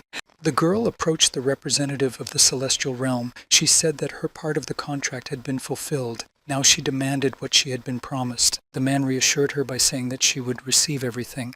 When the girl equaled Yunmu, he said that the interlocutor had almost ruined her girlfriend. Xinran boldly declared that she didn't need friends. Tears sprang from Anlu's eyes. She couldn't accept that her friend was a traitor. The representative of the Celestial Kingdom replied that it was a touching show and ordered a companion to destroy the group. Chen commanded his friends to form a battle formation. They prepared to defend themselves. The young man swung his huge sword and didn't realize what had happened. The strength seemed to be getting less. Jia leaned back against the captain and also noted that the strength of the strings was becoming weaker. The enemy confirmed their fears. It turned out to be the cursed land of Hongman province. A strong man had once fallen here, and his anger had cursed the place. Everyone who comes here can't use the string power freely, and the closer you get to the center of this place, the harder it is to use the string power. The enemy looked at me with an insidious, evil gaze and stated that it didn't matter how strong people were elsewhere. Here they are weak. He'll threaten the frightened boys that they'll all die here. In the same second, the two minions of the Heaven Realm flew apart from the impact. Their leader couldn't believe what was happening. Looking at the opponents lying on the ground, Yunmu said that he hadn't used only physical strength in a long time, to which Li heard Liu Nojie's voice. She said that if he thought he could only defeat them with physical strength, he was wrong. Nojie stood next to Yunmu. He warned that the enemies were approaching. The girl got into a fighting stance and replied that she would no longer hide behind Li. She intends to fight this time. One blow and both enemies flew apart. Our hero noted that she was actually a pretty good fighter. Looking at the approaching opponents, he thought he should start too. The battle began. Yunmu said that they would beat up the enemies one by one. The young team watched this battle with their mouths open. Zhao Jiajia noticed it didn't seem like they were only a year older. Our heroes dispersed the surrounding rivals. Rejoicing in their victory, they slapped each other's hands. But the sect leader was quick to cool their fervor. He said it was too early to celebrate. He had made a mistake, of course. He had not expected them to be so strong physically. Even though both young men are martial artists, there are only two of them. They won't be able to fight for long. The enemy asked if the boys would get tired. He called the rest of the minions to come out. The Heaven Realm sect warriors began to surround our team from all sides. There seemed to be countless of them. Yunmu made a welcoming sign with his hand. He smirked the fact that so many people had come for him. Apparently the sect had taken him seriously. But he has a lot of people too, and after saying that, his enhanced shadows appeared behind Li's back. But now they were not three, but many. The boys were amazed. What was it? Where did so many ghosts come from? The leader of the opponents was also puzzled. It's a summoning technique, but it's impossible. The strength of Li's strings should have weakened. Yunmu said that he didn't have much string power left, therefore it should be finished quickly. The young man commanded that a legion of shadows bring him the heads of these men and pointed at his opponents. A big fight broke out. Guy demanded that no one be left alive. The shadows obeyed the order without question. The frightened enemies fled, but there was no escape from the Shadow Legion. The Heaven Realm sect leader announced those who run away will be exterminated. His minions must fight to the last man. With the command to stand until the end, the enemy hoped that so many warriors would quickly drain Yumu's energy. Suddenly, Shadow Number 1, having caught up with his opponent, stopped a few centimeters away from him. Yunmu didn't understand what had happened, why his fail-safe weapon had frozen in place. The system sent a message that the young man had run out of available accounts. Li howled that it had happened so quickly. How was this possible? His comrades didn't realize who he was talking to. He looked like a man in a state of bankruptcy. Yunmu fell silent. I started to think he got carried away and didn't notice the consumption. It was the same as last time. The boy remembered his recent workouts. He strived to be stronger. The young man wanted to summon as many shadows as possible. The system reported that in his current state he could only control 4 shadows. If you exceed that amount, the body will collapse. The young man asked what could be done. The system said that if he wants to control a lot of shadows, money is everything. The young man wondered how money affected the number of shadows. It was explained to him that if the string's own strength was not enough to control a large number of shadows at the same time, then by paying, Lee could borrow strength greater than his own. Yunmu was jubilant. He could have as much money as he wanted. But after 2 hours, the guy's account was empty. Lee got very angry, and the system replied that this was the result of consumption for shadows. For all the scolding, the system added that payment increases exponentially. The more shadows, the higher the payment. The young man was now standing on the battlefield and worried that he had wasted a lot of money. At that moment, an enemy was approaching our guy. He rejoiced that the power of the strings was leaving Lee and said that it was time to finish. The opponent pointed out that Lee Yunmu was worthy of praise. If he didn't send the sect leader to the other world, he would even be invited to join the sect. At last the enemy said he was sorry, but Lee must die here and now. Yunmu said with a chuckle while looking at his opponent's energy cannons that he was thinking of defeating him with this. The sect chairman commanded all his warriors to prepare and fire at the same time. Our hero commanded his group to get ready. And in just a second, Lee shouted to his team to run. The guys were a little taken aback. The opponents were also visibly agitated. They did not expect such a retreat. Yunmu turned around, showed his gob, and shouted that he wasn't an idiot to fight against energy cannons without string power. One of the minions of the sect asked the master what should they do. He replied that they should pursue it. The enemy was very angry at this development. He said in a rage that he wanted to tear Lee apart. The pursuers were gaining on our team. They were constantly firing charges from the energy cannons, and it was getting harder and harder for the guys to avoid them. Then the elder commanded Shen Chen, since his physical skills are not very good, he should take the team far away where he can utilize the power of the strings. And Yunmu would run in the other direction to disperse the opponents and weaken their numerical advantage.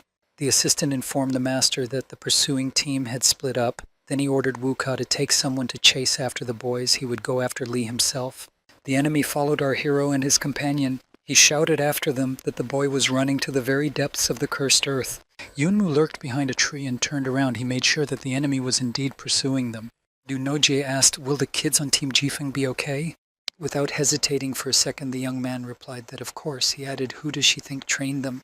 Meanwhile, the boys were running with all their legs. They were already tired, but there was no opportunity to stop for a rest. They had to keep running. This was when Zhang Yuji noticed something wrong. He shouted to the captain to watch his feet. They stopped. The cursed land was a swamp. The swamp had swollen ahead. Now they had nowhere to run. They had already been caught up behind them, and a voice said that luck was on the enemy's side. The boys suddenly ran towards the swamp and were almost missed. Looking around, the youth saw a group led by the deputy representative of the Sacred Heaven sect, Rainbow Crystal String Wu Ka. He said that in this area they would be able to utilize the power of the strings. Shen commanded his friends to do the same old thing, and the boys took a fighting stance. Wu, with an acidic smile, began to explain to his minions, "Whoever wins the most young men will get the prize." Just then, someone shouted for Mr. Wu Ka to be more careful. Above his head, Shen Chen had already flown up to attack with his huge blade. A second, and the dust from the impact blew around. The guys looked hopefully at the dissipating cloud. Yuji asked, "Did he make it?" But the enemy was experienced. He caught the boy by the blade, told him it wasn't good to attack so sneakily, commanded his group to fire. At this moment, Shen Chen called out to Jajia, and above the heads of the attackers, Zhao Jiajia was approaching to attack. He called out that he was on his way. His swift whip knocked the weapons out of his enemy's hands in an instant. Wu guessed that the captain had decided to slaughter his subordinates so that he would be alone. He said that brats like them wouldn't be able to hurt him, to which Shen Chen confidently replied that they could calmly. At the same second, Zhao Jiajia shouted to the captain to catch the end of his whip. The further development of events depended on Anlu. The girl concentrated all her energy. Wu Ka only had time to shout for them to defend themselves. Zhang Qiuzi had already started to conspire his technique. Silence is the main thing, mind is emptiness, thoughts are absolute, God is everything. Supplementing his energy with the flow from Enlu, the guy sent out his crystals to all the enemies. Wounds from sharp shrapnel were followed by an explosion. The comrades rejoiced at the success. With Anne's strength, the explosion was really powerful. Only the captain was wary of the dust cloud. From there, a wounded and furious Wu Ka jumped out. He shouted that it was time to fight them seriously. Shin shouted that the guy wasn't dead yet. The guys need to go back. The first to stand in the enemy's way was Yuji. Wu attacked him. The guy flew back a few meters. Zhao Jiajia, annoyed by his buddy's injury, rushed at his pursuer to attack with his whip. But Wu managed to get out of the way and hit the guy back. With a beastly grin, the enemy looked at the dumbfounded Chen Chen and said that it was his turn. The captain covered Anlu with himself, commanding her to stand behind him. The insidious enemy taunted that it was useless for them to hide, they would die anyway. The enemy came close to the young man, took him mockingly by the chin, but the boy continued to defend his comrades. He said that he would not let them be destroyed, but that Wu would have to fight him first. Wu Ka began to mercilessly strike the captain one after another. The wounded fellows supported their friend. They were asking him to fight, for all the members were bleeding for him. The enemy said angrily that when Chen died, no one else would protect them. With another strike, the opponent stopped feeling Shen Chen's heartbeat. He thought that the guy had died standing up. Wu Ka walked towards Anlu. He said it was her turn. The girl would meet her friend soon. Anlu was sobbing with fear. She called out for Shen Chen to save her. The enemy had already prepared his furious fist to attack, but Shen Chen was looming over him from behind. He shouted that he warned him not to touch his team members. He couldn't believe how this was possible. The captain struck the enemy with the dragon's firepower. The enemy was defeated forever, but the boy couldn't stop. He fiercely struck blow after blow, and Lu screamed with all her might for him to stop. "It's over." The young man stopped and screamed in an inhuman voice. When Shen Chen woke up, he saw his friends beside him. They said that he had made them worry. Guy asked An why she was crying. There was nothing wrong with him. Tears kept pouring down Lu's cheeks. She replied that she was afraid she was going to lose another member of the team. He scared her a lot. Shen smiled and told his friend not to worry. Nothing would happen to him as long as he didn't bring Wei Xinran back. In response to the surprised looks of his comrades, the captain explained that Team Jifeng couldn't be without her. Therefore, he had returned straight from the underworld and pounded her friend's forehead with her fist. He yelled that it hurt. The girl, holding back her tears, explained not to make any more jokes like that. He made them worry a lot. While the friends were talking, Zhang Yujie thought for a moment. He was sure that this power did not come from Shun himself. It was like that earth dragon that had gone mad. Meanwhile, the second group of pursuers had gotten on Yunmu Yinoji's trail. The leader commanded his warriors to run in the opposite direction of the footprints. In response to their surprise, he explained that Li had not left such obvious footprints. He had noticed the tracks of cover. The pursuit team rushed with all their legs in the opposite direction. Our friends in turn ran without stopping. Noji shouted to her friend that they should not leave such obvious footprints. The young man reassured her, saying that they would not be caught up. Yunmu explained that a cunning guy like the sect leader would always pretend to be clever. After finding such obvious traces, he would definitely start chasing in the opposite direction. With the words "act stupid against smart" as the best option, our hero stumbled and fell. The annoyed young man picked up the flower, whose stem he had tripped over, and began to shout that who had thought of planting it in the middle of the road. A bear cub with flowers on its tail and a pot of honey drew behind the stem. The friend stared in surprise at the find. The little bear began to scream. He screamed so loudly that his friends covered their ears with their hands. When Yunmu asked why he was suddenly screaming, Liu replied that she should put his flowers down. If he continued to shout, he would definitely attract him. Before the girl could finish speaking, a huge bear grew up behind the young man. The boys froze. Yunmu asked the girl, since she was a good student, whether she thought they could defeat the beast with just their fists. Nosy didn't have time to reply. Mama Bear roared menacingly and rushed at them. The friends ran as fast as they could. At this time, the pursuers realized that Li had fooled them. The master beat his fist on the tree and said that he wanted to destroy it. Just then, a great noise was heard from the forest. The enemies decided to head that way. The friends continued to run away from the bear. Yunoji asked his friend to think of a way to defeat the bear. Li replied that they couldn't. Yunmu's foot treacherously stepped on the trap and the boys flew down into a huge hole. The bear slowed down and only stared into the darkness after. Waking up on the ground, the young man tried to figure out where he was. The recovering friend explained that they had fallen into some kind of trap. Yunmu blushed. Nojie asked why he had such an expression on his face. Looking around, she realized she was riding a guy. Embarrassed, she jumped back a few meters to the side. The guy got up, looked around. He said that the bear was still sitting on top, so to be safe, they had better stay here for a while. They wandered deeper into the cave. Suddenly there was such subterranean beauty under the cursed earth. When they reached the underground lake, the friends sat down on the shore. They pondered that magic power might be hidden here. It was chilly. Lunoji started to sneeze. The Yunmu carefully threw his jacket over the girl's shoulders. She blushed. A friend told Li that he could get sick that way. The guy replied that it didn't make any difference. It's cold here and he can't do anything about it. The girl moved over and with the words, "We'll be on the same terms," threw half of the jacket over Yunma. The guy moved a little closer to make it warmer. He looked at Noz warmly. She sat there like a cawing sparrow, a little flushed at the proximity. Noticing the look in his eyes, she asked loudly what he was looking at. The young man looked away embarrassed, saying he wasn't looking at her.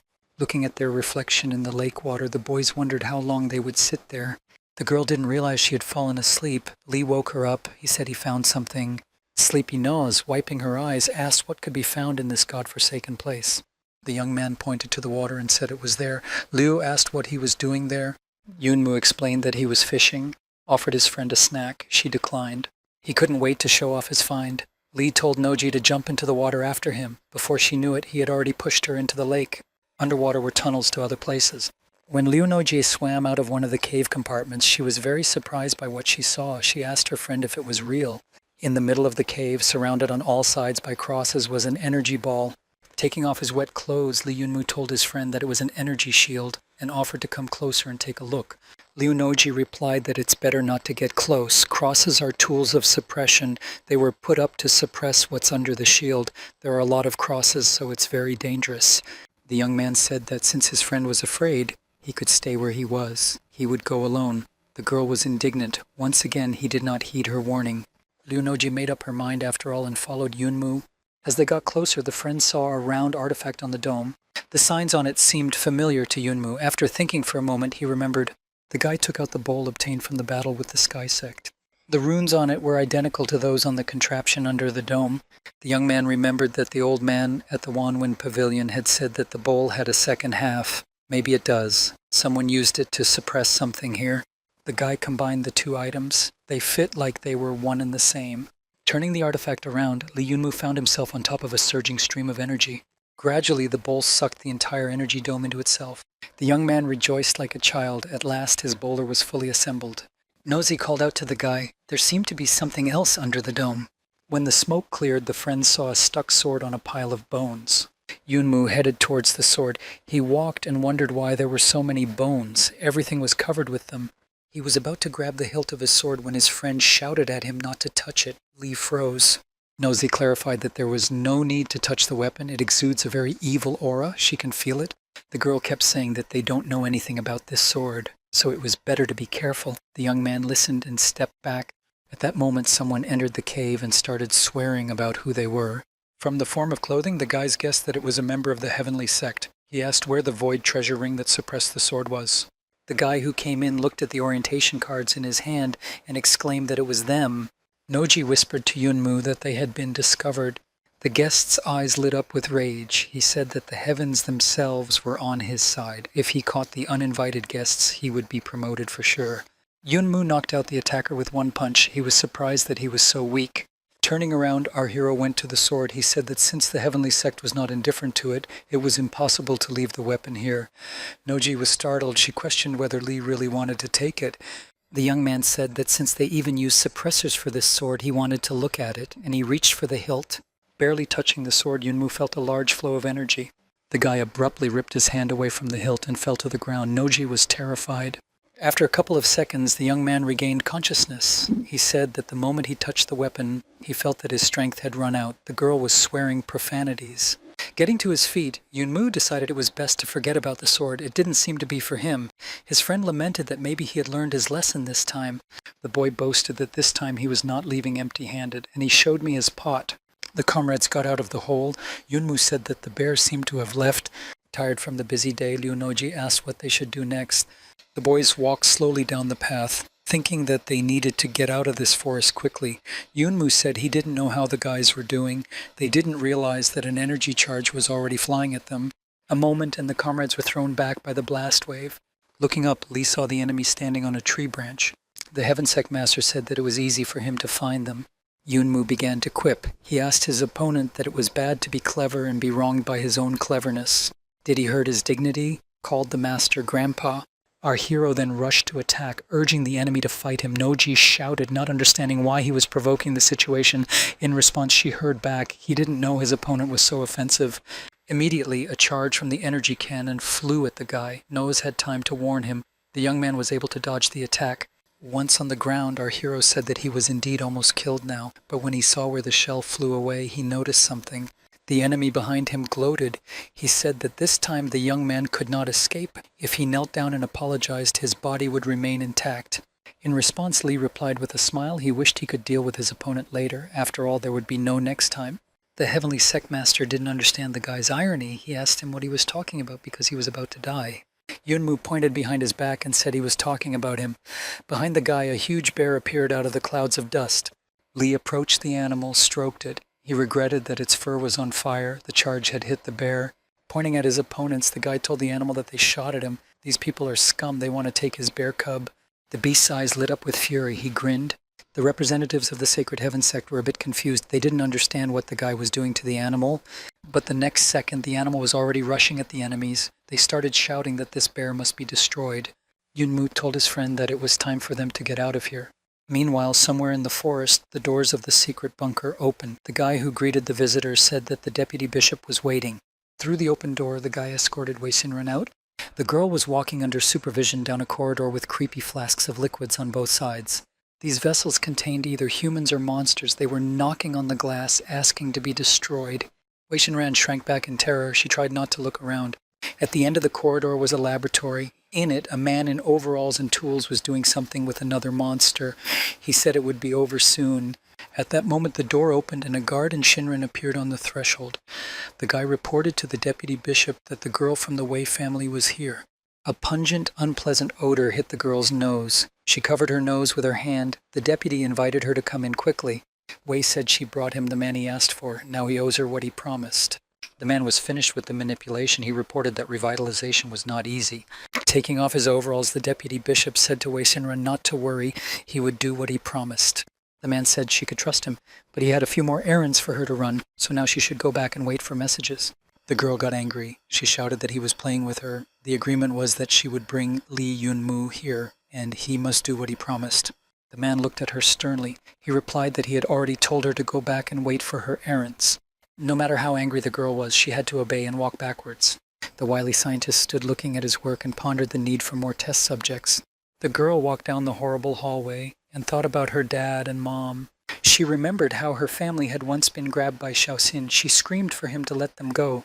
The girl was lying on the ground without strength and begging her family to do nothing. An evil scholar stood over her and said that she was the genius of the Wei family. He offered to make a deal with her. Now walking down this seemingly endless corridor as it seemed at the time, she thought she could do it. Don't try to get in her way.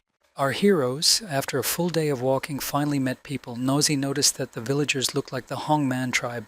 The young man said that it was logical for the heavenly sect to send them to the Hongman continent. Seeing a local, Yunmu called out to him, calling him Big Brother. The man was frightened and started shouting that there were strangers here. A crowd of locals came running to the shout. They surrounded our heroes. Noji and Yumu stood surprised. The boy was only asking what happened, Big Brothers. Someone among the tribal elders ordered that they be brought to him. Our hero tensed up. He asked what they were going to do with them. Here the natives swept the guests up in their arms and told them to give them proper hospitality. The guests were seated at a large table covered with all kinds of food. The locals murmured, calling them strange or ugly. One of the locals tried to feed Yunmu more, saying he was too skinny. He told him not to be shy, to make himself at home. The guy was lucky that a bigger man stepped in and told him that if the guests were overfed, they would die, and they're skinny because of their build. Patting Yunma on the shoulder, the tribe elder explained that the brother was too good-natured, and the people of their tribe were very fond of making friends. Li replied that everything was fine. He asked to be shown where the nearest intercontinental teleporter was. The elder explained that the travelers needed to go directly south.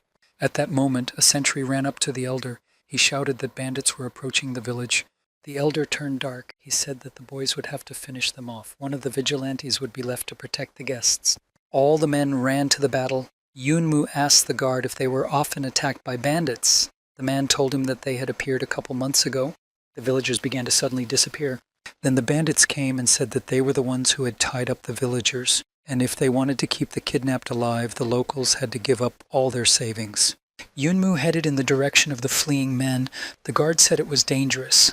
The young man replied that he had not yet thanked him for his hospitality. The locals surrounded one guy, shouting that he was the boss of the bandits. The battle began. The dust was puffing up and rocks were flying around. The bandit commander grabbed the tribal elder. He asked the old man if he would fight to the end. The man replied that even if they died, they would not follow the enemy's lead. The bandit swung his sword, saying goodbye to the old man. At this moment, Yunmu appeared and struck the enemy with his weapon.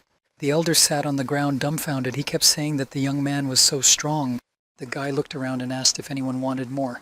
The chief bandit's subordinates ran up. They surrounded the young man. Yunmu asked the attackers who authorized them to do this to the village head. The The bandits asked their leader what to do. He told them to run and yelled that this guy was a monster. Our hero went after them. After catching up with the opponents, he eliminated the minions.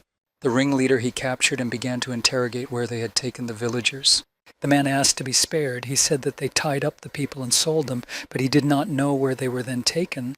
The elder listened and lamented that they wouldn't even know where their relatives had been taken. Yumu clarified that was all he could tell. The man said there was another man who contacted them. A few months ago, a man came to their village and asked them to help him find people. He promised 10 gold pieces for men, women, and children. The man himself was wrapped up tightly and his face could not be seen. He was much thinner than the locals.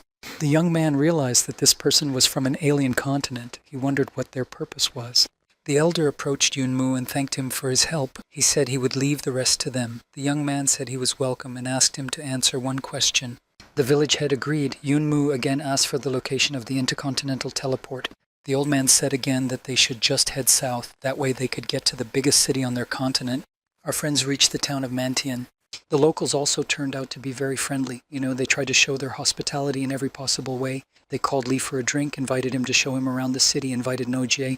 Breaking through the crowd, the friends heard a familiar voice. Someone was asking them to get out of the way. Yunmu and Noji saw the guys. It was Shen and the others. The boys said after escaping, they realized they were on the Hongman continent. Since the only intercontinental teleporter was located in Mantian City, they decided to wait for their older comrades here. The full team walked into the teleport building. Liu went to the front desk and asked for a teleport for 6 people to the central continent. The rest of the team sat down in their chairs and started dreaming about being home. Yunmu considered the furnishings. He noted the stunning decor. His musings were stopped by Nose's exclamation. She resented that teleportation was very expensive.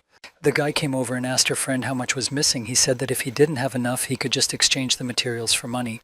When he saw the sum of 600 million, the young man's face stretched in surprise. The employee said she hoped they wouldn't rob anyone. Yunmu took out a box of artifacts he had saved earlier and asked for an estimate of how much he could exchange them for. The girl said she needed to take a look. She estimated the contents of the box at 15,083,000 string crystals. The young man was shocked. He thought that in the central continent, they wouldn't have given more than 3 million for it. The girl explained that the monsters of the central continent are very valuable in their continent. Since the transportation method is only intercontinental, the cost is very high.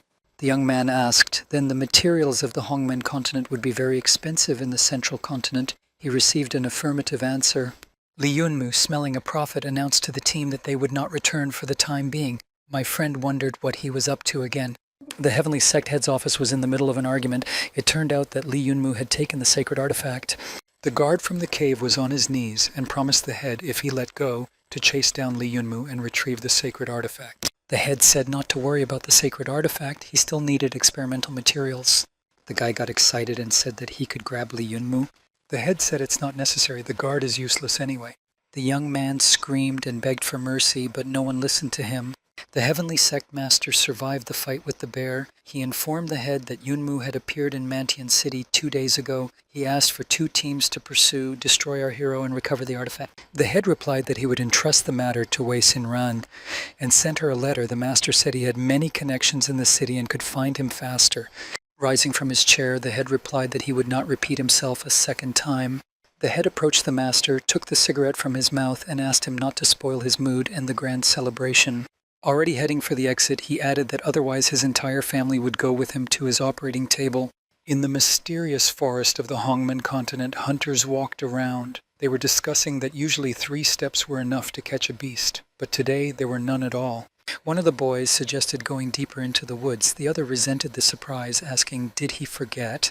2 years ago, more than a dozen rainbow crystal level people went on a quest against an enchanted butterfly banshee in the southern forest. A few days later they returned, but some of them went insane, some of them passed away on their own. The young man replied that he remembered, and then it was worth going back. They agreed to return in a few days. Meanwhile, in the forest, Yunmu was wielding a weapon.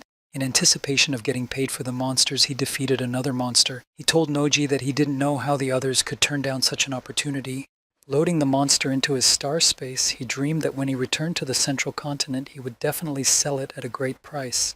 Just then, a growling sound was heard above the boy's head. It was another monster coming. Li Yunmu was unspeakably happy to have such a guest. The monster tried to run away from the attack and growled. The boy and his friend followed it, shouting that no one would come to help. except that during the chase, our friends didn't notice how they knocked down a sign warning of the butterfly banshee. While chasing the dragon, Yunmu suddenly fell into a cliff, although he couldn't be seen as he approached. Liu Noji sat down on the edge of the crevice. She screamed in panic, but there was nothing she could do to help. The girl saw Li being swallowed up by the darkness of the gorge between the rocks. She was suddenly a gallogram who was glad that the guy was dead. Lei Noji started to move away from the cleft, giggling. Yunmu, using his wings, flew out of there. The boy wondered if this monster possessed illusions. He didn't notice that it wasn't his friend. Approaching his friend, the young man reasoned that magical monsters cost a lot of money. As he approached the girl, Li asked if she saw where the monster had run to. She pointed in the direction. The young man rushed to run in the direction indicated. Fake Liu's eyes lit up with a fire of hatred. The real Liu Noji wandered through the forest, confused. She couldn't understand where her friend had gone. He had just chased after a beast and disappeared in the blink of an eye. Off the trail, she heard some unintelligible sounds. Between the trees, she saw Li Yunmu. He was wounded. The girl approached the boy, asking what had happened to him. Li replied that it was that beast, but it was nothing, and called her after him, saying he knew where to go. Noji followed the young man, but it wasn't the real Li Yunmu. She too had fallen into a trap. The guy led her to the monster's location. He said he was very cautious, so Liu would go first, and then he would block its escape route. The girl followed forward, and the false Yunmu followed her with his sword. The young man prepared for the attack. He had already drawn his sword to strike. As suddenly, Noji herself used the Iron Mountain strike to attack the outsider first. The girl stood in a fighting stance at the ready and said that he was not the real Li Yunmu. The hologram twitched slightly, distorting. The liar asked how she figured it out. Liu replied that she had to use her brain. Noji explained that that beast, although it was of the golden string level, it was very stupid. It wouldn't be able to injure Li even if the guy was just standing there. The illusion began to dissolve. She said afterward that he had been careless this time, but it didn't matter. Either way, they couldn't escape. Liu Noji rushed to find her friend. She needed to tell him everything as soon as possible. It must be very difficult for him. Meanwhile, Li Yunmu was sitting under a tree to rest, but then his friend started acting strange. Like a cat, she started sneaking up on him. He even wondered what she was doing. The girl would sneak up on him and say with lust in her voice that her body was so hot. She was asking for his help. She was clearly trying to seduce the young man. The guy started to panic. It was very hard for him to restrain himself. She came close to Yunmu. The young man didn't understand what was wrong with her. He yelled for her to calm down. Her eyes glowed with a hypnotic light. The enchanted boy was already tempted. But then he was sobered by a familiar ringing voice. The girl shouted for him to stop now. The real Noji was furious. She shouted how dare he use her appearance for such things. The girl, with a cry of imposter, struck a blow at her opponent's head. The friend complained that she was annoyed by the imposter. Li Yunmu couldn't understand how one Liu Nojie blew the head off another Liu Nojie. The angry friend yelled at the guy, explaining that it was an illusion. These illusions can affect hearing as well as vision, but if they are struck, they do not retain their shape. Disappearing into space, the hologram said one last time that she wanted the guy to die in pleasure. The distorted space turned into Butterfly Banshee in the next instant. She said, "For that matter, destroying prey with your own hands also felt good." The boys looked up at the monster that appeared. Yunmu asked, "Is it a big moth?" Noji said that this old woman looked more like a butterfly. The evil butterfly has already begun its attack. The young man said that since it was an insect, he should use fire, so he drew his sword. The evil monster tried to attack our hero, but he managed to dodge the blows. Once in front of the enemy, the young man told the large moth to remember that he was not alone. At this moment, Liu Nojie was already behind the butterfly's back. The girl gave her opponent her crowning elbow strike that sent her flying into a tree. Yunmu joked, saying that was all the enemy could do. What about illusions? The enemy was insidious. Butterfly Girl laughed, saying that people were really stupid. She wondered why he thought she wasn't using the illusion now. Turns out both in front of and behind the guy were holograms. The creature from behind rushed to attack the young man. Li Yunmu summoned one of the shadows for protection. The butterfly was very surprised. The guy asked if she still wanted to attack him. Dissolving another illusion said he was really strong. Bypassing our hero, the flow of energy headed towards Liu Nojie. The monster asked if she was as strong as him. The girl managed to avoid the blow from the front, but she was unable to repel the attack from the back and was swallowed by a cloud of energy. Yunmu, with the help of his wings, rushed to his friend's aid. The banshee butterfly appeared again in front of the young man. She said that his friend was not dead. However, the creature had turned her into one of its illusions, and the boy was asked to guess which one was Liu Nojie. Li was both angry and confused, and Butterfly teased, asking why he wasn't attacking, afraid of accidentally injuring his girlfriend. With the words that he would then just have to go to the other world, the illusions began their assault on him. Yunmu dodged as much as he could from attacks from all sides. He put the defense of the Shadow Legion ahead of him. With his sword himself, he repelled the active attacks of the cunning opponent. Suddenly there was a hand on his shoulder from behind. It began to whisper in his ear that if he wanted to survive, he'd better forget about whether she lived or died. Lee responded by telling her to take her hand away. The monster screamed at what he was doing, and a sudden blow flew into his back. The boy fell to the ground. Breathing from his injury, the young man thought that it wouldn't go on like this. At that moment, the scale pendant, obtained during the illusion tests, on his chest glowed. At that moment, 4 butterfly holograms were closing in on the guy. He yelled for them to go to hell. At that moment, the young man heard a familiar voice calling for his daddy. The flying illusions began to explode one by one. Li Linglong's figure grew in front of the young man. She stood up to defend her father. Li Yunomu rejoiced. His daughter, imprisoned in the pendant, had returned. The enemy wondered why this supreme being would obey an ordinary human. The illusions rushed to attack with renewed vigor. Butterfly thought she had to hurry before Linlin could see through her holograms. But the girl had already scanned everything that was going on. In a second, all illusions were shattered. Only one butterfly banshee remained, and Liu Noji unconsciously began to fall downwards. Butterfly was surprised at how easily Linlin got rid of her illusions. Is this really the power of a supreme being? But the captive Liu Nojie was still her ace up her sleeve. The monster shouted that as long as she had her, no one could help Li Yumu. The butterfly rushed out to catch the falling girl. But then she felt a hand on her throat. The beast couldn't move. It was Li Linglong's attack. Li Yumu safely caught the still unresponsive friend in his arms. The banshee butterfly could not get out of the girl's hands. It begged to be released. But Linlin replied that there was no mercy for her and destroyed the monster. After a couple of seconds, Li Linglong transformed back into the little shadow queen again. She threw herself onto Yunmu's neck with a cry of "Daddy!" Cuddling with the baby girl, Li quipped that his daughter is amazing. Sitting in her father's palm, the girl cried out, "Mommy!" Yunmu looked where she was pointing her finger and was surprised. She called Liu Nojie as her mom. The girl lying on the ground began to come to her senses. The young man turned away so Liu wouldn't see the little girl, and told the girl not to scream and to go home quickly. The girl must not see her.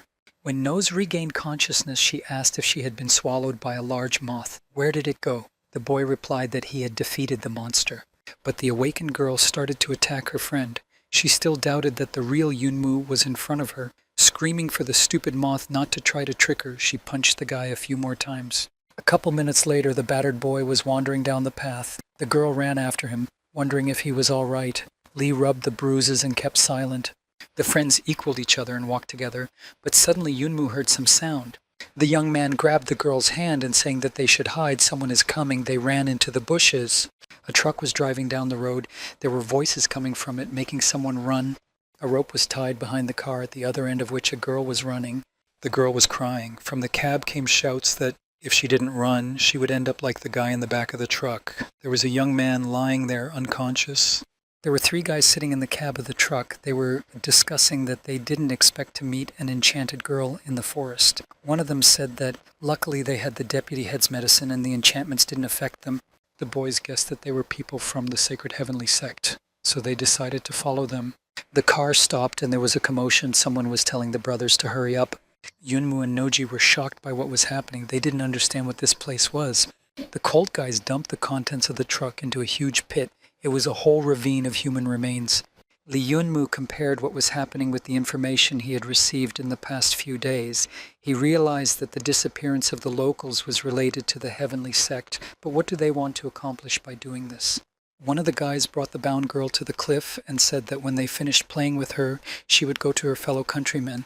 At this moment, Yunmu jumped out from his hiding place. He shouted that their holy sect was a perverted concentration camp. Looking at Li, the guy from the car started asking who he was, how he had entered the forbidden land of the Sacred Heaven sect. Our hero replied that it didn't matter who he was. It's better for the guy to just answer his questions, otherwise he'll die painfully. 3 guys started laughing. One of them said he hadn't laughed so hard in a long time. Who did Li think he was? The second one smirked and supported that even Li Yunmu didn't dare to say such a thing to his big brother when he came over. The third added that it looked like the guy had gotten a little lost. We need to teach him some manners. At the same second, the third youth, recognizing Li, rushed forward with a shout of "For Lao Zi!" Our hero easily dodged the attack and quickly delivered his blow, damaging his opponent's arm. The rest of the sect's minions ran to his aid. From behind these two, Liu Nojie had already attacked. All three guys were lying on the ground after the attack. Li Yunmu sat down next to the guy whose arm he broke. He said that if he didn't want him to break the other one, he should answer the questions. Li asked what happened to all those people. The boy replied that he didn't know exactly. He had only heard about the experiments that the deputy head was conducting. The young man began to ask where the experimental base was. Where's the deputy head? The boy replied that he really didn't know the rest. Yunmu turned around and started to walk away with the words, "What a waste of his time." The guy went to the bound girl. He untied her hands. With the words that she should do whatever she wanted with the offenders, our hero and his friend went away. The girl, sitting on the ground, cried and said thank you. Walking through the forest, our friends reasoned that they didn't know what the Heavenly Sacred Sect was doing this time. How many people had been kidnapped? Obviously nothing good. Now that they've lost the transportation team, they will definitely investigate as soon as possible. Yunmu said to tell Shenshin and the team to go back to Mantian City. It's too unsafe here now. At the same moment, someone attacked the friends. Yunmu managed to use his wings to carry Noji out of the attack. Once in the air, the guy saw several energy cannons aimed at them. The guy said it started even earlier than he expected. While saving his friend, Yunmu couldn't completely dodge the shelling. One of the shells hit him. Yunoa hung in the air. He could no longer move. Another shot rang out. Fortunately, the guy had the defense of the Great Flame Art. He was able to repel the blow. Staying in the air, the young man turned to the direction the attack had come from. He said that those things couldn't handle him, and it was time for the attacker to come out. A man appeared from behind the trees and said he admired him. Yunmu was amazed at what he saw. He asked in surprise, "Is it really you?" Wei Shinran walked towards them. The girl looked at her former friends with a hard stare. The young man went down to the ground. He asked Wei, did they send her to destroy him? The girl denied it. She said she was sent to retrieve a sacred artifact. Yunmu informed her that he had the artifact and she could have it if she wanted it. But, Li added, if she had the strength to do so, and summoned a legion of shadows. Taking her sword in hand, Shinran replied that she would give it a try. The battle had begun. The girl dodged the shadows' attacks. Li analyzed what was happening. Skillful combat skills combined with mental attacks would compensate for the lack of string power level. But isn't the expenditure of such mental power exhausting? Yunmu looked at the girl and didn't understand why she... In the next seconds, Shinran used her mental powers against her former comrades. Noji said that she couldn't move. Yunmu felt the same way. The girl rushed to attack, but she was stopped by one of Li's shadows. Yunmu looked at the already exhausted girl. The continuous mental attacks put a great strain on her body. He couldn't understand if the Sacred Heaven Sect's artifact was really worth such an effort. Wei Shinran, being at her limit, remembered about her family. She remembered how the deputy head had said that she had to find a way to take the sacred artifact away from Li Yunmu. Otherwise, Yunmu shouted at her not to continue, but Wei's eyes lit up with fire. She replied that she had no way out. Li drew his sword and asked Liu Noji to stand still for the time being. He said that it was his own business from here on out. With the words, "Let's see what you can do," Yunmu went to attack the girl. The battle began. Shinran launched another mental attack against Li. The young man asked why she would use a mental attack if she knew the consequences. The girl weakened completely. The guy knocked the sword out of her hands and said it was over. Applying the standing water sword technique, Yunmu knocked Wei down. Rising from the ground, Shinran asked why Li hadn't destroyed her. The guy replied that if he did that, the Jifeng Academy team would hate him, and also added that it's the idiots waiting for the girl to come back to them. The girl's eyes showed her surprise and hope for something bright for a second. But remembering the full horror of her situation, she said firmly that she had nothing to do with him. Yunmu explained that was why he called them a bunch of idiots, and he gave the girl the artifact and told her to take it and give it back. As he left, the guy said that he didn't know why Shinran was busting his ass like that, but there must be some reason. The girl stood up and turned to Li. She said he asked about the sect's poison needle. She would help him with it. As for that sacred artifact, she'll return it when this is over. Yunmu looked back and said that there was no need for that. It was just better for the girl to return quickly with the artifact without making them wait too long, and he would take his artifact himself. Yunmu himself thought of making a gift to the heavenly sect, so he sent a little shadow queen into the bowl. The comrades returned to the city of Mantian. In the town square, someone promised a high reward. Yunmu went to squeeze through the crowd. Noji asked where he was going. The guy replied, "It looks like there's a good reward for catching some guy. Maybe he could make some money." After sneaking into the center of the crowd, our hero heard that 100 million is given for the capture of one guy. He must be captured alive and go to the palace to collect the reward.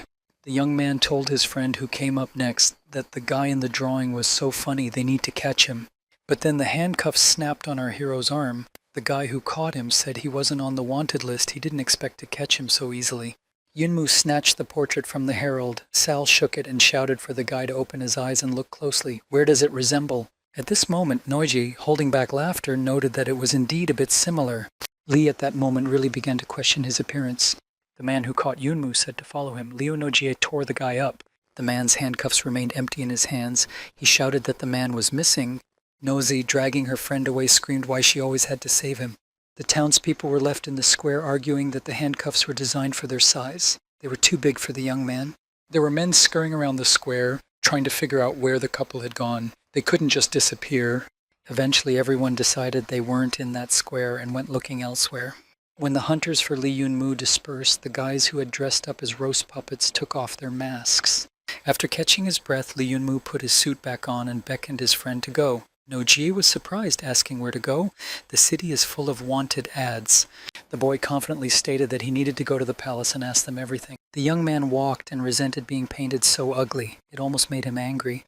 Meanwhile, in the meeting room of the palace, the city governor, while reviewing the orientation, reasoned that Li Yunmu was famous in the central continent. How could he be related to the disappearance of the local population? His assistant replied that he didn't believe it either, but as they see it, there was a huge number of anonymous letters of complaint on the table. The governor suggested that someone is deliberately framing the young man. Even if this is the case, the only thing left to do is to catch him and ask him personally. At that moment, the doors to the meeting room opened and 2 men in growth suits entered. The guy in the dog costume asked who was in charge. The governor responded by asking who they were. Noji and Yunmu took off their masks. The young man said that he was the one everyone was looking for. The governor's aide shouted to catch them sooner rather than later. The governor asked the aide to calm down. He said that since they had come here on their own, they would talk frankly. Lee listened to the man's story in silence. Someone had reported that the guy was kidnapping people from their continent. He sacrifices them and learns forbidden spells. The governor looked sternly at the boys and asked if it was true. At this time, a lonely Wei Xinran was sitting in her room. She was huddled on her bed. The happy faces of her friends looked at her from the picture frame. Someone called out to her, a girl of the Wei family. The assistant bishop wants to see her. Yunmu sat in the chair across from the governor. He said it was absurd that he was involved in the missing persons case. The man replied that they were not going to falsely accuse the guy. They could leave if the results of the investigation proved innocence. The young man showed some flame and asked what if he refused. The city manager asked that if that is the case, they should not judge them. The man called the guards and asked them to invite respectable people to visit them. The man called the guards and asked them to invite respectable people to stay with them. One of the guards held out his hand to Noji and asked that she come with them. The girl shouted not to be touched. Yunmu, still sitting in the chair, called out to the guy and told him not to go near her. The guard sensed Lee's strong aura. He thought that the guy was emitting the aura of a flux master. If he fought him, he would definitely lose. The silence in the office was interrupted for a moment by a man who entered. He said hello and was curious why no one had come to greet him, and they were all in the office. One of the guards addressed the entrant as young master. He said he felt a strong aura and asked to look at the guest. Yunmu smiled and said when he saw him enter, he knew that he was born into an influential family of the Desolate clan, but he didn't expect him to be able to sneak into the palace easily. It's been a long time. They greeted each other with their hands in a friendly manner. The man who came was the giant with whom Li had been tested in the Nuiwa kingdom. A friend asked Yunmu what he was doing. He suggested we go to his place and have a drink, and was surprised to notice that the guys are very strangely dressed. Our hero replied that it's a long story. The governor's aide began shouting after them, telling the young gentleman to wait. This man is involved in the disappearance of people. The people would be angry if he just left like that. The giant looked back and asked, the man wanted to say that his brother was involved in this? Is it true? He turned to Yunmu. Our hero's lightning-fast answer was a firm no. The young gentleman told the governor and aide they heard that Li had nothing to do with it, and proceeded to lead the guests to drink. The aide lamented some more that it was unthinkable. But the governor did not want to leave things like that. He turned to the young gentleman and said that this was a serious matter. If he continued to be so willful, he would have to force the lad to... In response, the man received a comment that although Uncle Liu is now the governor, but decided not to listen to him, asked him not to forget that the giant is the heir to the Desolation clan and the future leader. If he's going to attack him, go ahead. Taking his friend by the shoulder, the young gentleman informed him that his buddy was going to be a big man in the future. How can he treat him like a murderer? Li despises such horrible acts. He added that the governor will not find any evidence and can only rely on letters of advice to find the true culprit. It turns out that only Uncle Liu is the willful fool. Yunmu grinned. Turning to the governor, he said that he didn't come here just to mess things up. He asked if they needed any evidence on the case. The guy said he had one piece of evidence and it was very important. Meanwhile, Wei Xinran entered the deputy bishop's office. He started the conversation by saying that she had finally arrived and he hoped that the girl had brought what he wanted. Xinran placed a bowl on the table saying that this was the weapon Li Yunmu had taken. The man was surprised that it was intact. He said it was a big surprise. The girl with anger in her eyes asked decisively where her family was. The deputy bishop asked her to relax. She would see her relatives, but they looked a little different. Wei Xinran yelled out what he meant. The man replied that he was willing to bet she had already seen his zombie army. The girl was angry. She gritted her teeth and could barely contain herself. And the torturer continued to taunt her by saying there was a problem. He didn't remember her family's capsule numbers and suggested that maybe she could find them herself. Xinran stood in deep horror at what she heard, and the man added if, of course, she recognized them. The girl sat up in despair, almost falling to the floor. Her legs gave out and panic enveloped her whole body. Already confused, she heard a mocking comment that her reaction was funny. That's how people react to a nervous breakdown. A wild roar erupted from the girl's chest. She bent over and couldn't stop. And the man kept torturing her. He said that even though they were locked in the pods, her family kept asking him to spare the girl. He came close and whispered in her ear that the boy in particular was 7 or 8 years old. He added that he really liked the way he screamed in pain. When he left the heartbroken girl, he told her to leave. After all, her family put on a good show for him. She should thank them. The girl, gasping in pain, thought she had betrayed her friends and attacked her mentor, but still she couldn't save her family. She had lost and deserved to die. The girl put her mental mind control technique into action. Drawing her sword, she rushed to attack the departing man. At that time, a conversation continued in the governor's office. The barbarian reacted to Yunmu's words by viciously slamming his fist on the table. The young master was furious at what he heard, that it was all the fault of the holy celestial sect, and there are more casualties than expected. Li confirmed that there were dozens of dead in the pit. The guy was getting angrier and angrier. He said, "How dare she touch his people?" The barbarian shouted that on behalf of the desolate clan, he was declaring war on the heavenly sect. The governor interrupted the young master. The boy listened to the man through clenched teeth. The governor had warned if he knew what it was like to fight against a first-class force on the sacred continent, worth considering again. A pit of people doesn't prove the sect's guilt. If we rashly start a war, we'll be in big trouble. He continued that even if Li Yunmu is a major general, what he said was only one side of the coin. It doesn't prove anything. People ran into the office, shouting that they believed him. The governor, seeing the crowd arriving with astonishment, began to ask why the elder. His speech was cut short by the elder calling his granddaughter, who turned out to be the same girl released by the boys, into the forest. When she contacted the governor, she said that she could confirm that the Holy Heaven sect had kidnapped people. The young gentleman asked if she could confirm. The girl answered in the affirmative. Nosy said that this girl rescued from the pit of corpses. The girl said that it was the guys from the sect who caught her while she was hunting in the forest. Those present listened with horror in their eyes as she told them that she had seen many dead people from their clan in the truck. She overheard the guys discussing that the celestial sect was catching their people to experiment on them. The outraged crowd began to demand that the young lord declare war. There's no room for cowards in their clan.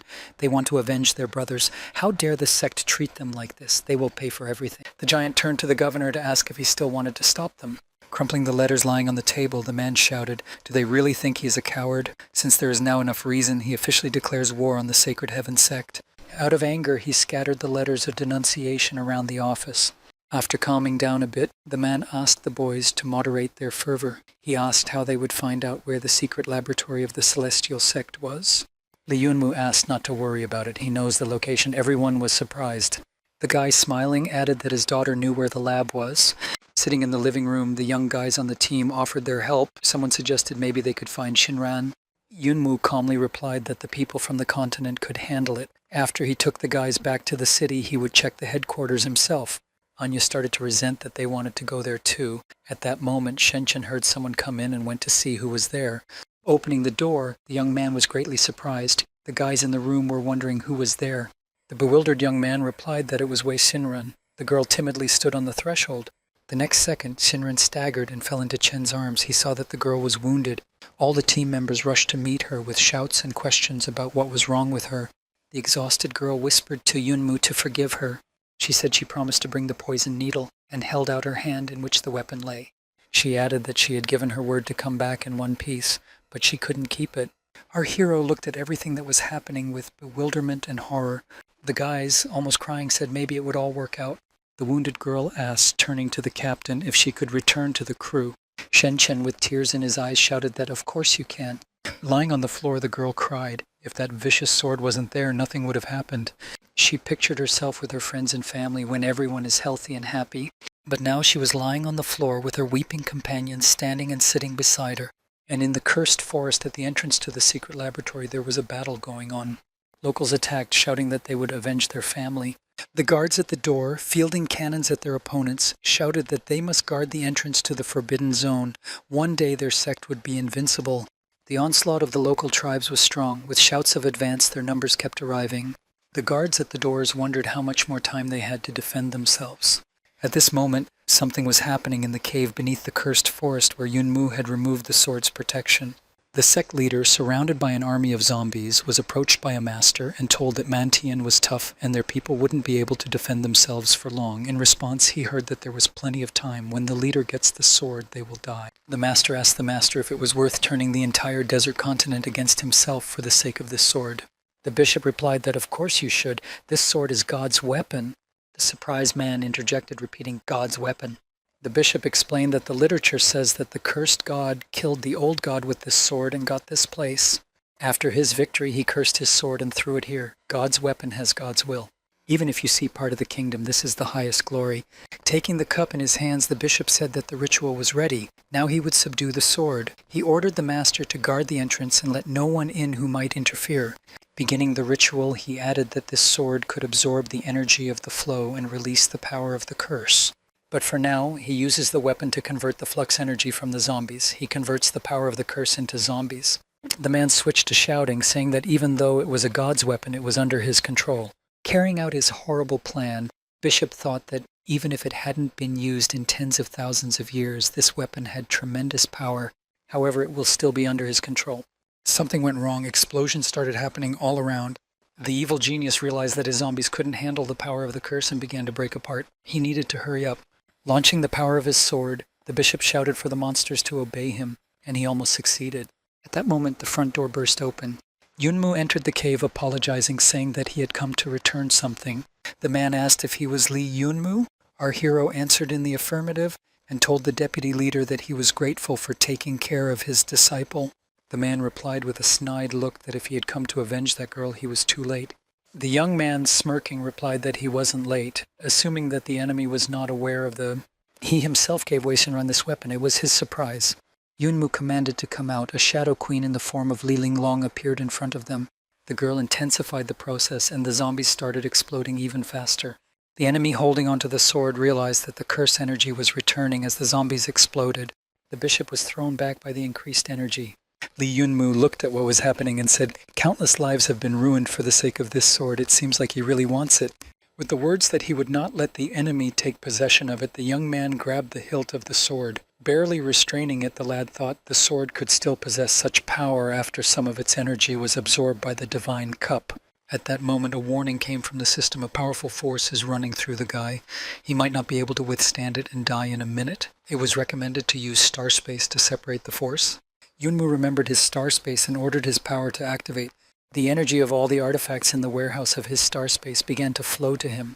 With one hand, the young man held onto his sword. In the other hand, he felt the energy flow of the entire star space. Yunmu let go of the hilt and channeled all the energy he received into the sword. His light energy swirled around the weapon, and afterward it was as if all the energy streams had ears in the ground, leaving a funnel around the weapon. The guy took the cherished weapon in his hands and said, "This is what the sword really looks like." Raising the blade above his head, the young man wondered if it was too easy to subdue him. In the same instant, the sword was reflected with a stream of purple energy. Our hero, terrified, shouted out that it was a surprise attack. His eyes filled with the same light that came from the weapon. The thought, "What is this?" flashed through his mind. In the next second, the guy was already in his star space. A team of guys ran into the cave with shouts of Li Yunmu along with the giant and his men. Nosy saw her friend holding a sword with his hand. She started calling his name. The guy didn't react to the people who came in. The whole group stopped wondering what he was doing. Noji quickly caught the gist of what was happening. She said that Li was trying to control the sword. "You can't touch it now."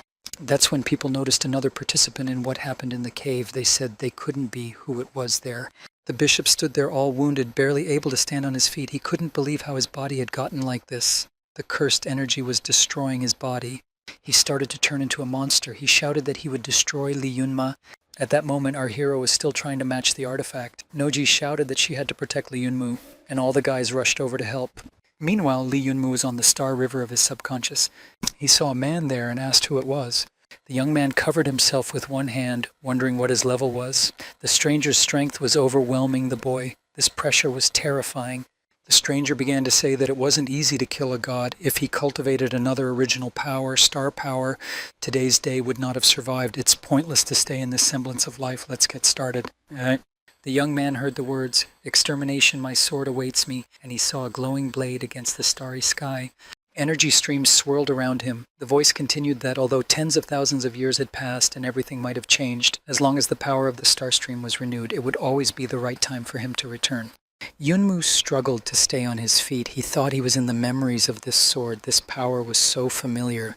Suddenly the energy swirled around him. It was the power of star space that was about to engulf him, the young man thought. At this time the monster massacred our hero's friends. Standing on the giant, it said, "How dare he stop it?" Looking around at the wounded guys, he said they were overconfident. The evil monster looked at our hero. He asked how the hell Li Yunmu dared to disrupt his plan and steal the cursed sword. He headed towards the young man, saying that it wouldn't be too late. After he destroyed him, Nojie shouted after him to stop the monster from doing that. The monster walked up to the guy, said the sword still belonged to him. At this moment, the glow of the blade dazzled everyone. Yunmu finally came to life, picking up his sword and apologizing. Turning to the monster, he said that the sword was now his.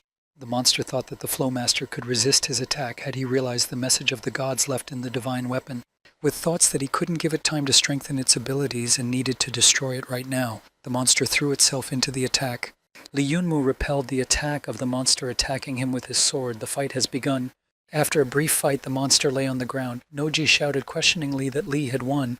Looking at Li Yunmu, the girl realized that there was something wrong with him.